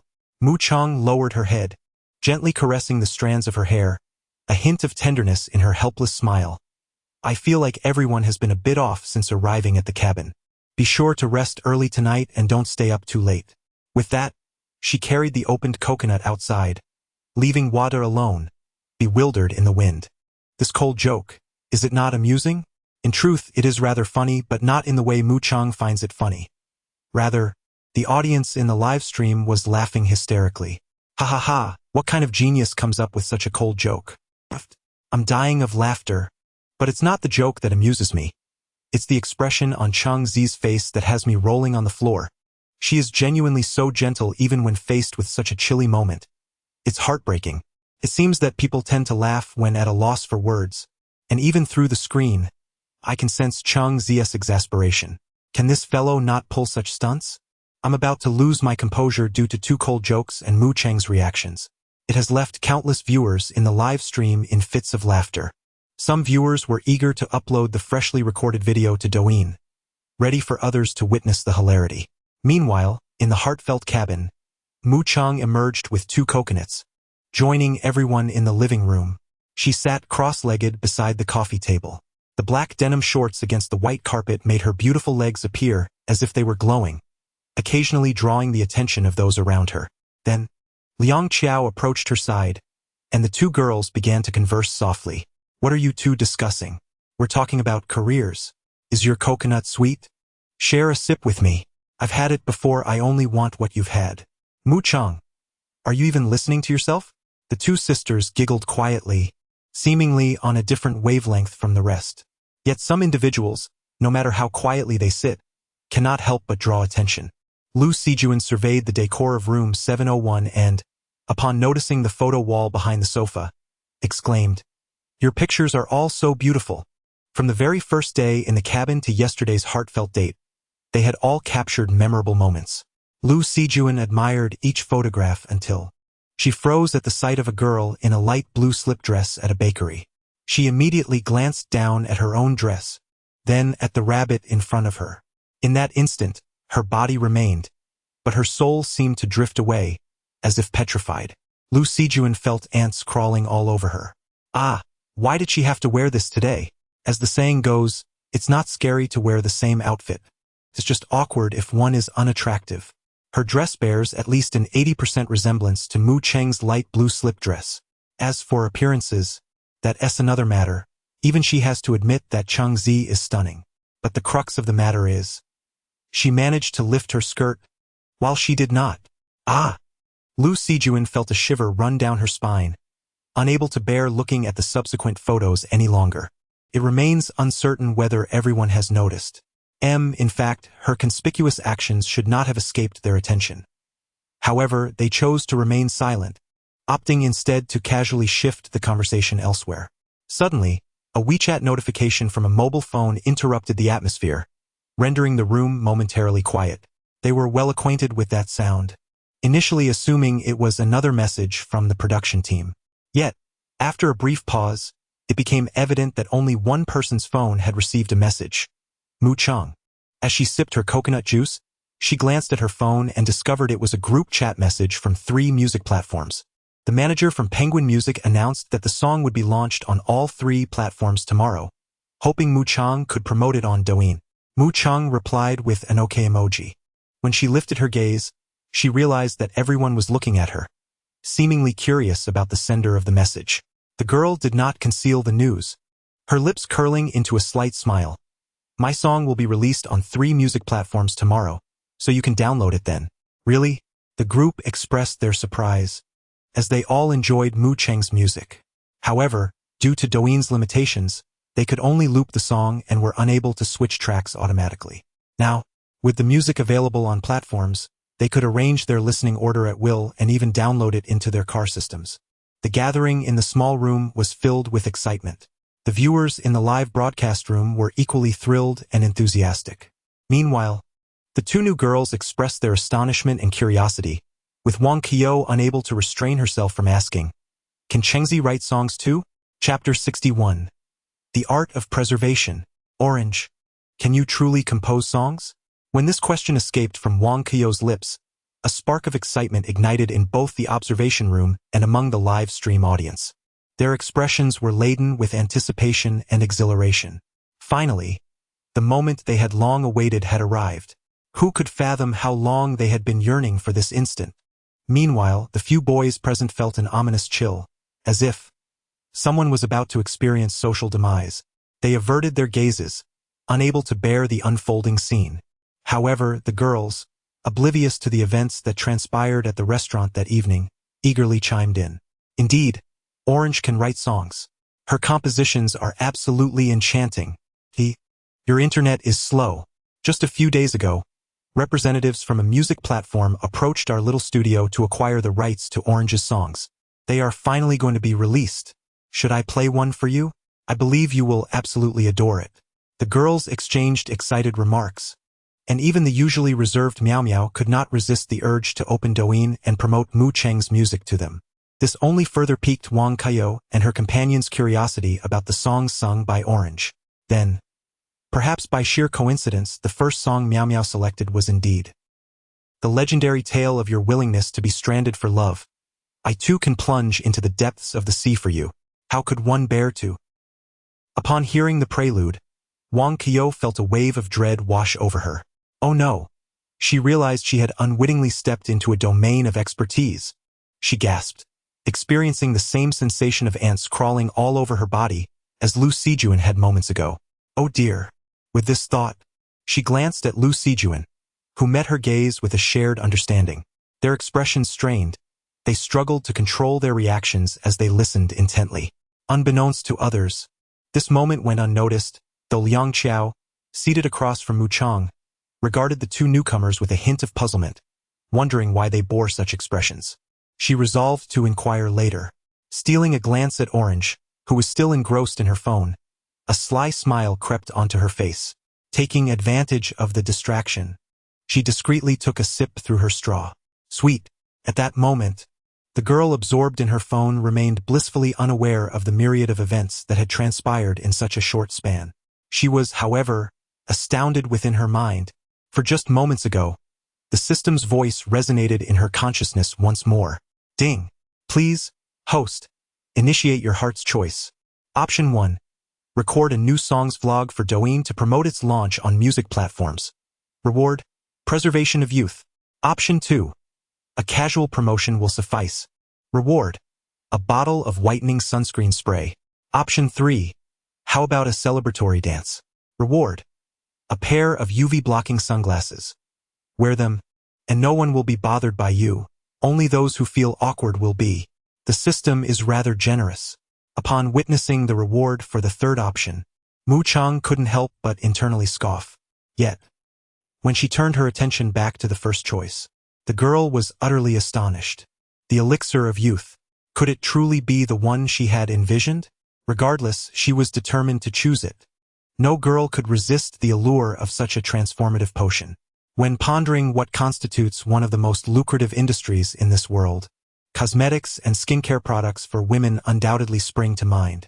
Just the allure of whitening products can incite a frenzy among women, let alone a miraculous elixir that defies age.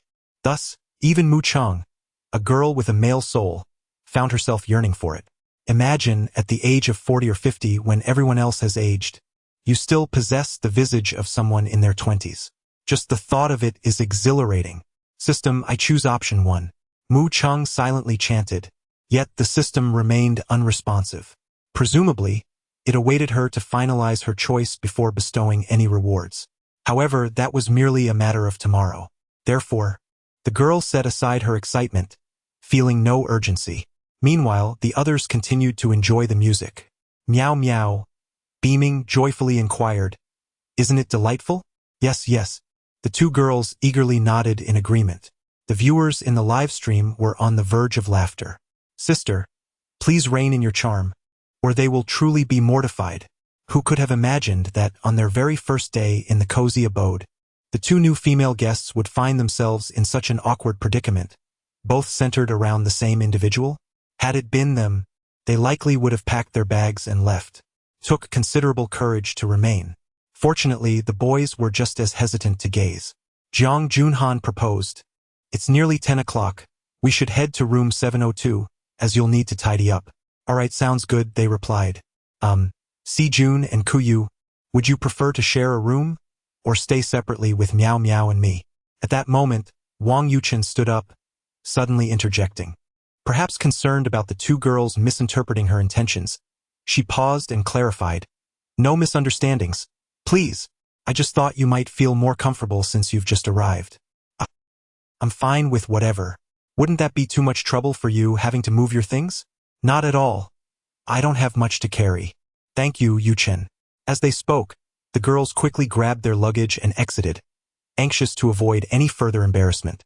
The very thought of encountering Mu Chung again filled them with trepidation. She was an intimidating presence. Thus, after they departed, the atmosphere in room 701 grew significantly quieter. However, with fewer people, the space felt less cramped, and the ambience became more relaxed. Mu Chung rose from the carpet, donned her slippers, and scurried upstairs with a light-hearted patter. Liang Qiao, curious, asked, "Where are you off to?" "To fetch my computer," came the melodious response from the staircase. This girl certainly moved with remarkable speed.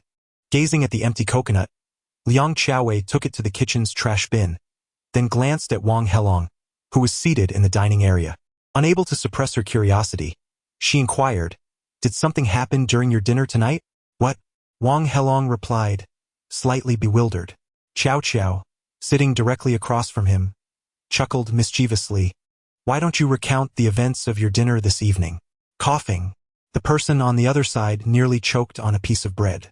However, Wang Helong, known for his loquaciousness, had been eager to share the story.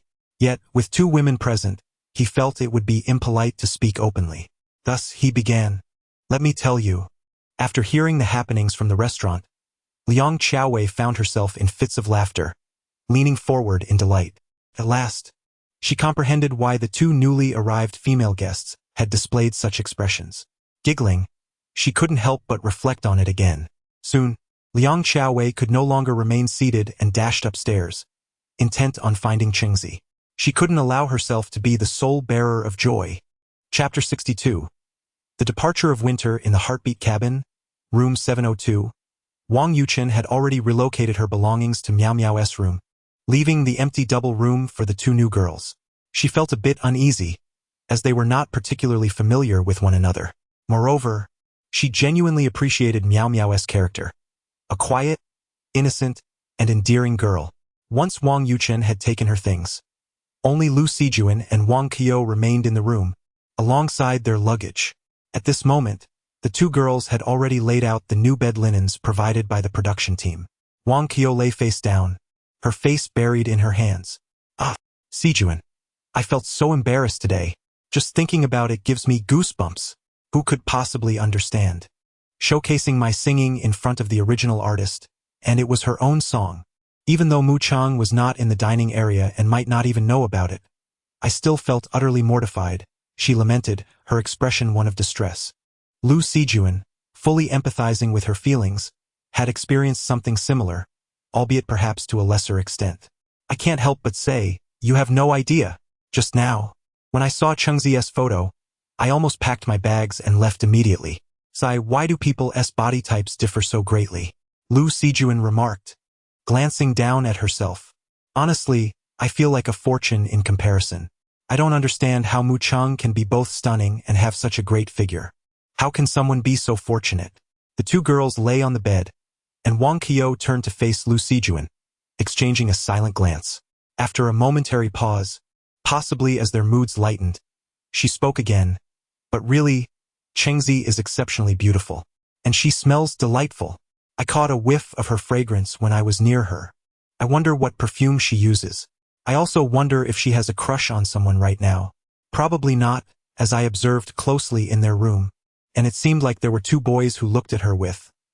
Well, it's understood without saying more. With the conversation veering into this topic, they were both curious about each other's thoughts. What about you? Who are you interested in? Lu Sijuan inquired. I'm not sure. Let us see how things unfold tomorrow, Wang Qiu replied. Same here. Both girls harbored their own little secrets, as they were among the later guests to appear in the Heartbeat cabin, which granted them a slight privilege. In Heartbeat cabin, room 701, after her conversation with Wang Helong, Liang Qiaowei eagerly dashed upstairs. She was excited to share with Chengzi what had transpired in the dining area. However, upon reaching the second floor, She abruptly halted her steps upon seeing the girl intently typing on her computer, engrossed in her work. The thrill of her earlier excitement dissipated, replaced with a sense of gravity. "Are you working, Qingzi?" The girl glanced up at her with a nod of her head, then lowered her gaze once more, her delicate fingers dancing across the keyboard as if she were composing something profound. Sitting in her chair, a small notebook rested upon her thigh, filled with what appeared to be an entire page of lyrics. Liang Qiaowei felt a spark of intrigue. It was her first time witnessing Mu Chang write a song. "Can I take a look?" she inquired, hesitating. If it's not convenient to share, that's perfectly fine." She chastised herself for her impetuousness, attributing it to her overwhelming curiosity. Surely, the songs being crafted at that moment should remain confidential. After all, Liang Qiaowei recalled Mu Chang mentioning that she needed to register copyright before publicly performing her work. Just as she pondered this with a tinge of regret, she heard the girl's gentle laughter. "Sure, I'm almost done." "Almost done? Writing a song is that simple?" Liang Qiaowei was taken aback, as were the viewers in the live stream, their expressions frozen in astonishment. They had not taken their eyes off the screen since the girl had rushed upstairs, her fingers a blur against the keyboard. In that moment, the fans were aflame with excitement, convinced that it would not be long before they could hear a new song. Yet now, she was telling her it was nearly finished. Goodness, what speed is this? Did she compose it in mere moments? Or had she already begun before? If writing a song were truly that easy, could I do it as well? How about you write a song called Sunny Day Upstairs? As a music major, she lamented, please, don't trivialize the art of songwriting. Not everyone possesses the talent of Mu Chang. In my 4 years of university, I've only penned 5 songs, none of which are of high quality. This pace seems exclusive to her. Others cannot replicate it. Her talent is truly astounding, and I am eagerly anticipating her new song. The livestream's chat was awash with excited comments as fans and netizens began to stir with anticipation. News of Chengzi's forthcoming song spread rapidly online, its velocity akin to a rocket's ascent. Given the millions of viewers in the livestream, it was nearly impossible for such news not to circulate swiftly, especially considering that the subject was a recently viral and stunningly beautiful young woman. If one were to inquire whether anyone doubted the quality of the new song or mocked it in the comments, the answer would be a resounding no. Reality is not a novel. No one questioned her talent, as she had already proven it with 6 songs. Countless netizens awaited with bated breath, eager to hear the new release. Even those who felt envy towards Mu Chang would likely lie in wait, ready to ridicule only if the quality of the new song fell short. Returning to the enchanting little room, many boys swallowed hard as they noticed Liang Qiaowei had picked up the small notebook resting on the girl's thigh. Because they unexpectedly witnessed Xiao Qiao's gentle touch. How infuriating! They wished for the same. Sobi. Liang Qiaowei, satisfied, chuckled softly and then scrutinized the contents of her notebook. She instinctively murmured the words aloud. I heard the departure of winter. I awoke in a certain year and month. I long, I wait, I anticipate. Yet the future cannot be arranged accordingly. After merely reading a brief passage, Liang Qiaowei could not suppress her astonishment, her mouth slightly agape, as if she could perceive the profound tenderness and a hint of melancholic sorrow woven within the lyrics. At that moment, Mu Chang had ceased her rhythmic tapping on the keyboard, her enchanting eyes curving into a smile as she gazed at Liang Qiaowei. Then, with a gentle blink, she smiled and said, "That's not how you pronounce it." With that, she gracefully approached the piano nearby. Indeed, within the cozy confines of room 701, there existed a piano, albeit untouched by anyone until now. Initially, the director had placed it there merely for aesthetic purposes. No one had anticipated that Mu Chang possessed such a skill. After all, her mentor had never revealed that this young lady had achieved a level 10 proficiency in piano. Chapter 63. Is it the clutch or the brake beneath the piano? Listening to the departure of winter, I awoke one day in a certain year and month. I thought, I waited, I anticipated, yet the future could not be arranged accordingly. As a cascade of clear and melodious piano notes filled the air, Mu Chang's delicate hands gently pressed the black and white keys. In that very moment, the ethereal voice of the girl resonated, imbued with a hint of narrative. It was as if she were recounting someone's tale, her lips curving into a barely discernible, tender smile. The sound was enchanting. Just a few lines of lyrics instantly hushed the barrage of comments in the live stream. Even Liang Xiaowei found herself captivated, her gaze fixed unwaveringly on the girl before her. Until Mu Chang stepped away from the piano, her smile radiant as she looked at her. Right? That's not how you sing it. Liang Xiaowei finally came to her senses, bursting with excitement as she embraced her. That was so beautiful, Chengzi. Meanwhile, the comments in the live stream, which had paused for a moment, surged forth like a tidal wave. What an angelic voice. Just a few lines, and I can already envision an entire story. Ah, sister sings so beautifully. I have a feeling this song will undoubtedly rival Sunny Day. My roommate is on the brink of death, and his last wish is to hear the full version tonight. Chengzi, could you possibly grant him that? Crying. Why can you all hear the song while I cannot? I was just lost in my thoughts about kissing. To the one upstairs. Don't you dare set your sights on my wife. I have a question. When Chengzi plays the piano, is she pressing the clutch? It should be the brake. No, I think it's the accelerator winking. A bunch of fools. That's the pedal. It's used for sustaining the sound on the piano. If someone were to open the live stream of Heartbeat at this moment, they would surely be taken aback. For there were tens of thousands of comments flooding in simultaneously, jamming the entire chat, rendering it indecipherable.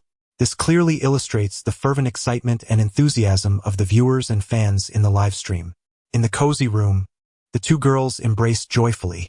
Well, it was primarily Liang Xiaowei who was elated, for Chengzi truly radiated charm. Yet, she also echoed many of the comments from the live stream, feigning a pitiful expression as she implored. Could you sing it again? No. Mu Chang replied earnestly. Then with a playful twinkle in her eyes, she smiled. Don't worry, you will soon be able to hear it on your phone. After all, her plan was to record the song the following day. For now, she wished to maintain a modicum of mystery. However, even with this, upon hearing the girl's words, the fans in the live stream expressed their delight. Naturally, Liang Xiaowei felt the same. She, too, was eagerly anticipating the complete version of this song. With such a joyful spirit, she decided to return to her room for a refreshing shower. What was it she wanted to say to Chengzi just a moment ago? She recalled feeling quite exhilarated then. Well, never mind. A shower first. As night descended, adorned with twinkling stars, the early August summer evening was pleasantly breezy. Yet, within the cozy abode, everyone soon retreated to their rooms for slumber. For tomorrow marked the most taxing day of the week, Monday. Later that night, in the stillness of the deep hours, Liang Xiaowei finally remembered her conversation with Mu Chang regarding the restaurant. Instantly, both girls erupted into joyous laughter, adding a unique charm to the sultry summer night. The following morning, Mu Chang rose rather early, around 7, feeling refreshed and alert. Ever since she became the ant flow warrior, her sleep quality seemed to have improved significantly. However, she sensed that her menstrual cycle was imminent, a feeling that girls often instinctively recognize. Thus, after completing her morning routine, she prepared several sanitary pads in her bag, both day and night varieties, primarily as a precautionary measure against any unforeseen circumstances. Hello. Good morning. Once dressed, Mu Chang descended the stairs and was surprised to find Wang Qiu already there. Yet, she paid it little mind, offering a gentle greeting. In the kitchen, upon hearing her voice, Lin Yi looked up, a smile gracing her lips. Good morning, Chengzi. Good morning, Wang Qiu replied, her expression slightly awkward, as if she felt a tinge of embarrassment, yet she mustered a smile and waved. Although Mu Chang had learned of the previous night's happenings at the restaurant, she held no particular thoughts about it, merely considering it a coincidence and thus refraining from exposing anything. Approaching the water dispenser, she poured herself a glass of warm water, added a spoonful of honey, and settled at the dining table, resting her chin on her hand, lost in thought. Initially, she intended to prepare breakfast, but seeing the two engaged in pleasant conversation in the kitchen, she decided against intruding. Ultimately, Mu Chang had joined this program merely by invitation from the production team.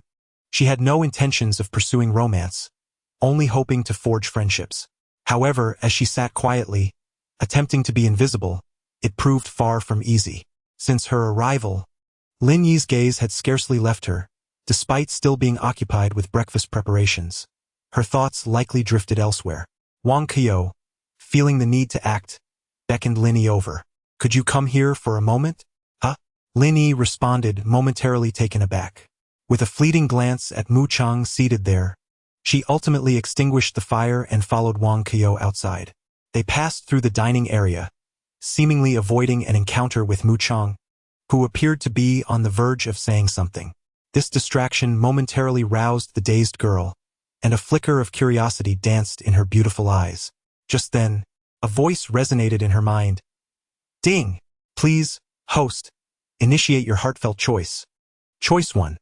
Stealthily follow them and eavesdrop on their conversation. Reward: top-tier disguise skills. Choice 2. Mind your own business.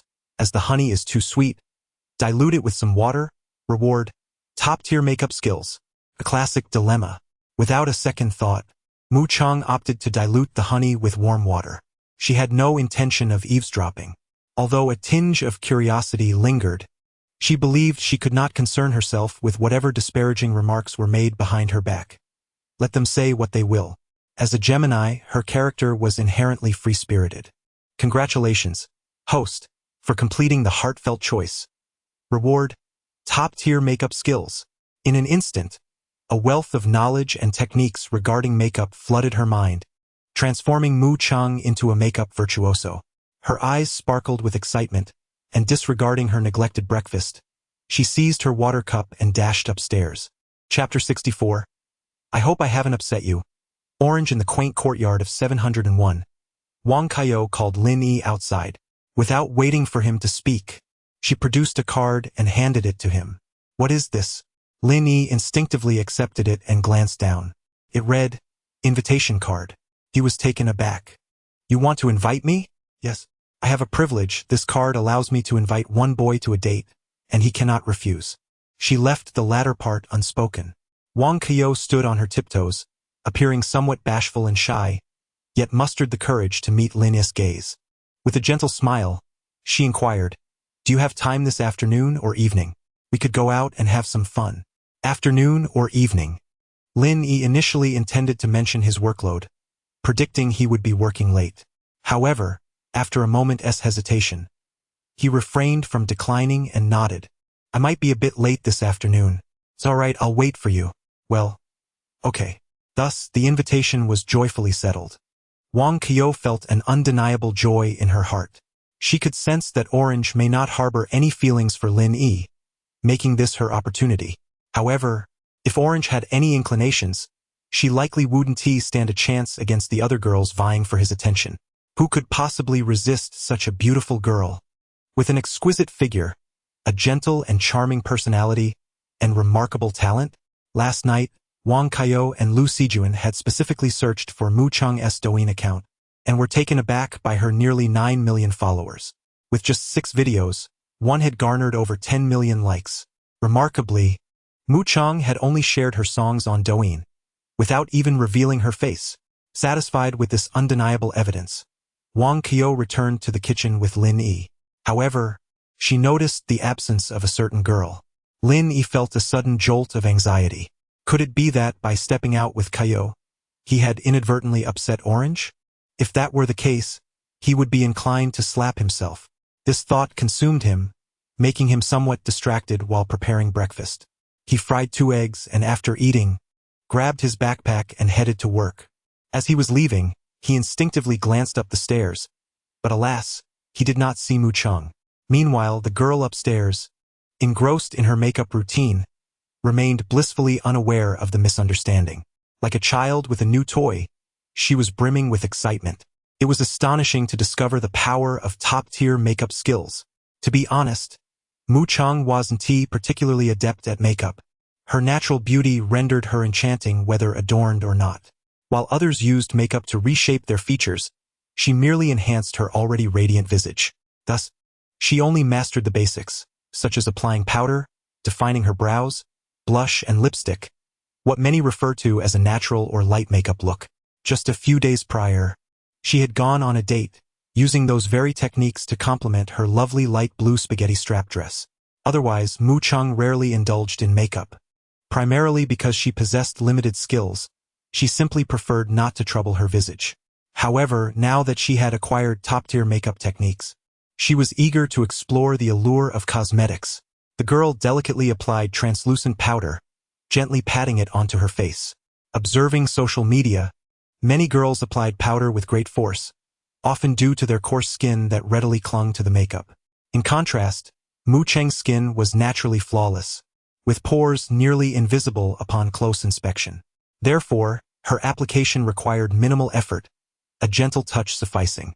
With the base and powder perfectly set, it was time to focus on the eye makeup, the most challenging aspect of cosmetics.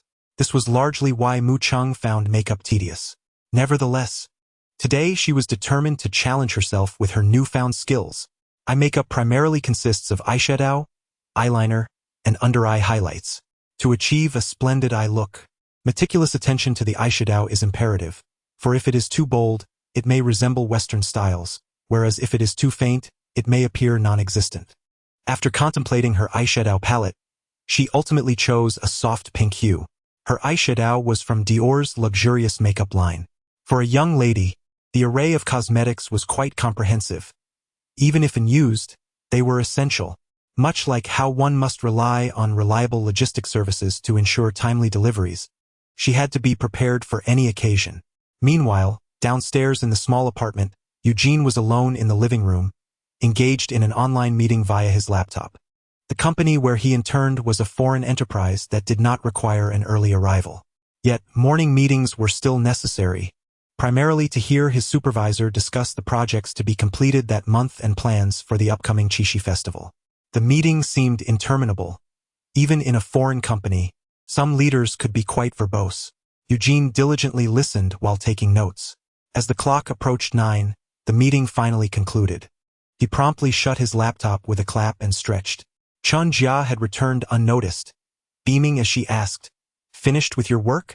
"Yes, I'm heading to the office shortly," he replied. "How enviable.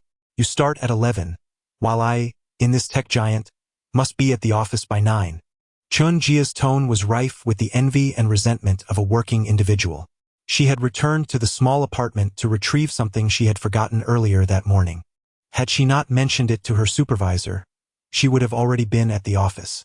Upon her return, she found Eugene in the midst of a meeting and learned he could start work at 11. One could only marvel at the ease with which a student from Peking University navigated the internship landscape. "Well, I must be off," she said. Glancing at the time, it was nearly 9.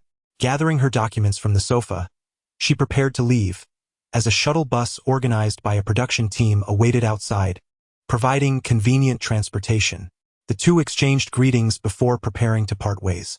However, at that moment, a girl in slippers came rushing down the stairs with a series of soft thuds, naturally capturing their attention. Eugene lifted his gaze while Chun Jia turned to look as well. In an instant, Chun Jia's mouth fell agape, her eyes wide with astonishment. "Wow, Chung, you're fully made up. My goodness, you look absolutely stunning." It wasn't just her. Eugene was equally mesmerized, rendered speechless and frozen in place. In his gaze, there was only the image of the girl before him. It was also his first time seeing Mu Chung in full makeup, and the effect was nothing short of breathtaking, reminiscent of the first time he laid eyes on her, leaving him in awe, struggling to believe what he saw. "Aren't you two ready to leave yet?" Mu Chung expressed a hint of surprise upon spotting them, her bright eyes sparkling playfully. Her long eyelashes fluttered like the wings of a delicate butterfly, concealing a trace of a gentle smile akin to the softness of starlight. Chapter 65. Your Special Attention Update. Thanks for the God-level certification. Additional update. Some individuals possess eyes that seem to speak volumes, their smiles as enchanting as crescent moons. When Mu Chung graced the small room adorned in full makeup, it was not Chun Jia or Eugene who were first captivated, but rather the audience in the livestream. "Oh my goodness, Chungzi's makeup is stunning. Absolutely gorgeous. Heaven, could we possibly have a full makeup tutorial? Why do I always struggle with my makeup while Chungzi never seems to have that issue? Guoli Chung, come quickly." Today, Chung Bao is breathtakingly beautiful. Sob, sob, sob. Hiss, can she truly not be my wife? Is it really impossible? Ha ha ha. I've already taken a screenshot to show my mom, telling her this is her future daughter-in-law. You upstairs? Get lost. Damn it. Has your mom replied? She did. She said I should come home so she can take me to a mental hospital, claiming I have delusions. Ha ha ha. Truly a mother's love. The barrage of comments in the livestream reached a fever pitch at that moment. Despite it being early on a Monday morning with fewer viewers, the screen was flooded as if countless admirers of the sword-wielding deity had gathered. Upon seeing Mu Cheng's makeup, everyone was left in awe, their hearts racing, as if time had frozen in that instant. Truly, Changzi is extraordinarily beautiful. In the cozy space of room 701, Chun Jia, though equally eager to inquire about Mu Cheng's makeup secrets, found herself pressed for time. With a quick remark, she swiftly changed her shoes and dashed out. Thus, only Mu Chang and Eugene remained. Are you not heading out today? The girl asked casually while rinsing her cup in the kitchen, preparing to make breakfast. Noticing Eugene had followed her, she posed the question lightly. Eugene smiled. It's fine. I just need to arrive by 11, so there's time. Who can focus on work with such a beautiful girl in this room? I almost wish to take a day off. Today, Mu Chang, having donned full makeup, had also changed into a fresh outfit. A light-colored shirt adorned with a delicate bow, paired with dark denim culottes. The beauty of culottes lies in their appearance. They resemble a skirt while providing the comfort of pants. This way, she could look elegant without the awkwardness of a sudden monthly visit when wearing a dress. In summary, this simple attire on Mu Chang was extraordinarily lovely, exuding an air of youthful purity that accentuated her gentleness. Eugene found himself utterly captivated, unable to tear his gaze away as he followed her into the kitchen, watching her prepare breakfast. The two engaged in a light-hearted conversation, yet the distance between them remained at least an arm's length. Eugene longed for some physical contact, but Mu Chang remained oblivious to his desires. She politely glanced at the other person, her sparkling eyes blinking playfully, rendering Eugene incapable of harboring any ill intentions. It felt as though getting any closer would make him the sinner. Thus, amidst the slightly peculiar atmosphere, Mu Chang prepared breakfast. She steamed a delicate egg custard, adding a touch of steamed fish soy sauce and chopped green onions. A simple stir, and it was ready to be savored. The taste was not lacking. At least her culinary skills were commendable, provided she didn't fumble. The girl carried the egg custard to the dining table, taking dainty bites, seemingly cautious of smudging her lipstick. Eugene glanced at the time, sighed inwardly, yet wore a smile on his face. That orange, I'll be leaving now. All right. Goodbye, she replied with a gentle smile and a little wave, then returned her focus to her meal. In the live stream, numerous male fans erupted in cheers, finally seeing that orange was without a male companion. To be honest, even at that distance, despite the presence of another person, they felt a pang of jealousy. They longed to replace Eugene and be in that cozy space instead. A simple breakfast concluded, and after washing the dishes, Mu Chang prepared to head out. Let us not forget, she had a mission today. She was to film a vlog for her new song. The reward was youthful beauty. Mu Chang had already experienced the miraculous benefits of the system's rewards, and naturally, she was eagerly anticipating the youthful beauty reward. Ascending the stairs, she grabbed her crossbody bag and placed the sports camera she had purchased yesterday inside. The girl then started her silver Audi R8, driving directly to the Shanghai Drama Academy. By 3 in the afternoon, at Huada's gaming studio, 2G was skillfully maneuvering his national server Lu Bu, wreaking havoc. Boo Q!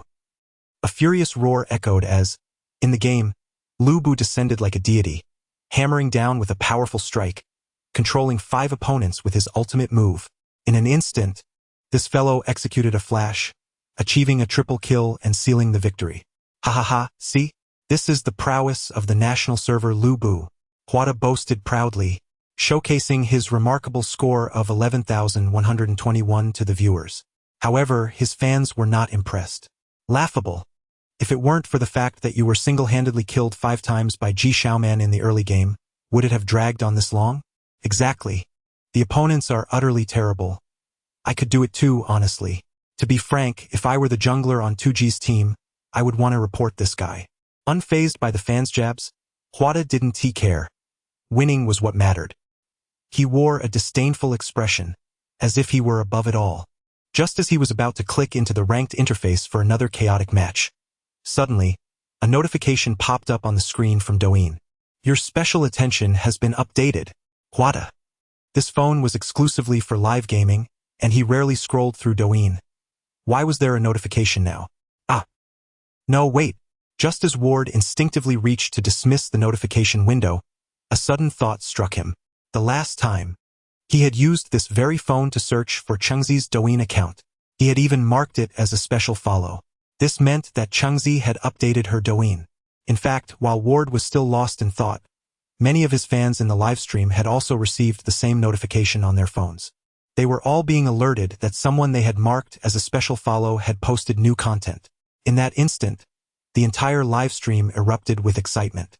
The barrage of comments flooded in with fervor. Oh my gosh, guys, Changzi has updated. What? Could it be a new song? What are we waiting for? Let's go. Changzi has updated. Who would still watch this mediocre show? That makes sense. Goodbye, you silly show. I'm off to find my wife. In a flash, the popularity of the livestream plummeted like a deflated balloon, dropping from over 800,000 viewers to merely 300,000. Yet, at that moment, Ward had no inclination to concern himself with such matters, for he had already clicked on Mu Cheng's Douyin account. Chapter 66. I proclaim, the orange is the blossom of the earth. Hello, today marks my inaugural vlog. My name is Mu Cheng, but you may affectionately refer to me as Orange. I noticed many fans in the comments addressing me as Cheng Bao, and some even called me Fruity Orange. Whose delightful idea was that? It's so endearing, and I absolutely adore it. Hence, I made a special trip today to purchase a bottle of Fruity Orange. As countless fans and netizens click on Mu Cheng's latest video, they are greeted not by the usual black screen, but by a girl walking along the street, smiling brightly at her camera, her other hand playfully shaking a bottle of what appears to be the recently acquired Fruity Orange. In an instant, everyone is captivated by her sparkling eyes and radiant charm, feeling as if even the very air around them is imbued with sweetness. Many are so thrilled that they are tempted to immediately comment and express their feelings. Yet, they hesitate. This is Orange's first vlog. They cannot bear to pause or divert their attention. They simply wish to listen intently to the girl's gentle voice. At times, as they listen, these fans and netizens find themselves unable to suppress their smiles, feeling a joy that is even harder to contain than the excitement of an AK performance. The video continues on, a lengthy vlog lasting over 10 minutes. Perhaps since it is Mu Cheng's first time recording herself, she is still getting accustomed to it. Fearing silence might ensue. In the end, she begins to ramble on. Now, I am on my way to record a new song, and I want to show you how a song is freshly created. Look, that's my school, and during summer break, there are still juniors and seniors around. Oh, and there's a cat, but it must be a senior. Here we are, this is where I record my songs. I feel the sound quality here is quite good. Hello, I have an appointment for today. With her light-hearted chatter, the girl arrives at the recording studio. Mu Cheng presents her appointment details and is escorted by the staff to the designated recording room. Many netizens are curious, realizing this is where Orange records her music. Though the space appears modest, it is equipped with a plethora of devices. 2 instructors are seen in a glass booth, monitoring the tracks and channels with utmost professionalism. For fans who have never witnessed such a setting, everything seems novel and intriguing, heightening their anticipation for the moment when Orange sings.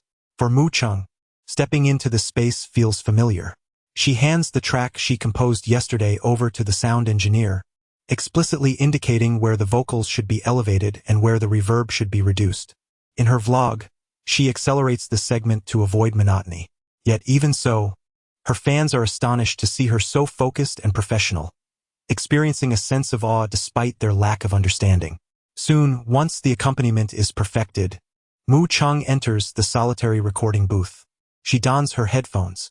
The girl cast a fleeting glance at the sports camera positioned outside, a gentle smile gracing her lips as she formed an OK gesture with her hand. In the next moment, a melodious piano prelude began to resonate, accompanied by the rhythmic addition of various instruments, until Mu Chung softly uttered into the lens, "I hear the departure of winter. I awaken in a certain year and month." As her tender voice emanated from the microphone, countless listeners instinctively closed their eyes. Those who had watched the live stream of Flipped the previous night were especially thrilled. Indeed, it was this very song.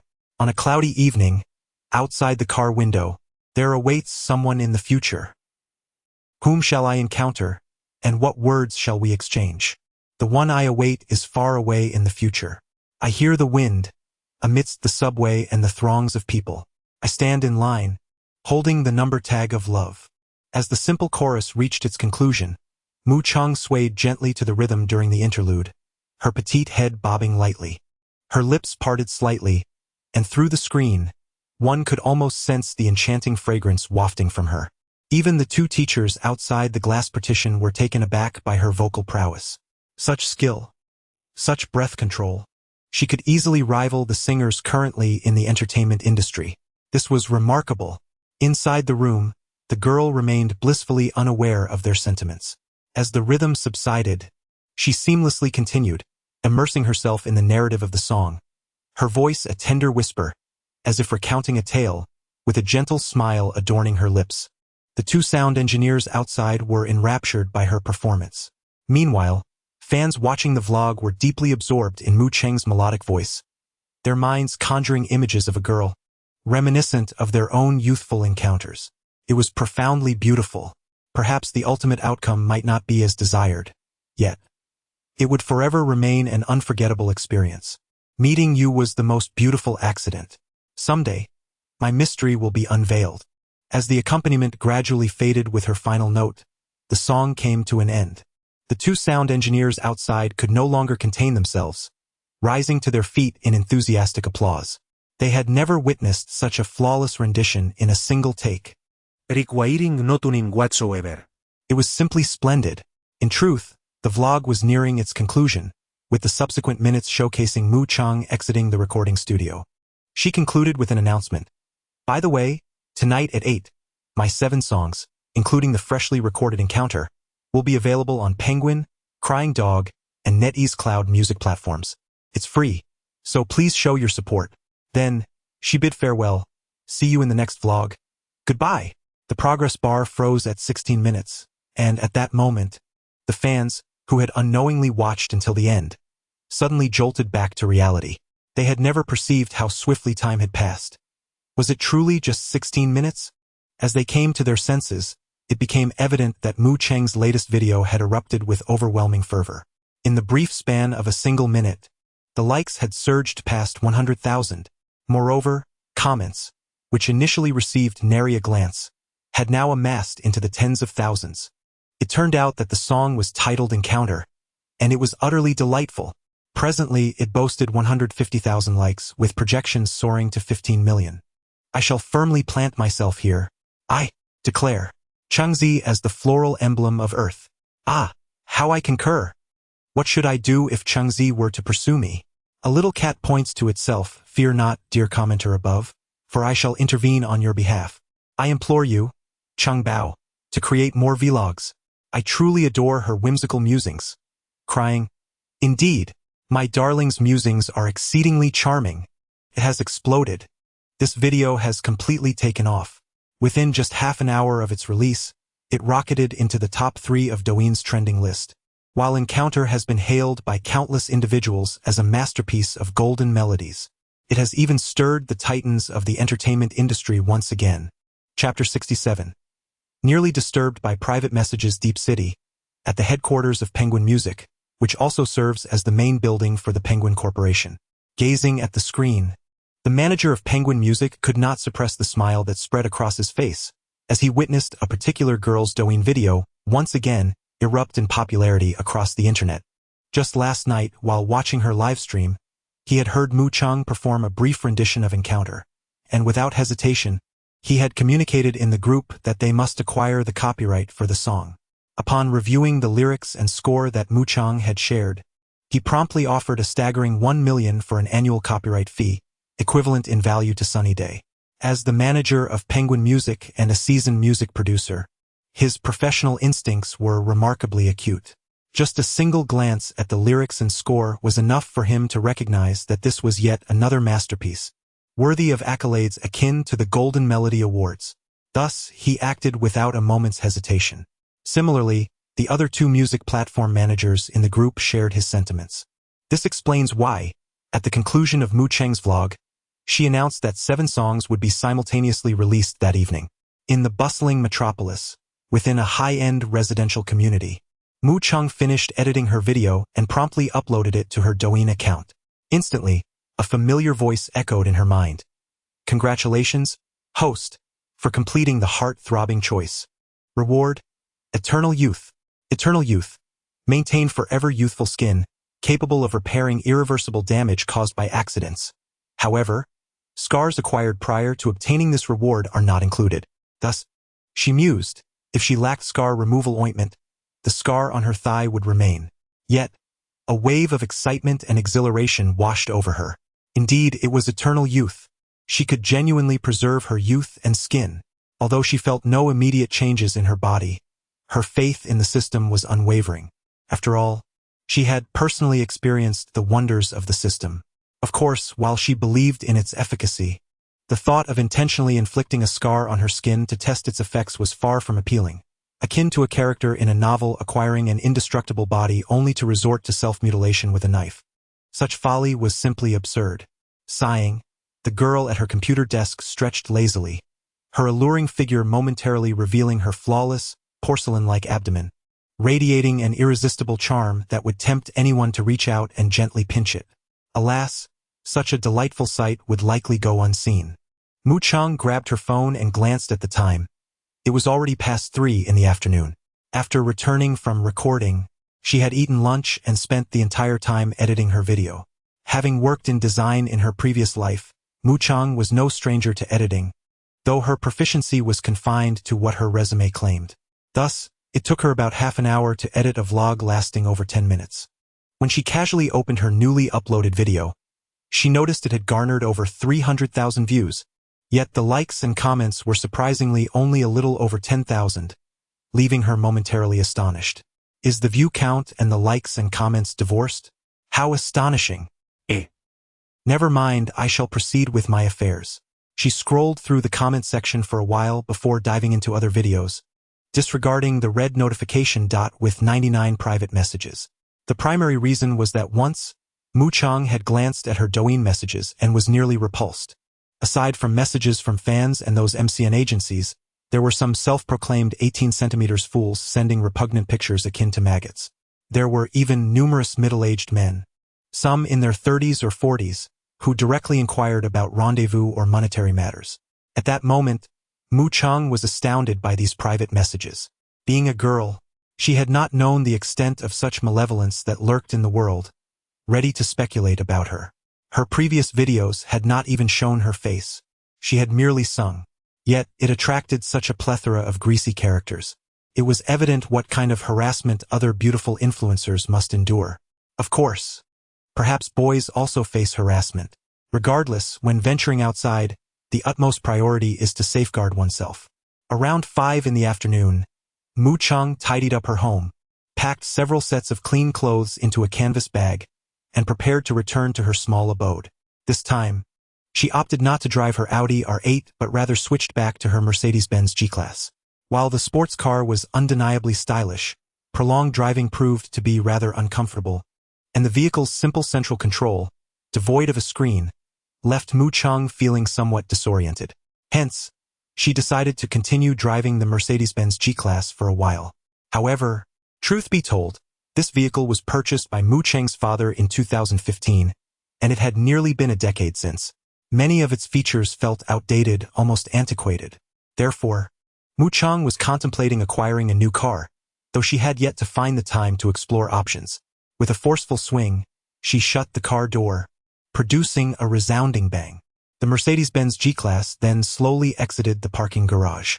On her way back to her small house, Mu Cheng stopped by a well-known restaurant specializing in crayfish to take home 10 pounds. She thought, tonight's dinner would be delightful. She intended to share it with her friends. At 8 in the evening, in the heartwarming little house, Everyone was refreshing the music platform applications they used. Chengzi, your song is now live, someone suddenly exclaimed with joy. Not a second late, precisely at 8 o'clock, the homepage of 3 music platforms showcased a girl's photograph. At the top of the homepage, Mu Chang could be seen wearing a light blue spaghetti strap dress, facing the sea, her delicate feet gracing the sandy beach. In the scene, it appeared as though someone was calling her. The girl turned, revealing an astonishingly beautiful smile, and the photo captured that moment in time. She was breathtaking. Beside this exquisite portrait, there was an adorable orange logo accompanied by a phrase, "Illuminate the oranges, brighten the future, and come immerse yourself in the exclusive playlist dedicated to the sweet oranges of summer." Ah, upon a fleeting glance, Mu Chang felt her toes subtly curl with anticipation. Yet, the others around her were brimming with excitement, fervently tapping the delightful orange logo. In the next moment, they were whisked away to a curated playlist featuring merely 7 songs. Yet undoubtedly, each one was a gem. The audience in the live stream erupted in a chorus of enthusiastic comments. "It's live. My beloved song has premiered. I shall be the first to comment. Haha, you're too late. I was the earliest. Wait a minute. You both are not on the same platform. What are you arguing about? Unlike me, I'm streaming across 3 platforms simultaneously. Hee hee. It seems our music platforms are quite affectionate towards the oranges. Their logos are so charming. I'm losing my patience. Why does it show network delay when I click in? Boo-hoo. I'm experiencing the same. It must be due to the overwhelming number of people. It's rather lagging for me too. Here is a tip. Download it first and it won't lag. Wow, that's clever. Amidst the fervor of countless fans and netizens, at the heartfelt cottage, the crowd, filled with jovial laughter, made their way to the dining area, ready to feast. Behold, a lavish spread of crayfish in 4 or 5 different flavors adorned the table, accompanied by pizzas and steaks, a veritable feast. However, Meow Meow appeared somewhat puzzled. Why haven't they returned yet? Chapter 68. The jealousy sparked by the group favorite Why haven't they returned yet? The group had already settled in the restaurant, donned their gloves, and prepared to commence their evening meal. At that moment, Meow Meow expressed her perplexity. The room was noticeably missing 4 individuals: Lin Yi, Wang Kaiyou, Jiang Junhan, and Lu Sijuan. Lin Yi's absence was understandable. After all, he was no stranger to working late, often returning at 9 o'clock. However, Jiang Junhan was a different story. The usual time for old Jiang to return to the small house was 7 in the evening. Initially, the group had assumed he had some last-minute business to attend to. But now, the simultaneous tardiness of 2 boys and 2 new female guests inevitably sparked speculation. Curiously, everyone turned their gaze towards Wang Yuchen, who looked bewildered. "Why are you all looking at me? Aren't we eating? The crawfish will get cold soon." "Oh, right. Let's eat." Despite the evident curiosity in her companion's expressions, Wang Yuchen couldn't help but feel amused. Deep down, she had an inkling of what was happening. Jiang Junhan's late return likely indicated a date with one of the new female guests. To be candid, it stirred a slight pang of discomfort within her. However, as adults participating in a dating show, she couldn't possibly hinder their interactions, could she? Yet, she couldn't help but wonder who he was with. The atmosphere in the small house had grown oddly silent. Nevertheless, this did not deter Mu Chang, the little foodie, who was now ravenous and immediately headed for 2 slices of pizza. Seated beside her was Meow Meow, a quiet girl who had been diligently peeling crawfish, having already prepared 6 or 7. Just as Mu Chang thought Meow Meow was about to devour her share, she noticed Meow Meow pushing the plate towards her. Mu Chang's beautiful eyes sparkled with delight and warmth as she gently asked, "Why aren't you eating?" "You go ahead," Meow Meow replied with a smile. "I'm celebrating your song's release, and there are exactly 7 here." To be honest, that sentiment warmed Mu Chang's heart. If she hadn't been holding a slice of pizza, she would have surely embraced Meow Meow tightly. The girl's eyes instantly brightened, and she gently offered a piece of pizza she had yet to taste to Meow Meow. "Here, since you fed me last time, let me feed you this time." Meow Meow obediently nodded. "How sweet you both are," someone remarked, as the scene elicited smiles from the viewers in the live stream. However, it also caused a flicker of jealousy in a certain individual present. Liang Qiao placed a crawfish in his mouth, chewing thoughtfully before pausing to glance over at Mu Cheng. Surprisingly, he began peeling his own crawfish and placed it in a dish. Moments later, he brought it over and set it before Mu Cheng, seemingly with a hint of pride as he huffed, "7, just like yours." Mu Cheng was taken aback, sensing a whiff of jealousy in the air. And it wasn't just her. The crowd present, as well as the viewers in the live broadcast room, sensed that something was amiss. Chen Jia, despite the smile tugging at her lips, was eager to stir up some excitement and proposed, "Why don't we all peel 7 shrimp to celebrate for Chengzi?" This suggestion was well received. I concurred. Several of the boys had harbored this thought but were hesitant to voice it earlier. Now they immediately sprang into action. In their eagerness for cleanliness, they even contemplated discarding their used gloves for new ones. This sudden shift left Mu Cheng momentarily dumbfounded, prompting her to quickly interject, "No, that's enough for me. I won't be able to finish it all. No peeling, everyone. Stop." The small room erupted into laughter, much to the chagrin of the young lady. Ultimately, the boys decided to halt their actions, secretly lamenting the lost opportunity. In the observation room, those watching the scene couldn't help but smile. Xian Ling wore a sweet smile, remarking, "It feels like Chengzi is the darling of the group. Everyone adores her. To be honest, I quite like her too." Professor Chun Ming chimed in cheerfully. Wang Yanlin seized the moment for comedic effect, teasing, "Why doesn't Professor Chen join as a new guest?" "Oh no." The professor waved his hands in alarm. "My wife is watching this." His earlier fondness for Chengzi was not that kind of affection.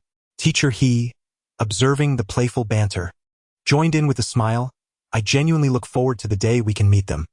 I heard from the director that Chengzi looks even more stunning in person." "Really? Is that true?" This statement caused Meng Zi and several other girls to sit up straight, captivated. They gazed at the girl on the screen, finding her breathtakingly beautiful. If she looked this magnificent on camera, how extraordinary must she be in reality? Meanwhile, in the live broadcast room, many viewers began to share their experiences. "It's true. I had the fortune of seeing Chengzi a few days ago, and wow, she's incredibly beautiful. Her figure is amazing, right? And her skin is so fair.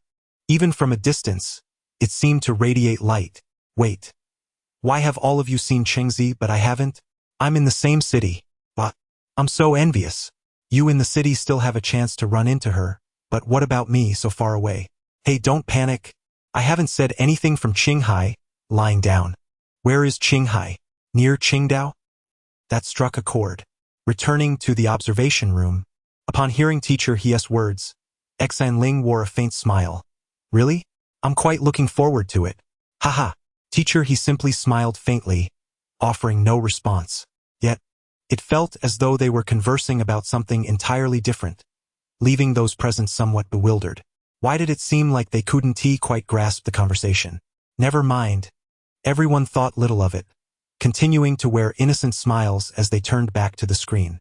In the heartwarming abode, room 701, one remarked, "You actually wore such large earrings today. I just noticed." In the living room, Liang Qiao wore an expression of astonishment, her gaze fixed on Mu Cheng. It was only upon approaching the girl that she realized Mu Cheng adorned her earlobes with a pair of exquisite dangling earrings, delicate tassels fashioned in the likeness of jasmine blossoms. The pristine white buds seemed to bloom from the girl's refined ears, with a few seed-like tassels cascading down. Truly stunning. However, Mu Cheng wore a peculiar expression, exclaiming, "I've been wearing them all day, and you only just saw them?" She had been adorned with her full makeup since the morning. After all, it felt as though her efforts had gone unnoticed throughout the day. As she spoke, Mu Cheng proceeded to remove the earrings. Chapter 69. Have you two been out on a date without dining? Is there anything else you forgot to bring? No, thank you. You're welcome. Just beside room 701. Everyone had already partaken in dinner, while outside in the parking lot, a Mazda CX-30 slowly returned. Two individuals emerged from within, Zhang Junhan and Lu Sijuan. They had spent the day on a date at a functional bookstore in the bustling metropolis, but traffic had delayed their return, making them a tad late. Zhang Junhan glanced inside the car to ensure nothing was left behind before securely locking the doors and accompanying Lu Sijuan back to room 702. However, upon entering, they discovered the room was utterly vacant. Where could everyone have gone? Lu Sijuan's face reflected her curiosity. Could it be that everyone went out on a date today? Yet Jiang Junhan, seemingly privy to the situation, chuckled. They are probably all at room 701. Our housemates enjoy spending time over there. It must be because of the oranges, he added. Although Lu Sijuan had grasped the essence of the situation, she refrained from voicing her thoughts, merely smiling in response. Shall we go over and take a look? All right. At that moment, Jiang Junhan felt a pang of urgency. He understood that returning with Lu Sijuan this late would inevitably lead to speculation among their friends about their date. He needed to act swiftly to mitigate any misunderstandings. Otherwise, the subtle yet significant connection with Wang Yuchen might falter due to such a trivial misconception. After all, Jiang Junhan harbored no genuine feelings for Lu Sijuan. Her external traits and personality did not align with his romantic ideals. Yet, he had not anticipated that Lu Sijuan would grant him the exclusive privilege of their first date upon her arrival, leaving him with little choice but to accept. As they casually chatted, they made their way to the courtyard of room 701. Outside, they knocked before pushing the door open and stepping inside. Hello. You two are quite timely. We just finished dinner, Wang Helong teased with a smile. Hua De, with a boisterous laugh, chimed in. Did you go on a date? I hope you had a wonderful time. At this, the two newcomers felt a twinge of embarrassment. Wang Yuchen cast a sidelong glance in their direction and discreetly turned away, pretending not to notice. However, she was taken aback when Jiang Junhan, upon entering, playfully patted her shoulder, saying, I bought something for you. Wang Yuchen? As everyone watched with amusement, the two exited together, and faint laughter could still be heard in the distance. Meanwhile, Lu Sijuan, who had accompanied Jiang Junhan, felt somewhat out of place. Being new to the group, she was not well acquainted with most of the others and was uncertain if she could seamlessly integrate into the gathering. A sense of bewilderment washed over her. Fortunately, the peculiar atmosphere did not linger for long, as two girls suddenly descended the staircase from above. Only then did Mu Chang shake the object in her small hand, offering a gentle smile. Friends, we have a situation. It was a card from the production team. Miao Miao, following closely behind, added a brief comment. Let us rewind to a brief moment ago.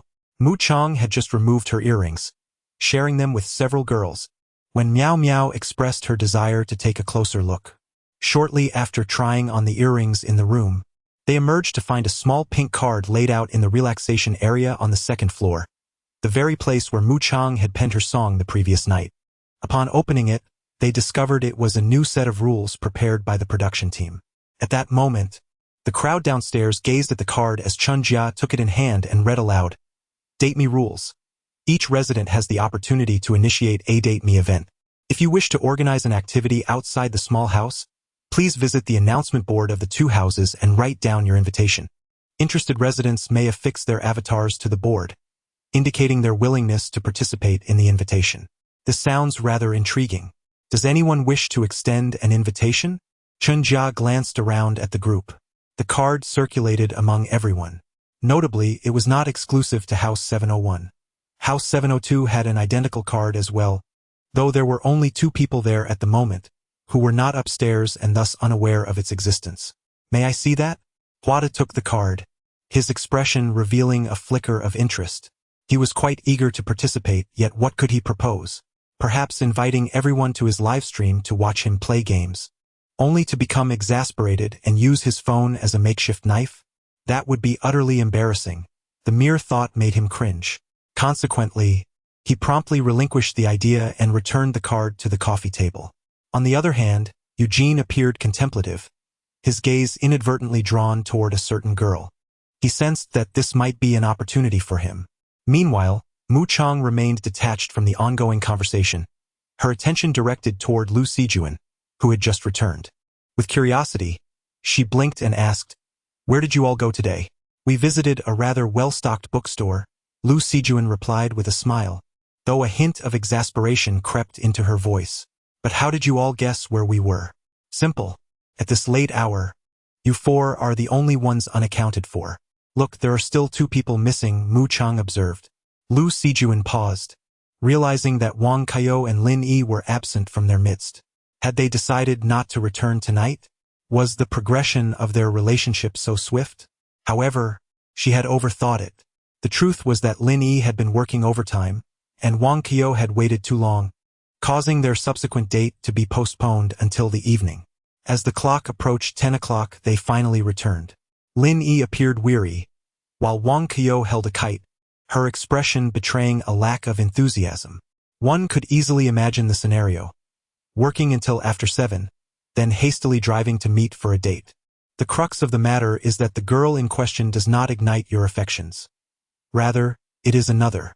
From 5 in the afternoon until 8. You found yourself incessantly checking your phone for the time while glancing outside to see if anyone was approaching.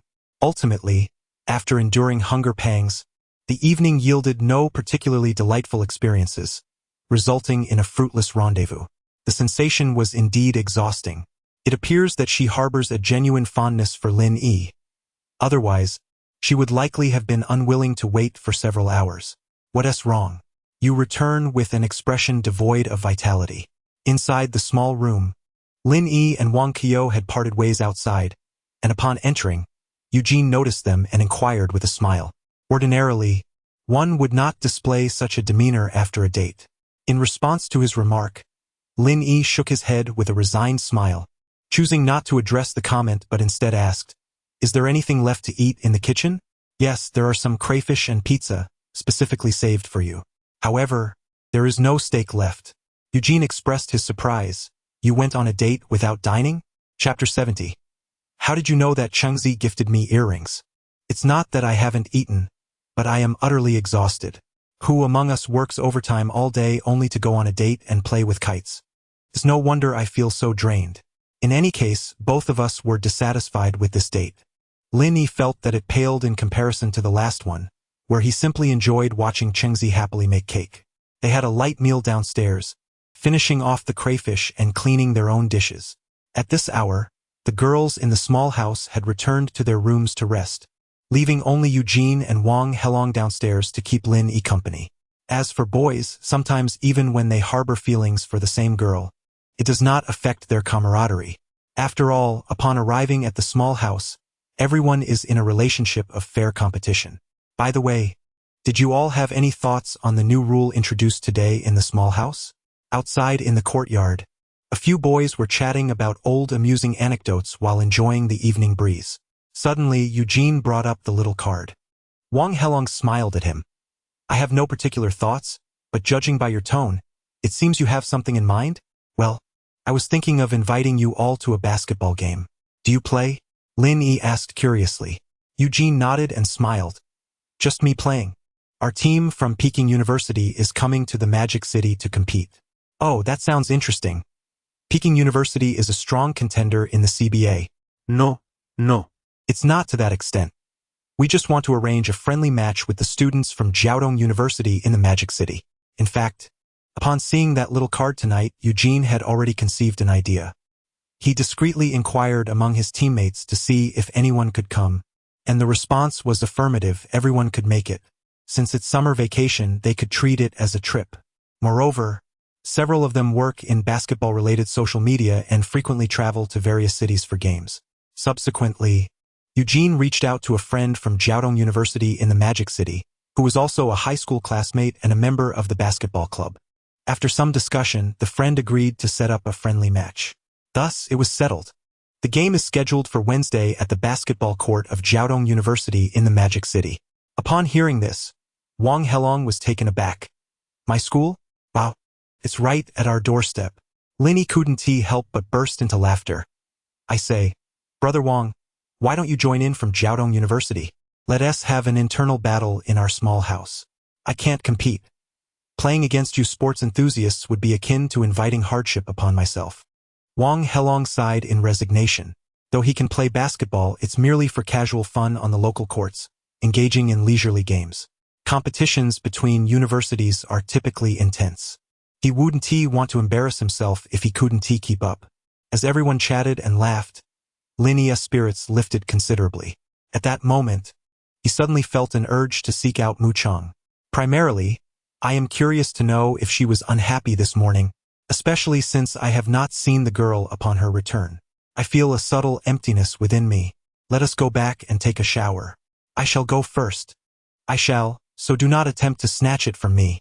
Alternatively, you both may share, considering you reside in the same room. Go away. The gathering of several boys from room 701 quickly came to an end. Lin Yi picked up her backpack and returned to her room, placing it down. After a moment's contemplation, she decided to step out and gently knocked on the door of another room. Before long, the door swung open, revealing a girl. Upon seeing Lin Yi, she chuckled and turned back. Changzi, she is looking for you. Indeed, the one who opened the door was Liang Xiaowei, and this room belonged to her and Mu Cheng.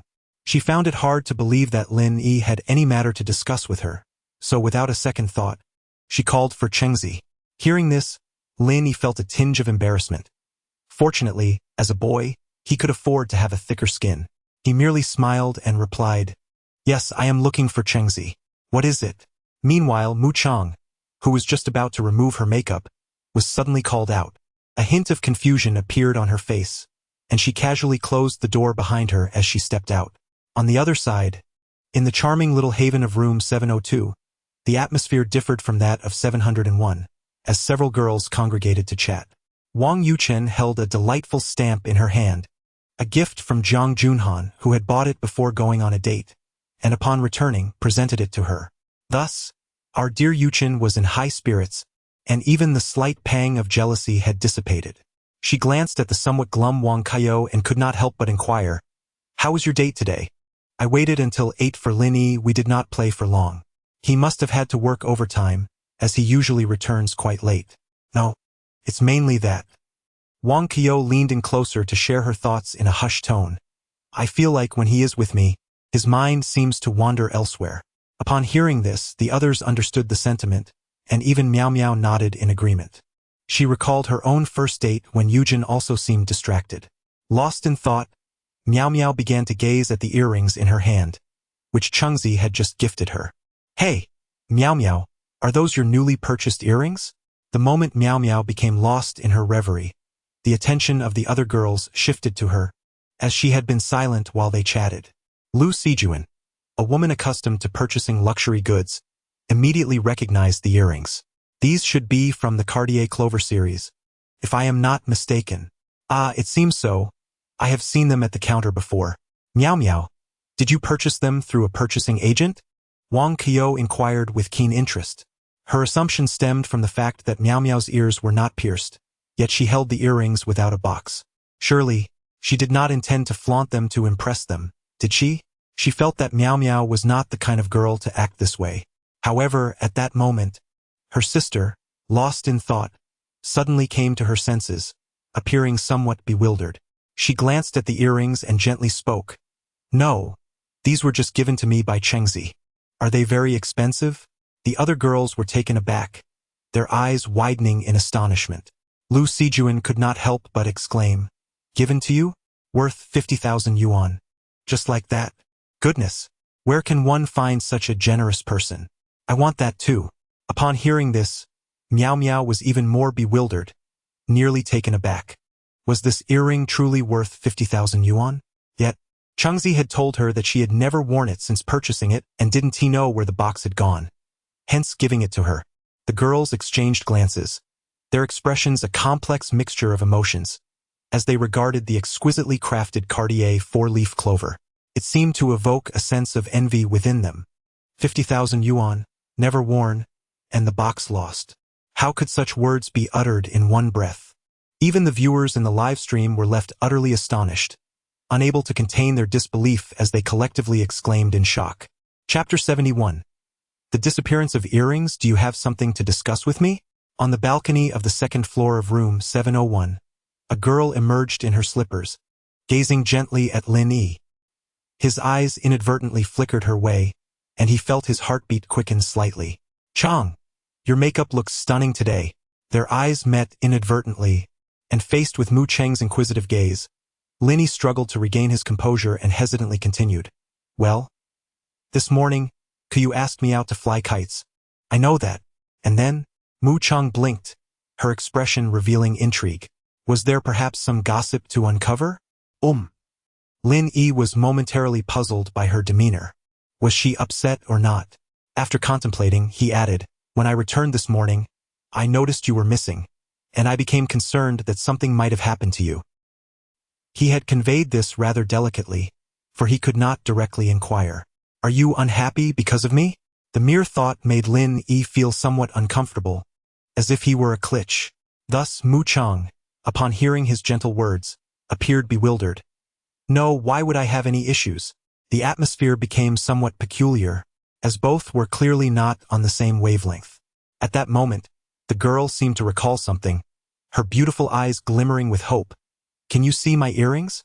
Lin Yi. This sudden shift in topic almost caused him to lose his posture. Yet, upon regaining his composure, he scrutinized Mu Cheng's ears. I'm sorry, I only just noticed now." His expression was one of surprise and slight embarrassment. Such prominent earrings, had it not been for Cheng's prompt, he would have remained oblivious. How strange. And truth be told, it wasn't entirely his fault. The moment he laid eyes on Mu Cheng, he was captivated by her exquisite face, leaving little attention for anything else. Okay. Mu Cheng pondered, a bit perplexed.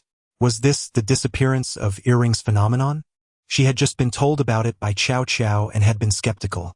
Meanwhile, the viewers in the live stream were fervently discussing this enigma. "Wow, I just noticed there is something on Cheng's ears. OMG, I just scrolled through some of Cheng's photos, and it seems she wears earrings in every one, yet I only now realized it. This can't be an illusion, right? Huh? If you hadn't mentioned it, I truly wouldn't have seen it." Laughing and crying. There is no helping it. It seems we were all too mesmerized by her stunning face. Chang remarked. Then what is the point of wearing these at all? Woe is me. If I had a face like hers, I could wear not just one pair of earrings, but 10 without a care. Wait, where are you going to do good deeds late at night? On a seemingly ordinary evening, the sun had just set in my northern homeland. Meanwhile, a lively group of netizens engaged in spirited conversation within the live stream. At the same time, Mu Chang bid farewell to Lin Yi and returned home. This girl was somewhat peculiar. It seemed that the other party had something to discuss, yet remained reticent, as if caught between words. Thus, she chose not to dwell on it and directly headed to her room to prepare for her nightly routine. "Good night, dear friends." She waved her hand cheerfully at the camera, her face illuminated with a gentle smile. In the next moment, she covered the lens. In response to her seemingly indifferent action, the fans in the live stream were not disheartened. Rather, they were filled with excitement.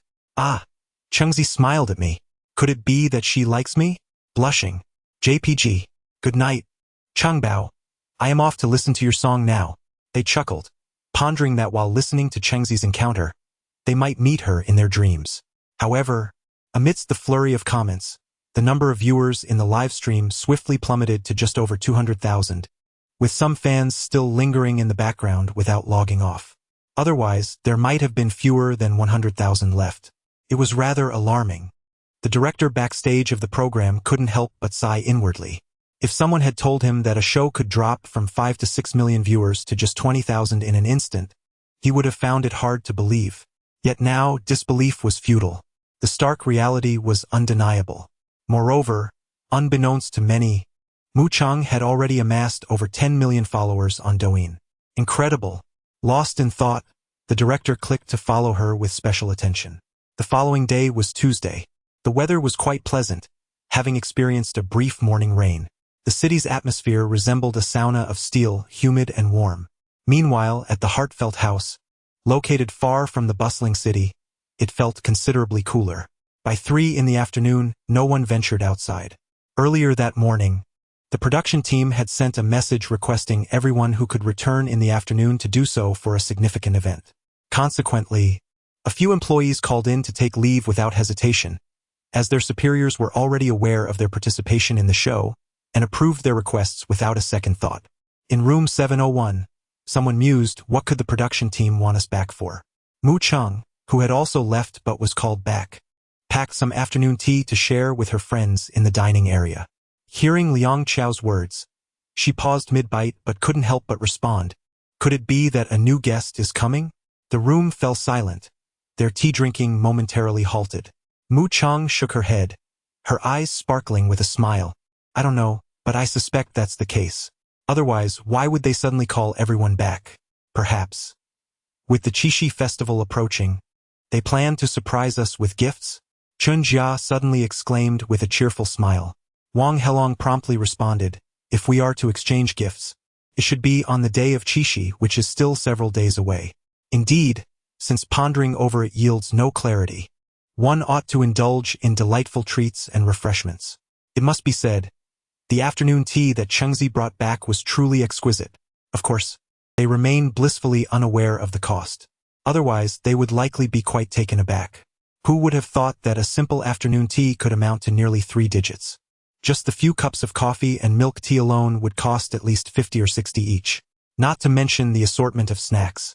Meanwhile, outside the Heartbeat cabin, a taxi unexpectedly intruded upon the program's camera, from which emerged an unfamiliar figure.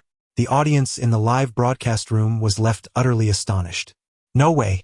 Could it be that Chengzi was right, and a new guest is indeed arriving? And it's a male. However, the camera failed to capture the young man's face, leaving only his silhouette, which piqued the curiosity of everyone present, including the guests in the observation room. Chapter 72. The boys in the cabin face a dilemma today. The usually vibrant observation room was notably lacking 2 individuals, the host, Mr. He, and the beloved sweetheart, Xian Ling. Their absence astonished the other guests present. While Xian Ling's absence could be attributed to unforeseen circumstances, the fact that Mr. He was also missing was quite surprising. Upon starting his shift, Chun Yi took the initiative to inquire with the production team about their whereabouts. The response he received was that both were engaged in an important task and would be seen shortly. The director, with a meaningful smile, implied that they would be seen soon, yet did not specify that they would return promptly. Chun Yi, oblivious to this subtle detail, reassured everyone not to worry. As the substitute host, Chun Ye's eyes were filled with curiosity as he observed a new silhouette approaching the cabin. Who could that be? Could it possibly be a new male guest? He pondered. The figure appeared tall and exuded a cool demeanor. He seems youthful. Could he be of the younger brother type? The others chimed in excitedly, engaging in lively speculation. Wang Yanlin decisively placed a bet. If he is indeed a new male guest, he will surely be fond of Chengzi.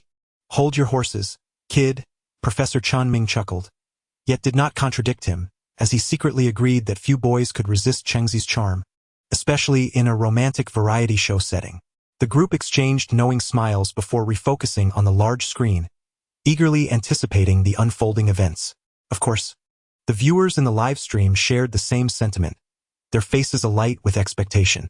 In the heartfelt cabin, room 701, the group continued to enjoy their snacks and conversation. Besides the afternoon tea brought by Mu Chang, Chun Jia had also contributed some treats, leaving the boys feeling a bit sheepish.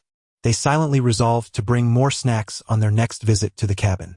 Suddenly, a faint sound caught Mu Cheng's attention.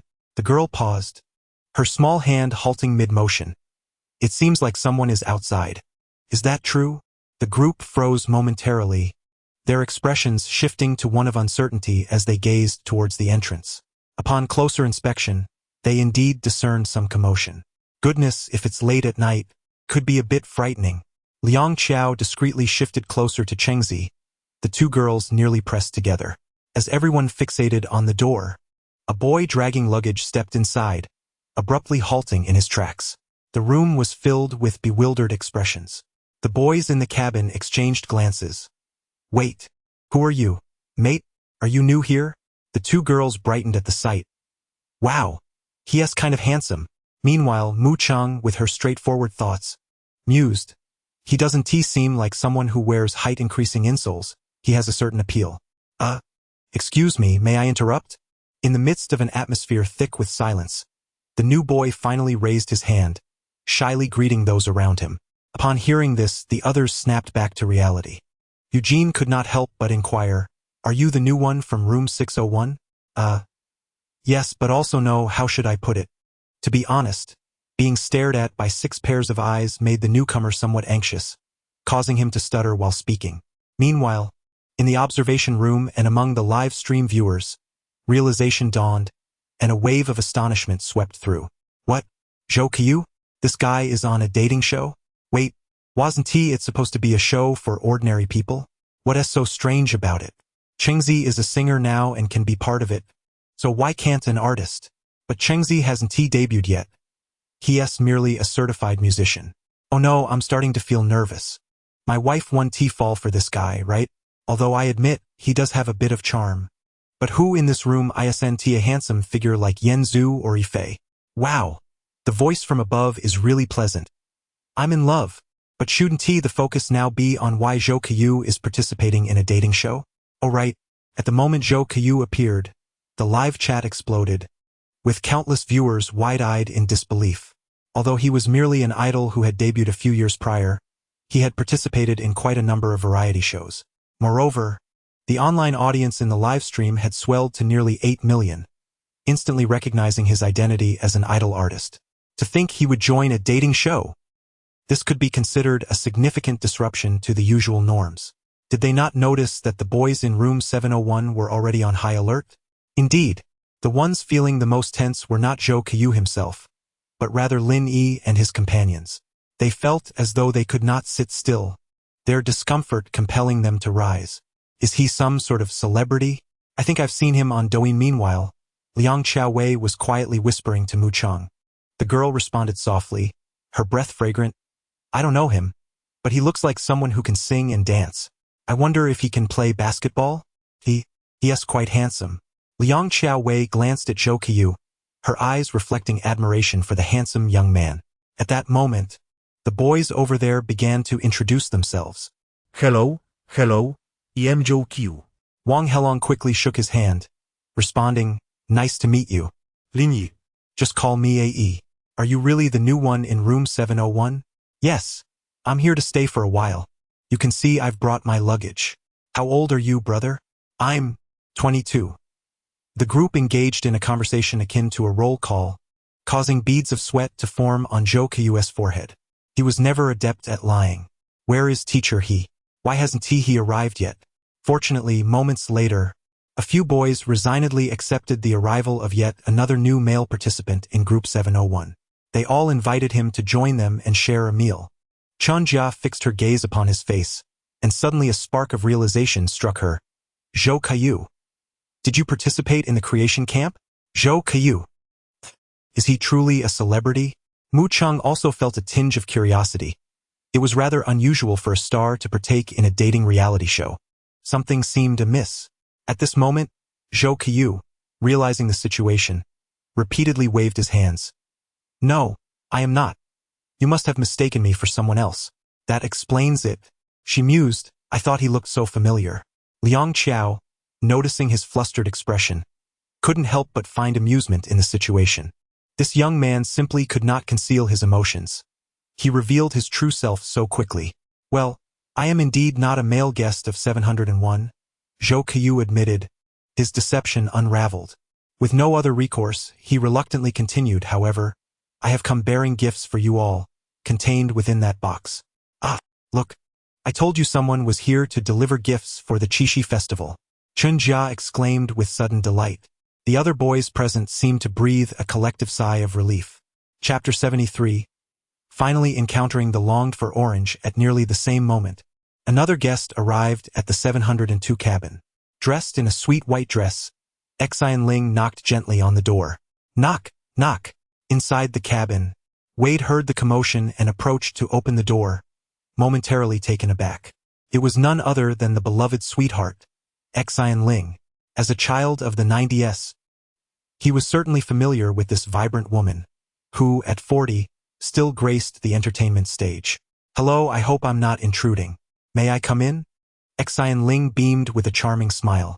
Wade quickly regained his composure, nodding fervently, of course. Please, come in. As they entered, Xian Ling waved to the others inside, her excitement palpable as she observed the guests she had previously seen only through live broadcasts. She felt an inexplicable anticipation for her forthcoming meeting with Orange. Meanwhile, the other occupants of the 702 cabin were equally astonished by this unexpected encounter. Oh my gosh, Xian Ling. Yes, it's me. I apologize for the sudden intrusion. No worries. There are still 2 upstairs. Let me go get them. Actually, I would love to take a look upstairs as well. Clearly, Xian Ling was both curious and a bit thrilled to be visiting the cabin for the first time. However, the observers in the observation room were left dumbstruck by the unfolding scene. What? Xian Ling is here at the Heartbeat cabin? Does that mean? Teacher, he is also present. Meng Zi was overwhelmed with disbelief, feeling as if the sky had fallen upon her. They went to the cabin. Why wasn't I invited? Exactly. I didn't even know about this. Chun Yi wore a similarly bewildered expression. The 2 girls exchanged glances, feeling a sense of betrayal wash over them. Meanwhile, the 3 boys remaining in the observation room exhibited little emotional response, finding the situation amusing. They shared smiles and exchanged looks, then resumed watching the screen. Moments later, after touring the 702 cabin and gathering all 6 guests, Xian Ling cheerfully announced, "Actually, I have a little surprise for you all today." A surprise? What kind of surprise? Upon hearing her words, the crowd at cabin 701 paused for a moment. Could it be that the contents of that suitcase were not the surprise? After overcoming his initial nervousness, Zhou Qiu, now more at ease, smiled shyly. "Please allow me to keep it a secret for now. The surprise will be revealed outside in the parking lot. Shall we head out now?" "Okay, let's go." The weather, having just cleared from a morning rain, was now perfectly pleasant and refreshing, ideal for outdoor activities. Today, Mu Chong donned a beige sports ensemble adorned with a polo shirt, her hair elegantly styled in a high ponytail, wisps of fragrant strands brushing against her ears, radiating an aura of youth and vitality. Upon noticing Zhou Qiu incessantly wiping his sweat, she felt a warm surge of compassion. She retrieved a glass of lemon tea from the refrigerator and offered it to him. "Would you care for a drink of this?" "Ah, thank you, Sister Chung," he exclaimed, hastily accepting the drink with both hands, towering nearly 1.90 m, yet appearing bashfully awkward. He couldn't even bring himself to meet Mu Cheng's gaze, his heart racing uncontrollably. Earlier, while seated in the dining area, he had found his eyes wandering towards this girl multiple times. She was truly stunning, far more enchanting than what he had perceived during the live broadcast. It felt as if she had transcended dimensions, stepping out from an anime, embodying the essence of a senior. However, Mu Cheng was somewhat puzzled. "Aren't you a month older than me? Why do you call me sister?" No, I'm a fan of yours, Sister Chung. I truly enjoy your songs. I didn't mean to imply anything older. I apologize if it seems inappropriate.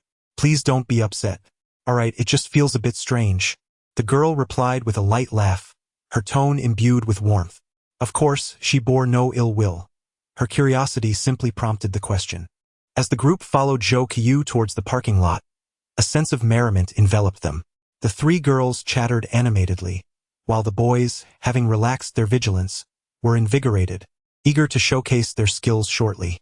Meanwhile, Zhou, sipping his lemon tea, struggled to suppress a grin that was rapidly spreading across his face, eliciting a wave of envy from the viewers in the live stream.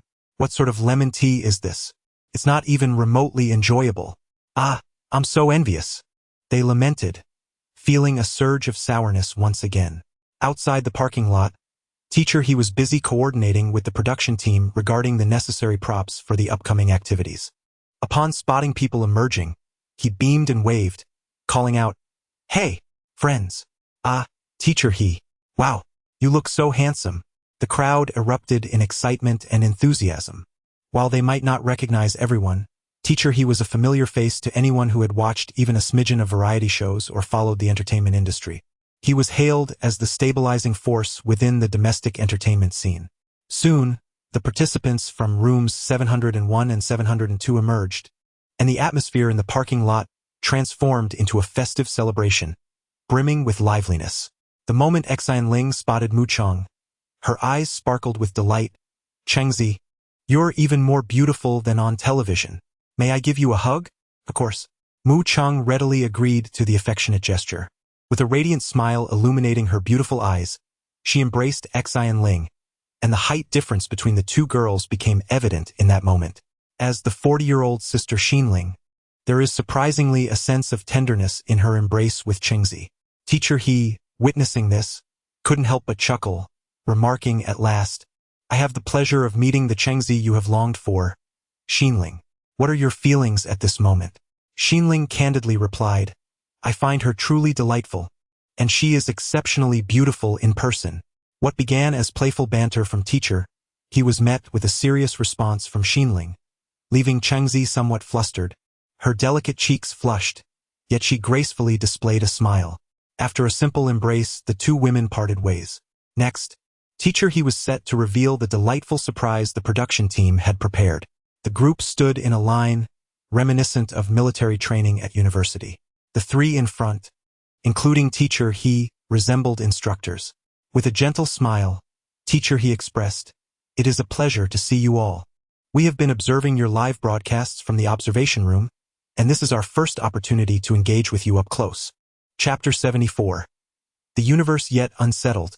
We are all beasts of burden. In truth, the trio that gathered today was driven by a mission. In addition to hosting a Preachishi festival event, their aim was to facilitate the swift integration of two new female guests into the household. Simultaneously, they sought to enhance camaraderie among the residents through playful games, thus achieving multiple objectives with one endeavor. Hence, the presence of teacher he, the steadfast anchor, was indispensable for maintaining order, alongside Xinling and the newcomer, Zhou Qiu, who had yet to arrive at the observation room. As for the absence of Meng Zi, the director found it unavoidable. That fellow would erupt in excitement merely at the sight of an orange during a live broadcast. One could only imagine the chaos he might unleash in person. At this moment, teacher he was elucidating the rules of the day's activities. "Now let me explain," he began. "This heartfelt cabin sports day consists of 3 segments, and we shall tackle them one by one. The first event is a tug of war. Given the uneven distribution of males and females in our 2 cabins, we shall have Qiu and Xinling join your team to bolster your chances of victory." Teacher he smiled gently as he conveyed the game's mechanics, even accounting for the gender ratio. Upon hearing that the first game would be a test of strength, the boys present brightened with enthusiasm. Their competitive spirits ignited. They eagerly began to stretch and prepare. Soon, Xinling and Zhou Qiu joined the ranks of both teams. "Hello everyone. I am Zhou Qiu. I look forward to working with you. Let us win this," he declared, while Xinling, in contrast to the shyness exhibited by the team from 702, high-fived each participant, cheering them on. Smiles adorned the faces of all. The 4 young women formed an aesthetically pleasing line, and Mu Chang nervously clasped her hands at her waist, her large eyes blinking excitedly as she listened intently to teacher he. "Of course, since we are engaging in games, there will be rewards and penalties, correct? Hence, whichever team loses will have the boys face a slight consequence. 60 push-ups." Upon hearing this, Zhou Qiu paused, pointing at himself. "Teacher he, do I have to do them too?" Teacher he struggled to suppress a smile, nodding earnestly. "Indeed, you are one of the boys. Zhou Qiu." The unexpected response and his expression elicited laughter from several girls present, including Mu Chang, whose eyes sparkled with mirth. "All right then, without further ado, let us commence, shall we?" "Very well, let us begin." At last, the moment for the fitness enthusiasts to shine had arrived. "Hua Gu, I assure you that your push-ups are as good as done," one of them proclaimed. "The universe remains unsettled. Who will prevail is yet to be determined. Let us observe." In a moment, all the girls should position themselves slightly towards the center, being cautious not to injure one another.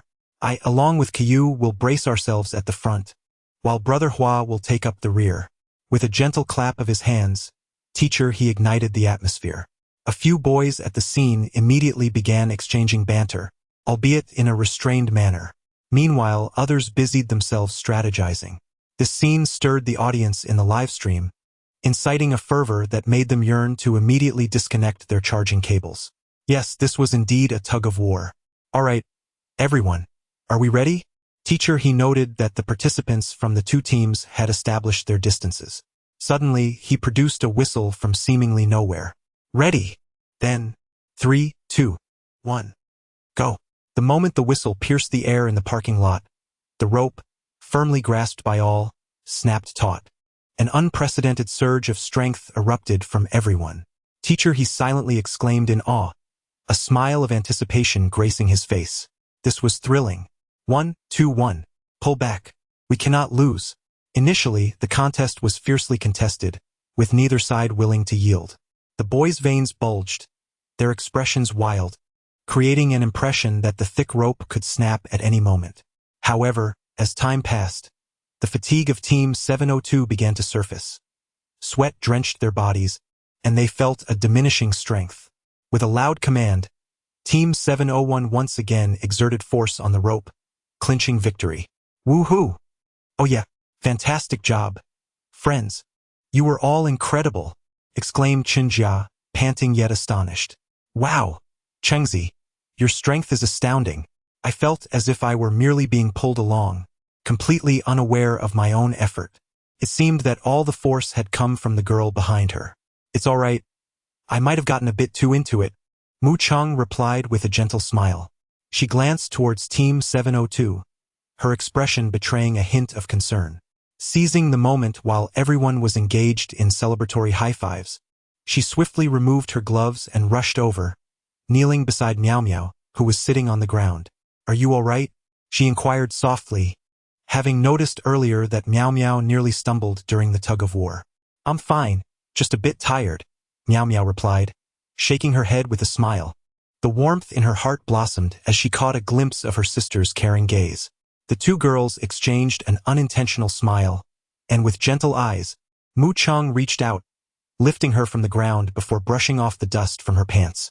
This simple gesture caused Miao Miao's cheeks to flush slightly. Many present at the scene, along with the viewers in the livestream, couldn't help but display knowing smiles. Meanwhile, Liang Xiaowei stood off to the side, gently biting her lip, lost in thought. As soon as Mu Chang returned to Team 701, the confident young woman eagerly wrapped her arms around the girl's neck, softly expressing her playful discontent. I want you to count for me too. Well, then sit on the floor, she teased with a giggle. Of course, this was merely a light-hearted jest from Liang Xiaowei, and she was not truly envious. The two girls shared a moment of playful banter. Shortly thereafter, Xian Ling joined them for a chat, followed by Chinjia. Meanwhile, on the other side, the boys prepared for their impending punishment. 60 push-ups, divided among the three of them, meaning each would need to complete 20. The task was not particularly daunting. However, the production team had a penchant for stirring up excitement. Teacher, he wore a sly smile as he proposed. How about this? You may select a girl to assist you in counting your push-ups. Chapter 75. The moment of heartfelt excitement indeed. As soon as Teacher he uttered those words, the expressions of the boys present momentarily froze. Was it just me, or did it seem like the losers were being offered a reward? Eugene suddenly felt that the tug-of-war had lost its charm. A strong and inexplicable intuition surged within him, convincing him that among the three individuals across from him, at least one would undoubtedly choose the orange for counting. Now, which of you students would like to go first? Teacher he, reveling in the unfolding spectacle, wore a cheerful grin. Xian Ling, too, was observing Mu Cheng's face, her gaze flitting about until she finally broke into a sweet smile. There's something juicy to witness here. On the side of room 702, the three boys exchanged glances, unsure of who should step forward. It was Zhang Junhan who ultimately took the lead. As the big brother of this season, he displayed remarkable confidence, stating with a smile, I'll go first. I wish to choose Yuchun. Very well. Yuchun, you shall assist Junhan by counting to 20, if you please. Not a problem. Wang Yuchun glanced at the man preparing to get down on the floor, his face slightly flushed yet sporting a smile. Here, perhaps you should wear this glove. With that, he handed over his glove to him. Without hesitation, Zhang Junhan accepted it, scratching his head with a grin. Thank you. This scene elicited a collective reaction from everyone present, inducing a wave of affectionate smiles, reminiscent of a motherly pride. Even Mu Chang, standing over by room 701, appeared thoroughly entertained by the unfolding drama, almost shyly retreating behind Liang Xiao. The two girls, brimming with excitement, embraced each other, their eyes sparkling with curiosity. Naturally, the other boys in attendance were exhibiting similar emotions, feeling a tinge of envy. If only they could share such sweetness with Mu Chang, they mused. It would surely be a dream worth awakening to. 1, 2, 3. The 20 push-ups posed no challenge for Jang Junhan, who completed them effortlessly before rising and exchanging a celebratory high-five with Wang Yuchen. Seeing this, teacher he urged them to maintain the momentum. And who is next? I'll go. Huada suddenly stepped forward, exuding an air of confidence as if declaring that he alone could conquer 1,000 foes. Though, of course, this was merely a flight of fancy. In reality, he wore a broad smile as he raised his hand. Unable to suppress a chuckle, teacher he inquired, which girl would you like to choose to assist you in counting? I. As he was about to speak, Huada felt a wave of shyness wash over him. Nevertheless, he ultimately decided to seize the moment. I would like Mu Chang to help, if that's all right. Is that permissible? Teacher he turned his gaze towards the radiant girl donning a beige outfit in the crowd. Not only him, but it seemed that all eyes were now fixed upon Mu Chang. Ding. Please, host, make your heart's choice. Option 1. Assist Huada in counting. Reward. High-heeled shoes that grant swift movement and an unyielding comfort buff. Option 2. Directly perform push-ups for Huada. Reward. Mastery in the Game of Kings. Choose 3. Do nothing and quietly watch the show, and receive a VIP gym membership for a year. Unsurprisingly, in the face of the sudden question, the system echoed in his mind once more. Mu Chang was slightly taken aback by the first 2 rewards, which had indeed appeared before. Could they make a return? However, the girl did not hesitate for long and silently selected the first option in her heart. She nodded cheerfully, a gentle smile gracing her lips. Of course, I can help count. It's not a difficult task. Yet that was merely her perspective. To the boys, Mu Cheng's decision instantly evoked a twinge of envy. Meanwhile, Huada was visibly excited, his eyes seemingly widening. He could hardly contain himself, eager to drop to the ground and perform 50 push-ups. All right, Chengzi, you handle the counting for 20, teacher he chuckled. Sure, Mu Chang nodded, a hint of mirth in her eyes, as she walked over with a light and buoyant step. The afternoon sun bathed the scene in a gentle warmth, the golden summer breeze softly caressing the delicate features of the girl. Her high ponytail danced playfully in the vibrant air. As she approached, her smile momentarily made many feel as though their breaths had stilled, their hearts racing. In that instant, everyone truly grasped the meaning of a heart fluttering. Shall we begin, Brother Hua? Ah, yes, yes. Huada, snapping back to reality, hurriedly suppressed his racing heart and reluctantly averted his gaze. He then positioned himself on the ground, arms straightened, and began his push-ups. He felt an unprecedented surge of energy, as if the fatigue from his usual 5 minutes of exercise had vanished. He could easily manage not just 20 but even 100.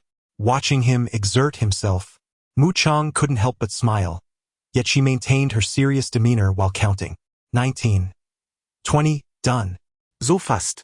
Huada rose, feeling a hint of regret. The gentle tone of the girl's voice had captivated him. Teacher he, shall we move on to the next segment? Someone proposed, unable to contain themselves. They feared that if Zhou Qiyu also had Mu Chang count, it would truly be unbearable. Sometimes, the jealousy of boys can be quite intense, even when their relationship with the girl is not significant. However, teacher he could not indulge them, as fairness in the game was paramount. He gently shook his head, smiling as he said, Qiyu, it's your turn. Would you like to choose a girl to count as well? I'll choose Sister Xinling. Zhou Qiyu hesitated for a moment before deciding to concede. He felt that selecting Mu Chang would only lead to trouble. Furthermore, he was merely accompanying the guests for the games and was not a resident in the small house. Choosing a girl from among them seemed inappropriate. One must admit, this young man showed a degree of discernment. The gaze of Lin Yi and the others softened somewhat. Otherwise, well, at this moment, they were filled with the murderous intent typically reserved for slaughtering a mere chicken. At times, the urge to take a knife to someone is simply inescapable. In truth, it wasn't just them. Even the male fans in the live stream found themselves unable to restrain their excitement, frantically rummaging through the kitchen for any tools they could employ. For instance, a beautiful knife, an English baton, a French mace, and so forth. Let us eliminate this insufferable brat. Meanwhile, Huada wiped the sweat from his brow, unable to suppress a sneeze. He felt an unsettling chill in his heart. Someone harbors ill intentions towards me. Hiss! Alright, now that the tug-of-war competition has concluded, shall we proceed to the second segment of today's event? Teacher He, once again taking charge, managed to quell everyone's resentment, finding the situation rather amusing. One can only say that the allure of orange is simply irresistible.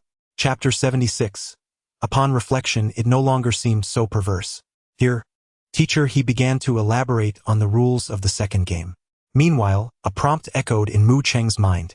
Congratulations, host, for completing the heart-throbbing choice. Reward: high-heeled shoes with a swift as the wind buff that never causes blisters.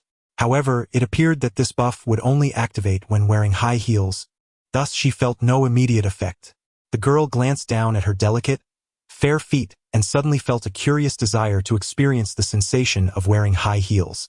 As for the upcoming competition, it was titled Washing the Comforter. Teacher He surveyed the crowd and chuckled. Everyone froze momentarily. Washing the comforter? Indeed. He gestured toward the enormous wooden basin positioned on the ground by the staff, a smile gracing his lips. Here's the thing. We won't wash it by hand this time, as hand-washing does not fully showcase everyone's abilities. Therefore, we've decided to wash the comforter using our feet. How about that? What? Everyone's eyes widened in disbelief. Wash the comforter with their feet? What would happen to the comforter? What if someone had athlete's foot? Even the viewers in the live stream were taken aback, unable to suppress their comments on this bizarre rule. Of course, at that moment, some fans vehemently disagreed. Hey, washing with feet sounds great. I just love seeing Chengzi's feet. Drooling. The previous commenter seems a bit extreme. Cough softly. Don't you all think Chengzi's feet are truly beautiful? I just want to negotiate with the production team on one matter. Could we not throw away the water used for washing the comforter? I'd pay to drink it. What the heck? I already feel a bit out of place here. No one anticipated that a game about washing a comforter would unleash a torrent of bizarre comments in the live chat. Some were shivering in disbelief. As it turned out, there were indeed people with a peculiar fondness for foot-washing water. However, many viewers had to concede that Chengzi's feet were indeed quite lovely. They were as fair as jade, with mischievous toes slightly curled, glistening and transparent, evoking an irresistible urge to gently squeeze them. Suddenly, upon this realization, they no longer seemed so perverse. Some appeared to have discovered a new realm of fascination, their eyes sparkling with intrigue. Meanwhile, in the parking lot of the heartfelt cottage, everyone had to accept this novel comforter washing gameplay as they awaited Teacher He to explain the rules. The rules are quite simple. Through collaboration, the girls will select a male partner, and the two will enter the wooden basin to wash the comforter. Finally, they will wring it out and place it on the scale. The lightest comforter wins. How does that sound? The game's mechanics were indeed straightforward. Yet, a question arose. Exine Ling couldn't help but voice her confusion. Teacher He, we currently have 7 girls and 5 boys. How should we pair up? Are we really supposed to have me and Zhou Qiyu together? But that didn't seem quite right either. Thus, the answer to this question is evidently in the negative. Teacher He smiled gently and said, Here's the plan. We will draw lots. The 2 girls who did not draw a number would automatically form a team to participate in the competition. Is that acceptable? He glanced around, seeking the consensus of the group. To his relief, there were no objections, and everyone nodded in agreement. Certainly, Teacher He, they affirmed. Very well, let us commence the drawing. Teacher He received several cards inscribed with heartfelt moments from Zhou Qiyu and distributed them among the 5 girls present. You might wonder why there are only 5.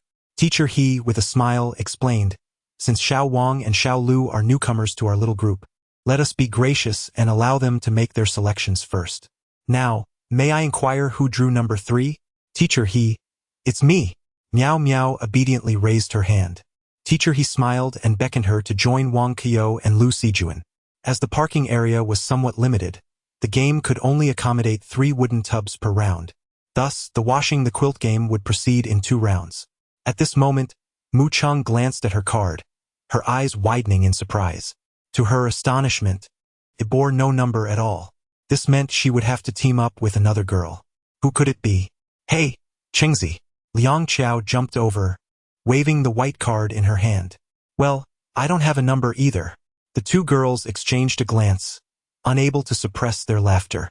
Felt rather serendipitous, didn't he it? Meanwhile, teacher he had begun allowing the three girls to choose male partners for the quilt washing. Wang Kyo and Lu Sijuan exchanged polite gestures, ultimately letting Wang Kyo select first. She surveyed the boys present and, after a brief moment of contemplation, pointed to one. I choose Lin Yi. Lin Yi, though he had anticipated this moment, felt a pang of resignation. Of course, the person he wished to be chosen by was none other than Qingzi. Yet, the rules of the game must be respected. He paused for a moment before stepping forward to stand beside Wang Kyo at the first wooden tub. Now it was Lu Sijuan's turn. The onlookers speculated whether she would choose Jiang Junhan. Given that they had gone on their previous date together, Wang Yuchen felt a twinge of anxiety. However, in a twist that surprised everyone, Lu Sijuan declared with a smile, I choose Eugene. He is an athlete and should excel at ringing quilts. Eugene, bewildered, stood up, leaving Miao Miao in a quandary. Instinctively, she turned to glance at Qingzi. However, Mu Cheng found herself at a loss, unable to offer any assistance. She could only manage a gentle smile, conveying her encouragement. Miao Miao, feeling helpless, ultimately decided to take a chance and selected someone she was somewhat familiar with. I choose Huagu. Pick me and victory is assured. Huada, exuding an unexpected confidence, stood tall. Miao Miao, observing her endearingly confused expression, couldn't help but stifle a laugh alongside several girls, including Mu Cheng. There was something almost pitiable about her younger sister's demeanor. If you happen to be kidnapped, Miao Miao, just blink your eyes. Teacher He and the others found the situation amusing, their expressions a mix of suppressed laughter and restraint. Fortunately, they managed to curb their rising smiles with a few discreet coughs. Now, let us commence the first round of the blanket washing competition. I invite all students to gather at the basin. Chapter 77. A touch of shyness, they nearly stood outside the large wooden basin. Inside the three oversized tubs lay a thin air conditioning blanket, and the staff had poured the sponsor's laundry detergent into them. Thus, the members of the three groups began by playfully splashing their hands in the basins to create bubbles. Gradually, they ventured barefoot into the tubs, careful of the slippery surface. Are we supposed to walk around the basin, or how do we wash? Lin Yi and Wang Kyo, being somewhat familiar with each other, managed to exchange a few words, preventing the atmosphere from becoming excessively awkward. However, on the other side, Miao Miao and Huada, who shared a room yet had little in common, found themselves in a truly uncomfortable situation. Despite the bravado with which Huada had earlier proclaimed victory, it was evident that he was merely boasting. Huada scratched his head, sharing a hesitant smile with Miao Miao. Why don't you go in first? All right, I'll stay here. And so they entered the tub one after the other, their contrasting appearances amusing onlookers. One with thick, coarse leg hair and the other with delicate, fair feet. The sight elicited uncontrollable laughter, evoking a peculiar sense of incongruity, reminiscent of an elderly man with a young girl. Meanwhile, Mu Cheng and Liang Chaowei were thoroughly entertained, their laughter unabated as they focused solely on Miao Miao. Even from a distance, they could almost feel her embarrassment. Eugen, could you give me a hand? I'm afraid I might fall. Sure. At the same time, the second group was also making subtle movements, initiated by Lu Sijuan. Eugen instinctively glanced at the girl, ensuring she wasn't watching before extending his hand for Lu Sijuan to grasp. Together, they stepped into the frothy detergent, striving to cleanse the blanket more thoroughly. Three groups, three distinct atmospheres, elicited chuckles from Teacher He and his companions as they watched and whispered among themselves. This side seems fine. It's south quite close. Do you feel any romantic bubbles? Just a hint, not much, Teacher He. Look over there, they seem so shy. Indeed, it's not merely shyness. If this continues, Miao Miao might end up standing outside the tub. Miao Miao and Huada remained immobile, opting to scrub the blanket solely with their feet, unlike the other pairs who at least managed to turn in circles and stomp a few times. Mu Cheng was overjoyed, her laughter causing her eyes to squint, and her hands instinctively clapping in delight. Chen Jia leaned in. Have you drawn your numbers? Not yet. We happen to be together, Liang Chaowei replied, raising an eyebrow with a light chuckle. With a triumphant air, the girl revealed a white card. Chen Jia sighed, Then I suppose I'll have to team up with Wang Gu. After all, both of them had drawn cards without numbers. The final piece rests with Wang Yuchen, and there is no need to deliberate. It is certain that the choice will fall upon Jiang Junhan. Thus, only Wang Helong remains for her. Observing the three groups beginning their blanket twisting, Chun Jia directly approached Wang Yuchen and the two remaining boys. The four of them conferred and decided to form their groups in advance. At this moment, the results of the first round of the blanket twisting competition had already been announced. Let's take a look. The first group score is 62 Kilogramm. Quite impressive. Teacher, he smiled and applauded. He then proceeded to place the blankets of the second group, consisting of Eugene and Lu Sijuan, onto the scale. One must admit, the strength of the athletes is indeed advantageous. Their blanket twisting prowess is remarkable. Zhou Qiu promptly declared. The second group score is 1 kilogram. Wow. Even Lu Sijuan herself seemed somewhat incredulous. Once she regained her composure, she leapt up in excitement and immediately embraced Eugene, exclaiming, "You're amazing." Caught off guard, he stiffened and was momentarily frozen.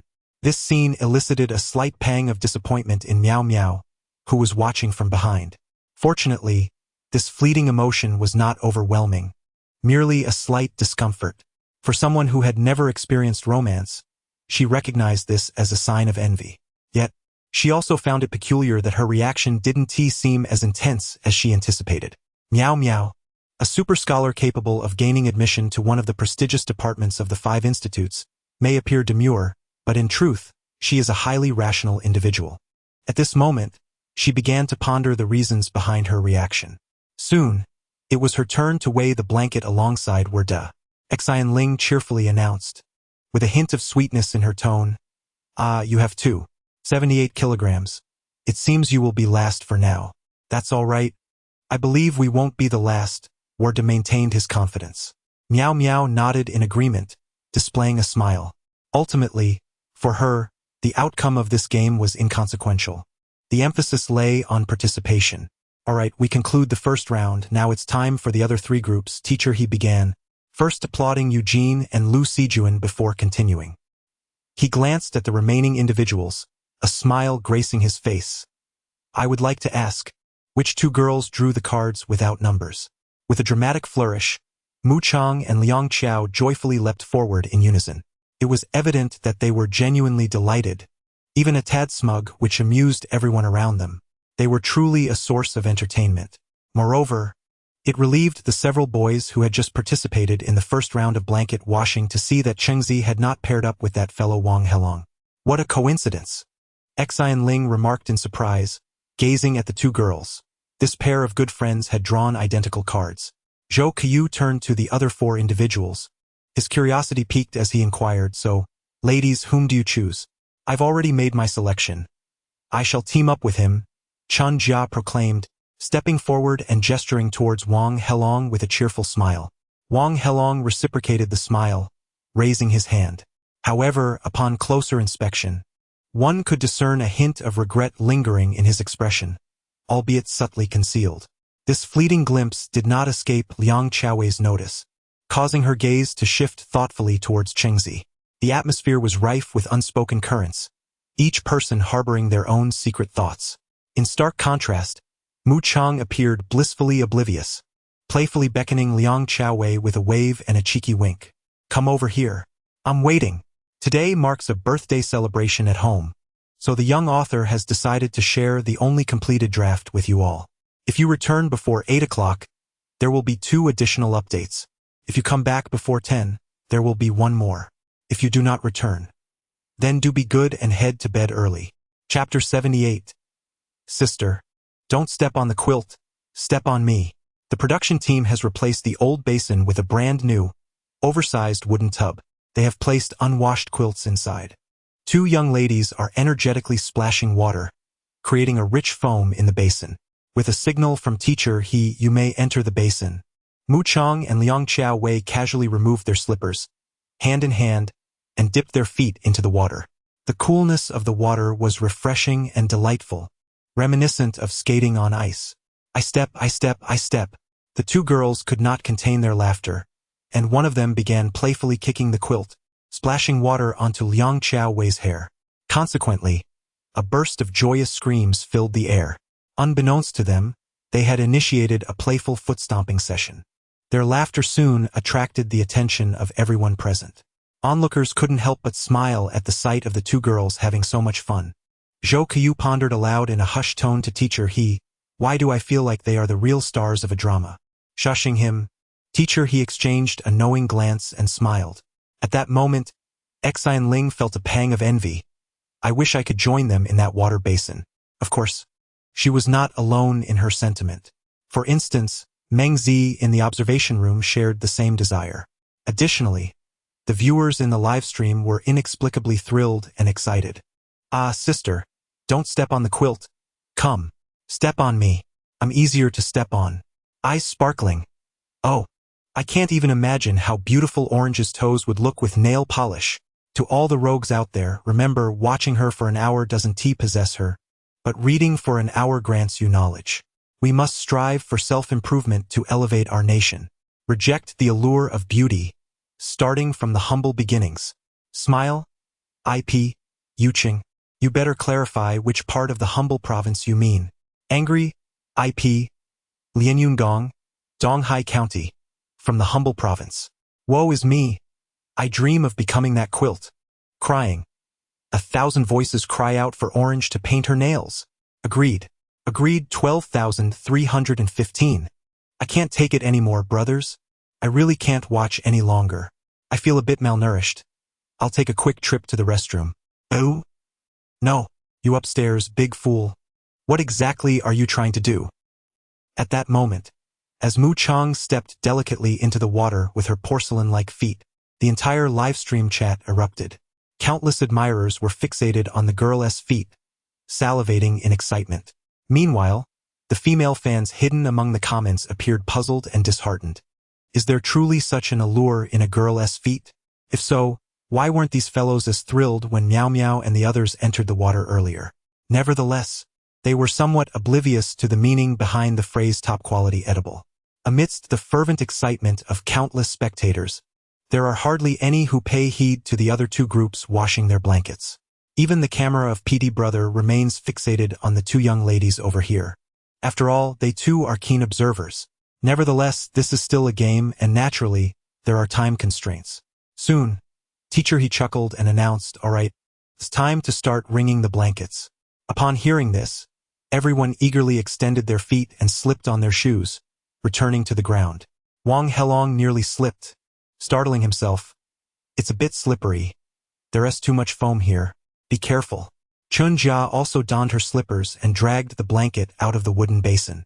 The two immediately commenced a rotational wringing motion, having observed Eugène's group earlier, which had successfully managed to achieve the lightest weight. Likewise, Wang Yuchen's group adopted a similar strategy. She and Jiang Junhan collaborated, splitting the long blanket in half to twist it together. Teacher He smiled slightly and quietly remarked to the two beside him, "This competition is quite intense. Everyone is eager to win." Teacher He, look over there. A timid voice suddenly interjected. Zhou Qiu pointed in a direction, and the two turned their gaze. They were instantly captivated by the scene before them. At some point, Chengzi had begun to play in circles with Xiao Xiao, each grasping a corner of the blanket and spinning around like a compass, exuberantly hopping, their faces adorned with innocent smiles. It was evident that they were genuinely enjoying themselves, devoid of any competitive spirit. Xinling couldn't help but burst into laughter at the cuteness of these two sisters. I recall Xiao Xiao is a Sagittarius. It's remarkable how fire and air signs can play together. She chuckled. After all, they are a dynamic duo. Teacher He also laughed. Now, it felt somewhat reluctant to interrupt the joy of these two cheerful girls. However, time was pressing. It was nearly 5 o'clock, and they had the next segment to attend to.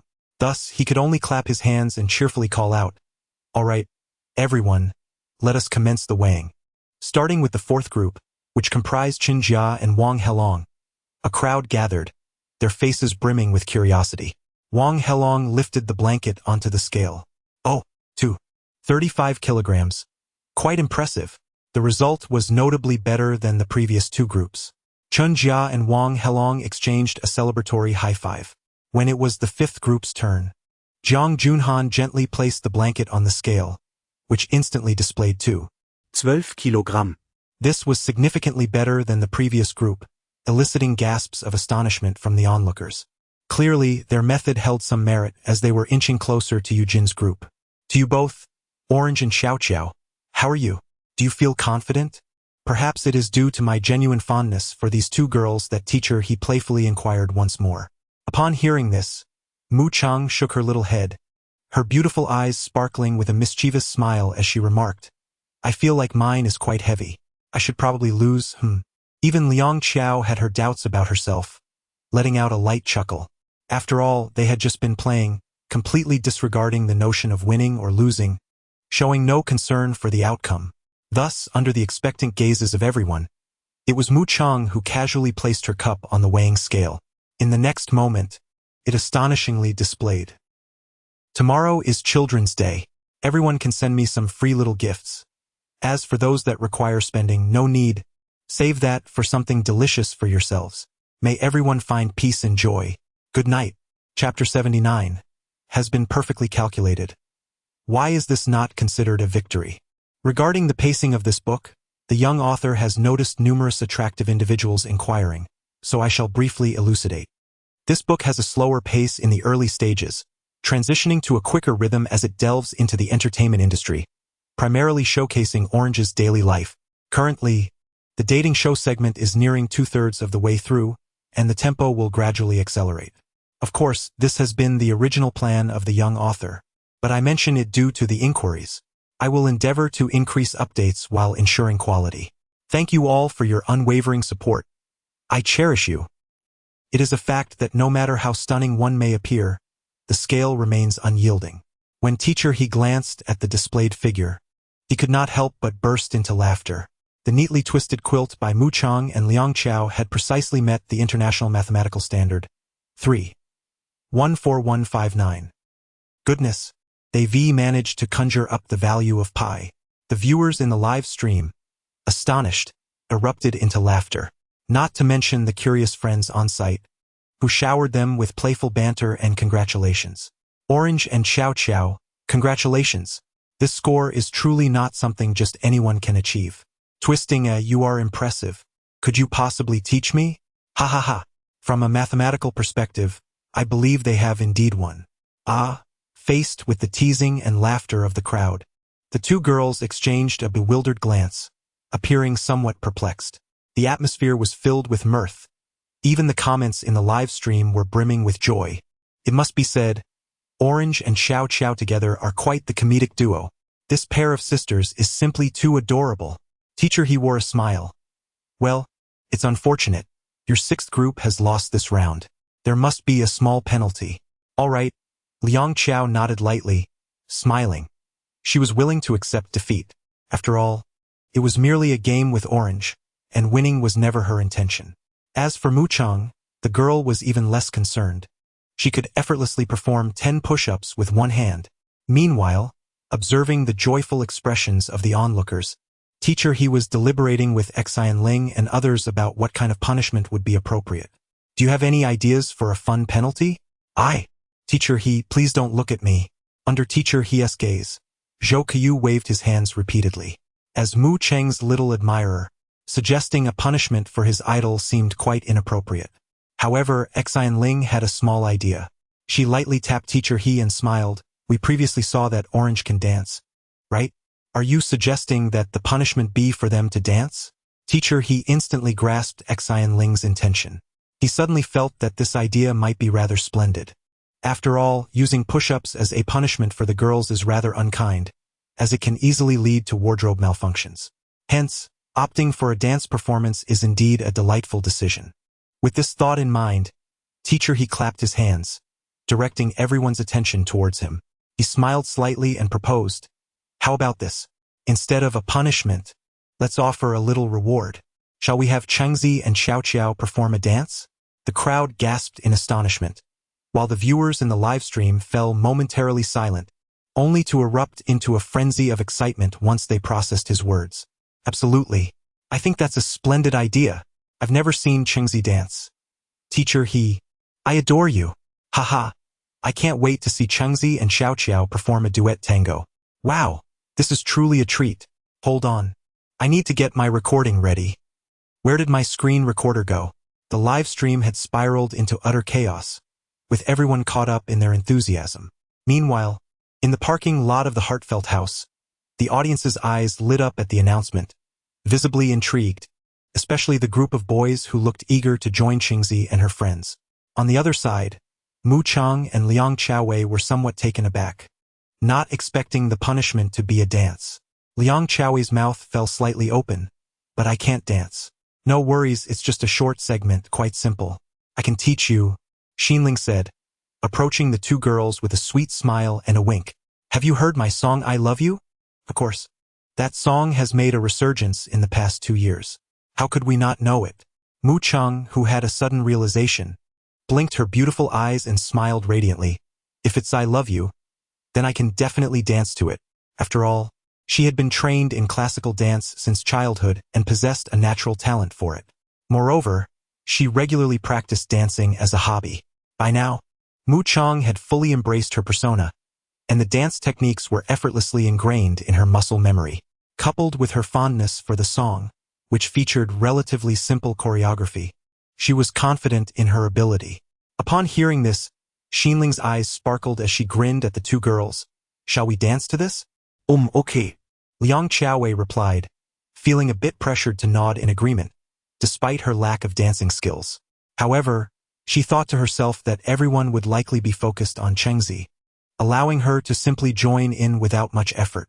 With this in mind, Liang Chaowei felt quite clever. All right, classmates, let's commence the punishment. Teacher He had meanwhile procured a large speaker, promptly playing Xinling's song, the very one they had been discussing. As the familiar and joyous melody filled the air, exuberant cheers erupted from the crowd. At that moment, Xinling began to sway her arms in harmony with the rhythm of the dance.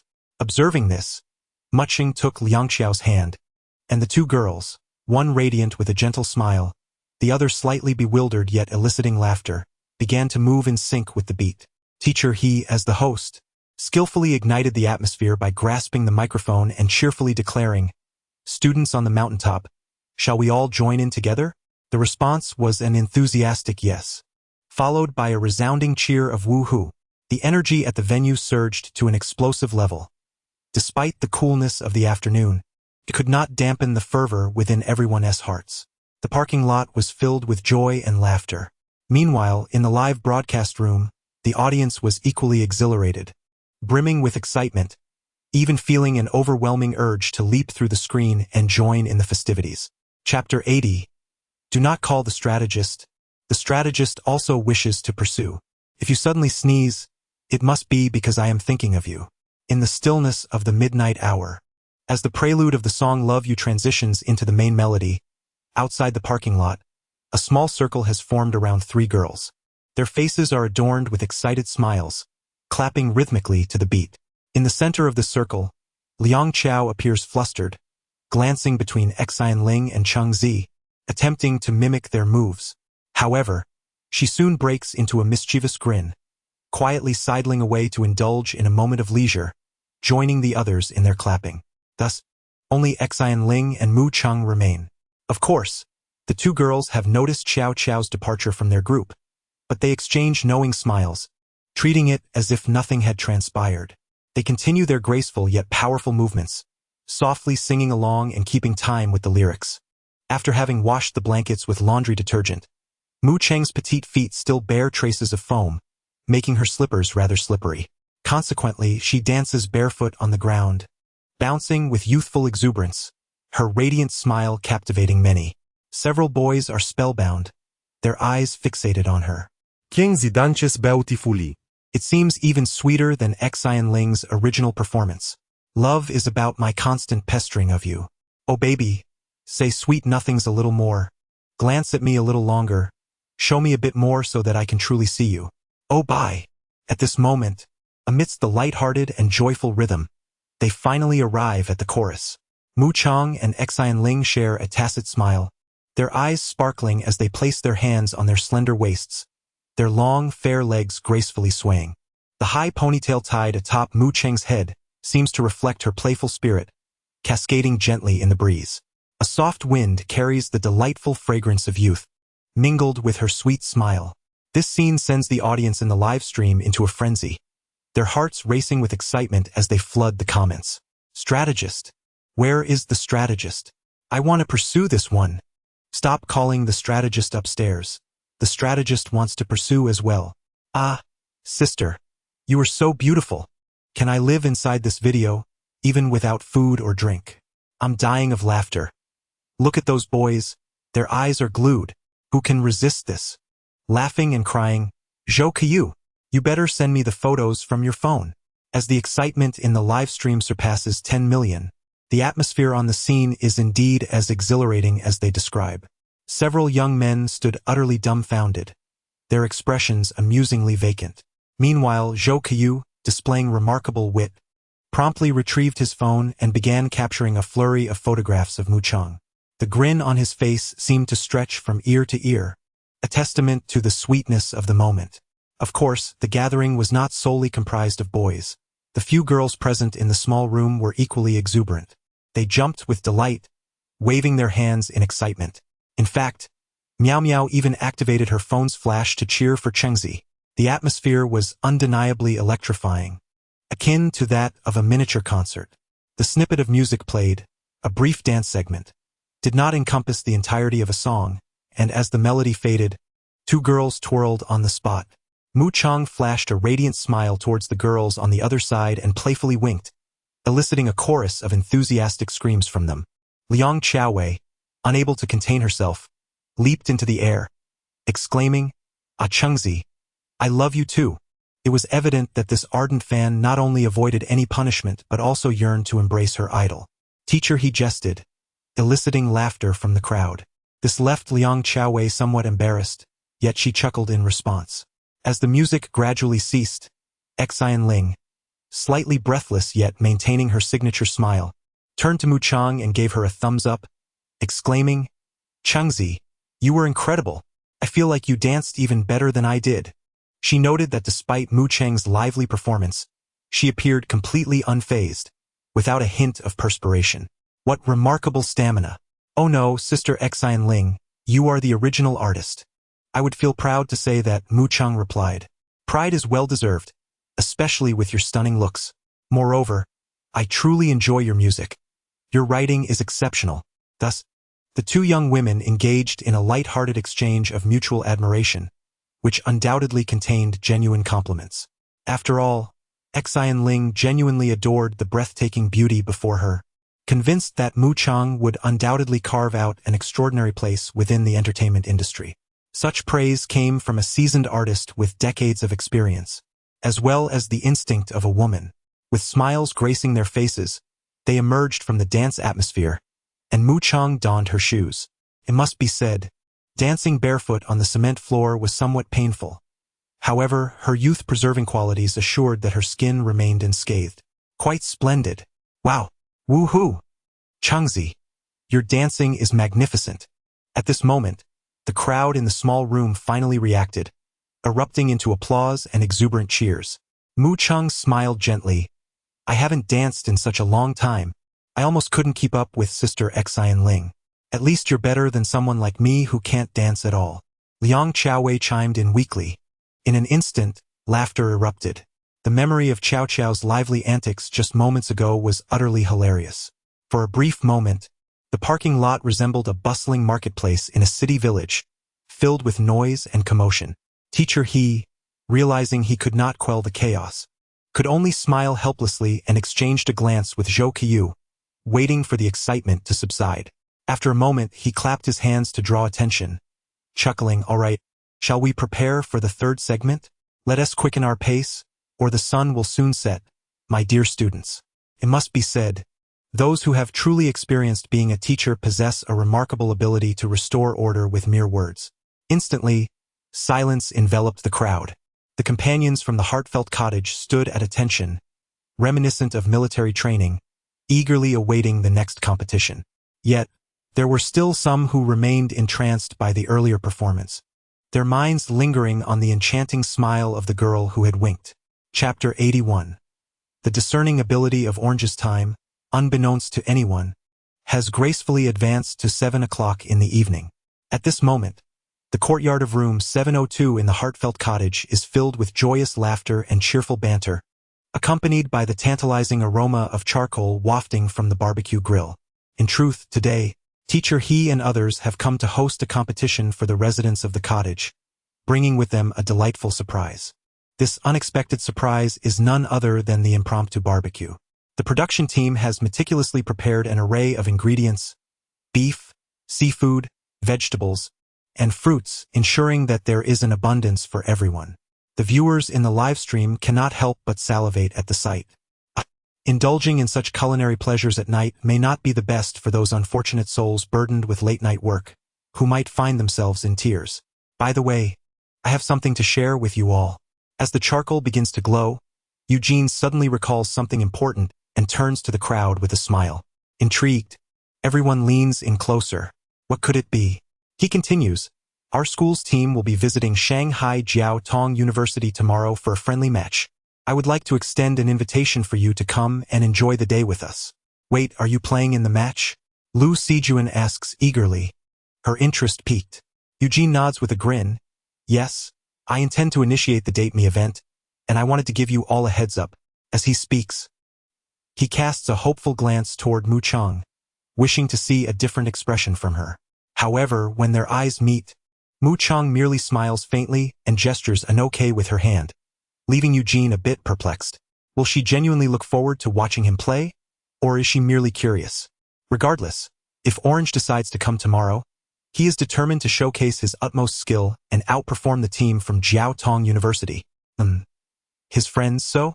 As everyone engages in casual conversation on various topics, the charcoal is soon ignited. Jiang Junhan quickly encourages everyone. "Come on, if there's anything you wish to eat, bring it over and I'll help grill it." "That's all yours," Wang Yuchen responds, already prepared to take matters into her own hands. Upon hearing his words, she promptly hands him the basket filled with ingredients, covering her mouth to stifle a giggle. Given their blossoming relationship, she sees no reason to hide her feelings any longer. With a cheerful demeanor, Jiang Junhan accepts the basket, assuring her, "Rest assured, I won't let you eat anything undercooked." "All right then, ladies, we shall leave it to him. Let him handle the grilling alone." "Okay. Junhan, can you manage it? Or do you need my assistance?" The boys of the cottage display their camaraderie, as Huada steps forward with a broad grin. In an instant, the atmosphere in the courtyard becomes warm and inviting, filled with a sense of comfort and the delightful sounds of laughter, as they indulge in their favorite ship. The crux of the matter is that this could be considered the sole recognized couple in the cozy abode. "Orange, would you like to have some grilled green beans?" A few girls gathered around a small grill, with a modest assortment of ingredients surrounding them.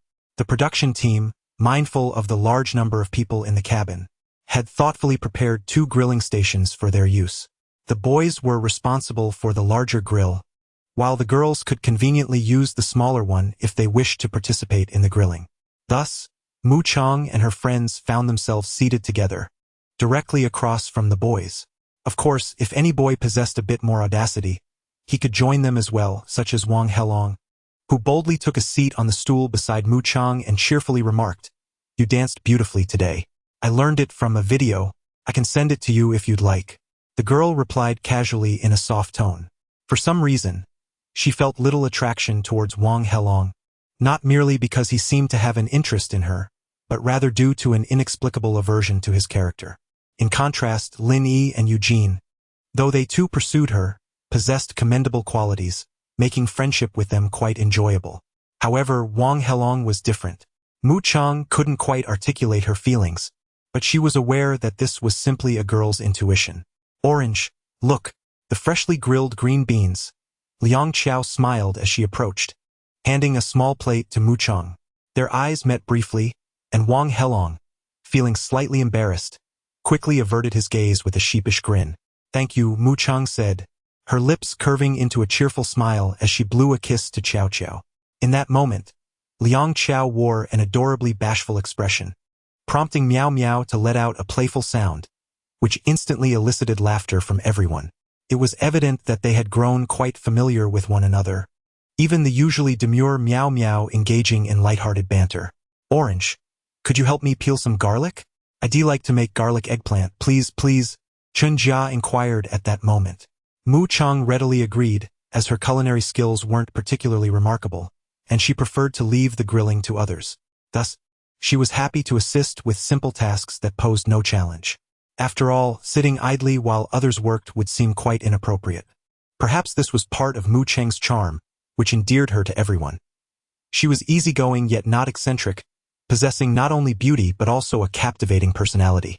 All right, the girl said, her lovely eyes sparkling with joy as she gathered some raw garlic from the other side.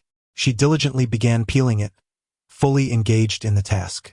Observing this, Wang Helong felt a stir in his heart and moved his stool closer, saying with a smile, I'll help you peel as well. I have nothing else to do. I'll grab a basket and share some with you. No need. I'll just take a few, she replied. As Wang Helong spoke, he reached out his hand, attempting to place it on Mu Chang's thigh. The fresh garlic she had just peeled was conveniently stored in a basket beside her. She was taken aback by his audacity. In an instant, Mu Chang's mind conjured up nearly 10 defensive maneuvers.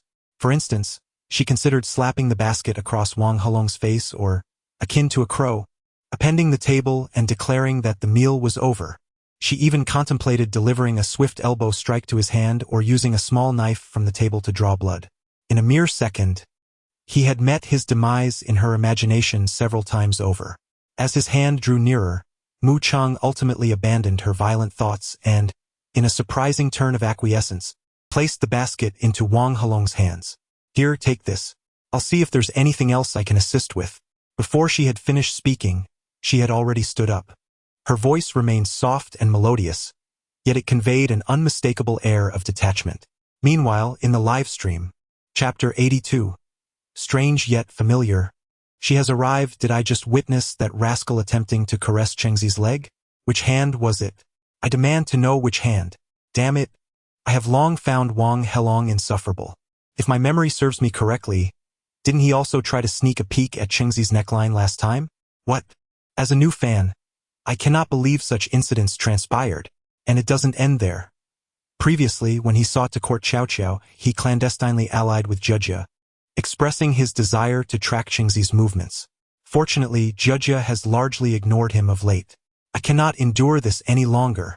Is there anyone willing to help me dig up his dark secrets? I am determined to expose this scoundrel. Guoli Orange, come quickly. Time to act. Spit it out and be on your way.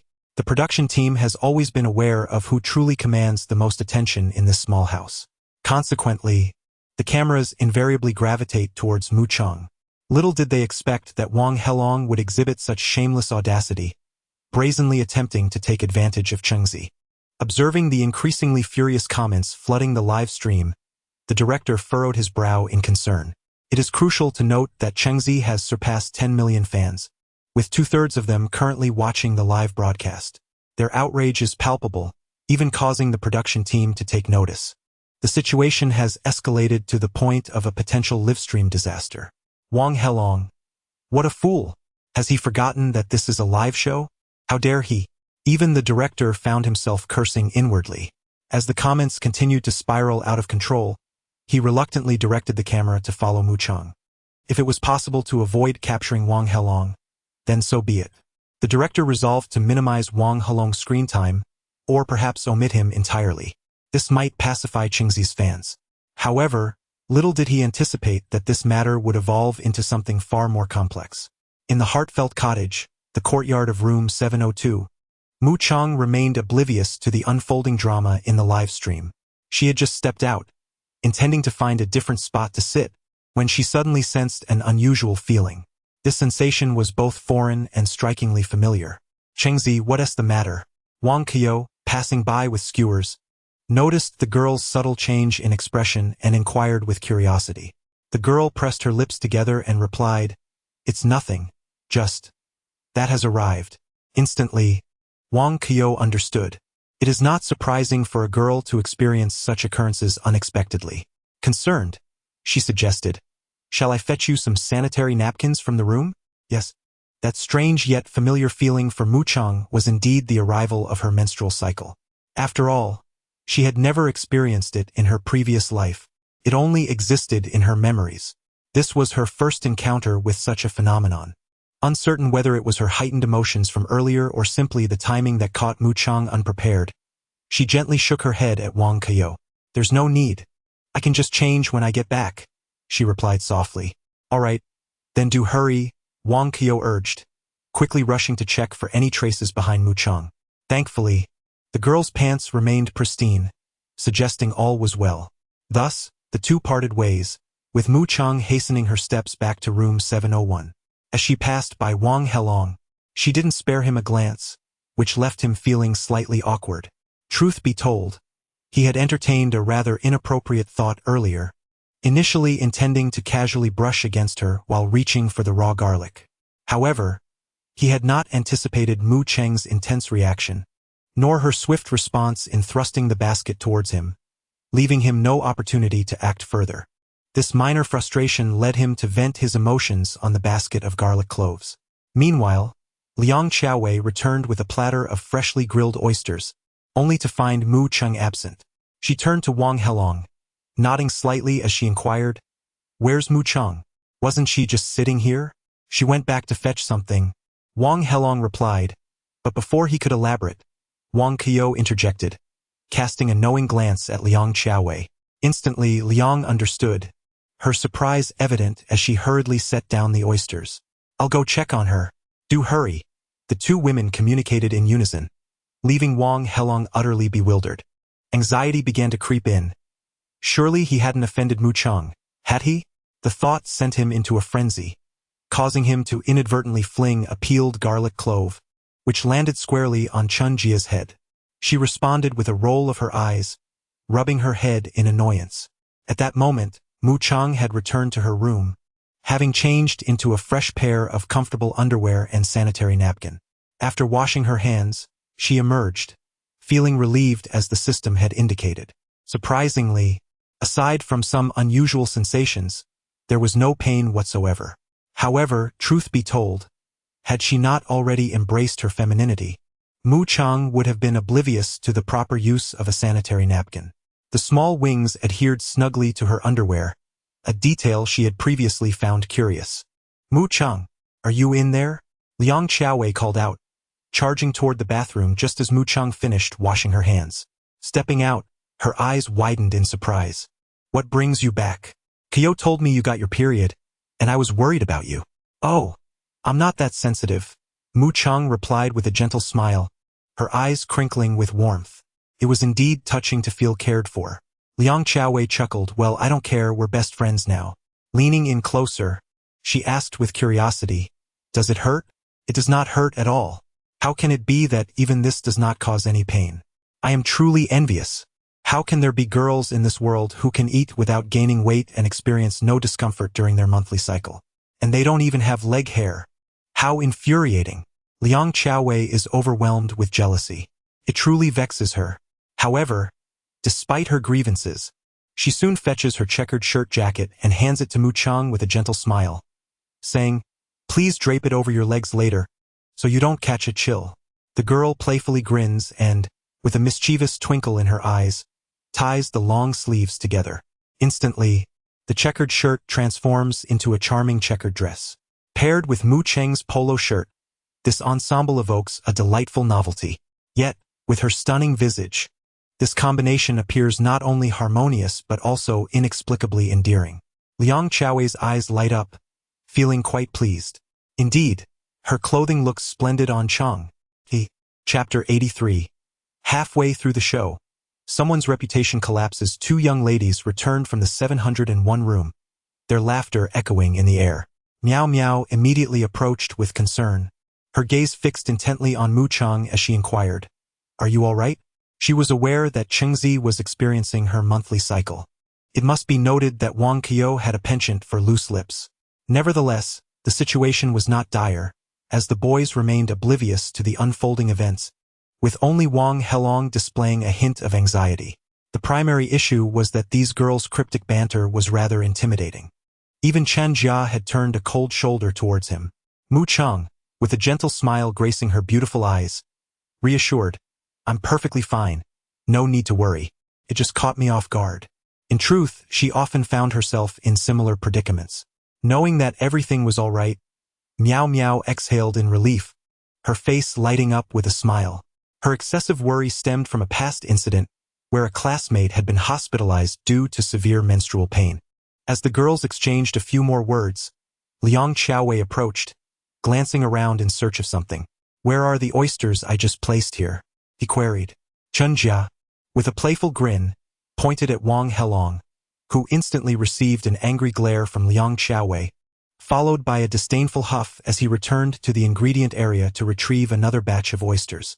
Wang Helong thought to himself, why does it feel like I've inadvertently offended all the girls this time? It seems I am truly in peril. His intuition, however, was not without merit.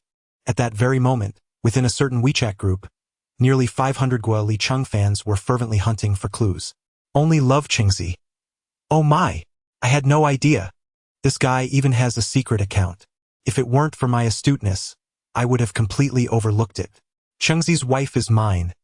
What's the ID? Sisters, hurry and share it. Only love Qingzi. Screenshot. JPG. Orange 660. Goodness.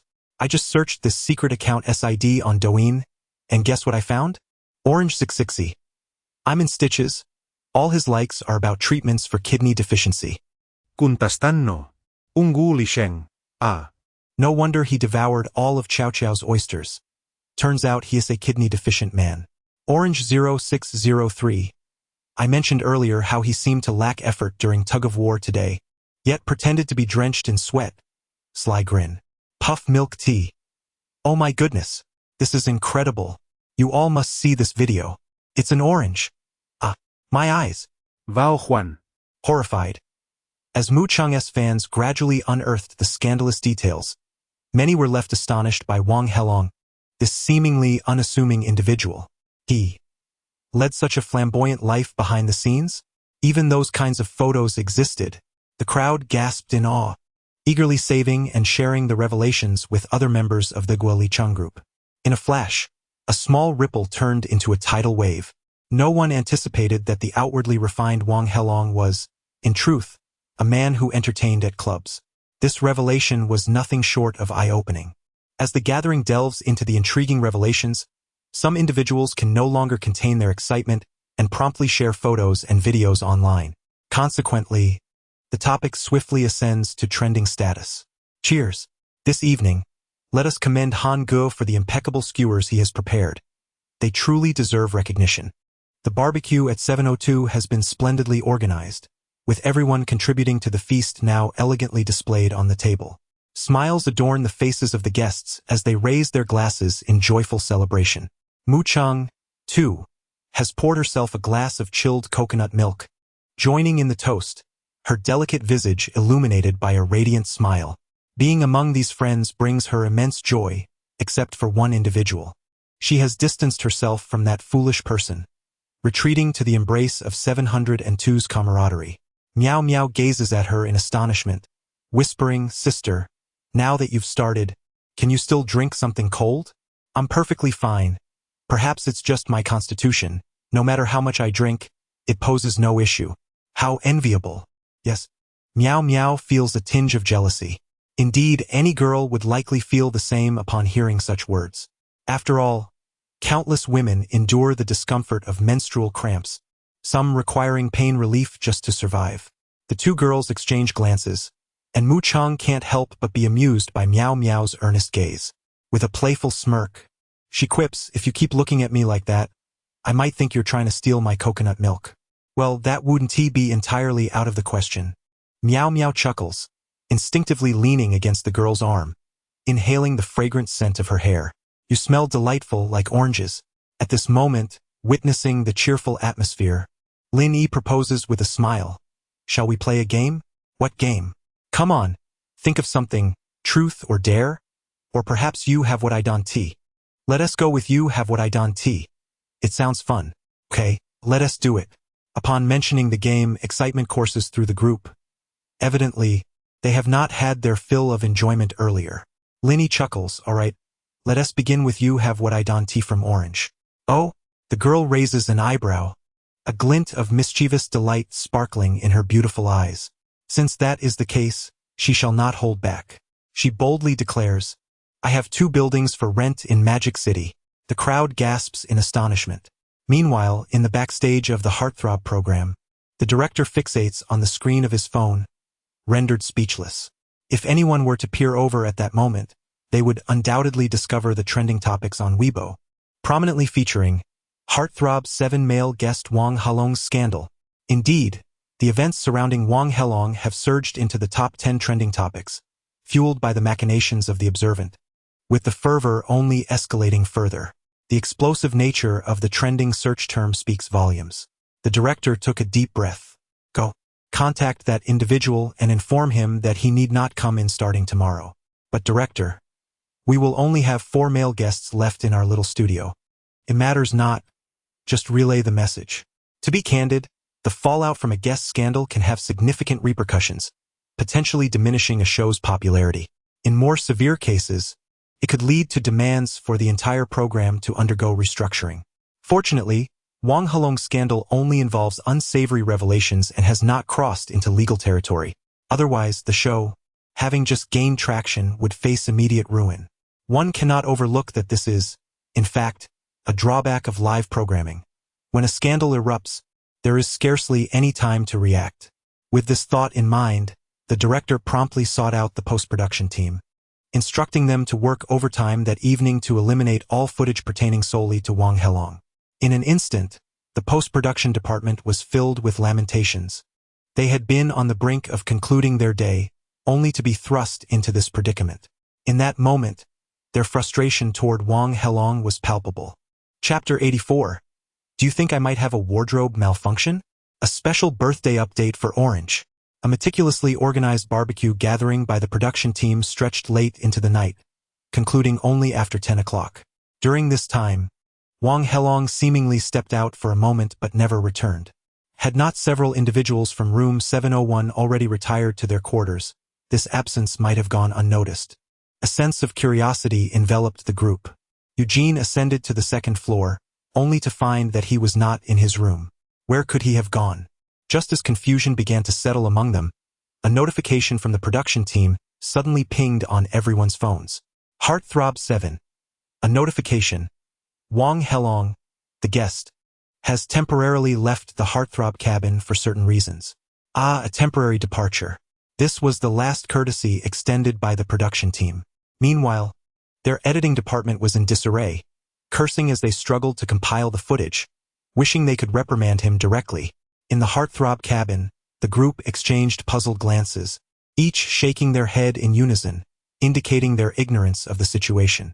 Chun Jia took the initiative to dispel the awkward atmosphere. Since the production team informed us, it must be nothing serious. Right, then there's no need to worry. I must hurry and take a shower, Linny added with a smile.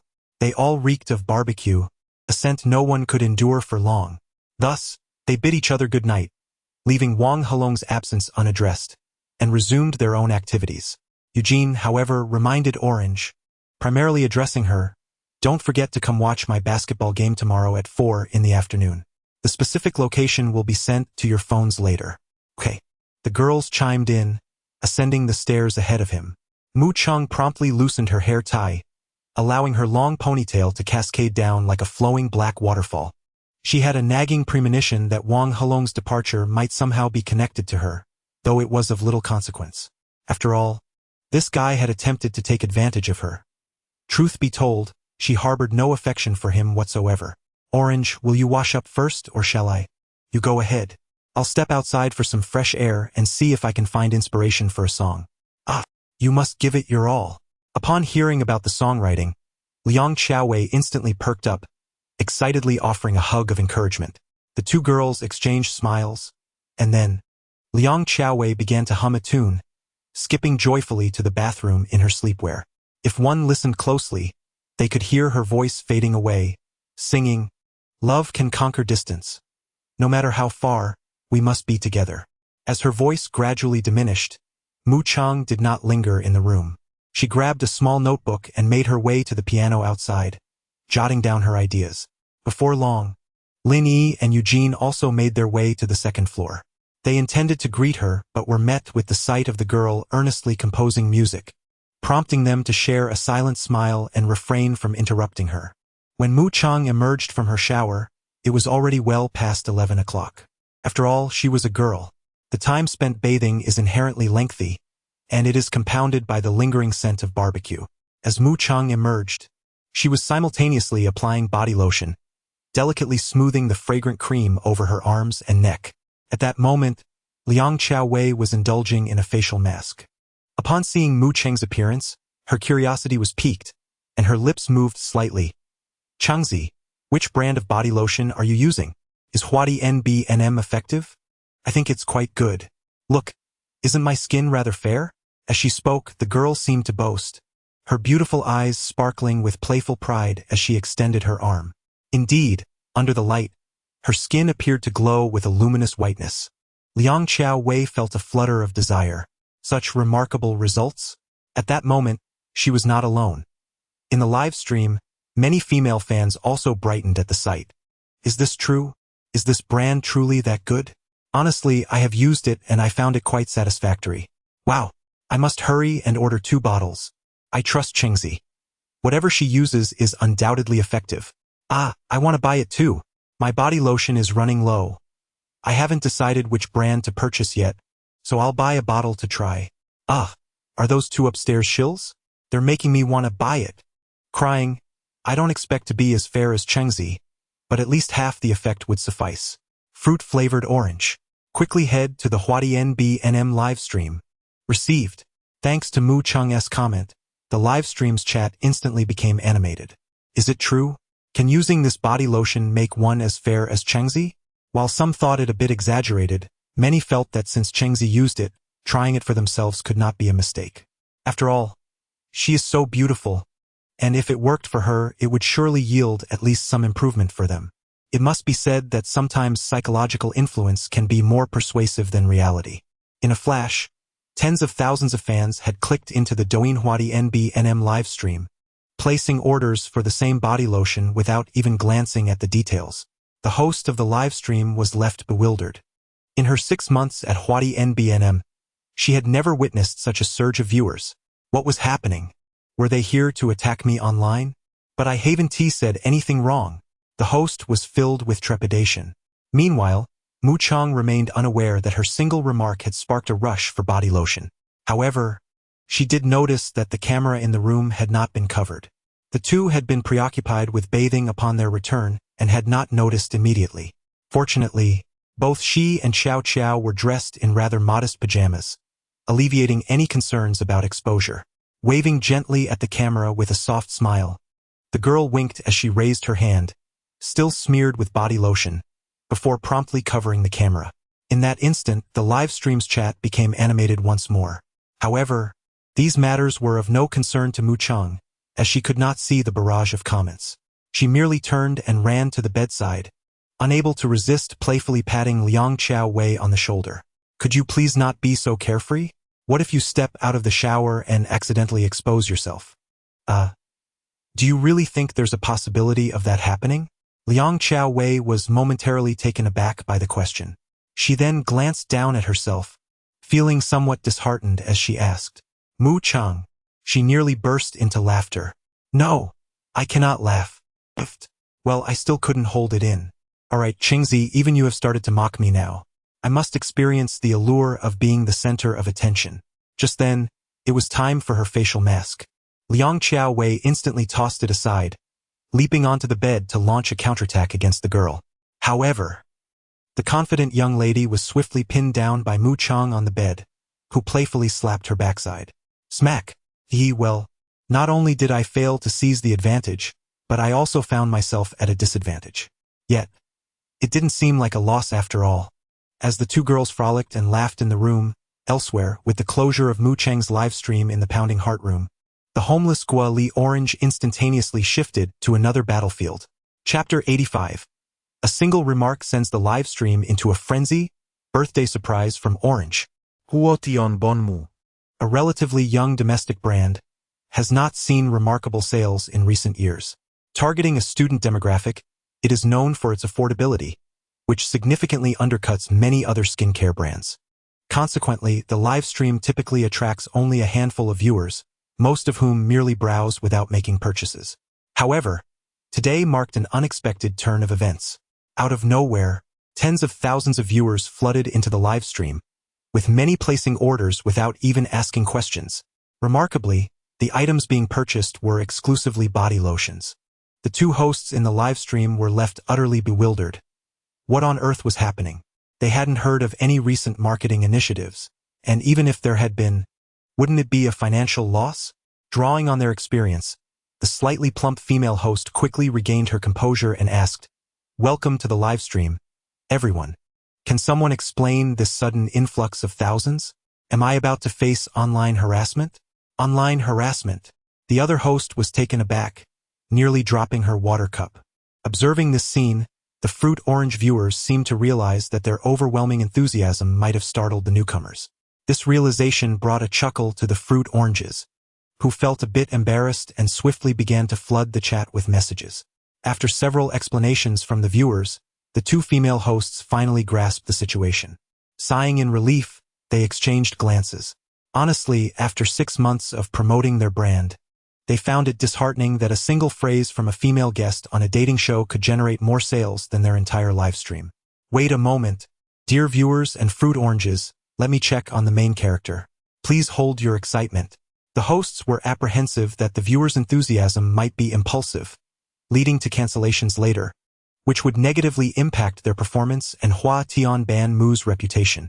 Therefore, their immediate goal was to calm the fervor of their fans. The slightly plump host began her search, her hand trembling slightly as she picked up her phone. She was taken aback upon discovering a Douyin account with an adorable orange avatar, boasting over 10 million followers. Instinctively, she nudged her partner, exclaiming, "Look, look, oh my goodness!" Startled, her partner nearly shouted in excitement, but fortunately, she managed to cover her mouth just in time. Quickly shifting the topic, she remarked, "Each of those 7 videos has at least 600,000 likes. Your orange is truly remarkable. Is she not an absolute beauty? Let us delve into this vlog video and discover its allure. I am certain it features an exceptionally beautiful girl. In truth, not everyone has been acquainted with Mu Cheng's songs. Perhaps even those who have heard them may not realize she is the artist behind the melody. Much like the case with Wang Kaiyou, the manner in which these two hosts engage with their audience is utterly charming, instantly igniting the emotions of their fans. The barrage of comments erupted with excitement and fervor. Yes, indeed. Let us watch it now. Absolutely. Our dear Cheng Bao is an absolute beauty. Ha ha ha. Dear host, do hurry up. You will surely fall in love with Chengzi. If you do, I shall purchase another bottle. Enough said. If you at Huadian Banmu could invite Chengzi as your spokesperson, I would place an order for 1,000 bottles, destined for our female employees.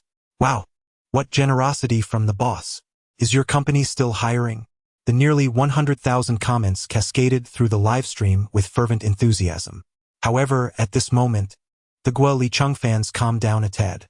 They began to engage in cheerful banter, propelling the live stream's popularity to unprecedented heights, reaching over 100,000 viewers. Even the likes approached 70,000, positioning it among the top 5 selling live streams. The female host from Huadian Banmu glanced at the comments and couldn't help but marvel internally. Subsequently, she clicked on Mu Cheng's pin vlog titled Recording a Song. The opening words, "Hello, today marks my very first vlog. My name is Mu Cheng, but you can also call me Chengzi," resonated with warmth and cheer, captivating her audience even before the visual reveal. When the camera finally unveiled Mu Cheng's stunning visage, both hosts gasped in astonishment. Oh my, how breathtakingly beautiful! As the video progressed, they were enchanted by the girl's delightful musings, unable to suppress their smiles. Subsequently, they were spellbound by Mu Cheng's rendition of Encounter, left in a state of profound awe. This is the Chengzi that netizens rave about. No wonder some comments suggested they would surely fall for her, for they were genuinely captivated and enchanted. Darlings, I concur with your sentiments. I feel like a Guo Licheng myself now. Haha! Exclaimed the slightly plump host, elated beyond measure. In a bold display, she followed Mu Cheng on Douyin in front of all. The other host quickly mirrored her actions. Indeed, this gesture reignited the fervor in the comments, as a flurry of orders resonated throughout the live stream. That night, in the span of merely 1 hour, the monthly sales of Huadian Banmuas body lotion skyrocketed from a mere dozen to over 70,000 bottles, resulting in a complete sellout. This news left both hosts utterly astonished. The owner of Huadi NBNM was also startled. Initially, he suspected that someone was maliciously inflating sales, perhaps a rival competitor. However, he quickly grasped the truth of the situation and was plunged into deep contemplation. To be candid, Huadi NBNM had previously sought out endorsers. In fact, a female artist was currently endorsing their exfoliating scrub. Yet, the sales figures were disheartening. Despite the artist boasting a fanbase of approximately 20 million across the internet, the total number of orders for the scrub barely exceeded 1,000. Moreover, some fans, after placing their orders, would return the products within 7 days without reason. Consequently, Huadi NBNM had resolved not to pursue any further endorsements. Little did he anticipate that this night would unveil such a breathtaking spectacle. It is noteworthy that a bottle of body lotion retails for around 70 yuan, and tonight, the number of orders surpassed 70,000. Some individuals ordered not just 1 bottle, but 2, 3, and even 10. The owner has already dispatched personnel to calculate the sales revenue. Chapter 86. It feels like love, yet like heartbreak. Mr. Wu. The sales figures for tonight have come in. We received a total of 74,000 orders, excluding the 3 bottles of body lotion sold before 11 o'clock. The fans of that orange character have likely purchased over 80,000 bottles, bringing the sales revenue close to 6,300,000. After waiting for over an hour, the accountant, who had been called in to work overtime, finally sent a message back. Mr. Wu, the owner of Huadi NBNM, was overjoyed. He could hardly contain his excitement. All right, everyone who worked overtime tonight will be compensated for a full day's wage, and you may arrive 3 hours late tomorrow. Thank you, Mr. Wu. This is absolutely wonderful. Initially, those who had been abruptly awakened for this last-minute overtime felt disgruntled, but they were soon filled with exhilaration. However, their curiosity was primarily piqued by the girl named Orange. What kind of charm does she possess that could compel her fans to purchase all the body lotion? As they pondered this, some of the employees who had been roused from their slumber began to search for information about Mu Cheng. When they discovered that it was merely a single phrase that had inspired this frenzy of orders, they were nearly left speechless. Meanwhile, Mr. Wu, who had been pacing thoughtfully while observing the sales figures, took a deep breath and made a resolute decision. He would take a gamble. He would invite Mu Cheng to become the spokesperson for all of Huadi NBNM's products, excluding the exfoliating scrub. Just one utterance had propelled the body lotion sales to over 6 million. It was akin to striking gold. Her personal charisma was undoubtedly beyond imagination. Furthermore, after reviewing Mu Cheng's Douyin account and listening to her songs, Mr. Wu found himself nodding in approval, thoroughly enjoying her music. Thus, he promptly sent a private message via the company account to reach out to Mu Cheng. However, after waiting for half an hour without a reply, he surmised that she had likely fallen asleep. Yet, Mr. Wu was growing increasingly anxious.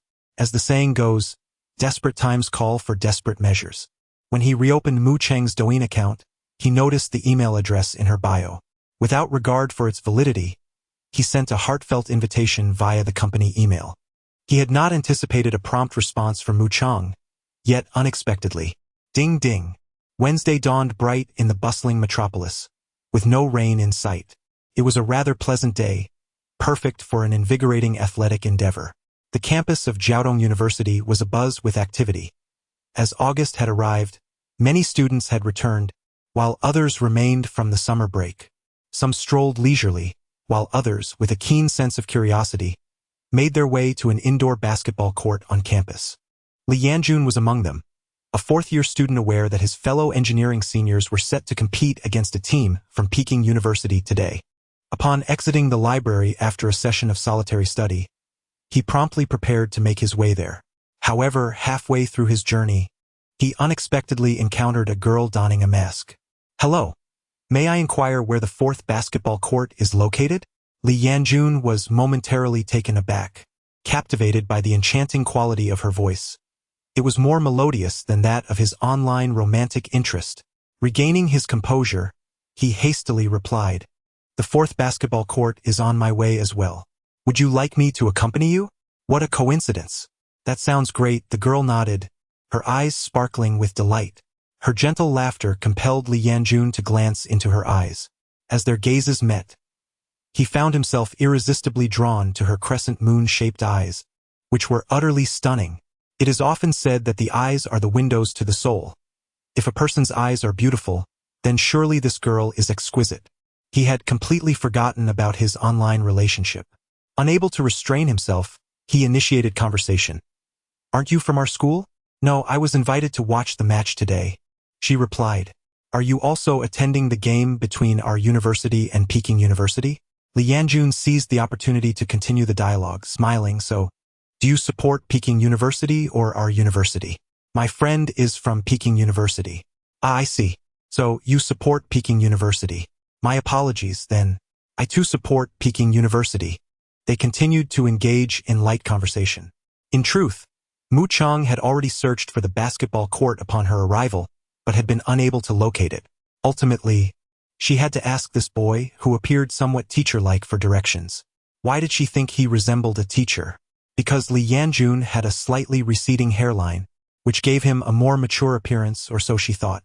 After walking for nearly 10 minutes while conversing casually, they soon arrived at the fourth basketball court. Mu Chang gazed at the building, suddenly enlightened. "No wonder I couldn't find it.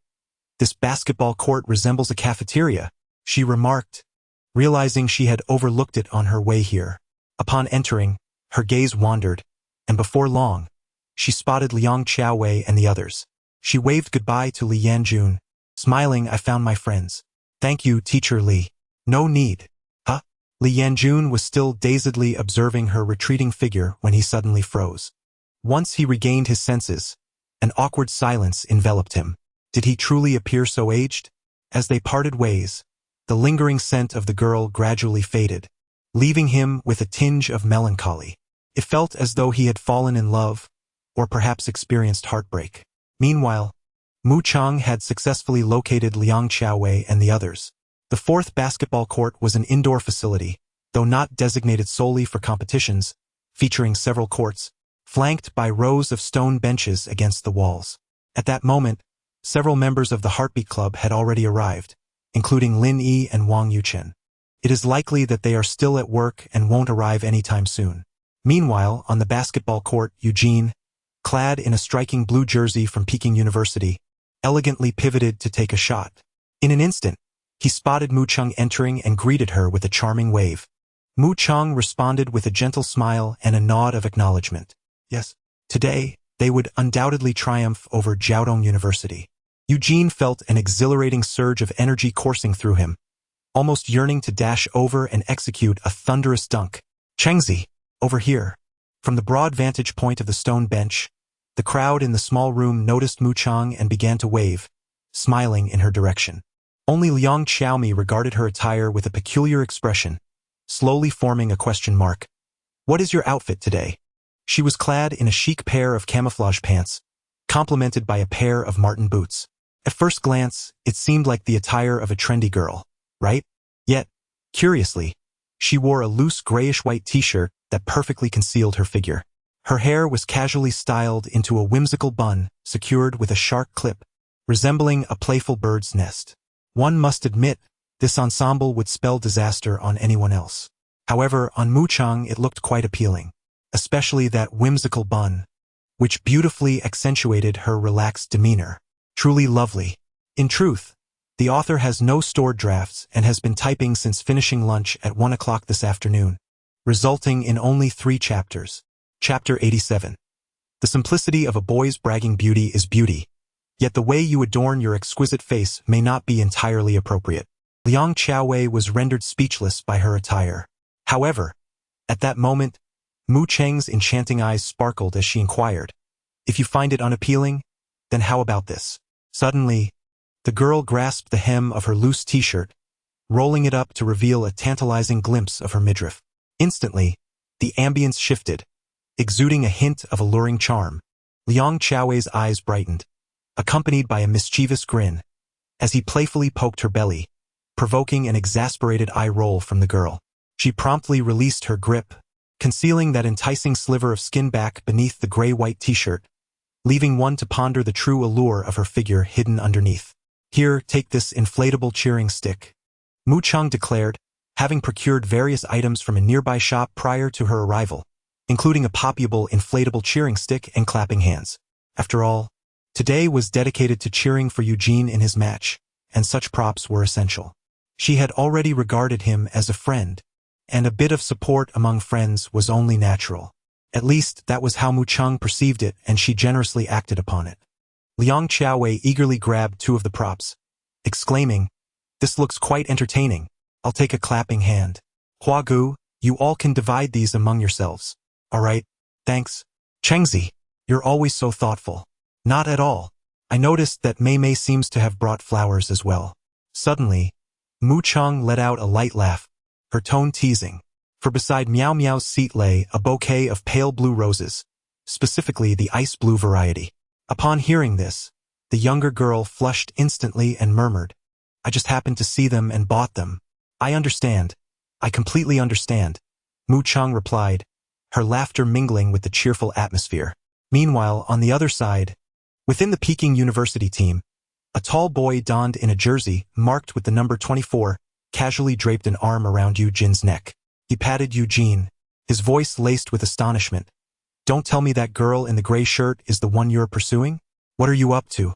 Don't even think about making a move on her. Buddy, you need to be cautious." Yet the boy in jersey 24 was irked. "Come on, what do you take me for? I'm here to support you today." However, he continued, "But seriously, that girl is way more stunning than the girls at our school.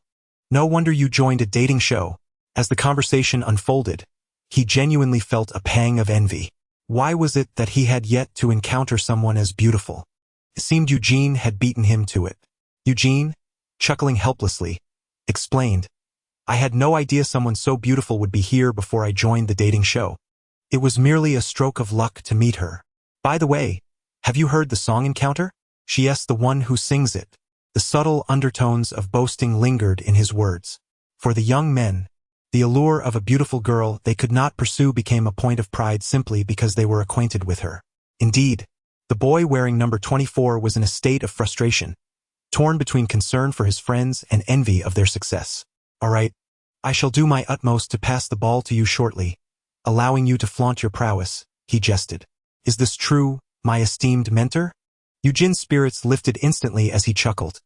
"Once we return to Peking University, I shall treat you to a meal." They concluded their discussion and hurried back to practice, with 10 minutes remaining before the match. Meanwhile, on the campus of Jiaodong University, the team frequently glanced towards Mu Chang. "Hey, do you know that girl?" Someone gestured with their eyes and lips. The questioned individuals furtively stole glances, then shook their heads. "No, she seems to be cheering for the Peking University side." The absence of such an enchanting girl in their cheerleading squad left them feeling somewhat envious. Much like their counterparts at Peking University, the boys at Jiaodong University felt a tinge of jealousy. Even though they were home turf in Shanghai with a cheerleading squad performing lively routines, the disparity in beauty was glaring. Even the cheerleaders were whispering amongst themselves, "Wow, did you see that girl? She's stunning." Indeed, they felt overshadowed. "It seems we have been outshone, our morale diminished," one remarked. "I think I recognize her. I might have seen her on Douyin. She must be a beauty influencer," another speculated. "No, wait. I remember her singing." Mu Cheng's presence had inadvertently shifted the focus of many in attendance onto her. Even though her outfit was, to put it mildly, unconventional, the cheerleaders at Jiaodong University, clad in crop tops and shorts showcasing their long legs, could not detract from the awe she inspired. As she chatted with friends, her gentle smile illuminated her face, evoking the thought, why do the male protagonists in female-centric novels often tell the second female lead that she pales in comparison to the first? At that moment on the court, as Eugene took a shot, he caught a glimpse of the spectators' admiration and felt a swell of pride. A smile spread across his face, impossible to suppress. It was exhilarating. With a swift motion, he sank a three-pointer effortlessly. His friends in the small room cheered him on, clapping and shouting, "Brother Gene is so impressive. Brother Jean, I shall light the way for you. Jiang Junhan, ever the prankster, cupped his hands into a trumpet shape and shouted with a mischievous grin.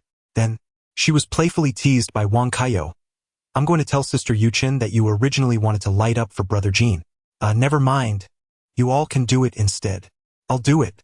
Huada eagerly raised his hand. The girls exchanged glances, feeling somewhat exasperated as the boys scrambled to take the spotlight. Yet, they couldn't help but share a silent, knowing smile.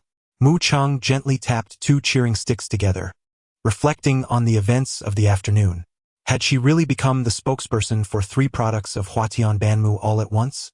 Time rewound to 1 o'clock in the morning. After a late-night chat with Liang Qiao, Mu Chang felt no drowsiness and thus remained awake. She picked up her phone, donned her headphones, and scrolled through videos in bed for a while. After checking her email, she was unexpectedly greeted by an invitation titled Huatian Banmu Spokesperson Invitation, which piqued her curiosity and compelled her to click on it. Chapter 88. Unintentionally becoming the spokesperson for a third-tier product in an email response, she confirmed that the other party was indeed the owner of Huatian Banmu. The two subsequently added each other on WeChat to converse. At this moment, Mu Chang learned from the other party that her unintentional remark had led to the complete sellout of Huatian Banmu's body lotion. She could hardly believe such a thing had occurred, leaving her both amused and perplexed. After a brief conversation, Mr. Wu articulated his intentions and conditions, expressing his desire for Mu Chang to endorse all of their products except for the scrub, with an annual endorsement fee set at 10 million. At this critical juncture, unexpectedly, the system chimed in, "Ding! Please initiate your heartfelt choice." Indeed, the system had activated once again. Option 1. Become the spokesperson for Huatian Banmu's entire product line excluding the scrub, with a reward of a special effect scrub. Option 2. The system has determined that the body lotion, hand cream, and shower gel are particularly suitable for the host to endorse. Choosing this option grants the reward of color-changing pupils. Option 3. Decline to endorse Huatian Banmu, receiving a Dior Qixi Festival gift box as a reward. Faced with the 3 options presented by the system, Mu Chang initially refrained from making a choice, opting instead to engage in further communication with Mr. Wu. Since the system had indicated that those 3 products were the best fit for her, she was inclined to trust its judgment. As for the first option, the reward held no value for Mu Chang, given that her skin did not require it. Ultimately, after half an hour of discussion and negotiation, Mr. Wu agreed to let her endorse the body lotion, hand cream, and shower gel, while maintaining the annual endorsement fee of 10 million. Upon reflection, it was evident that this girl had managed to generate over 6 million in sales for Huatian Banmu in a single night due to a mere comment. Thus, what was 10 million in endorsement fees? If he dared to gamble, it was because he believed that this sum could yield tenfold its value. And so, rather smoothly yet somewhat bewilderingly, Mu Chang became the third-tier spokesperson for Huatian Banmu. This afternoon, the representatives flew from Kaohsiung Province to Shanghai, where they signed the contract with Mu Chang. The initial endorsement fee was 10 million, with the condition that she must attend 5 events for Huatian Banmu within the year and promote the endorsed products on platforms where she already had a fanbase. By the way, in a couple of days it will be the Qixi Festival. I would like to invite you to participate in our live broadcast from Huatian Studio, Mr. Wu said. In a restaurant, Mu Chang, Lu LV, and Mr. Wu sat together, having just finalized the contract. Hearing Mr. Wu's words, Mu Chang blinked in confusion and asked, "But isn't your live broadcast studio located in Kaohsiung Province?" To familiarize herself with the brand, she had taken the time to observe the live broadcast studio that day, where the 2 female hosts spoke with a delightful Kaohsiung accent that struck her as both amusing and charming. Mr. Wu chuckled. "What I mean is, I plan to move the live broadcast studio to Shanghai for the Qixi Festival. Due to the pressing nature of time, I would like to request your presence tomorrow for a promotional photo shoot. We will make the official announcement of your role as the third-tier spokesperson in the evening, allowing us to effectively launch the product for the upcoming Qixi Festival." This plan has been discussed among several operational and marketing managers at the company, culminating in the decision to sign Mu Chang as the spokesperson. The Qixi Festival presents an opportune moment for publicity, coinciding perfectly with Friday. Following the photo shoot, we will announce it tomorrow, and you will appear in the live stream the day after, ensuring a significant online impact. After all, no one anticipates that Hua Banmu would act so swiftly. I have no objections, Mu Chang mused, as she happened to have no significant commitments in the coming days. Taking on a part-time role seemed appealing. Thus, the decision was made with great satisfaction. At the conclusion of their conversation, Mr. Wu light-heartedly remarked, "Chengzi, if you have a new song, feel free to release it in the live stream. Indeed, I do have one, but it would require additional compensation." The girl replied with a playful glint in her eyes. To her surprise, Mr. Wu took her seriously. "If you truly have one, please bring it forth. I can offer an additional $1 million in copyright fees." At that moment, both Mu Chang and Lu Lu were taken aback, exchanging astonished glances until they bid farewell to Mr. Wu. Lu Lu could not help but chuckle. Mr. Wu is quite the audacious individual. Indeed, Mu Chang nodded in agreement. Truth be told, had he not displayed such boldness, he would not have hastily decided to invite Mu Chang as a third-tier spokesperson based solely on one evening's consideration. After all, while it is a domestic product, finding a second-tier star to serve as a spokesperson in the current entertainment landscape is relatively easy. Congratulations on taking your first step into the entertainment industry, Lu Lu said with a smile. Mu Chang returned a gentle smile. I must admit, I am still a bit bewildered about how I suddenly became a spokesperson. This unexpected turn of events stirred a sense of excitement within her. Often, following a meticulously laid plan does not yield much gratification. It is this kind of spontaneous thrill that is truly invigorating. Congratulations, host, on completing the heart-fluttering choice. Reward: color-changing pupils. After bidding farewell to Lu Lu and settling into the car, the girl heard the system's reward notification. Instantly, she felt a surge of energy within her eyes, granting her the ability to alter the color of her pupils at will. In the next moment, the car's makeup mirror revealed a pair of crimson Sharingan eyes. Well, this is merely for show without any real effect. However, if I ever wish to engage in cosplay or elaborate makeup, I will no longer need to wear colored contact lenses. Overall, it is a commendable reward, better than none, right? As the sound of a sharp whistle resonated on the court, Mu Chang was jolted back to reality. The match was about to commence. The referee, clad in a gray uniform, beckons to the teams from Peking University and Shanghai Jiaotong University, inquiring which side will initiate the serve. The captains of both teams advance to negotiate. Ultimately, it is decided that Peking University shall possess the ball first, allowing for a rotation of play. After all, as the host, it is only gracious to extend such courtesy to the visitors. Remarkably, this decision imbues the friendly match with an air of professionalism that captivates the spectators. Go!